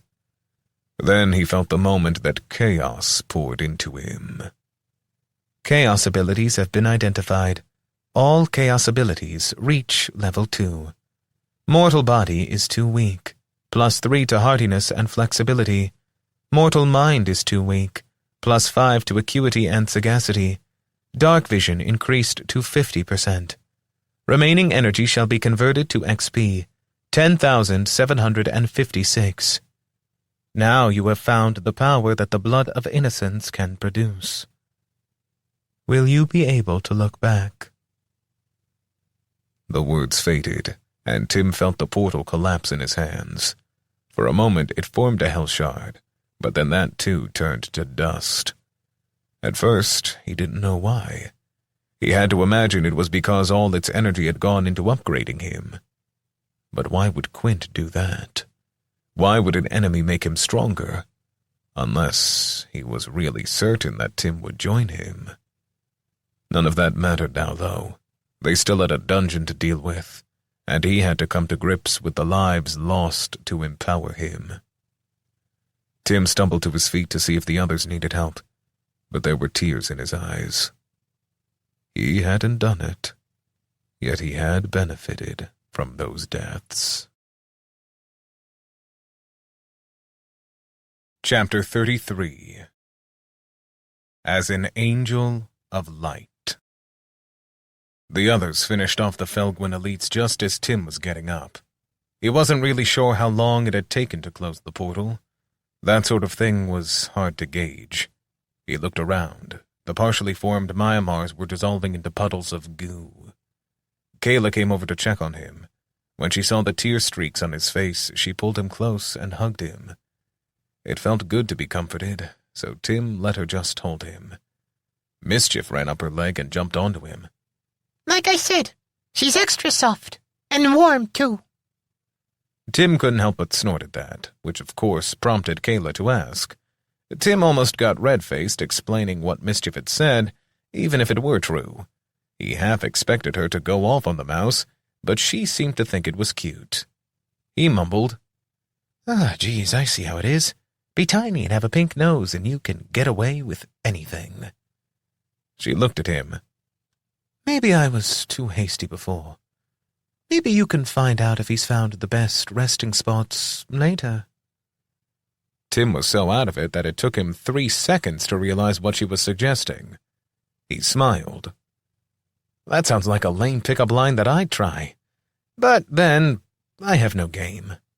She started to frown, but he quickly added, Not that I'm turning you down.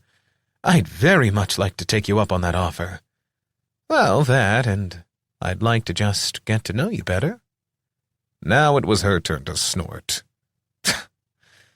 There's a time that a woman wants you to think of her as a person, and a time that a woman just wants to know she is desired. Seeing this, I don't even know what to call it. Well, it was traumatic for all of us.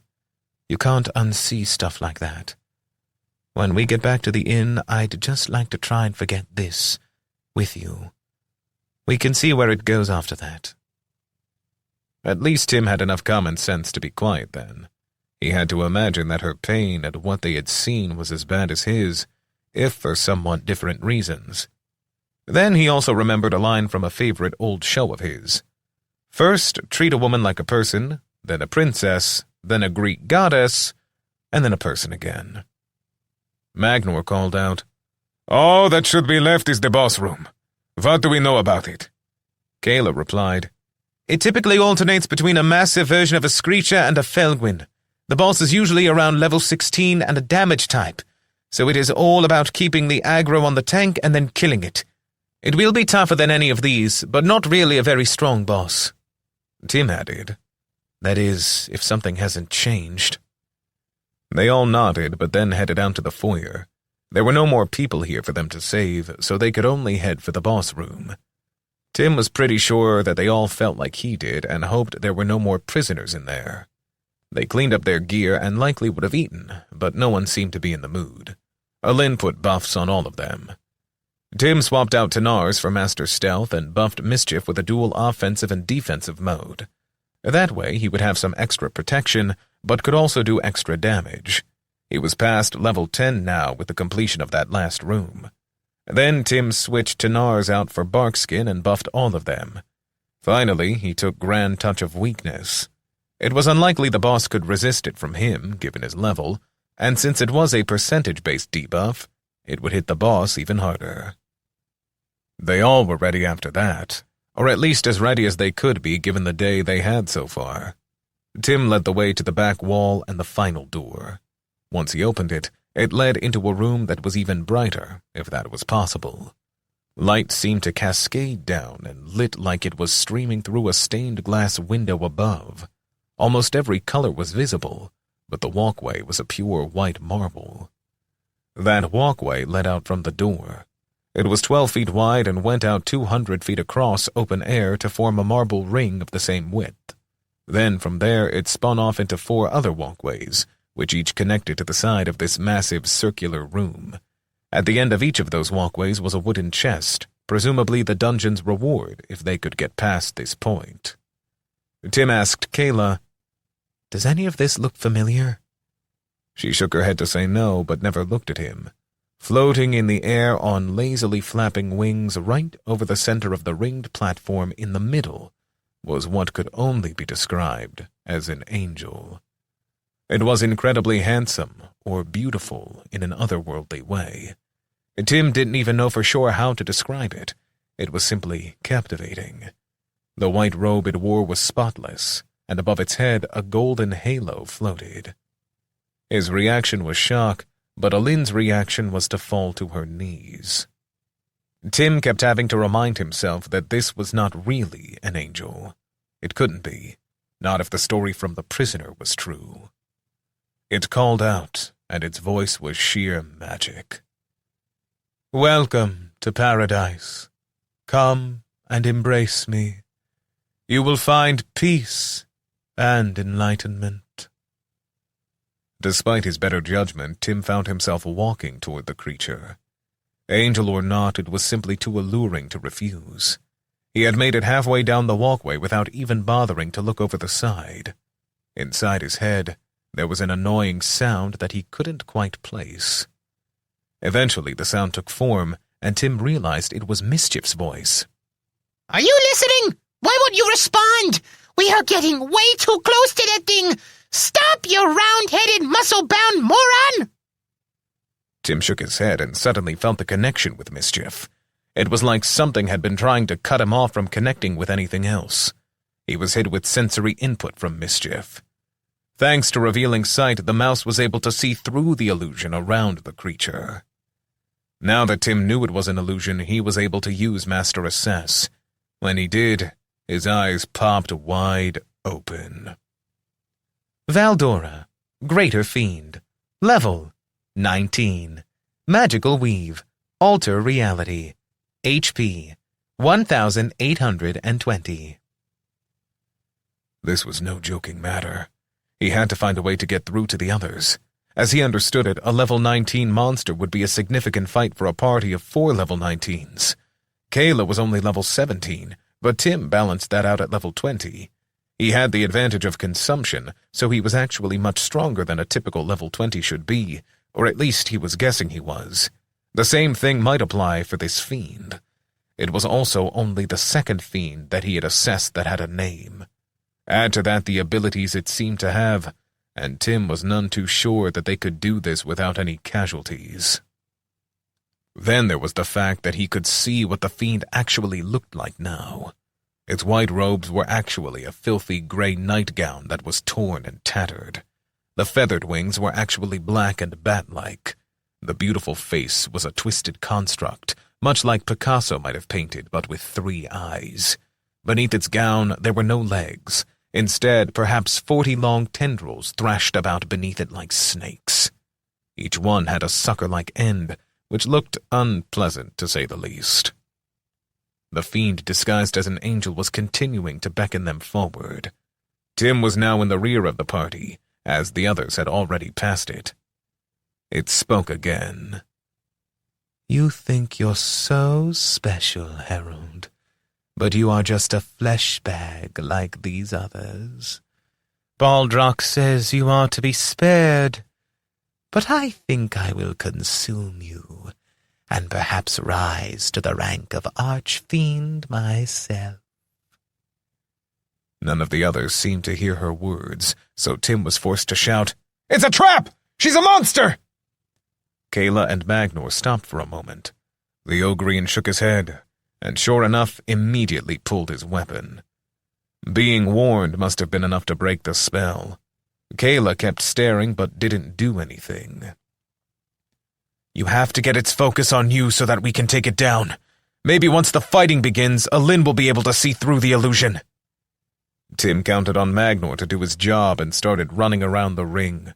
The creature was still hovering in the air, but leaping across the space to attack would be easy enough. Even better would be if Magnor could get it to come down and attack him. The Ogrian stepped up to the edge with his axe at the ready and activated one of his taunt skills. Tim had seen it work so many times that he was almost surprised when the fiend lost all sense of itself and rushed down at him. You'll have to do better than that, she said. Tim glanced and saw Alin prostrating herself and Kayla still unsure. He leapt across the space and tried to attack the fiend, but she spun in the air, and her tentacles all lashed out at him. He was battered by 6 of them and hit the ring of marble hard when he landed. The damage he took had been more than 150, but he felt a healing spell land on him as mischief began supporting him. Magnor growled again and threw a hand axe as he activated his second taunt skill. The fiend growled and said, Fine. If you want to die first, little Ogrian, so be it. I'll feast upon your soul. Then it dove at him.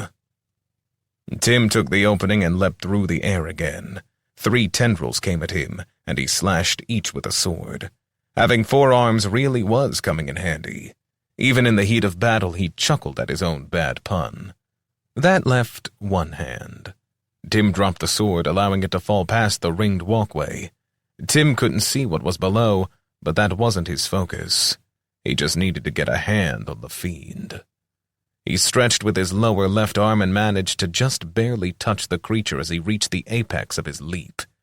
It was all that he required. That allowed him to cast his debuff. Grand Touch of Weakness increased the damage the fiend would take as well as lowering its physical stats. It shrieked as the spell took hold, and Tim smiled. The cries of an enemy turned out to be a music of its own. The 30 mana the spell cost as well as the upkeep cost were easy to pay for this effect, especially with the extra acuity and sagacity he had gotten. The fiend's appearance flickered as Magnor threw another hand axe into it. For just a second, the others could all see its form. Magnor had already been attacking it, either because he believed Tim or because he didn't care if he killed an angel or a fiend. Heck, Tim didn't even know if angels actually existed here. Alin wailed when she saw it. It was shocking to her. Kayla had been so unsure of what to do. He knew it was something that she struggled with as an assassin. She hadn't spoken too much about it, but it was obvious that some of her prior jobs weighed heavily upon her. Chapter 34. A Fiend of Darkness. The fiend shrieked as Kayla hit it with an acid bomb. Magnor struck with his axe, and the creature went back and forth between them. As soon as the tank got the monster focused on him, Tim activated Ballad of the Slayer and started striking with his 3 remaining swords. Kayla attacked from the other side. Sadly, most of their attacks were only doing a few points of damage. Tim grimaced as he saw they had only now taken the creature below 80% health. This was going to be a slog, and that was even with the debuff in place. Then the worst happened. It drove one of its tendrils like a spear into Magnor. It opened a great bloody tear in his breastplate, and the Ogrian stumbled back. Tim looked to see if Alin was ready to heal him, but she still seemed in shock about what was happening. Kayla! Get her in the fight! We need her! Then he cast his healing spell on Magnor. The man was tough, Tim would give him that. He had kept fighting even with one arm dangling and a gaping wound in his chest, but his new powerful healing spell patched the man up. Mischief! Heal him if you can until Alin is back! Tim had to balance the mana he was spending to heal with the mana for both the debuff and the buff he was running. They needed to slow this creature down. It might have been only level 19, but it clearly had much higher stats than they did. If it hadn't already been debuffed, they would have been in a world of hurt. With Magnor back at it, taunting to keep the fiend focused on him, Tim decided to spend the extra mana for another debuff. He had almost forgotten that the spell could stack 3 times. The minute cooldown had just passed, but if Alin didn't join the fight, Tim wasn't sure that Magnor would last another minute. He felt that it was a better use of mana to add another debuff to prevent the fiend from causing damage, rather than trying to heal another wound after it was caused. He ran in, slashing away. He wanted to use a Master Power Strike to increase his damage, but the mana was needed for other things. Tim was struck by a couple of tendrils. Each bit him and left a red welt, which looked strangely familiar, but Tim was entirely focused on touching the fiend. When his hand made contact, the spell went off, and once again the fiend failed to resist the spell. There wasn't a crit, but that would have been too much to hope for, given that he was only 1 level higher than the fiend.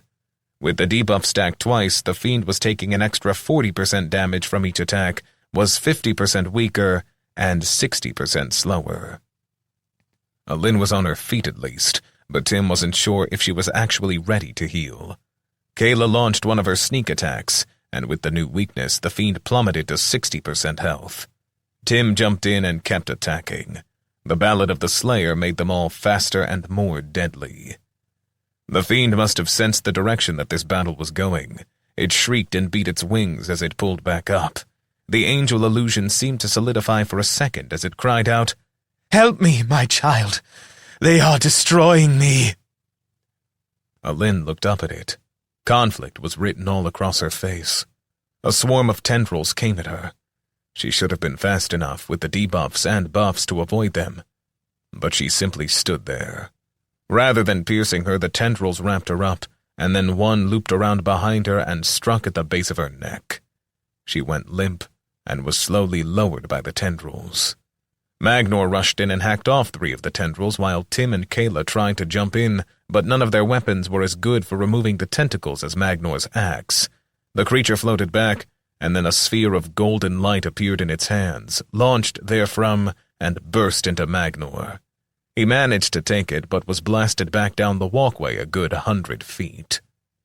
This was a weakness of the debuff. It didn't lower the impact of magical attacks. Alin stood up then, and Tim breathed a sigh of relief as he launched another attack, dropping the fiend below 50% HP. As long as their healer was up, he didn't have to worry about Magnor. As he was dropping down to the ringed walkway, Tim saw a flash of light. He got his footing and saw that Alin had just blasted light at Kayla, and was closing on her with her staff. Tim cursed himself for not considering that. The fiend must have some type of mind control. He wouldn't have expected it to work on a level 19 sojourner. Perhaps since Alin was already inclined to believe in the angel, it made her more susceptible.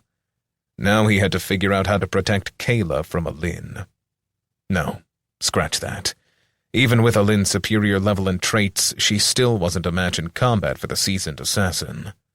The bigger questions were whether Kayla could stop the spiritualist without killing her, whether Magnor could survive without healing, and whether Tim could keep the fiend occupied until the rest of his team was back in fighting shape. All those thoughts crossed his mind in an instant. Kayla must have understood his dilemma because she yelled, "I'll take care of Alin! You just heal Magnor!" He smiled. It was good working with professionals, but simply healing Magnor would have only been a stopgap measure. He didn't have the power for it, nor did his class magnify his healing abilities. So he needed a better plan. He called out, "Mischief! Heal Magnor! I'll keep this ugly bastard busy!" The fiend laughed. Poor little Harold. Here you thought you were special. I have the lifeblood and power of 1,000 sacrifices surging through my body. With your death, I will surge into the ranks of the archfiends and become a player in my own right. Tim didn't like being laughed at. He would make the fiend eat her words as he consumed her. The sound of a wolf howling rose up within his mind. The pack was important, but sometimes the wolf had to hunt alone. He was getting used to being alone. It had been his lot in life since arriving in Io Kusante. You have it backwards. You were put here as a snack for me. It isn't a coincidence that I was sent to close this dungeon, or that you were waiting here for me. Then Tim launched himself into the air. This time, instead of relying on his strength, he activated Explosive Leap. He shot through the separating space faster than the debuffed fiend could react. He drove 2 of his blades into her and felt them sink deep, taking her HP down to 40%. She shrieked, and the illusion completely dropped, but Tim didn't let go.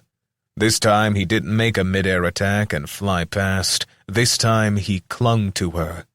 His hand used the impaling blades as handles, and he crawled up her much like the screecher whose extra arms he had taken. Once he reached her top, she fought him, using an arm to cover her neck. But that wasn't his target. He bent forward with the blow and struck at her shoulder blade. The enchanted sword cut deeply into her wing, almost severing it. Immediately her flight failed and they began to fall. Tim moved to jump off her to the circular walkway, but just as he cleared her, a hand grasped his ankle. Even weakened, her grip was like an iron band. Tim lost his grip on the one sword he still held when he caught the edge of the walkway. He watched it fall below to what he could now see was a rocky pit 50 feet below them. He would survive the fall. Of that he was fairly certain. That is, as long as he didn't get impaled on any of the sharper rocks. Now, though, he was hanging on with 2 hands while his other 2 hands strained upward, trying to gain a handhold. The weight of the fiend was slowly pulling his leg out of its socket. Even with superhuman durability and strength, he could only hold them there for a limited amount of time. Looking back, he saw her gathering light in her free hand for a spell. Unlike the large spear she had used against Magnor, this was dozens of tiny motes spinning around her hand. Rather than wait for that, he let go. The shock in her eyes as they both began to fall told him that she hadn't been expecting that. Then she recovered as she pushed her hand toward him. The motes formed into inch-long blades of light. There was no way he could dodge them all, but then Tim smiled as he remembered an ability he hadn't utilized up to this point. It had even reached level 2. He just had to hope that would be enough. Tim activated Chaos Bulwark. The world seemed to shift around him, and everything felt distorted as reality itself shifted. This was no mere shield, but a twisting of the world around him. As they fell, it was only a question of whether her seemingly endless stream of light darts would run out before the chaos powering his defenses was exhausted. Just before they impacted, Tim spun in the air and used the last of his chaos. For the first time in this dungeon, he was finally in a shadow. The light from above was partially blocked by the circular walkway. He shadow-stepped, carrying his momentum with him as he slammed into her. The impact drove her into some of the spikes, which impaled her and reduced her to a mere sliver of HP. But Tim also took the brunt of the final second of her attack. His body was torn apart by the light darts, which seemed to find every space in his armor. He saw his HP flatlining as they impacted. Their blood mingled, and Tim felt her spasming. All he wanted to do was close his eyes and go to sleep, to simply fold his hands and give up. He had fought as hard as anyone could be expected to. Didn't he deserve to rest? But another part of him didn't want to give her the satisfaction. Then there was that familiar urge within him. It was the bloodlust of consumption. Here was a living victim, and a guilty one at that. Her power would heal him and make him stronger. She must have come to the same conclusion, because just as he activated the crucible of consumption, he felt her start trying to drain him. A notification flashed in his eyes just as the strain pushed him into unconsciousness. A contested consumption has been triggered. Only the strong will prevail. Available resources increased from 20% to 40% for contested consumption. Chapter 35. Truth in Dreams. To Tim, it seemed like as quickly as he lost consciousness, he regained it. His first move was to tug harder on consumption. If this was a contested battle, then he needed to come out on top. It was a matter of life and death, not only for him, but likely for the rest of the party. He was shocked when he couldn't feel the connection. He was completely unable to consume the fiend, but he also couldn't feel her pulling on him. A notification popped up. You are enclosed in a pocket dimension created by the artifact known as the Book of Names.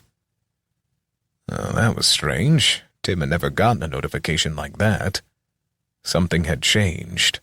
He saw, or maybe he didn't see, because it was very different. Suffice it to say that he felt he was in a bubble filled with gray mist. Nothing was solid, and thought had as much reality as the physical world. Floating above and in front of him was an open book. He recognized it, even if he was only sensing it and not seeing it. It was a representation of the Book of Names. Tim reached out his hand to touch it, only to discover he didn't have a hand. He was all thought and perception. He tried to activate Master Assess, and sure enough, he found it was within his capability. Except the spell operated differently. He could feel the tiny weave of magic as it flowed from him and formed the matrix. Then he felt as it hit the book, but was rebounded back. The matrix wasn't dense enough, but if this was a place where thought was reality, then Tim decided he would take control. At least he would try. He pushed extra mana into the spell matrix and forced it to change. Tim thought about ephemeral and fed the spell matrix through his trait. It was all metaphysical, but that was okay in a realm of thought. The spell matrix grew denser as new threads were laid over the weave. He guided them by intention and instinct. The spell reformed and took on a different shape. You have evolved Master Assess to the unique skill, Tim's Augury. Tim's Augury. Rarity, unique. Prerequisites, Sojourner. Acuity, 20. Sagacity, 20. Level, 20.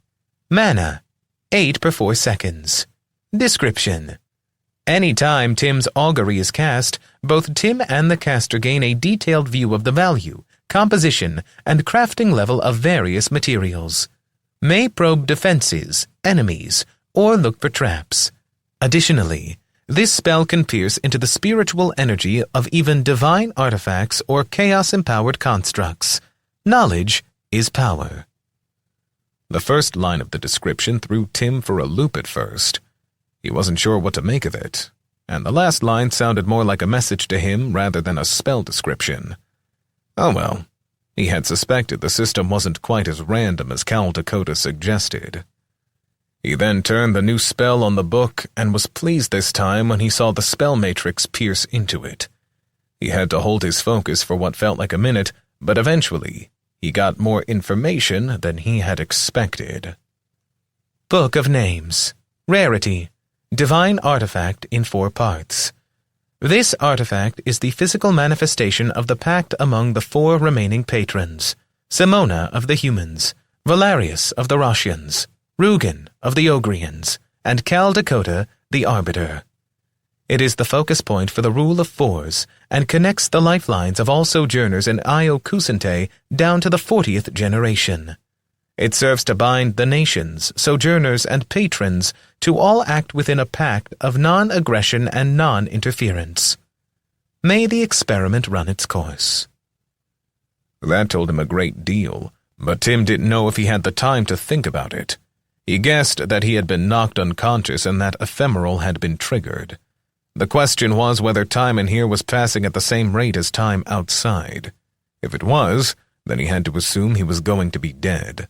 Per the previous pattern, he would undergo a class vision. That could take from minutes to hours, but either would be enough for the fiend to finish him off. Still, he couldn't help but notice that the Asmarians didn't have a patron listed for them. He looked for other notifications to see if he could confirm, and sure enough, he got the message that his trait had triggered. The problem was that no roll for a class was recorded, and Tim read further to see that something was different. Foreign energy, chaos, detected within Sojourner. Transformation is halted. Sojourner is locked in mortal combat. A transformation must happen, but the scales must be balanced. Thus, Sojourner is frozen inside a single second. Not a ton of description, but if he understood it, Tim didn't have to worry about time. At least he didn't have to worry now. If he couldn't figure out what to do, he would be stuck inside a single instant until he went insane, and then perhaps beyond. He didn't know if he could starve to death here, or if, since he didn't seem to have an actual body, that he was impervious to such things. Now he just needed to figure out how to transform. At first he tried to will the dice to roll, but nothing happened. Then he thought about how he had started to use his trait to alter spells or skills. If he could exercise it that way, then why not exercise it to change himself? Cal Dakota liked to say that control was an illusion, but maybe he didn't have to control it. Maybe he simply needed to nudge it. Need would be his guide as he thought about the fight he was engaged in with the fiend. He needed the class that would be best equipped to deal with a battle between 2 beings who were essentially trying to suck the life energy out of one another. He needed to be strong in his mind and in his soul. That was it. He pictured Alin and Eden, the spiritualist he had met at the border with the Untamed Lands. They had a unique way of seeing the universe, and both assured him that they were closer to the patrons than any other class. That sounded like exactly the sort of thing that would be best for fighting a creature from the pits of whatever passed as hell here. It wasn't as simple as willing himself to become a spiritualist. He had to push. He had to want it. Tim searched deep inside of himself and tried to will it to happen. He pictured himself as a wise purveyor of truth and wisdom, and then sought to make that image real. Slowly, bit by bit, he felt his body forming.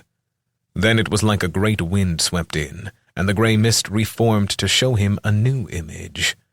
Unlike all the other visions of the past, he wasn't part of it, but rather a watcher. It was for him to see and learn, rather than to participate. The first thing he saw was a swamp. In it, a race of powerful green-skinned creatures lived.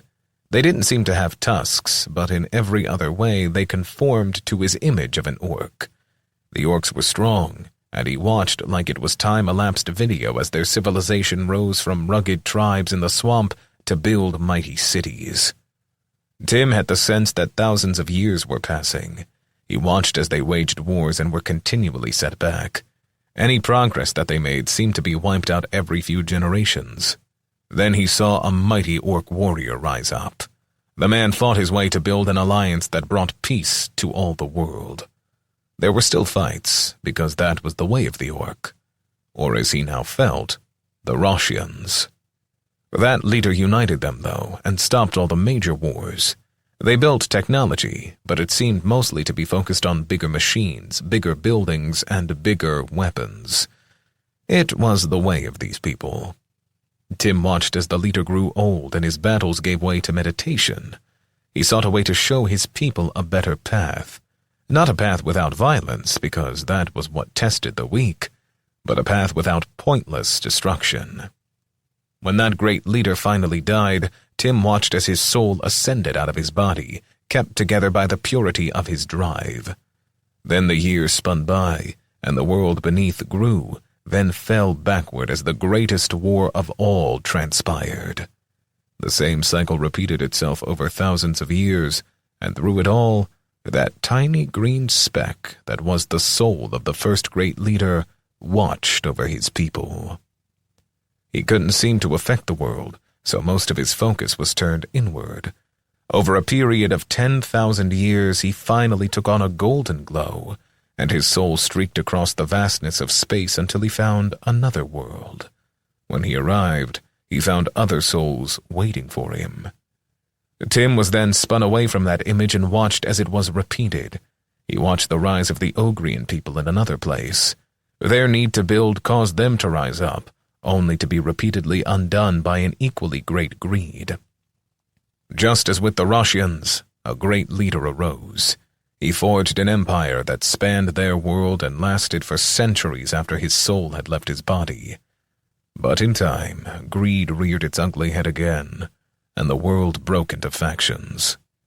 Just as before, Tim felt as the soul of that leader evolved until he traveled across the stars. This time, Tim sensed that he had heard a call, but couldn't make it out himself. He raced across the heavens and found this world, which Tim was beginning to believe was Iokusente. There he encountered 4 other souls like himself, or at least 3 like him, and one that was similar, but different. Tim was pulled away once again and watched the same journey happen. This time, though, it was much more personal. He saw a primitive Earth and watched as humanity struggled to ascend. One early human found a path that was different, and instead of constant struggle, she found peace within herself. Tim could see how so many of the paths on Earth, such as Buddhism and others, were built from the teachings she left. He watched as her soul evolved until she heard a crisp call from across the stars. Tim heard it this time. It was like a bell, and it signaled an invitation. Tim felt closer to this soul and recognized that it was an early Simona. She too traveled to Iokusente, where she found the other patrons waiting. Tim couldn't be sure which had gotten there first. In each vision, the perspective was from the one who he followed, and each came to find others waiting for them. The final vision began then, as he saw a people who lived in the woods. He recognized Asmarians, although their features were much like primitive man might have been compared to modern man. He watched as history streaked by, and the Asmarian people never made a dent in their world. They lived at peace with it, but they were always struggling to be anything more than hunter-gatherers. Then he saw one arise. This one preached a new way. He brought war and conquest to their world for the first time and ruled under a banner of a wolf's head. Tim watched as the man won battle after battle. Then he watched as the man ruled an empire for 100 years and more. In the end, though, he was slain and overturned by his own people. The Asmarians didn't completely abandon cities, but lived in a peace that defied all the other races. They elevated technology and spirituality equally. There was little drive within them, though, so by human standards, the progress came very slowly. Tim wondered why he was being shown this, but then he noticed that the soul of their conqueror had not fled when his body was killed.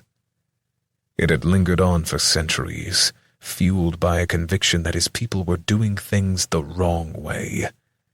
But Tim watched as the edges of that soul were muted and became softer over time.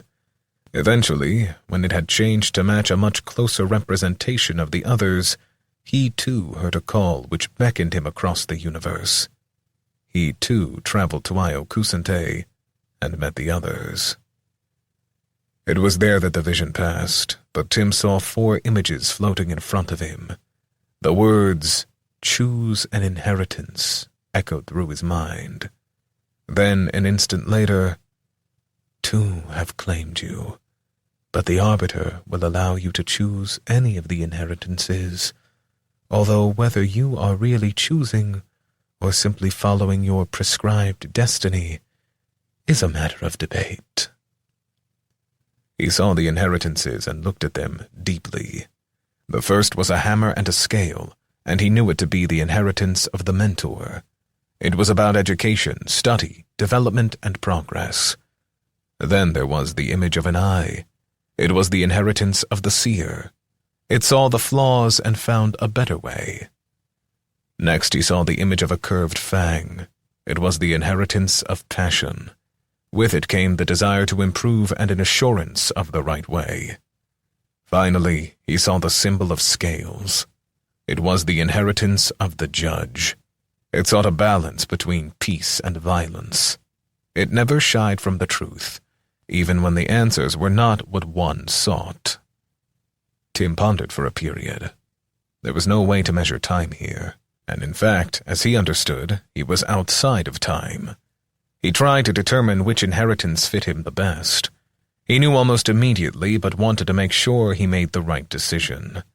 Eventually, he realized he was only stalling, so he willed the scales to him. You have chosen the inheritance of the judge. Gain. Stat enhancement. Sagacity, +1 per 4 levels. Hardiness, +1 per 8 levels. Affinity with light-based magic, -20% mana costs, +50% damage. Inheritance-specific spell based upon level. Chains of Celestial Light. Rarity, rare. Prerequisites. Sojourner, Spiritualist, level 16. Mana, 40. 32 mana and 6 mana per minute. Description. Great chains of solid light extend out from your body and bind your target. They can hold a creature with hardiness equal to or less than 2 times your sagacity. They may also drain the creature of 1% of physical stats for each point of acuity or inflict damage of 1 times acuity every minute. Range, 4 feet per sagacity. Cooldown, 1 minute. Secondary inheritance of the seer has been automatically assigned. You must apply your stat points before leaving this bubble. You have 21 stat points to apply. Tim was anxious to be done with this. He had chosen it so he could win this battle with the fiend, so he put all his points into acuity and sagacity, counting on the boosts he had from consumption and gear to boost the other stats. Once his decisions were made, he looked at his core stats and their derivatives briefly, and then he willed himself to accept the changes. Tim's eyes popped open. He felt weaker physically, but didn't let that bother him. He pulled at the fiend's essence. The crucible of consumption would work for him, and he wouldn't stop until it did as he wanted. The battle seesawed back and forth briefly, but his new power couldn't be denied. The fiend had masqueraded as an angel of light, but Tim knew that light wasn't inherently good or evil. It was what one did with it. The perversions this creature had used the light for made him feel sick, but he would put its power to a good use. It sank claws into him, but Tim cast his new spell and felt the chains encircle it even as he pulled on its weakening soul. Between his other debuffs and this, Tim felt its power fading. This might have been his greatest challenge yet, but as Tim weighed his performance on the scales of judgment, he realized that the true challenge had been against himself. He had the power, had always had the power. It was simply a matter of claiming it. In that instance, the balance of struggle tilted toward him, and the fiend's life essence began to flow into him. You have activated the crucible of consumption in a contest of wills against a greater fiend. Your victim is both alive and fighting, but you have proven your strength. You are consuming a greater fiend. You have the choice of gains that can be made. 40% of its XP, compelling tentacle body adaptation, +5 to hardiness and +5 to acuity, permanent. +200 HP, permanent. +200 mana, permanent. As useful as a compulsion power might be, it struck Tim as evil, and he certainly didn't want a tentacle hanging off his body. He was about to choose the XP by default. It was the fastest way to level up, but he at least paused. The HP were the equivalent of gaining 40 hardiness at his current level, without the gains in strength and such that came with it. The same for the mana and acuity. There could be little doubt that those choices would immediately make him stronger. Many monsters had more HP than he did, so it would have been nice to balance it. But in the end, he felt that core stats were more important. They affected so many different things. Yet could that compare to the amount of XP he could gain? This creature was nearly his level, and gaining almost 40 of his own XP would be a staggering gain. So once again, he was about to make the decision when he stopped again. Maybe he didn't have to play by the rules. Perhaps he could twist it to his benefits. So he tried to simultaneously choose the XP and the core stats. He laughed in victory as it partially worked. He ended up with 30% XP and +3 to each of the core stats. The XP gain was 46,653. When he saw that it would have been enough to push him to level 22 if he had taken the full 40%, he cringed, but it was too late to worry about that. As it was, this boosted him to level 21, and he was surprised to see that he gained an additional 4 stat points for this level. It left him wondering if the gains would continue to double after level 20. Maybe the rule of 4s really had been meant to limit the power of those at the top. He applied one of his stat points to hardiness to reach another multiple of 4, then did the same with acuity, before adding the final 2 points to flexibility for the same purpose. He glanced at his stats, then looked up to see if there was a way that he could reach the platform above. Hardiness, 32, +19 consumption. Flexibility, 20, +4 belt, +4 consumption. Acuity, 32, +4 mask, +8 consumption. Sagacity, 45, +4 mask, +5 consumption. Hit points, 436, 10 per minute. Mana, 388, 53 per minute. Offense, 18. Defense, 12.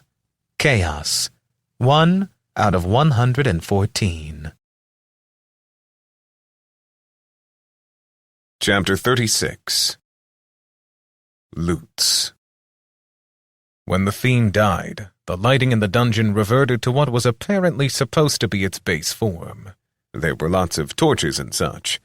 Tim was both glad for the darkness, as it created shadows and made it easy for him to get back up to the walkway above, and for his ability to see 50% as well in darkness.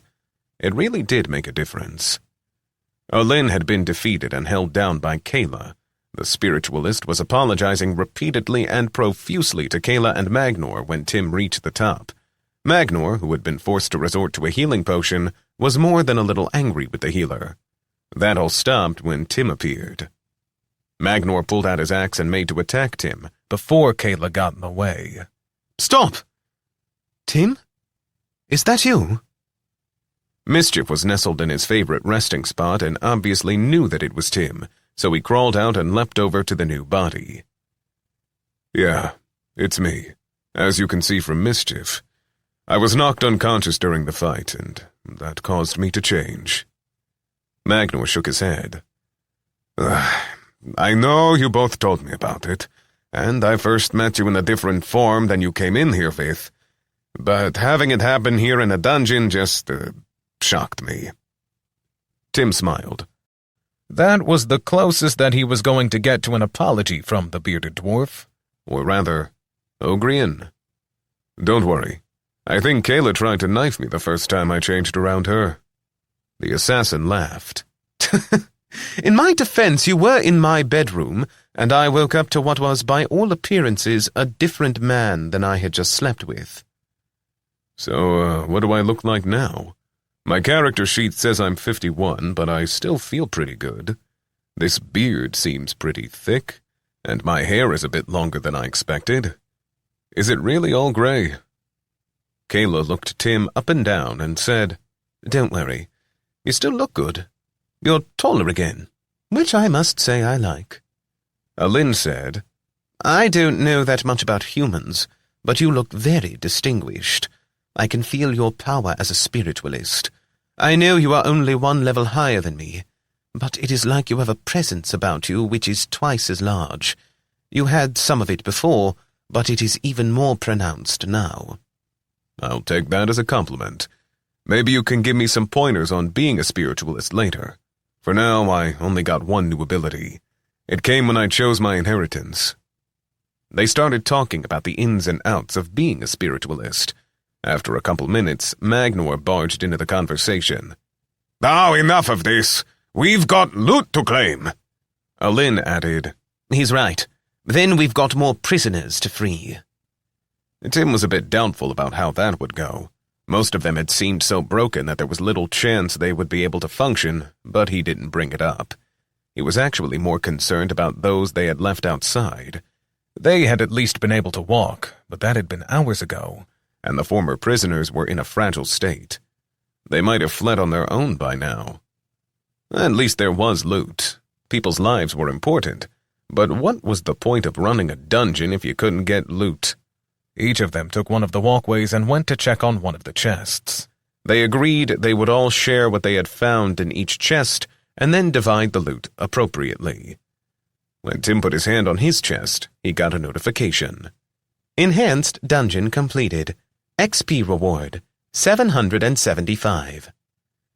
It wasn't shabby, but compared to XP he had gotten recently from slaying fiends, it was hard to compare. Then the chest began to hum.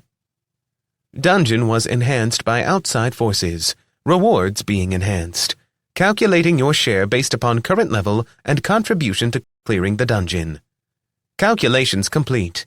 Choose type and distribution. Coin, 0 to 100%. Miscellaneous valuables, 0 to 100%. Magical consumables, 0 to 100%. Skill books, 0 to 100%. Magical gear, 0 to 100%. Tim had to yell over to the others. He had never encountered something like this. They assured him that while it was rare, it was not unheard of, and just considered an extra boon by most dungeon divers. He decided just to smile and not knock his good fortune. The decision was pretty simple for him. He still didn't have even close to a full set of gear, so he chose 100% magical gear. The chest hummed and shook a little bit, and then the lock popped open. Tim couldn't stop laughing as soon as he lifted the lid. He had jokingly thought something early, and here it was made real before his eyes. There was no doubt that Caldecota or someone was keeping an eye on him. Actually, thinking that made Tim wonder if he had met the requirements for the quest he had been given by Simona. He pushed that thought to the back of his mind. First, he pulled out the large, round hat made of woven wicker. He cast Tim's auger on it. Jack Burton's hat of electrical whooping. Weight, 0.5. Defense, 3. Requirement, 1st gen, knowledge of 80s pseudo-action films. This hat makes you look as stupid as you think it does, but it packs a wallop. You aren't an elementalist any longer, so it got tweaked a bit. All electrical and light-based magical attacks are increased by 50% power while wearing this hat. Further cooldowns are reduced by 50%. The hat also provides 50% electrical resistance. Acuity, +4. The description was clearly meant to be funny. Not ha-ha funny, but more like laugh-at-him funny. Tim didn't care. He wasn't going to pass up benefits like that. He popped the hat back on and was surprised that it was actually very light, and somehow it didn't distract his vision, even if it likely made him look stupid. In the bottom of the chest there was a folded cloth. At first Tim thought it was a blanket or sheet, but when he pulled it up he realized it was a cloak and assessed it. At least it wasn't a direct barb at him. Or maybe it was. Cloak of Levitation. Weight, 1.0. Defense, 1. Requirements, Sojourner. No longer are you stuck on the ground. The wearer of this cloak may now rise into the air vertically at the same rate as they can move along the ground. The maximum height is 1,000 feet above ground level. May be used for a cumulative total of 1 hour per day. User is cautioned to closely track the time. Flexibility, +4. Tim put it on and then checked his character sheet again. His stats were nicely boosted. The suffering of the prisoners they had found was awful, but Tim realized he hadn't caused that. Even with that, he couldn't help but feel good about the outcome here. He was close to level 22 and had gained 2 great pieces of gear along with the stat boosts. There were a couple of oddities on his character sheet, which led to him checking for notifications he had missed. Sure enough, they were there. He just had to dig in. Your primary trait of Ephemeral has been upgraded to Ephemeral 2. Control may still evade you, but you are learning how to work the balance in your favor. You have learned how to evolve skills, transfer skills to others, affect change in the world around you with your trait, and how to influence your class changes with your need. This can work in unanticipated ways, but keep going. There is more to discover. Then after that, he had gotten the notification regarding consumption. You have won a contested consumption. Your ability to consume has increased to Crucible of Consumption 3. This will increase the speed of consumption, reduce the impact on you, and potentially increase the percentage of energy you can absorb. Since he was checking notifications, he looked at one of his quests to see how it was going. There was no notification, and he understood why when he looked at the quest. He hadn't asked any specific questions about it. He felt his vision had given him a great deal more information about the patrons, but he still needed to find out the specific information. Once everyone had finished their chests, they shared with each other what they had gotten, and as expected, the chests had been customized. Then they headed out. When they reached the room where the prisoners were, they could only cover their mouths. All of the remaining prisoners were dead. There were no signs of violence, but it was like they had simply lost the will to live, and their hearts stopped beating. Alin insisted on checking each body to be sure, but then they headed out. There, again, it was disappointing. They found footprints. The prisoners had wandered off. At least they had made it to the road. The problem was that they had taken the team's horses. Magnor ranted for half an hour, but the others just ignored it. They could all run faster than most people and were mostly limited by Magnor and Alin. It didn't turn out to be that bad as they made it to the village that was closest to the dungeon on their way back to the city. There they found the escaped prisoners and their horses. Tim left it to Kayla to sort out the matter with the mayor. Once the locals found out the levels of these sojourners, no one wanted to contest anything with them. They managed to buy a wagon, rent out the local inn, and buy food for themselves and the mostly silent former prisoners. They decided it would be best to spend the night there, and left it at that. Tim didn't end up sleeping, as he didn't want to risk a change yet. He was pretty sure that, even more than Elementalist, this new class would not end up being his cup of tea. That didn't mean he didn't want to see what he could learn from it. Every class had come with its own unique way of seeing the world. They each affected his emotions, and he was curious how being a spiritualist would change him. It dawned on him that that might be one of the ways that Ephemeral helped him grow. The more perspectives he had, the broader his thinking. Already he could feel how the spiritualist was affecting what he experienced around him. He had been able to sense the relative power of most people and monsters shortly after arriving in Iokusente. Now that sense took on a different aspect. He also found that he could sense something else. He wanted to call it alignment, but that might be too much of an oversimplification. Tim had always been agnostic, not because he didn't believe in a god, but simply because it didn't have anything to do with his life. He didn't care about greater issues of good and evil, only about how it might affect his day-to-day life. One thing he knew for sure, though, was that everyone was always the hero of their own story. Thus, someone might be the archvillain in your story, but to their thinking, they were doing the right thing. His night had passed quickly as he was lost in thought. Even with the threat of the Mimar, the battle for control of his mind and body, and godlike beings vying for him to serve them, Tim actually spent more time thinking about what, if anything, Kayla meant to him. The longer he thought about it, the more he thought she would end up being another one of those girlfriends who was fun to be with, but who would never cross the barrier between like and love. He didn't know if there was that one person for him, or if he simply had a history of screwing up every possible relationship.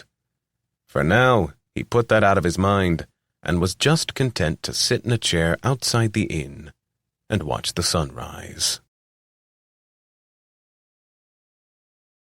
Chapter 37.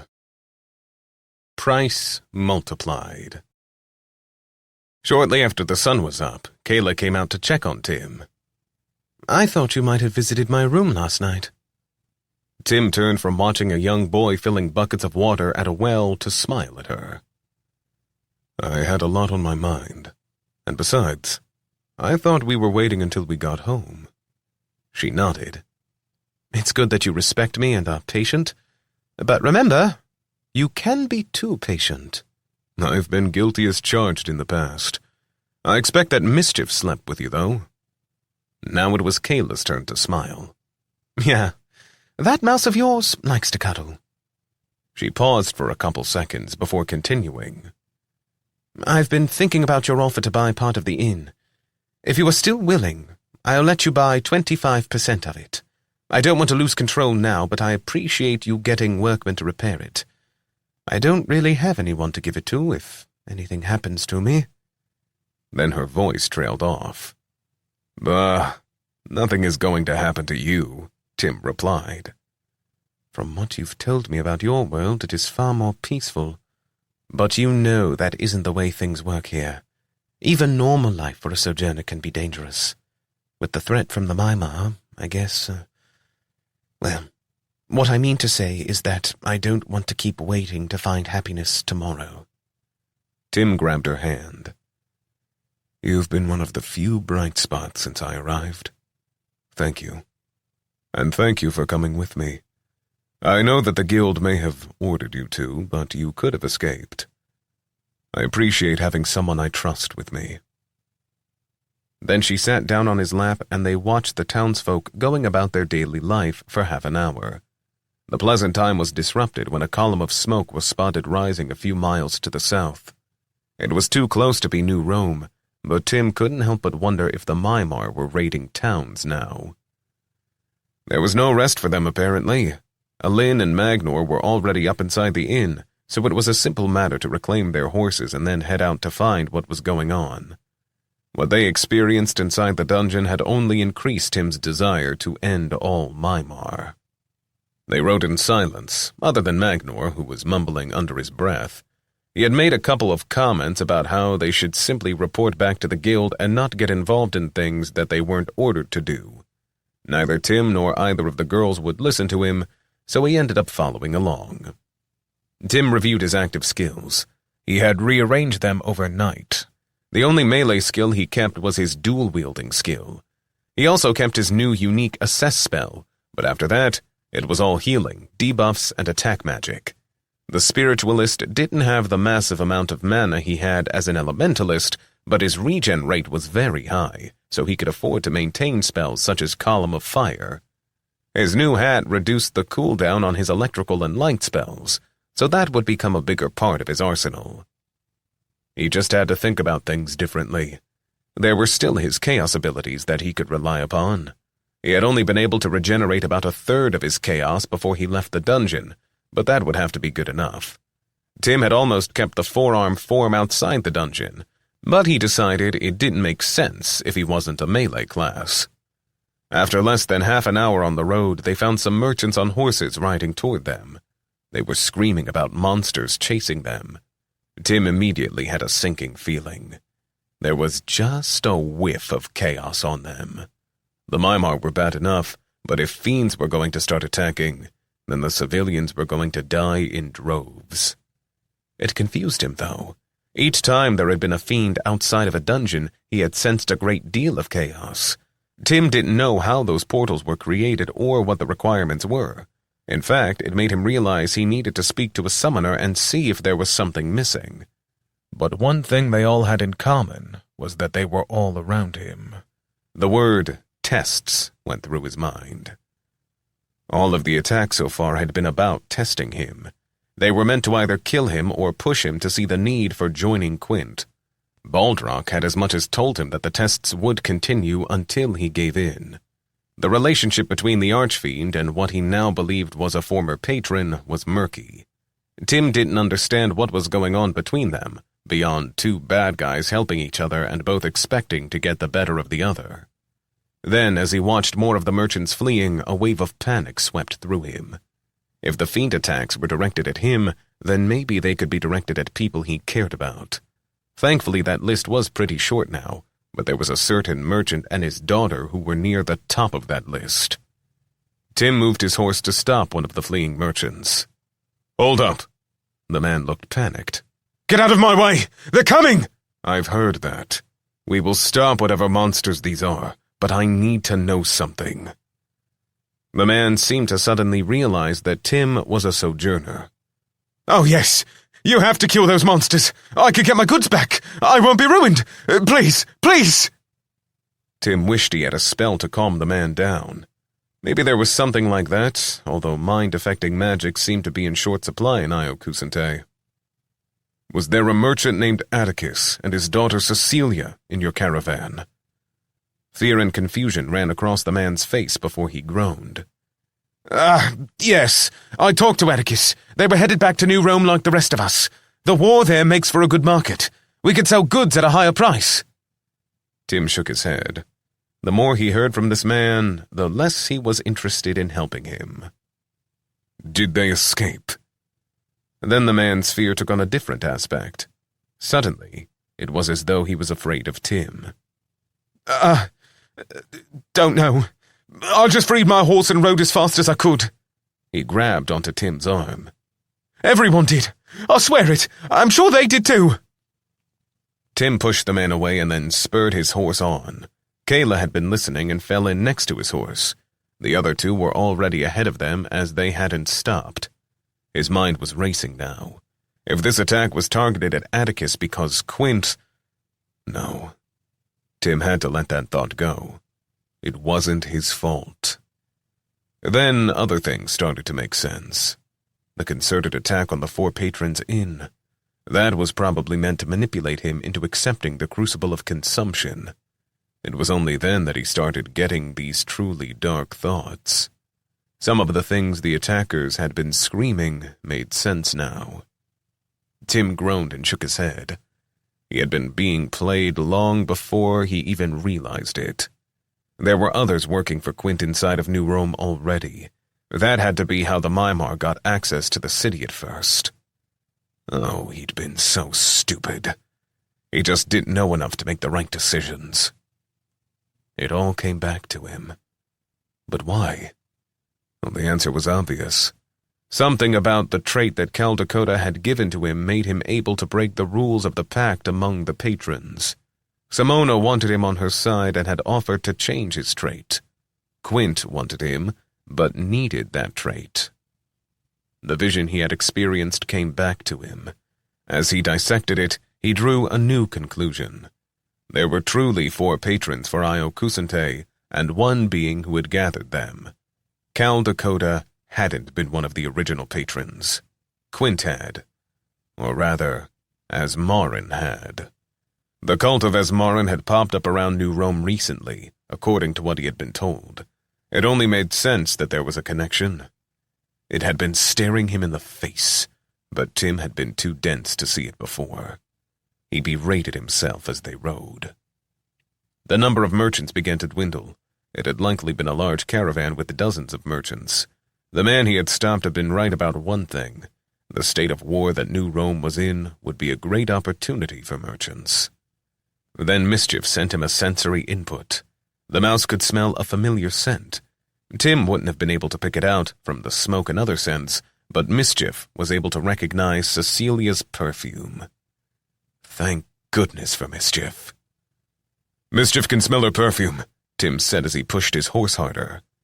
Kayla didn't ask who he meant and simply rode faster alongside him. Within another minute, they came up to a group of wagons that were circled. There were men and women with crossbows atop the wagons, but others were wounded and lying in the wagons. A trio of fiends were circling around the wagons. As near as Tim could tell, the creatures were playing with the merchants. The crossbows shouldn't have been enough to drive off the fiends.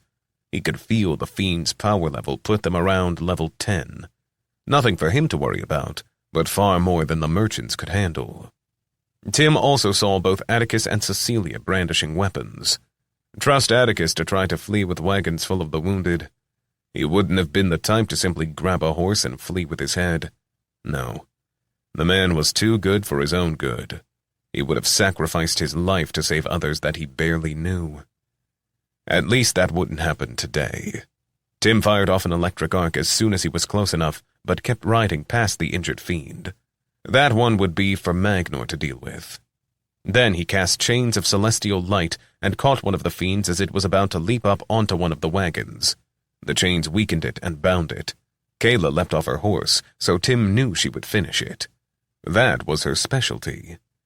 Then Tim slid off the side of his horse. He allowed himself to fall into its shadow and carried that momentum into a shadow step that launched him out of a shadow on the far side of the wagon ring. It effectively turned his fall into a foot-first leap at the third fiend. He immediately cast Grand Touch of Weakness on it, and then was on it with one sword and his other hand free for casting. The 11 levels he had on it made it so almost every hit was a devastating critical. It screeched at him, "Hungry! Manling has chaos!" Tim didn't even bother with a response. This fiend was attacking people he cared about. Now it was just his foe, but it was also his food. One doesn't talk to their food unless they have very poor manners, and Tim simply wanted the XP he could gain from this death. A part of him realized there were competing influences in him. He fought, blocking every claw blow until his cooldown on his chain spell ran out, and then he cast it again. Doubly debuffed, the fiend was easy prey. Tim could have taken its head, but instead cut off one clawed hand and then the other. It was weakened, and as he drove his sword into its chest, he began to pull at its life essence. The power of life and chaos swarmed into him. It was so much more powerful when taken from a living being rather than the blood of the dead. He felt the rush surge through him and chose to turn it into XP without a moment of hesitation. He gained 1,684 XP as the creature struggled and then broke down in front of him, dissipating into motes of light as the last of its energy was ripped from it. The XP wasn't enough to push him to level 22, but it was another step forward. Tim turned and saw that the other two fiends had already been killed. He frowned as he thought about the wasted energy, but he forced down the frustration and wiped the hungry look off his face. This wasn't something he could share with them. Not even with Kayla. Chapter 38. Mouse Cuddles. Tim softened as he reunited with his friends. Kayla was already hugging Cecilia, and he was pretty sure that mischief was between the two of them, offering mouse cuddles and living his best life. Tim chose instead to speak to Atticus, who attempted to profusely thank him. "You don't need to thank me. You could have escaped, but you had to try to save these others. Don't even bother denying it. I know that is just the kind of man you are, and I've already benefited from it. I imagine how badly my entry into Iokusente could have gone had I been greeted by someone else." Atticus smiled back at him and gripped Tim's arm, as was their custom. "Looks like stopping that day was one of the best things I could have done. I'm prepared to die if I have to. Being a traveling merchant may not be as risky as dungeon diving, but it is a hard life. I just want better for Cecilia." "Have you tried to get her to stay behind?" Atticus laughed. "Oh, she's a force of nature. She doesn't take commands very well, even from me. And when she gets it in her head to do something, good luck trying to stop her." Tim saw the two women walking over to them. Cecilia couldn't have been more than an inch or two over 5 feet, and had a slender build. She was as beautiful as Tim remembered, and perhaps seemed to have lost some of her youthful appearance. There was a hardness around her eyes, which was likely a victim of recent hardships. When she saw him, she ran and jumped on him. Tim didn't have any choice but to catch her in his arms. He didn't miss Kayla's pursed lips. Still, it was hard to stop the girl's exuberance. She kissed his cheek, but at least it had only been his cheek. Something about her made him feel more lighthearted, despite all the turmoil raging within him. He set her down, and she exclaimed, I knew you'd find us. I'm sorry for acting like a child before. I already apologized to Kayla. I know you're with her, and I won't get in the way. But that doesn't mean we can't be friends, right? The words tumbled out of her so quickly that Tim barely had time to process them. When he did, he said, Of course we are friends. Now I should probably help Alin with healing the wounded. With that, he disengaged and moved away, but he heard mischief in his head. I like her. You need to smile more. Life isn't all about frowning. Tim couldn't answer without the others hearing, so he kept walking. A short time later, once everyone was healed as much as the two spiritualists were able, he found out what the plan was. Apparently, the caravan had been headed to New Rome but got turned around because the city was under siege. That news was, of course, alarming. The Mimar army had come back and was as large as ever. Now that Tim knew exactly how Mimar were created, that distressed him even more. This prompted a conversation from the four sojourners about what to do. In the meantime, Tim got updates on Cecilia and the other merchants. He had Mischief keeping an eye on them, although admittedly, most of his time seemed to be spent snuggling with Cecilia. Tim had to pull his attention back to the conversation and only caught the tail end of what Alin was saying. Join up with other forces. Bah! The other nations will all be too worked up to leave their cities. They will want to keep their forces home to protect themselves, Magnor replied. That might be fair of them. Who wants to march an army across the untamed lands? It would take a particular type of fool for that. That leaves only ships, and with summer ending, the weather will change and make that harder, Kayla analyzed. Tim summarized. So, we should assume that we are on our own. That still leaves us with the question of what we should do. I, for one, am not willing to allow those monsters to take another human hostage. Not if I can help it. Magnor grunted. It isn't our job to take out this army. We should report back to the guild and let the guildmaster decide. For someone who likes to fight as much as you do, you seem reluctant, Kayla said to the Ogrian. Bah! I'll kill Mimar with joy. They are sewer-sucking scum. But we are soldiers now. The guild is at war. We have a duty to report. Tim frowned, but said, As much as I'd like to make a push to assassinate the leaders of this army, I have to agree with Magnor. Kayla looked surprised, but didn't argue the point, so Tim continued. You and I are the best equipped to get through. I think Magnor and Alin should stay in one of the villages outside the city. They can rest up and keep the people here safe from stray Mimar. Alin added, And fiends. Somehow, I don't think you will be attacked by fiends out here. Tim didn't bother to explain that he was hypothesizing that all the fiend attacks were focused on him. He did add, Alin, I need you to keep an eye on Cecilia for me. Cal Dakota tasked me with keeping her safe. The Asmarian smiled. She seems to be a sweet girl, and it isn't a good idea to ignore the patrons, even the gambler. Speaking of that, Alin, did you have a vision of the origin of the patrons when you received your class? Alin's face grew serious. We don't talk about that. You are new to this, but you will find that even within the guild there are separate groups. Spiritualists are definitely one of those. When we get a chance, I will explain more. The other two sojourners just rolled their eyes, but neither commented.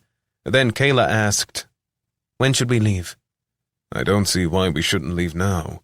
Night isn't going to be any better with an army surrounding the city. Speed is going to be our tactic more than simple stealth. Oh, I thought you might want to spend some time with Cecilia before we left, Kayla said. A sudden fury ran through Tim. Stop testing me! I mean what I say, and I say what I mean. I told you that there isn't anything between us. You heard her. We are friends. I care about her, and she had been kind to me, but that doesn't get between what we have, whatever that may be. Shock at how loudly he spoke, along with a secret smile, fought for dominance on her face, but eventually, Kayla just nodded and said she would grab her things. Tim said his goodbyes, and within 20 minutes, they were riding for the city. The horses would undoubtedly die when they reached the Mimar, but it would help them save their own energy until they had no choice. Tim had to rearrange his skills again. He took Master Stealth, Explosive Leap, and Dodge to replace Frost Burst, Grand Touch of Weakness, and Nature's Lesser Heal. His ability to transfer skills had upgraded to twice a day, but Kayla said she didn't need any specific skills. Then he remembered Enhanced Run. It was only an uncommon skill he had gotten when trading skills with a berserker, but it would make him 3.5 times faster while sprinting. He reluctantly let go of Tim's auger to make room for it. Apparently, Kayla had her own version of it, which made him wonder why she hadn't offered to share it with him. Maybe she was more upset about Cecilia hugging him than she had let on. After a couple more hours, they reached the edge of the Mimar army. The army didn't appear to be active. He knew that they were not exclusively nocturnal, although they seemed to operate as well at night as during the day. In front of him were 1,000 or so Mimar scavengers just standing there, moving their arms and swaying aimlessly. They both dismounted and took up a position behind some bushes where they could get a better idea of the situation. They tied the horses back a bit. With any luck, the horses wouldn't be found, and maybe they could come back for them. But neither really believed that. "What do you make of this?" Kayla asked. Tim could feel a subtle current of chaos in the air, which influenced his answer. If I had to guess, one of their leaders has an ability to keep them in this state. Otherwise, scavengers would tend to wander off in search of food or get in fights. "I fought all the different types of Mimar except Goliaths, and I saw the one that attacked the inn. You really think one of them could have an ability like that?" Not Goliaths, that is for sure, but likely the Horde Master. "So you are sure that is really a thing?" Kayla asked. Sure. No. How could I be? But it makes sense. They both spent the next 20 minutes in silence. Finally, Tim said, "Oh, you are the expert at this. So what's the plan?" "They appear to be fairly spread out in clusters of a few hundred scavengers. In the center of each cluster are the shaman, choppers, and others. If it was just me, I would wait for night and try to stealth my way through them. The bigger issues would be wandering champions and shadows. I haven't seen any shadows, but that doesn't mean they aren't there." "Do you think the Goliaths and others are mostly concentrated near the gate?" "Your guess is as good as mine on that. I haven't seen anything that looks like a central command, but we can't see the main gate from here. If they are spread around the entire city like this, then there must be more than 250,000 of them. That is a massive army. The entire population of New Rome isn't more than 1 million at the most. The army doesn't have more than 50,000 soldiers with another 50,000 conscripts, but each of those Mimar are stronger than a soldier, just less organized," Kayla said. "Well, that sounds pretty hopeless. I did some quick math now. Even if I could kill a Mimar every 10 seconds, it would take me nearly a month to kill that many." Kayla agreed that it was daunting, but thought that given that the creatures weren't too tightly clumped together, the pair had a chance of running through them. The key would be to avoid fighting and just keep running. The biggest problem was that she wasn't sure how they could get up the wall quickly enough to make it work. "You're forgetting about my new cloak." She grinned. "You're right. A cloak of levitation is beyond good luck at this point." "I don't think it is luck. I think Caldecota is actively trying to influence how things happen." "You know how I feel about that, but whatever the reason, your cloak is probably the best chance we have of both making it up the wall. I can scale it pretty fast, but not sure how quickly you can do it. You probably should have kept those extra arms." Tim chuckled at that. "You just wanted to find out what I could do with extra arms when we were alone." She didn't deny it, and simply shrugged. Then, after a few seconds, she asked, "Ready to do this?" "Now is as good of a time as any." Tim replied. Then they were both up and running. He didn't activate his running skill until he got closer. Dodge was an automatic skill, so he didn't have to worry about that. He had Chaos Bulwark for when it was needed. Shadow Step likely wouldn't help him, since he couldn't carry Kayla with him. Or could I? Oh, I should have experimented with that before, Tim thought. They made it into the Ring of Mimar before they were detected. The stupid creatures didn't have many scouts, and the ones they did have were only focused on threats from the city. As soon as the screeching started, Tim activated Enhanced Run and leapt forward. He was already faster than an Olympic sprinter with his physical stats, but now he was running faster than a cheetah. The Mimar rose up, but they might as well have been standing still. Tim fired off an electrical arc at a champion who moved to block them. It didn't kill the monster, but left his muscles spasming as he fell to the ground behind them. Tim could tell that Kayla was holding back her speed, which made him more comfortable. He didn't want her to get too far from him. The enemy started throwing rocks or crude spears at them, but nothing hit. Mimar scavengers just weren't that good at hitting moving targets. They had traversed 3/4 of the distance before any danger appeared. The ground in front of them burst into flame. It burnt a dozen scavengers, but the shaman who cast it must not have cared. Tim pushed himself for a second, then hooked his arm around Kayla and executed Explosive Leap. With how much momentum he already had, it carried them a couple 100 feet forward in an arc over the wall of fire. They were almost there, but another pair of champions leapt at them. His celestial chains bound one while the other tackled him. He screamed, "Keep going!" as he and the champion rolled along the ground. The creature was strong, but Tim wasn't going to try and fight it. As soon as he got his bearings, he activated Shadow Step and was suddenly right up against the wall. Kayla reached it just after, which prompted him to smirk. There was no time for witty banter, but he grabbed her waist again and activated his cloak. They started moving up at the same speed that he could run without a skill enhancing them. That was fast enough, given his stats, but the enemy was a bit better organized this time. Tim felt a jagged rock bounce off his armor. It hadn't caused any serious damage, but it would leave a bruise. He activated Chaos Bulwark and watched as reality around him rippled.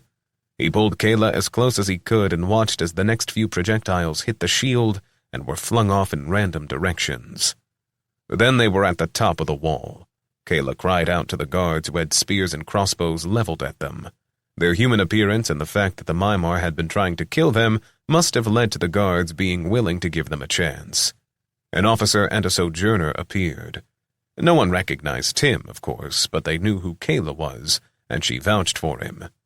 Once they said they had information for Charles, they soon had an escort and were headed down the backside of the wall. Interlude 3. Far away, Simona and Valerius were locked in an argument. She sat in a room specially constructed for their meetings. There were 4 chairs around a table, but her eyes couldn't help but stare at the empty spot where another chair had once sat. "I'm telling you that he is using the fiends," she said. "That makes no sense. He is power-hungry. We all realized that, but even he wouldn't share power with fiends. But none of that matters. His prison is still sealed. Yes, before you say anything, I admit there are cracks in it, but he is still bound. He doesn't have the ability to open portals to hell from here. You know how much energy that takes," the war god argued. "Yet fiends are here, even an archfiend. They are not to be trifled with." Valerius snorted at her words. "I can handle an archfiend." She rolled her eyes. "So can I. But what about a dozen of them? Even if you win, will there be anything left of what we have worked for so long to create here?" He started to answer, but then bit down. After a few seconds, when he regained control of himself, he replied, "I've been paying attention since our last meeting. Caldecota may think this is all a joke, but I've been watching. There are signs that some portals have opened, but they used a crafted device of stored chaos rather than a direct portal." The Mimar shouldn't be able to create anything like that," Simona said. "They aren't. I wouldn't be able to do that. You know as well as I do that there is only one of us whose talents lie in that direction. You shouldn't accuse him like that. Valerius stopped his pacing and sat down. Then he should be here. He has refused to speak to me. What about you? She didn't say anything, but her silence was enough of an answer. What about the Arbiter? Valerius replied, I spoke to him briefly. He's mad at you, or more likely playing at being mad at you. He says it is bad enough that we begged him to fill in for Asmarin, but it's insulting that you were trying to steal one of the first gens from him. Did he admit to getting involved? Simona asked. He claims that he is following the letter of the pact. He says he has to be neutral in all matters except where he is acting as a patron. You've spoken to his newest first gen. Is he up to something? Simona sighed. You really should pay attention to more than your own swamps. The human's name is Timothy Stein, and Cal Dakota gave him the trait. He wouldn't. Well, he did. Valerius slammed his fist down on the table, but as a metaphysical construct, it was impervious to physical force, even from a would-be god. Doesn't he know that that could destroy everything? You know him. He is playing some game that he won't share with the rest of us. I will say that the human he chose shows potential, but I agree it is a risk. I have made an offer to the human. He is close to completing a pair of quests for me, and when he does, I will offer to make him my herald, complete with a top-tier trait. That should be enough to get even the most stubborn of nobles to follow him, at least in the short term. It's more than a risk. It has the potential to break the pact, Valerius insisted. Yes, but it's also the only way that a mortal can have a chance against an archfiend. So it is a risk, but also a boon, Simona replied. I don't like it. We never should have agreed to allow Asmarin to unbalance the class system so much. What's done is done. Now I just have to wait until he turns to me. There is no way that he will turn down a patron who actually shows interest in him. Perhaps I should check on him myself. If he has the potential that you claim, then why not bind him to multiple patrons?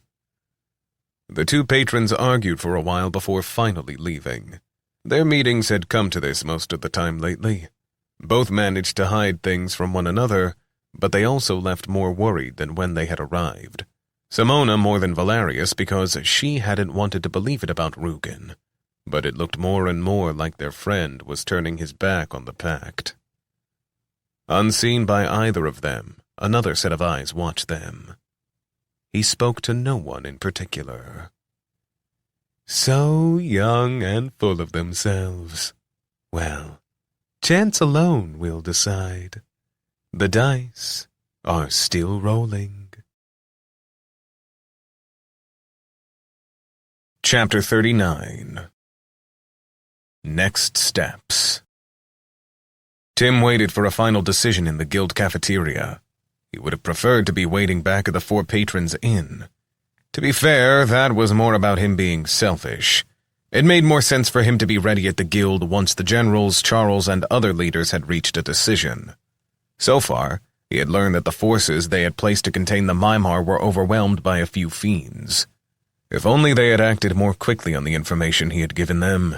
Tim was pretty sure that there were two different wars going on. There was the now very evident war with the Mimar. The way they surrounded the city left no doubt for that. There wasn't much back and forth yet, and for the most part, the enemy seemed to be content with securing the city and keeping everyone trapped inside. It was a good long-term strategy. The more active war was the one for control. Nobles, military, Caesar, the guild, all of those were vying for more influence. Worse, there were numerous factions within each camp. It actually infuriated Tim. None of those in power were really considering how serious this threat was. Everywhere, he heard confidence from the sojourners and common people alike. They were all talking about how the enemy was back for another whooping. Tim wondered if part of that was his fault. He had driven the army away before, although he was 99% certain that was just part of enticing him in.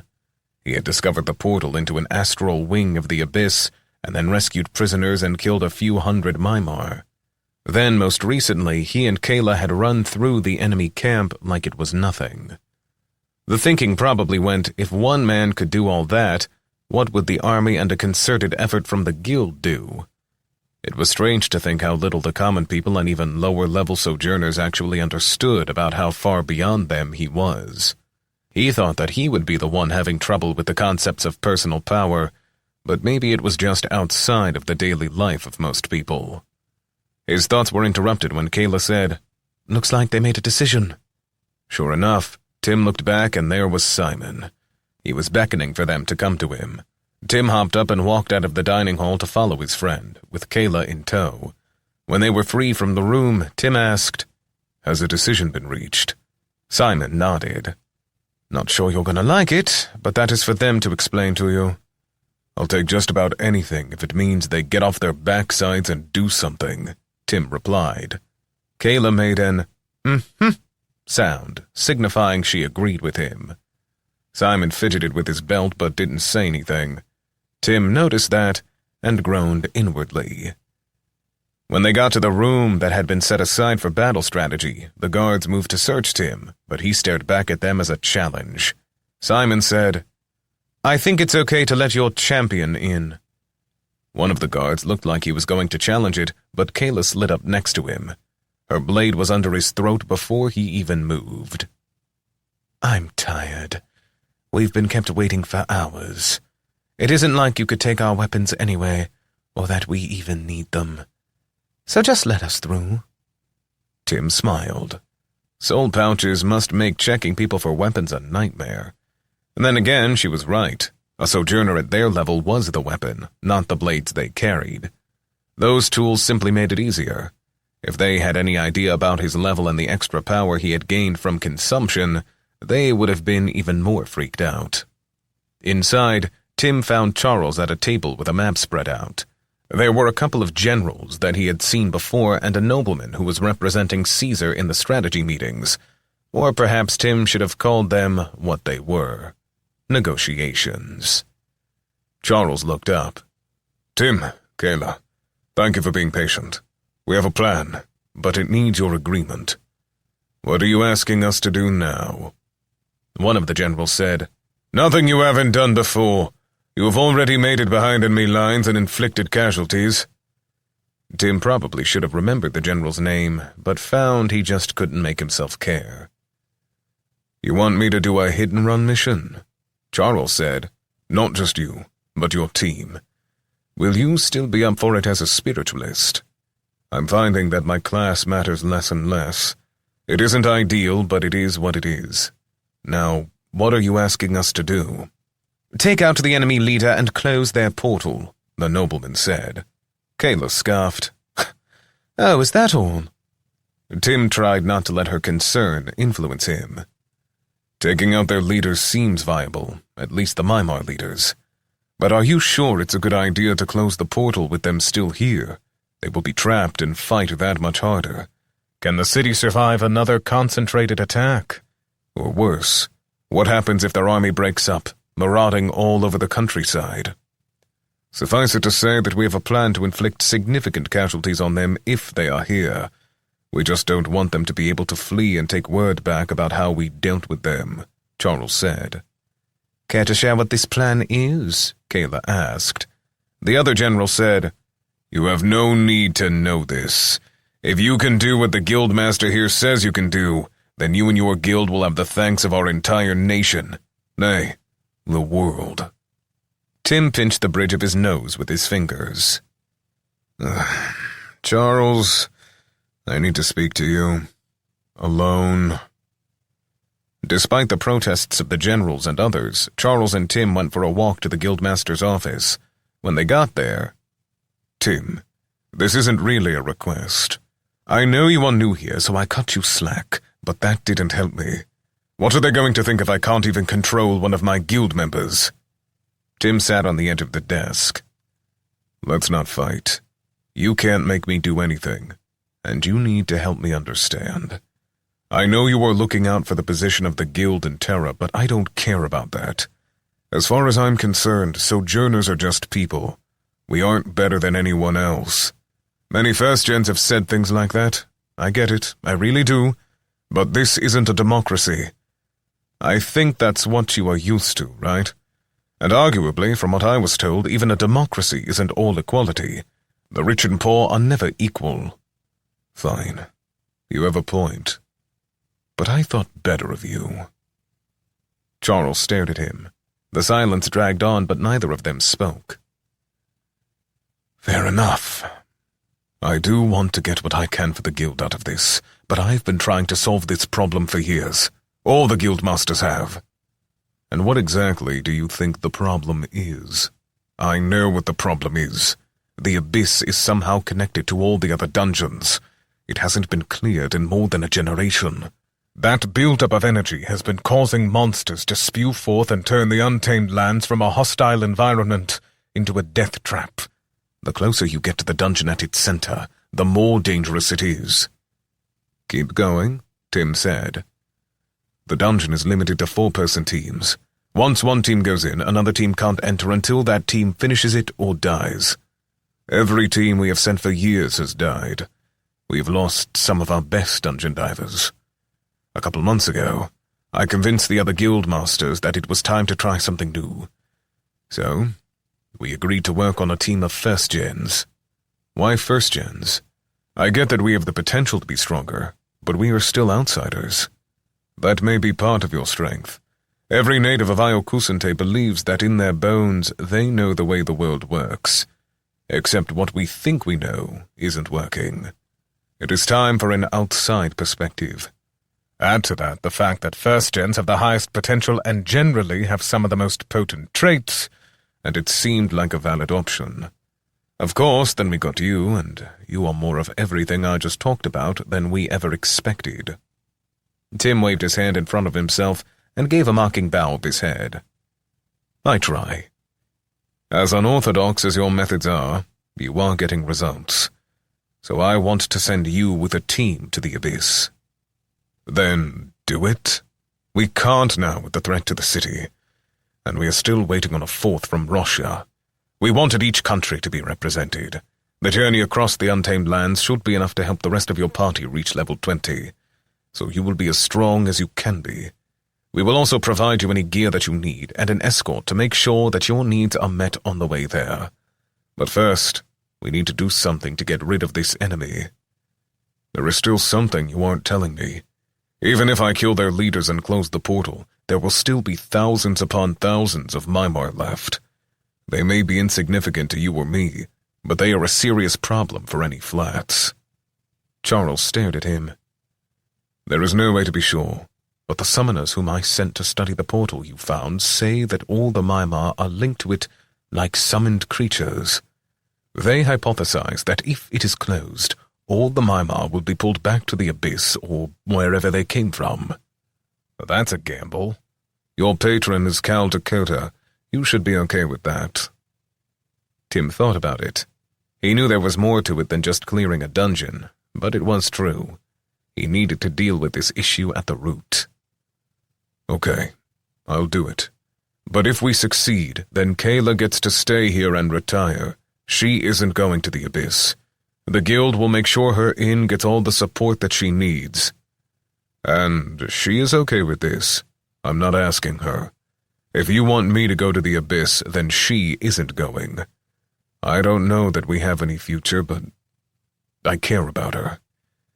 She's been one of the few good things to happen to me in Iokusente. Charles held out his hand. Deal. Chapter 40. Wrath of Man. Just a few hours later, Tim found himself and the entire team catching their breath next to a stream just a few miles out of town. Elementalists with the flight spell had enabled them to get out of the city, as well as allowing Magnor and Alin to help them. Tim made sure that he got a copy of that spell, and even now was smiling about it. He loved flying. The strike force wasn't limited to just the 4 of them. There were 2 other diamond-level squads with members between level 16 and 19. That alone showed Tim that Charles really felt this had to be dealt with, and so it was being handled. Even in his physically weaker spiritualist form, the enemy was no match for him. He worked his way through groups of them with 2 enchanted blades or fired off a spell when they clustered up too much. Column of Flame didn't get the bonus that Electrical Arc did, but it was better for hitting 20 people in close quarters. With his acuity being up to 36 now, it meant that he was critting on almost all the Mimar for 144 damage per second in the flames. Devastating criticals were even more, and even if the fire wasn't enough to kill them, they fell to the other sojourners. Now they had cleared one area and were hiding near a stream, catching their breath and getting a drink. One of the arcanists with them used some spell to hide them. Tim marked that as a spell to pick up later. So far, he had managed to consume a lasher, a scavenger, a chopper, and a shaman. He converted them all to 10% XP and added 914 XP, but the real boon had been the 2 monstrous creatures they encountered. One was a burrowing leech. It was just about as ugly and gruesome as it sounded, but it was also level 12. The second was a tentacled wolf, which was level 11. A large number of them might prove troublesome, but so far, the Mimar didn't seem to be able to control more than a few of them in the same area. The rest of the team might have had to struggle a bit, but Tim easily killed and drained his. How could he not, when they added 3,735 XP? It wasn't quite enough to hit level 22, but he was knocking at the door. One of the other team members had noticed him putting his hand in one of the creature's blood. Since they all knew he had abilities from other classes, he played it off as a blood mage spell that he was using to gather power. He just had to hope that they didn't ask him to share that spell after the battle was over. "I can see the portal," the arcanist said. Tim knew he should have learned all their names, but for now, he just thought of them by their classes. "Good. That means we can end this soon," a warrior replied. Magnor signaled for quiet, something Tim was happy for. The Ogrian might be an insufferable jerk at times, but he knew how to do his job. That allowed Tim to focus on studying the camp. There was plenty of chaos around, but there was no sign of Baldrock. That had been Tim's only real fear. There were, however, a pair of fiends standing next to the portal. They each had silver collars on their necks and were standing in runic circles. They snarled at anything that got too close to them or the portal but didn't move. Tim let out a low whistle as he considered what type of magic it must take to contain a pair of level 16 fiends. The rest of the group around the portal was comprised of a pair of shadows, the first he had seen in the Mimar army, 2 Goliaths, a dozen champions, and half a dozen shamans. There was also a tent, which was the only one of its kind in the army. It looked like it had belonged to some noble in the past, but now whoever was leading the Mimar army was inside it. If the intel was good, that was the Mimar horde leader. The scouts hadn't been able to determine his level, but it had to be higher than 17, since the scout who had tried to assess him was level 12. That, or he had some ability that allowed him to hide his level. It would have been nice to attain level 22 prior to this, but Tim figured he would get it in this battle if nothing else. "Okay, I'm going to fire down a column of fire, followed by an electrical arc onto the champions. It won't take them out, but it will cause a disturbance. Our elementalist needs to help me with that. Then SG-1 will deal with the 2 Goliaths in the shadows. SG-2 will handle the shamans, and then join in where they are needed, while SG-3 will deal with the injured champions," Tim said. He had settled into being the leader of this group naturally, the best part being that he got to come up with the team designations. It made him laugh, even if none of the rest of them knew what he was talking about. A portal was like a gate after all, so it seemed appropriate. The elementalist said, "My name is McCroy for the 3rd time." Tim grunted. "If we both survive this, I promise to learn your name." Magnor said, "You're becoming just as charming as I am." Tim just ignored him. He looked around to make sure everyone was ready, and then fired off his first spell. The champions shrieked, but his electric arc leapt from one to the next, and then onto the shamans. The electricity caused most of them to spasm and collapse where the fire continued to burn away at them. This was going far better than expected. He might even end up killing most of the champions. McCroy had even cast the perfect spell to go along with it. A giant, transparent fist came crashing down on the champions. It didn't disrupt Tim's spell, but further immobilized the champions. Then Tim saw his electrical arc leap from the champions to the shaman. Their low HP totals failed them, and 3 were dead before the arc flew inside the tent. The creature inside bellowed, and the entire tent shook. No plan ever survived the contact with the enemy, but even if the boss came out now, it was still going well. The 2 Goliaths came running at them, followed by a creature who looked like a massively bloated infant with its legs and arms twisted in awkward angles. It was like a Mimar, but fat, and somehow the juvenile appearance of its face was even more disgusting.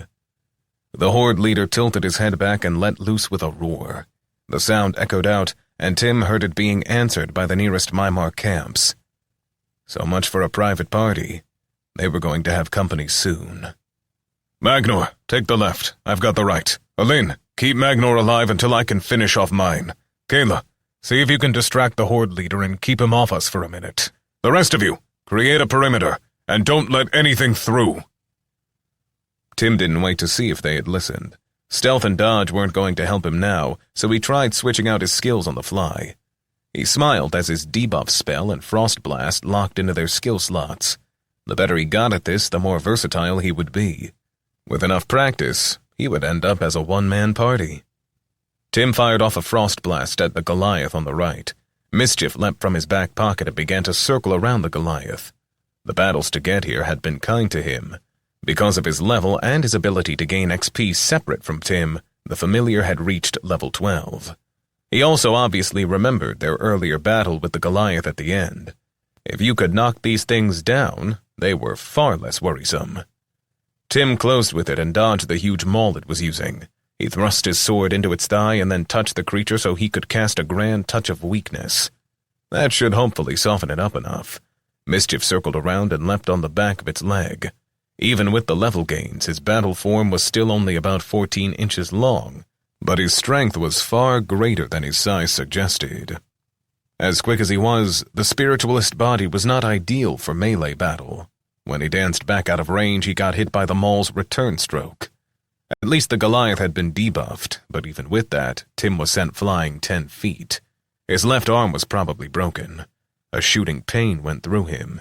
He began casting a spell to heal himself as soon as he sat up, but he had to move to avoid another swing of the maul. Mischief was digging into the back of its leg, but it was still focused on him. Enough time had passed for Tim to fire off another electric arc. It lanced into the monster, trying to flatten him. Fortunately, that threw it off enough that the maul missed, and Tim managed to get to his feet.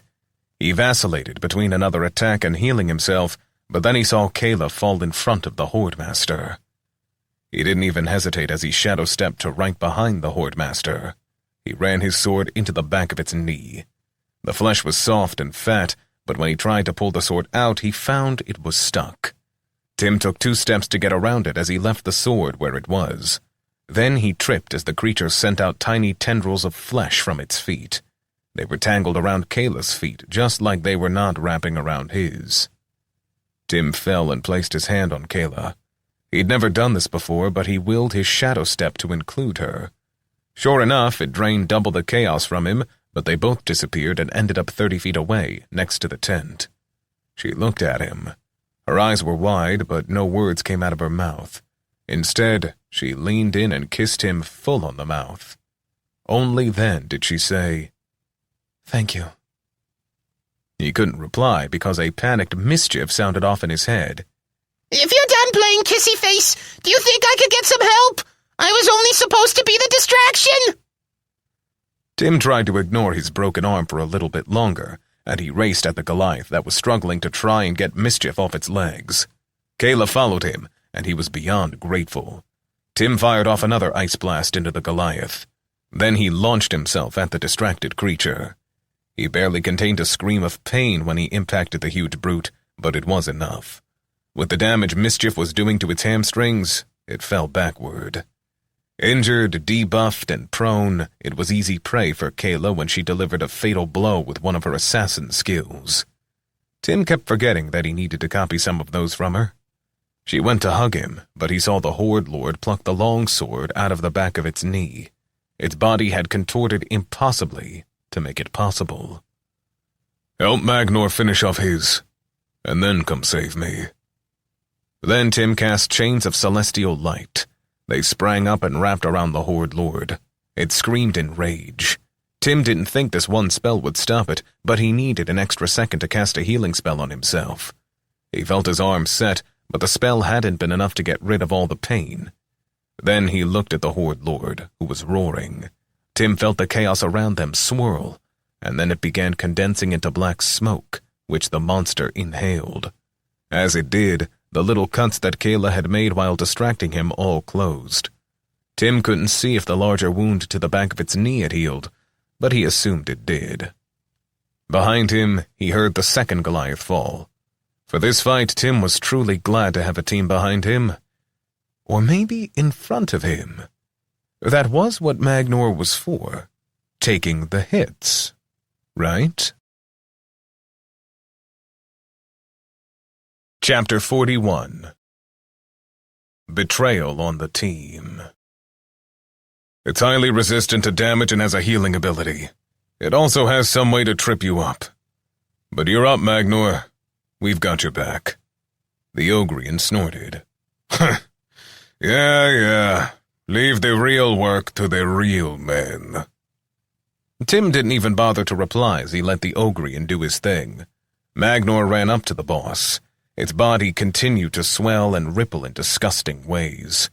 The celestial chains were still wrapped around it, but it had pulled one arm free, complete with a short, heavy-handed mace. Magnor raised his shield and took the first blow. It rang out like a bell. A concussive wave of force rolled off from it as the blow knocked Magnor to one knee. Tim looked to the other squads and saw that they were all engaged with a growing number of Mimar. Individually, only the Goliaths might be a challenge, but with enough of them, the others would be overwhelmed. They needed to take this guy down and then close the portal before that happened. The Horde Lord was pounding blow after blow on Magnor like he was pounding the short man into the ground. This was with the creature restrained by the celestial chains. Tim could only imagine how strong it would have been without that. That thought lit a fire in the back of his mind. Tim felt a hunger for that strength. He wanted to drain the power from this creature. He must have been distracted longer than he thought because Kayla yelled at him, "Are you gonna help?" He raised his hand and fired off an electric arc. It danced along the creature's thick skin. Whatever protective mechanism it had seemed to insulate it against electricity. That was okay, though. The spell had just been a stopgap to help him clear his mind. He noticed that all the cuts that Magnor and Kayla made didn't seem to bother the creature. In fact, Magnor almost lost his axe every time he hit it. Its flesh squeezed any weapon that struck it. They needed to find a way to get past the protective blubber. Mischief was biting it as well, but if the Horde Lord even felt it, he didn't let on. In fact, he was ignoring the rest of them as he continued to batter away at Magnor. He chanted, "My horde will eat you, suck the marrow from your bones, wear your ears as trophies. All the feeder races will be eaten." Finally clearing his head, Tim ran up. He still wanted the power this creature represented, but his mind was focused on the mission. He would fight to save Io Kusente. He hadn't asked to be brought here, but it was his home now. He pulled out one of his non-magical swords to replace the magical blade that he had lost earlier. Then he timed his attack to land when the monster was committed to a strike. His empty hand fired off an ice blast, but only after he pressed that hand against the creature's blubbery mass. The frigid cold solidified the gel-like tissue long enough for him to thrust his longsword into it. Then he had to leap back to avoid being hit by the creature. He grinned as he fired off an electric arc into the sword. The blade carried the charge deep into the creature, past its thick outer layer. It shrieked in genuine pain as its body spasmed. For the first time, Magnor was able to act rather than react. He screamed a battle cry and charged forward, throwing his body like a battering ram at the lumbering brute. Kayla darted in and cut deep into its neck, but even there it was too thick for her dagger. Tim tossed her his long sword of sharpness. It might not be her specialty weapon, but she could still use it to deliver one of her assassin attacks. Tim placed his hand against the creature as it struggled to get back up, looking like a turtle that had been flipped over. He added on grand touch of weakness to further weaken the creature. Magnor managed to make it up on top of the creature's chest and was repeatedly hacking down at its face. Tim realized that it was weak enough now. He pulled out a dagger from his soul pouch and then thrust with it. But he didn't stop when the dagger was buried. Instead, he used all his strength to force his entire arm into the creature's flesh. It was risky, but he managed to force it to the point that he made contact with blood. As soon as the creature's blood touched his skin, he whispered, "The power's in the blood." Then he activated the crucible of consumption. The creature continued to thrash about, but the others were taking as much of its attention as he. Tim accepted the bruises and battering that he was getting. He even laughed in contempt. This creature, it turned out, was level 19. It was the greatest of all the Mimar, but it was nothing. It thought it was a child of chaos, but he knew the real power. Its life force began to feed Tim, and he savored the power. For just a moment, he contemplated taking its power for regeneration with chaos, but decided it wasn't worth it. The XP was what he needed. Its efforts became slower and slower. Tim wanted to laugh again. This was anticlimactic for a boss. Sure, they still had an enemy army around them and a portal guarded by 2 fiends to close, but he felt unstoppable. The monster's blood was finally all sucked up into him. Tim felt the incredible rush of gaining 32,783 XP all at once. It was like no other drug. He pulled his arm back without a speck of blood on it. That had all gone to fuel his power. Then he fell backward and trembled with the power coursing through him. It pushed him past level 22 and almost to level 23. He was laughing softly when he got the notification. You have reached level 22. You now have 8 stat points to assign. Tim understood why the patrons had wanted to limit people to level 20. At level 20, he had gained 2 stat points, 4 at 21, and now 8 at 22. If this trend continued, then level 25 was going to be astounding. The patrons must have been jealous of the strong, worried that the strong would rule this world. He heard a wolf howl inside his head and a whisper so soft he barely made it out. "Now you understand." Tim focused a bit harder and heard the voice speaking to him again. "Come to me. You shall free me, and then rule this world in my name. You shall be the herald of the apocalypse. Step through the gate." Tim stood up as though in a trance. He walked toward the portal. The 2 fiends lashed out at him, but the runes at their feet flared with a crimson-red light, and they shrieked in pain until they fell to their knees. Tim smiled. Only a part of him saw it. They were kneeling before him. That was the fate of the weak before the strong. He looked forward to the portal. He would be able to shape the world as he saw fit. Only Quint. No. Asmarin. That was the proper name. Only Asmarin offered him the ability to control his own destiny. He walked forward another step. Alin cried out, Something's wrong! I can feel a dark energy swirling around Tim! Tim stepped closer to the portal. Only a few more steps, and he could walk through it. He heard the sounds of battle behind him. The other squads were still fighting to hold back the horde, but it wouldn't matter. Once he had the power that Asmarin could give him, he would be able to wipe out this horde. He could change all that was wrong about Io Kusante.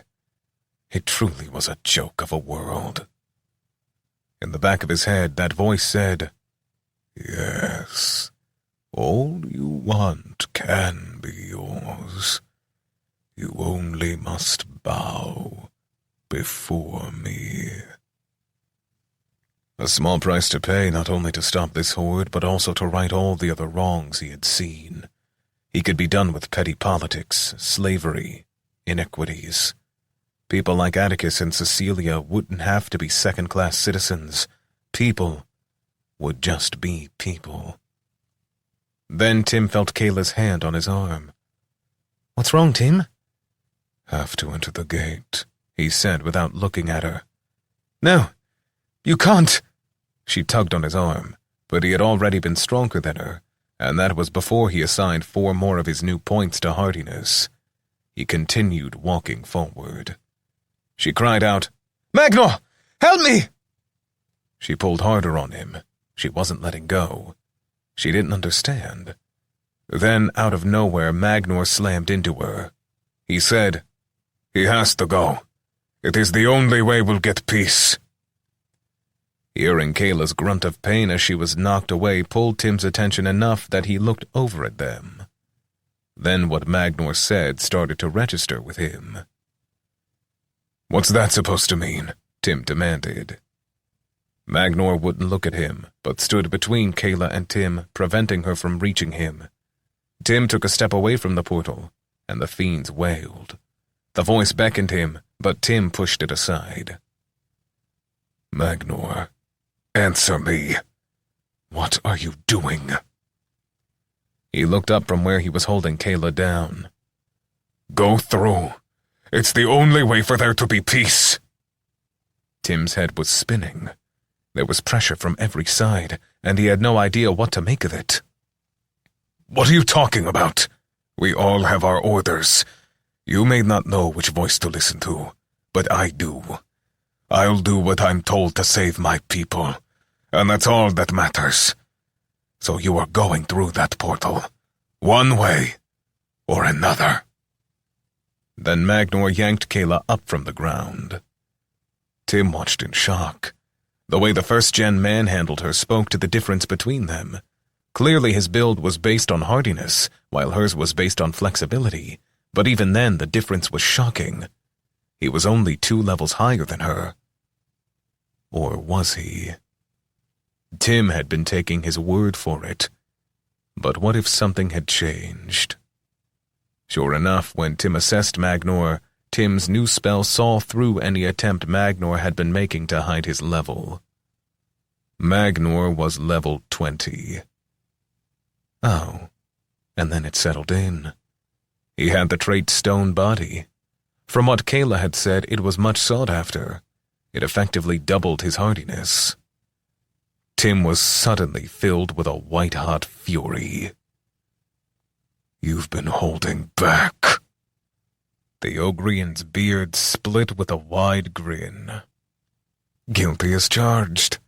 I needed to see what you were capable of, and it's always good to hold back a bit in case you have to pull out a trick they don't know about. Trust me, you don't want to see all my tricks." Tim didn't really care why Magnor was doing this, but he did need time to figure something out. All he felt was rage at the betrayal and concern for Kayla. She was being held by her hair with a blade at her neck. She was fast, but Tim doubted she could escape before the Ogrian cut her head off. It would be simple for someone as strong as he was. Then there was a Lynn standing there. "Are you in on this?" he asked. The spiritualist simply looked at him dumbfounded. So she wasn't a traitor, but she was useless. Tim cursed under his breath.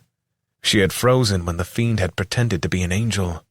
Now she was doing the same thing. He looked at Kayla and tried to signal her that it would be okay. Magnor said, "You can make goo-goo eyes at your lover later. Now, you need to go through that portal." Tim couldn't think of any attack he could make that would stop the Guardian from taking Kayla's head. If he was going to get her out of this, she was going to have to do the heavy lifting herself. The best he could do was provide her an opening. Then he saw mischief creeping closer to Magnor. Maybe that would work. He just needed to keep him occupied for a moment. So, Tim asked him the question that was kryptonite to both egomaniacal villains and guilt-ridden former teammates. "Why? I don't understand. Why would you do this?" Chapter 42. Twinkle, twinkle, little Hellgate. It doesn't matter, came the response. Tim frowned. He needed Magnor distracted enough. No, I want to know. We were a team. Why betray us? Ha! We were never a team. This was a mission. I've been working you the entire time. I was given enough information to know that something like this would happen. If we trade you to whoever is on the other side of that portal, then the Ogrians will be left in peace, Magnor replied. And what about Terra, Russia, and Asmar? What about all those people in a city surrounded by Mimar? Magnor shrugged. It's a shame. He never got to finish his words, as Mischief screamed, "No!" into Tim's mind. Then the mouse launched himself at Magnor with all his strength. It was enough to make his tiny mouse fly through the air like a bullet. He expanded to battle form an instant before impact as he bit down on the man's ear. Tim cast his most powerful heal on Kayla. He just prayed she would move fast enough to limit the damage caused by any attack Magnor got off. The Ogrian jerked when he was attacked, but he was enough of a professional that he managed to draw his blade across Kayla's neck. Blood began to gush just as the healing spell hit her. His attack had been enough to cut halfway through her neck, but Mischief's attack threw him off just enough. Kayla fell from his hands as Tim leapt forward to attack. Magnor brought up his shield and knocked Mischief loose, but not before the mouse took an ear with him. The traitor brought his blade around and Tim was forced to block it rather than striking. But it was enough, since Kayla was free. Tim glanced at her. Blood was gushing from her neck, but his healing spell was slowly closing the wound. She had her hands clasped to the wound, and he was confident she would survive. That freed him up to deal with the traitor. They squared off against one another. Blood was dripping down the side of Magnor's face and had matted his beard. The missing ear was going to be a gruesome wound. Without the ear to attach it, most healers could only close the wound. Fortunately for Magnor, corpses didn't care what they looked like, and Tim was determined to turn the man into a corpse. You can't take me, boy. You've done well, but I've got a decade more combat experience than you do. We're both level 20, and I'm a combat class to your healing class. Even with your broken-ass trait, you won't be able to stop me. Oh, I'm gonna end you. Just so you know, I'm gonna shave your beard off once you're dead, cut off your head, and then send it back to Ogria so they know what a little boy you are. Tim spat out the words in anger. Whoa there! No need to get all personal. I'll even let Alin finish healing your girlie if you follow orders like a good boy and walk through that portal. That's all this is, anyway. Me following orders. Let Alin finish healing her. How are you going to let anyone do anything? You're outnumbered, Tim demanded. Like I said, I've got some tricks. That was when all hell broke loose, literally. Magnor pulled out a large ruby from his soul pouch and then crushed it in his hand. As he did, the two imprisoned fiends suddenly shrieked. The barriers around them dropped, and Magnor said, "He's all yours, boys. Take him home." Tim was barely able to dodge the claws of the first fiend. It lunged at him faster than he could have imagined. Quickly, he reminded himself that level didn't tell the entire story with fiends. These two were level 16, but they might also have a great many more stats from consumption, not to mention any special skills they had. He didn't have time to do a more detailed assessment and instead moved, trying to get himself some room. He fired off an electric arc, an unerring force missile, and then a frost blast. He cursed after each spell, as Magnor managed to catch them each on his shield. He knew the man was skilled as a tank, so this really shouldn't have been a surprise, but it was all he could do as the fiends were on him. Tim felt sharp claws rake his side as he attempted to dodge at the last second. He rolled with it, and it pushed him into the other's claws, which ripped him open at the hip. Tim stumbled back and quickly reshuffled his active skill list to feature Nature's Lesser Heal, then rapidly cast it. It would take time, but it would eventually close the wounds. The two fiends hissed at him. A red collar of visible energy encircled their necks, but he could see the hunger in their eyes. Their level didn't matter. They were simply killing machines. They existed to consume. They wanted to feast upon him. But whatever magic Magnor had used constrained them, and they hated it. That was fine, though. Tim yearned for their power, too. The difference was that he could control it. He knew that Kayla needed him. He jumped back from one of the fiends and blocked the outstretched claws of the other with his sword. If they were able to latch onto him, they would either drag him to the portal or begin to eat him. Neither option was okay with him, but this body simply wasn't strong enough to physically defeat them both at one time. He glanced at his mana between dodging steps and saw he was at half mana. It would have to do. He cast a spell, and chains of light burst up from the ground to capture the closest fiend. The second one stumbled into it, and they were instantly clawing at one another. That was it. The spell must keep them from trying to feast upon him, but fiends hated everything equally. They loved to feast upon each other as a pure source of chaos just as much as they desired to eat sojourners. Tim leapt in and slashed at the trapped fiend. The black ichor that leaked from the wound sent chaos wafting into the air. It was like chum in shark-infested water. The two of them were ripping into each other, and Tim looked back at Magnor and the others. He was too late to stop it, but just in time to see as the Ogrian's heavy axe removed one of Alin's hands. She fell to the ground, shrieking. Tim called down a column of fire on the two fighting fiends and then raced at Magnor. The man spun faster than his stout body should have been capable of and shield-blasted Tim. The world spun, and he was seeing stars. He could barely make out what Magnor was saying. It didn't have to be like this. You could have just gone. Then he pulled out a small, round sphere. It was silver with etching and a few raised spots that looked like sliding switches. Now get in there, or I'll kill her and then drag your ass in there on my own. Tim weighed his options. He still wasn't a match for Magnor in a physical fight, but that didn't mean he had to give in. The Ogrian had to be bluffing. Sojourners were hard to kill. Even if that was some type of grenade, it would have to instantly kill Kayla, or he would be able to heal her.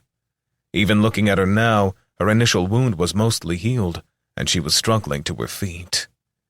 Tim counted the cooldown and then summoned celestial chains to bind Magnor, who shook his head and said, Too little, too late. Magnor's thumb flicked a switch on the sphere in his hand, and then he flung it at Kayla. It exploded just as it reached her, and the world seemed to move in slow motion. Tim watched as a sphere of absolute blackness opened up at Kayla's chest. It was only 2 feet across, but that was enough to completely envelop her torso. In an instant, she had been whole. Now she was a head, 2 arms, and 2 legs lying on the ground. Tim could barely believe what he had seen. He was pretty sure he was screaming, but he couldn't even discern what he was saying. Something inside of him broke, and he leapt for Magnor as a gray mist enveloped him. Tim stumbled, or he would have, but his body wasn't here. He recognized this place. At first, he had thought it was something outside of himself, but now he knew better. His sense of things had grown. It was inside his own soul. That was why time didn't seem to mean anything here. But that didn't matter. Time did mean something to Tim. He wanted to end Magnor. He had failed to protect Kayla, but he wouldn't fail to avenge her. He didn't even need to look at class options. Emotion surged through him, and he knew what he was. The trick with Ephemeral wasn't that he was one thing and then became something else. No. Just as with the trials of the Book of Names, he had already experienced them all, but the memories were locked inside his soul. In the same way, he was all classes at the same time. He simply had to choose one to be now, one which would give expression to his outrage. Rage. That was it. He was a berserker now. It felt so natural. He didn't even bother to look at the options. He accepted the course of the Rager as his primary and was auto-assigned the Brute as his secondary. As such, His power expanded the greater his rage. That worked. He was ready to Hulk out now. With his current rage, he gained +6 to hardiness and +4 to flexibility, with -4 to acuity and sagacity. He didn't care. That would stack well. He pushed past the class notifications and saw that he had 33 stat points to assign. He slammed them all into hardiness. There was no way he was going to let this murderer win, because he wasn't strong enough. Hardiness, 80, +19 consumption, +6 rage. Flexibility, 30, +4 belt, +4 cloak, +4 consumption, +4 rage. Acuity, 22, +4 mask, +4 hat, +8 consumption, -4 rage. Sagacity, 15, +4 mask, +5 consumption, -4 rage. Chapter 43. Evolution. The gray mist parted before Tim's mind as his body went through a spontaneous change. Pain rippled through him as he transformed faster than ever before. He swelled to be almost 7 feet tall. His body ripped with muscles. His armor expanded but only was barely able to stretch with him, leaving small gaps between the custom-made plates. Tim felt alive, and he was seeing red, literally. Magnor stumbled backwards with a grim expression on his face. He pulled his shield up. His class was the ultimate melee defender to match Tim's ultimate melee damage dealer. The rage threatened to take Tim, but while he used it for the power he gained, a part of him realized that he still had to fight wisely. He stepped forward, thrusting the sword he pulled from his soul pouch. Magnor lifted his shield to take the blow but cast a shadow with it. As Tim's foot hit that shadow, he stepped into it and then out behind the Ogrian. All his momentum continued, and the sword thrust with it. The blade hit the back of the traitor's armor, which was strong, but less so than the front breastplate. A guardian never turns his back to the enemy, so they trade strength in the back of their armor for more up front. This time it worked against him, as Tim's tremendous power drove the blade into his back. He missed the heart but punctured a lung, as evidenced by the almost immediate expulsion of blood from Magnor's mouth. The guardian tried to pull himself forward, but Tim lifted with the blade and twisted the blade inside him. No normal man could have ripped flesh and armor so casually by twisting his wrist. Tim had passed normal, though. As his rage grew, his hardiness continued to increase. Tim lifted his boot and kicked Magnor off his sword. The Ogrian fell forward, and Tim continued forward, driving his blade into the back of one knee and then the other. He wasn't taking any chances. Magnor had to pay. He heard Alin shouting something but didn't care. The sound of blood rushing through his veins was the only thing that he heard. Magnor didn't give up but tried to roll over. As he did, Tim kicked his axe away from him. Then he drove his blade into the shoulder joint. A weak, one-armed shield bash wasn't enough to stop him, but Tim dropped his sword and grabbed the shield with 2 hands. He twisted it, using his entire body to overwhelm the wounded man's one arm. Then he flung the shield away. He watched as Magnor fumbled to reach the dagger on his belt with his offhand. Tim stepped over and picked up Magnor's axe. It was an exquisitely crafted weapon, which felt perfectly natural in his hands. Yes, this was the weapon of a berserker. He would need to switch his skills out. He took a practice swing and saw the fear in Magnor's eyes. The man feebly tried to throw the dagger he was holding, but Tim knocked it out of the air. He swung the axe downward then, and took Magnor's other arm at the elbow, eliciting another scream of pain. A moment of clarity filled Tim as he looked down. You killed her. You didn't have to. We were a team. I was following orders, Magnor said between coughing up gouts of blood. That is the beginning of some of the world's most horrific acts. As Tim spoke, he swung the axe down again and buried it in Magnor's skull, splitting it wide open. Even that wasn't enough to kill him, but Tim didn't want him dead. Sojourners are magical creatures, as he had learned, and Tim wanted to consume him. He activated the crucible and felt the power flow into him. The customary notification came, but this time Tim got another option. You may choose 20% of Victim's XP. As a fellow first gen, you may take Victim's trait. He ignored every other option. XP was important, but how many times would he get an opportunity to take a trait? Without second-guessing himself, Tim finished absorbing his blood and took the stone body trait. The rush of the kill threatened to overwhelm him as he felt his hardiness double. A quick glance at his stats showed that the trait didn't double the hardiness he gained from consumption, but that would have been cheating. The feeling was still one of overwhelming bliss. He might have been lost in that euphoria but for a feral growl. He looked up and saw the unrestrained fiend had just finished off the bound fiend. It too must have been caught up in the excitement of consumption, but now it looked to Tim and thought it saw its next meal. A part of him wanted to rail against it. How dare it think it was his equal? His old form might have been weaker, but watching Kayla's corpse be magically ripped apart had driven all the weakness out of him. The Ogrians, or at least their patron, had named themselves his enemy. They might not be at the top of his list, but he knew who was, and this fiend was standing in his way. More than that, it had valuable XP that he needed to reach level 25. Tim picked up the battle axe again and charged at the creature. It might still have more HP than him, but now he was over 1,000 HP. His body was bristling with power. He couldn't be stopped. The fighting was fierce, and Tim didn't hesitate to let the rage take him. He instantly grew in power, and he let his hatred make him strong. 1, 2, 3 blows removed 3 limbs. He didn't care that it cut deep furrows into his skin with its claws. He knew he was coming out on top. Then, when the fiend could neither fight nor escape, Tim fell onto it. His huge hands grabbed its head and slammed it again and again into the ground until black ichor was flying everywhere.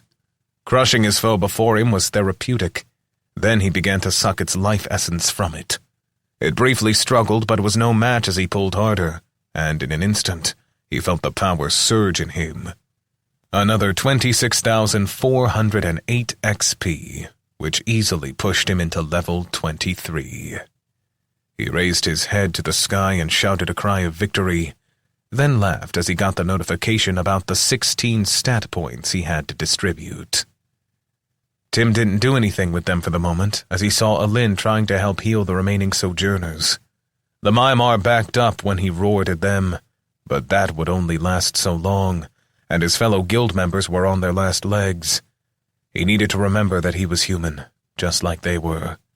Even if Kayla was gone, he still needed to save these others. Tim walked up to the portal. The voice was speaking even more clearly to him. It isn't too late. I'm not angry with you. You have proven yourself to be worthy. Now seize control of your destiny. Tim ignored the whisper within his mind. He reached out with both hands and squeezed on the portal. This time it wasn't with the might of his muscles, but with his trait. Ephemeral changed so many things. With it, he was able to close this portal. He felt a presence pushing against him, but it wasn't enough. He would not be denied. Tim raised his head up to the sky and screamed out his fury and pain. The portal began to shiver, and then he felt it pulling.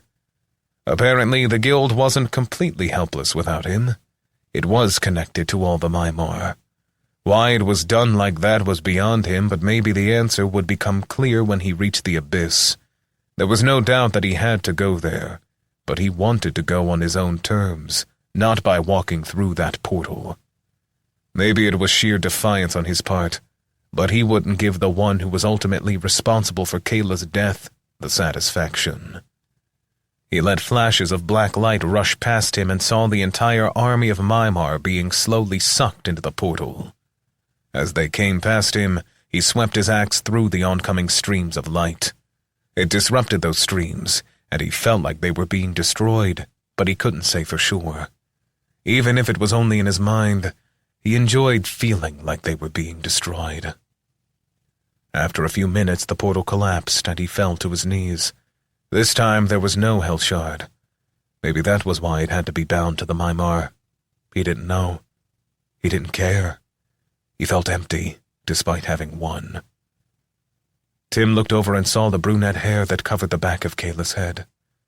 He dreaded walking over to gather her remains, but figured it couldn't be helped. He stalled for a minute longer by assessing the axe he had gotten from Magnor. It clearly was magical because it had grown in his hands until it fit his size as a two-handed battle axe. Rugen's Defender Axe. Weight, 6.5. Offense, 8 to 20. Requirement, Hardiness 30, 1st Gen, Level 18. Passive effect, 100% faster when being used to block a blow. Passive effect, +4 damage, +6 cold damage. Active effect, Shearing the Sheep. Costs, 20 mana. Allows the next blow to deal double damage so long as the target is lower level than the wielder. Impressive. Tim hated that it bore the name of what he now believed to be a traitorous patron, but it was definitely the most powerful weapon he had yet owned. Tim looked up and sighed. There was nothing for it but to grab Kayla's remains. She deserved that much. It wasn't like he could change what had happened to her.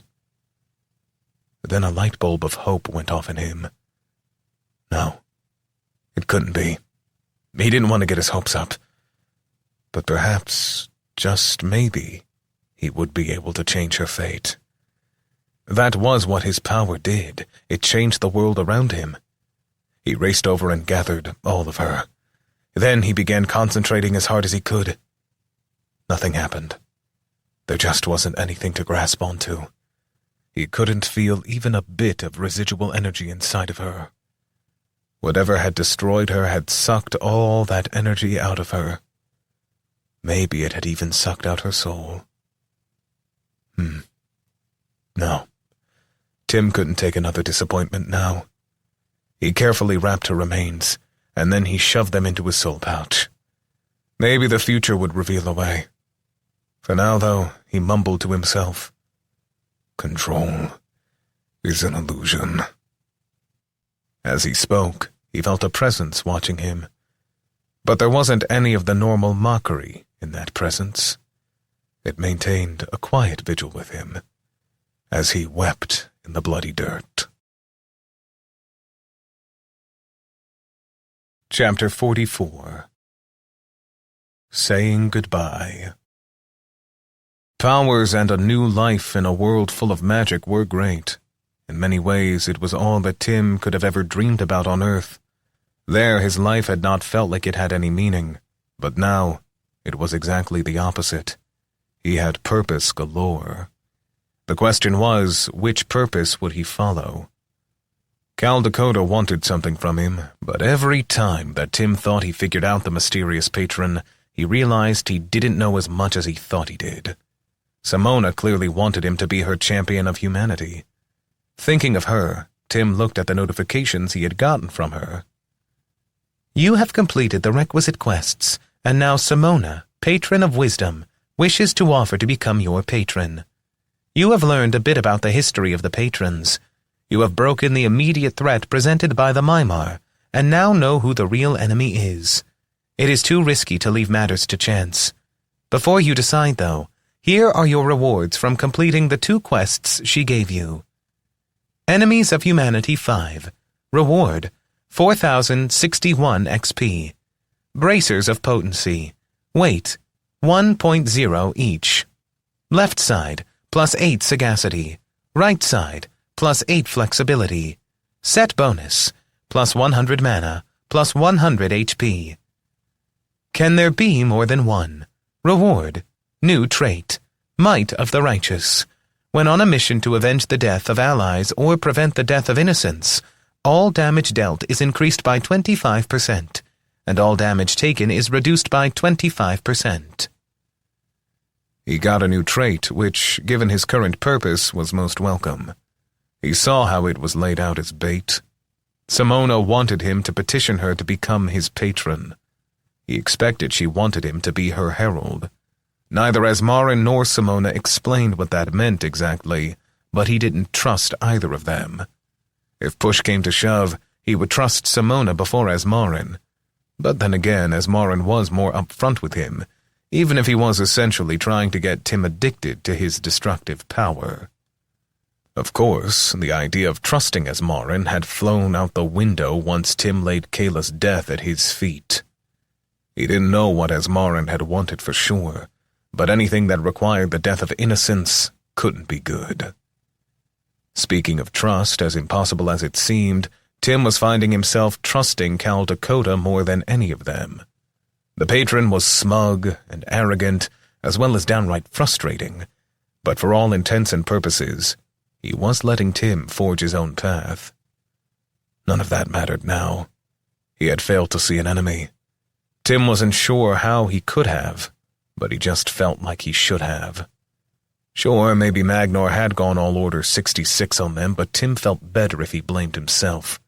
Kayla was dead because of his failure. That was the personal price he had paid. Truthfully, he also blamed Alin. He couldn't even bear to look at the Asmarian. At least he had managed to prevent a deeper price for all the world. Maybe because of what he did, there would be fewer widows and orphans. Maybe it balanced out some of his mistake. Of course, prevent might be the wrong word. He had kicked the can down the road. Nothing had been truly solved. Not yet. The threat was still out there. Whether it was Baldrach or Asmarin, he didn't know. But Tim did know 2 things. First, he knew to his very core that the end of this lay in the abyss. It was the only S-ranked dungeon in the world, and there wasn't a team anywhere who could keep up with him going there. Yet he knew he needed to go there and put an end to this. Tim found it hard to get motivated to throw away his life for a world he barely knew. That was sure to be the fate of anyone who walked into the abyss alone. His skin wasn't golden and his eyes weren't hourglass, so he had no chance there alone. Nor could he bring anyone with him. The one adventurer whom he might have trusted enough to bring was just beyond his reach. Truthfully, though, she hadn't been powerful enough. None of them were. It was the second thing that he knew that forced his hand, though. He might not care enough about this world, but he did care about a few friends. He had a few friends. Simon, Reggie, and the other Silver Eagles. Even some of those adventurers at the border, such as Marcus. Those people deserved another day. The truth was that if he didn't go, fiends would keep appearing. Even if he kept defeating them, they would eventually kill the people around him that he cared about. He couldn't risk that for Atticus and Cecilia. So off he went to find a way to do the impossible. There might be a target painted on his back, but if he was deep in the untamed lands, at least no one else would be hurt. This time, at least Tim took the time to prepare properly. He went to meetings with the generals, guild officers, and even Caesar. He was offered essentially anything he wanted if he could stop this threat. Caesar's daughter, riches, palaces, and slaves were all dangled in front of him. Tim didn't bother to tell him that he didn't want those things. No, maybe the riches. All things being equal, having money is always better than not having money. But people who offered those other things made him sick. That was fine, though. Tim knew he wasn't doing it for any of them. After a few days of planning, the first fiend attack occurred. It struck at night while he was alone. The battle was short but brutal. Then a couple more days passed before the next attack. By the end of 2 weeks of planning, they were starting to come every day, and some guards got hurt in the last one. They were only trying to do their job, so Tim felt sad for them. He put his foot down and said he was leaving, with or without permission. Each night that he slept increased the chances he would change classes. This berserker body was powerful. The only one he might have taken over it was the bestial, but he was happy with this, and didn't want to end up as an alchemist or something wimpy. Who would have guessed how intoxicating it was to have this type of physical power? He had learned to reduce the chance of change down to 5% per night. Combined with his high hardiness, which allowed him to skip sleep for days at a time, he had managed to keep the transformation chance from rising above 20%, but he didn't know when it would start climbing again. His control over Ephemeral was anything but perfect. Kayla's remains in his soul pouch were out of sight, but still very much in his mind. They were a reminder of the shortcomings of his control.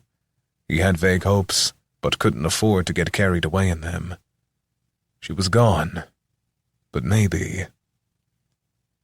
When the day to leave was finally upon him, it wasn't Tim riding off for the untamed lands on his own. Instead, it was an entire caravan. He had refused to take any soldiers on foot, so there were a full 4 companies of 100 horse-mounted soldiers. The Silver Eagles and 3 other Sojourner teams went with them, along with a wagon train of supplies. He didn't know what might come in handy, so they had plenty, but he had insisted on keeping the wagons light and having plenty of extra horses so they could make optimal time each day. Tim had gained a number of new skills and was getting better at evolving the ones he had. The upgrades in his mastery of his traits were showing. He also made sure that all the Sojourners coming with him were fully equipped with the best skills. He was pretty sure that he had figured out a way to feed XP to some of the other Sojourners, but he needed to find the right time to experiment with it. He didn't doubt for a second that Armand would be willing to let him test the theory on him. The Elementalist was almost suicidally curious. Now, before departing, he returned to the 4 Patrons Inn to say goodbye to Atticus, Cecilia, and Henri. He was leaving the merchant in charge of the inn since, per Kayla's will, they were now co-owners. The merchant didn't like giving up his life on the road, but he felt that it would be a safer life for Cecilia. The man went on about how proud he was of Tim for taking on this mission, but then apologized for his daughter. Cecilia was nowhere to be found. She had told her father that she didn't want to say goodbye. She was angry because she thought she should be allowed to go, but Tim had steadfastly refused. Atticus could only say he was sorry and tell Tim that young women could be like that sometimes. Tim only shook his head. The city cheered as the wagon train left. The journey to the border with the untamed lands would take a few days with the wagons, but better to be supplied than not. Tim fully planned to ditch all the others once they got close to the abyss, but that was a plan that no one else needed to know. He rode out in front of the wagons. His eyes were staring at the horizon, but his mind was locked on a future that seemed to have been taken from him. He didn't see one of the new cooks, who had just been approved this morning. Another one of the girls hadn't shown up, and so this young blonde girl was added to the caravan. When she looked forward, it was to see the back of a man in whom she placed great hope. It might only be the flights of fancy from a young woman who was oblivious to the realities around her, but she couldn't help but believe her future lay with him. She had thought that, since she and her father picked up an old man alongside the road.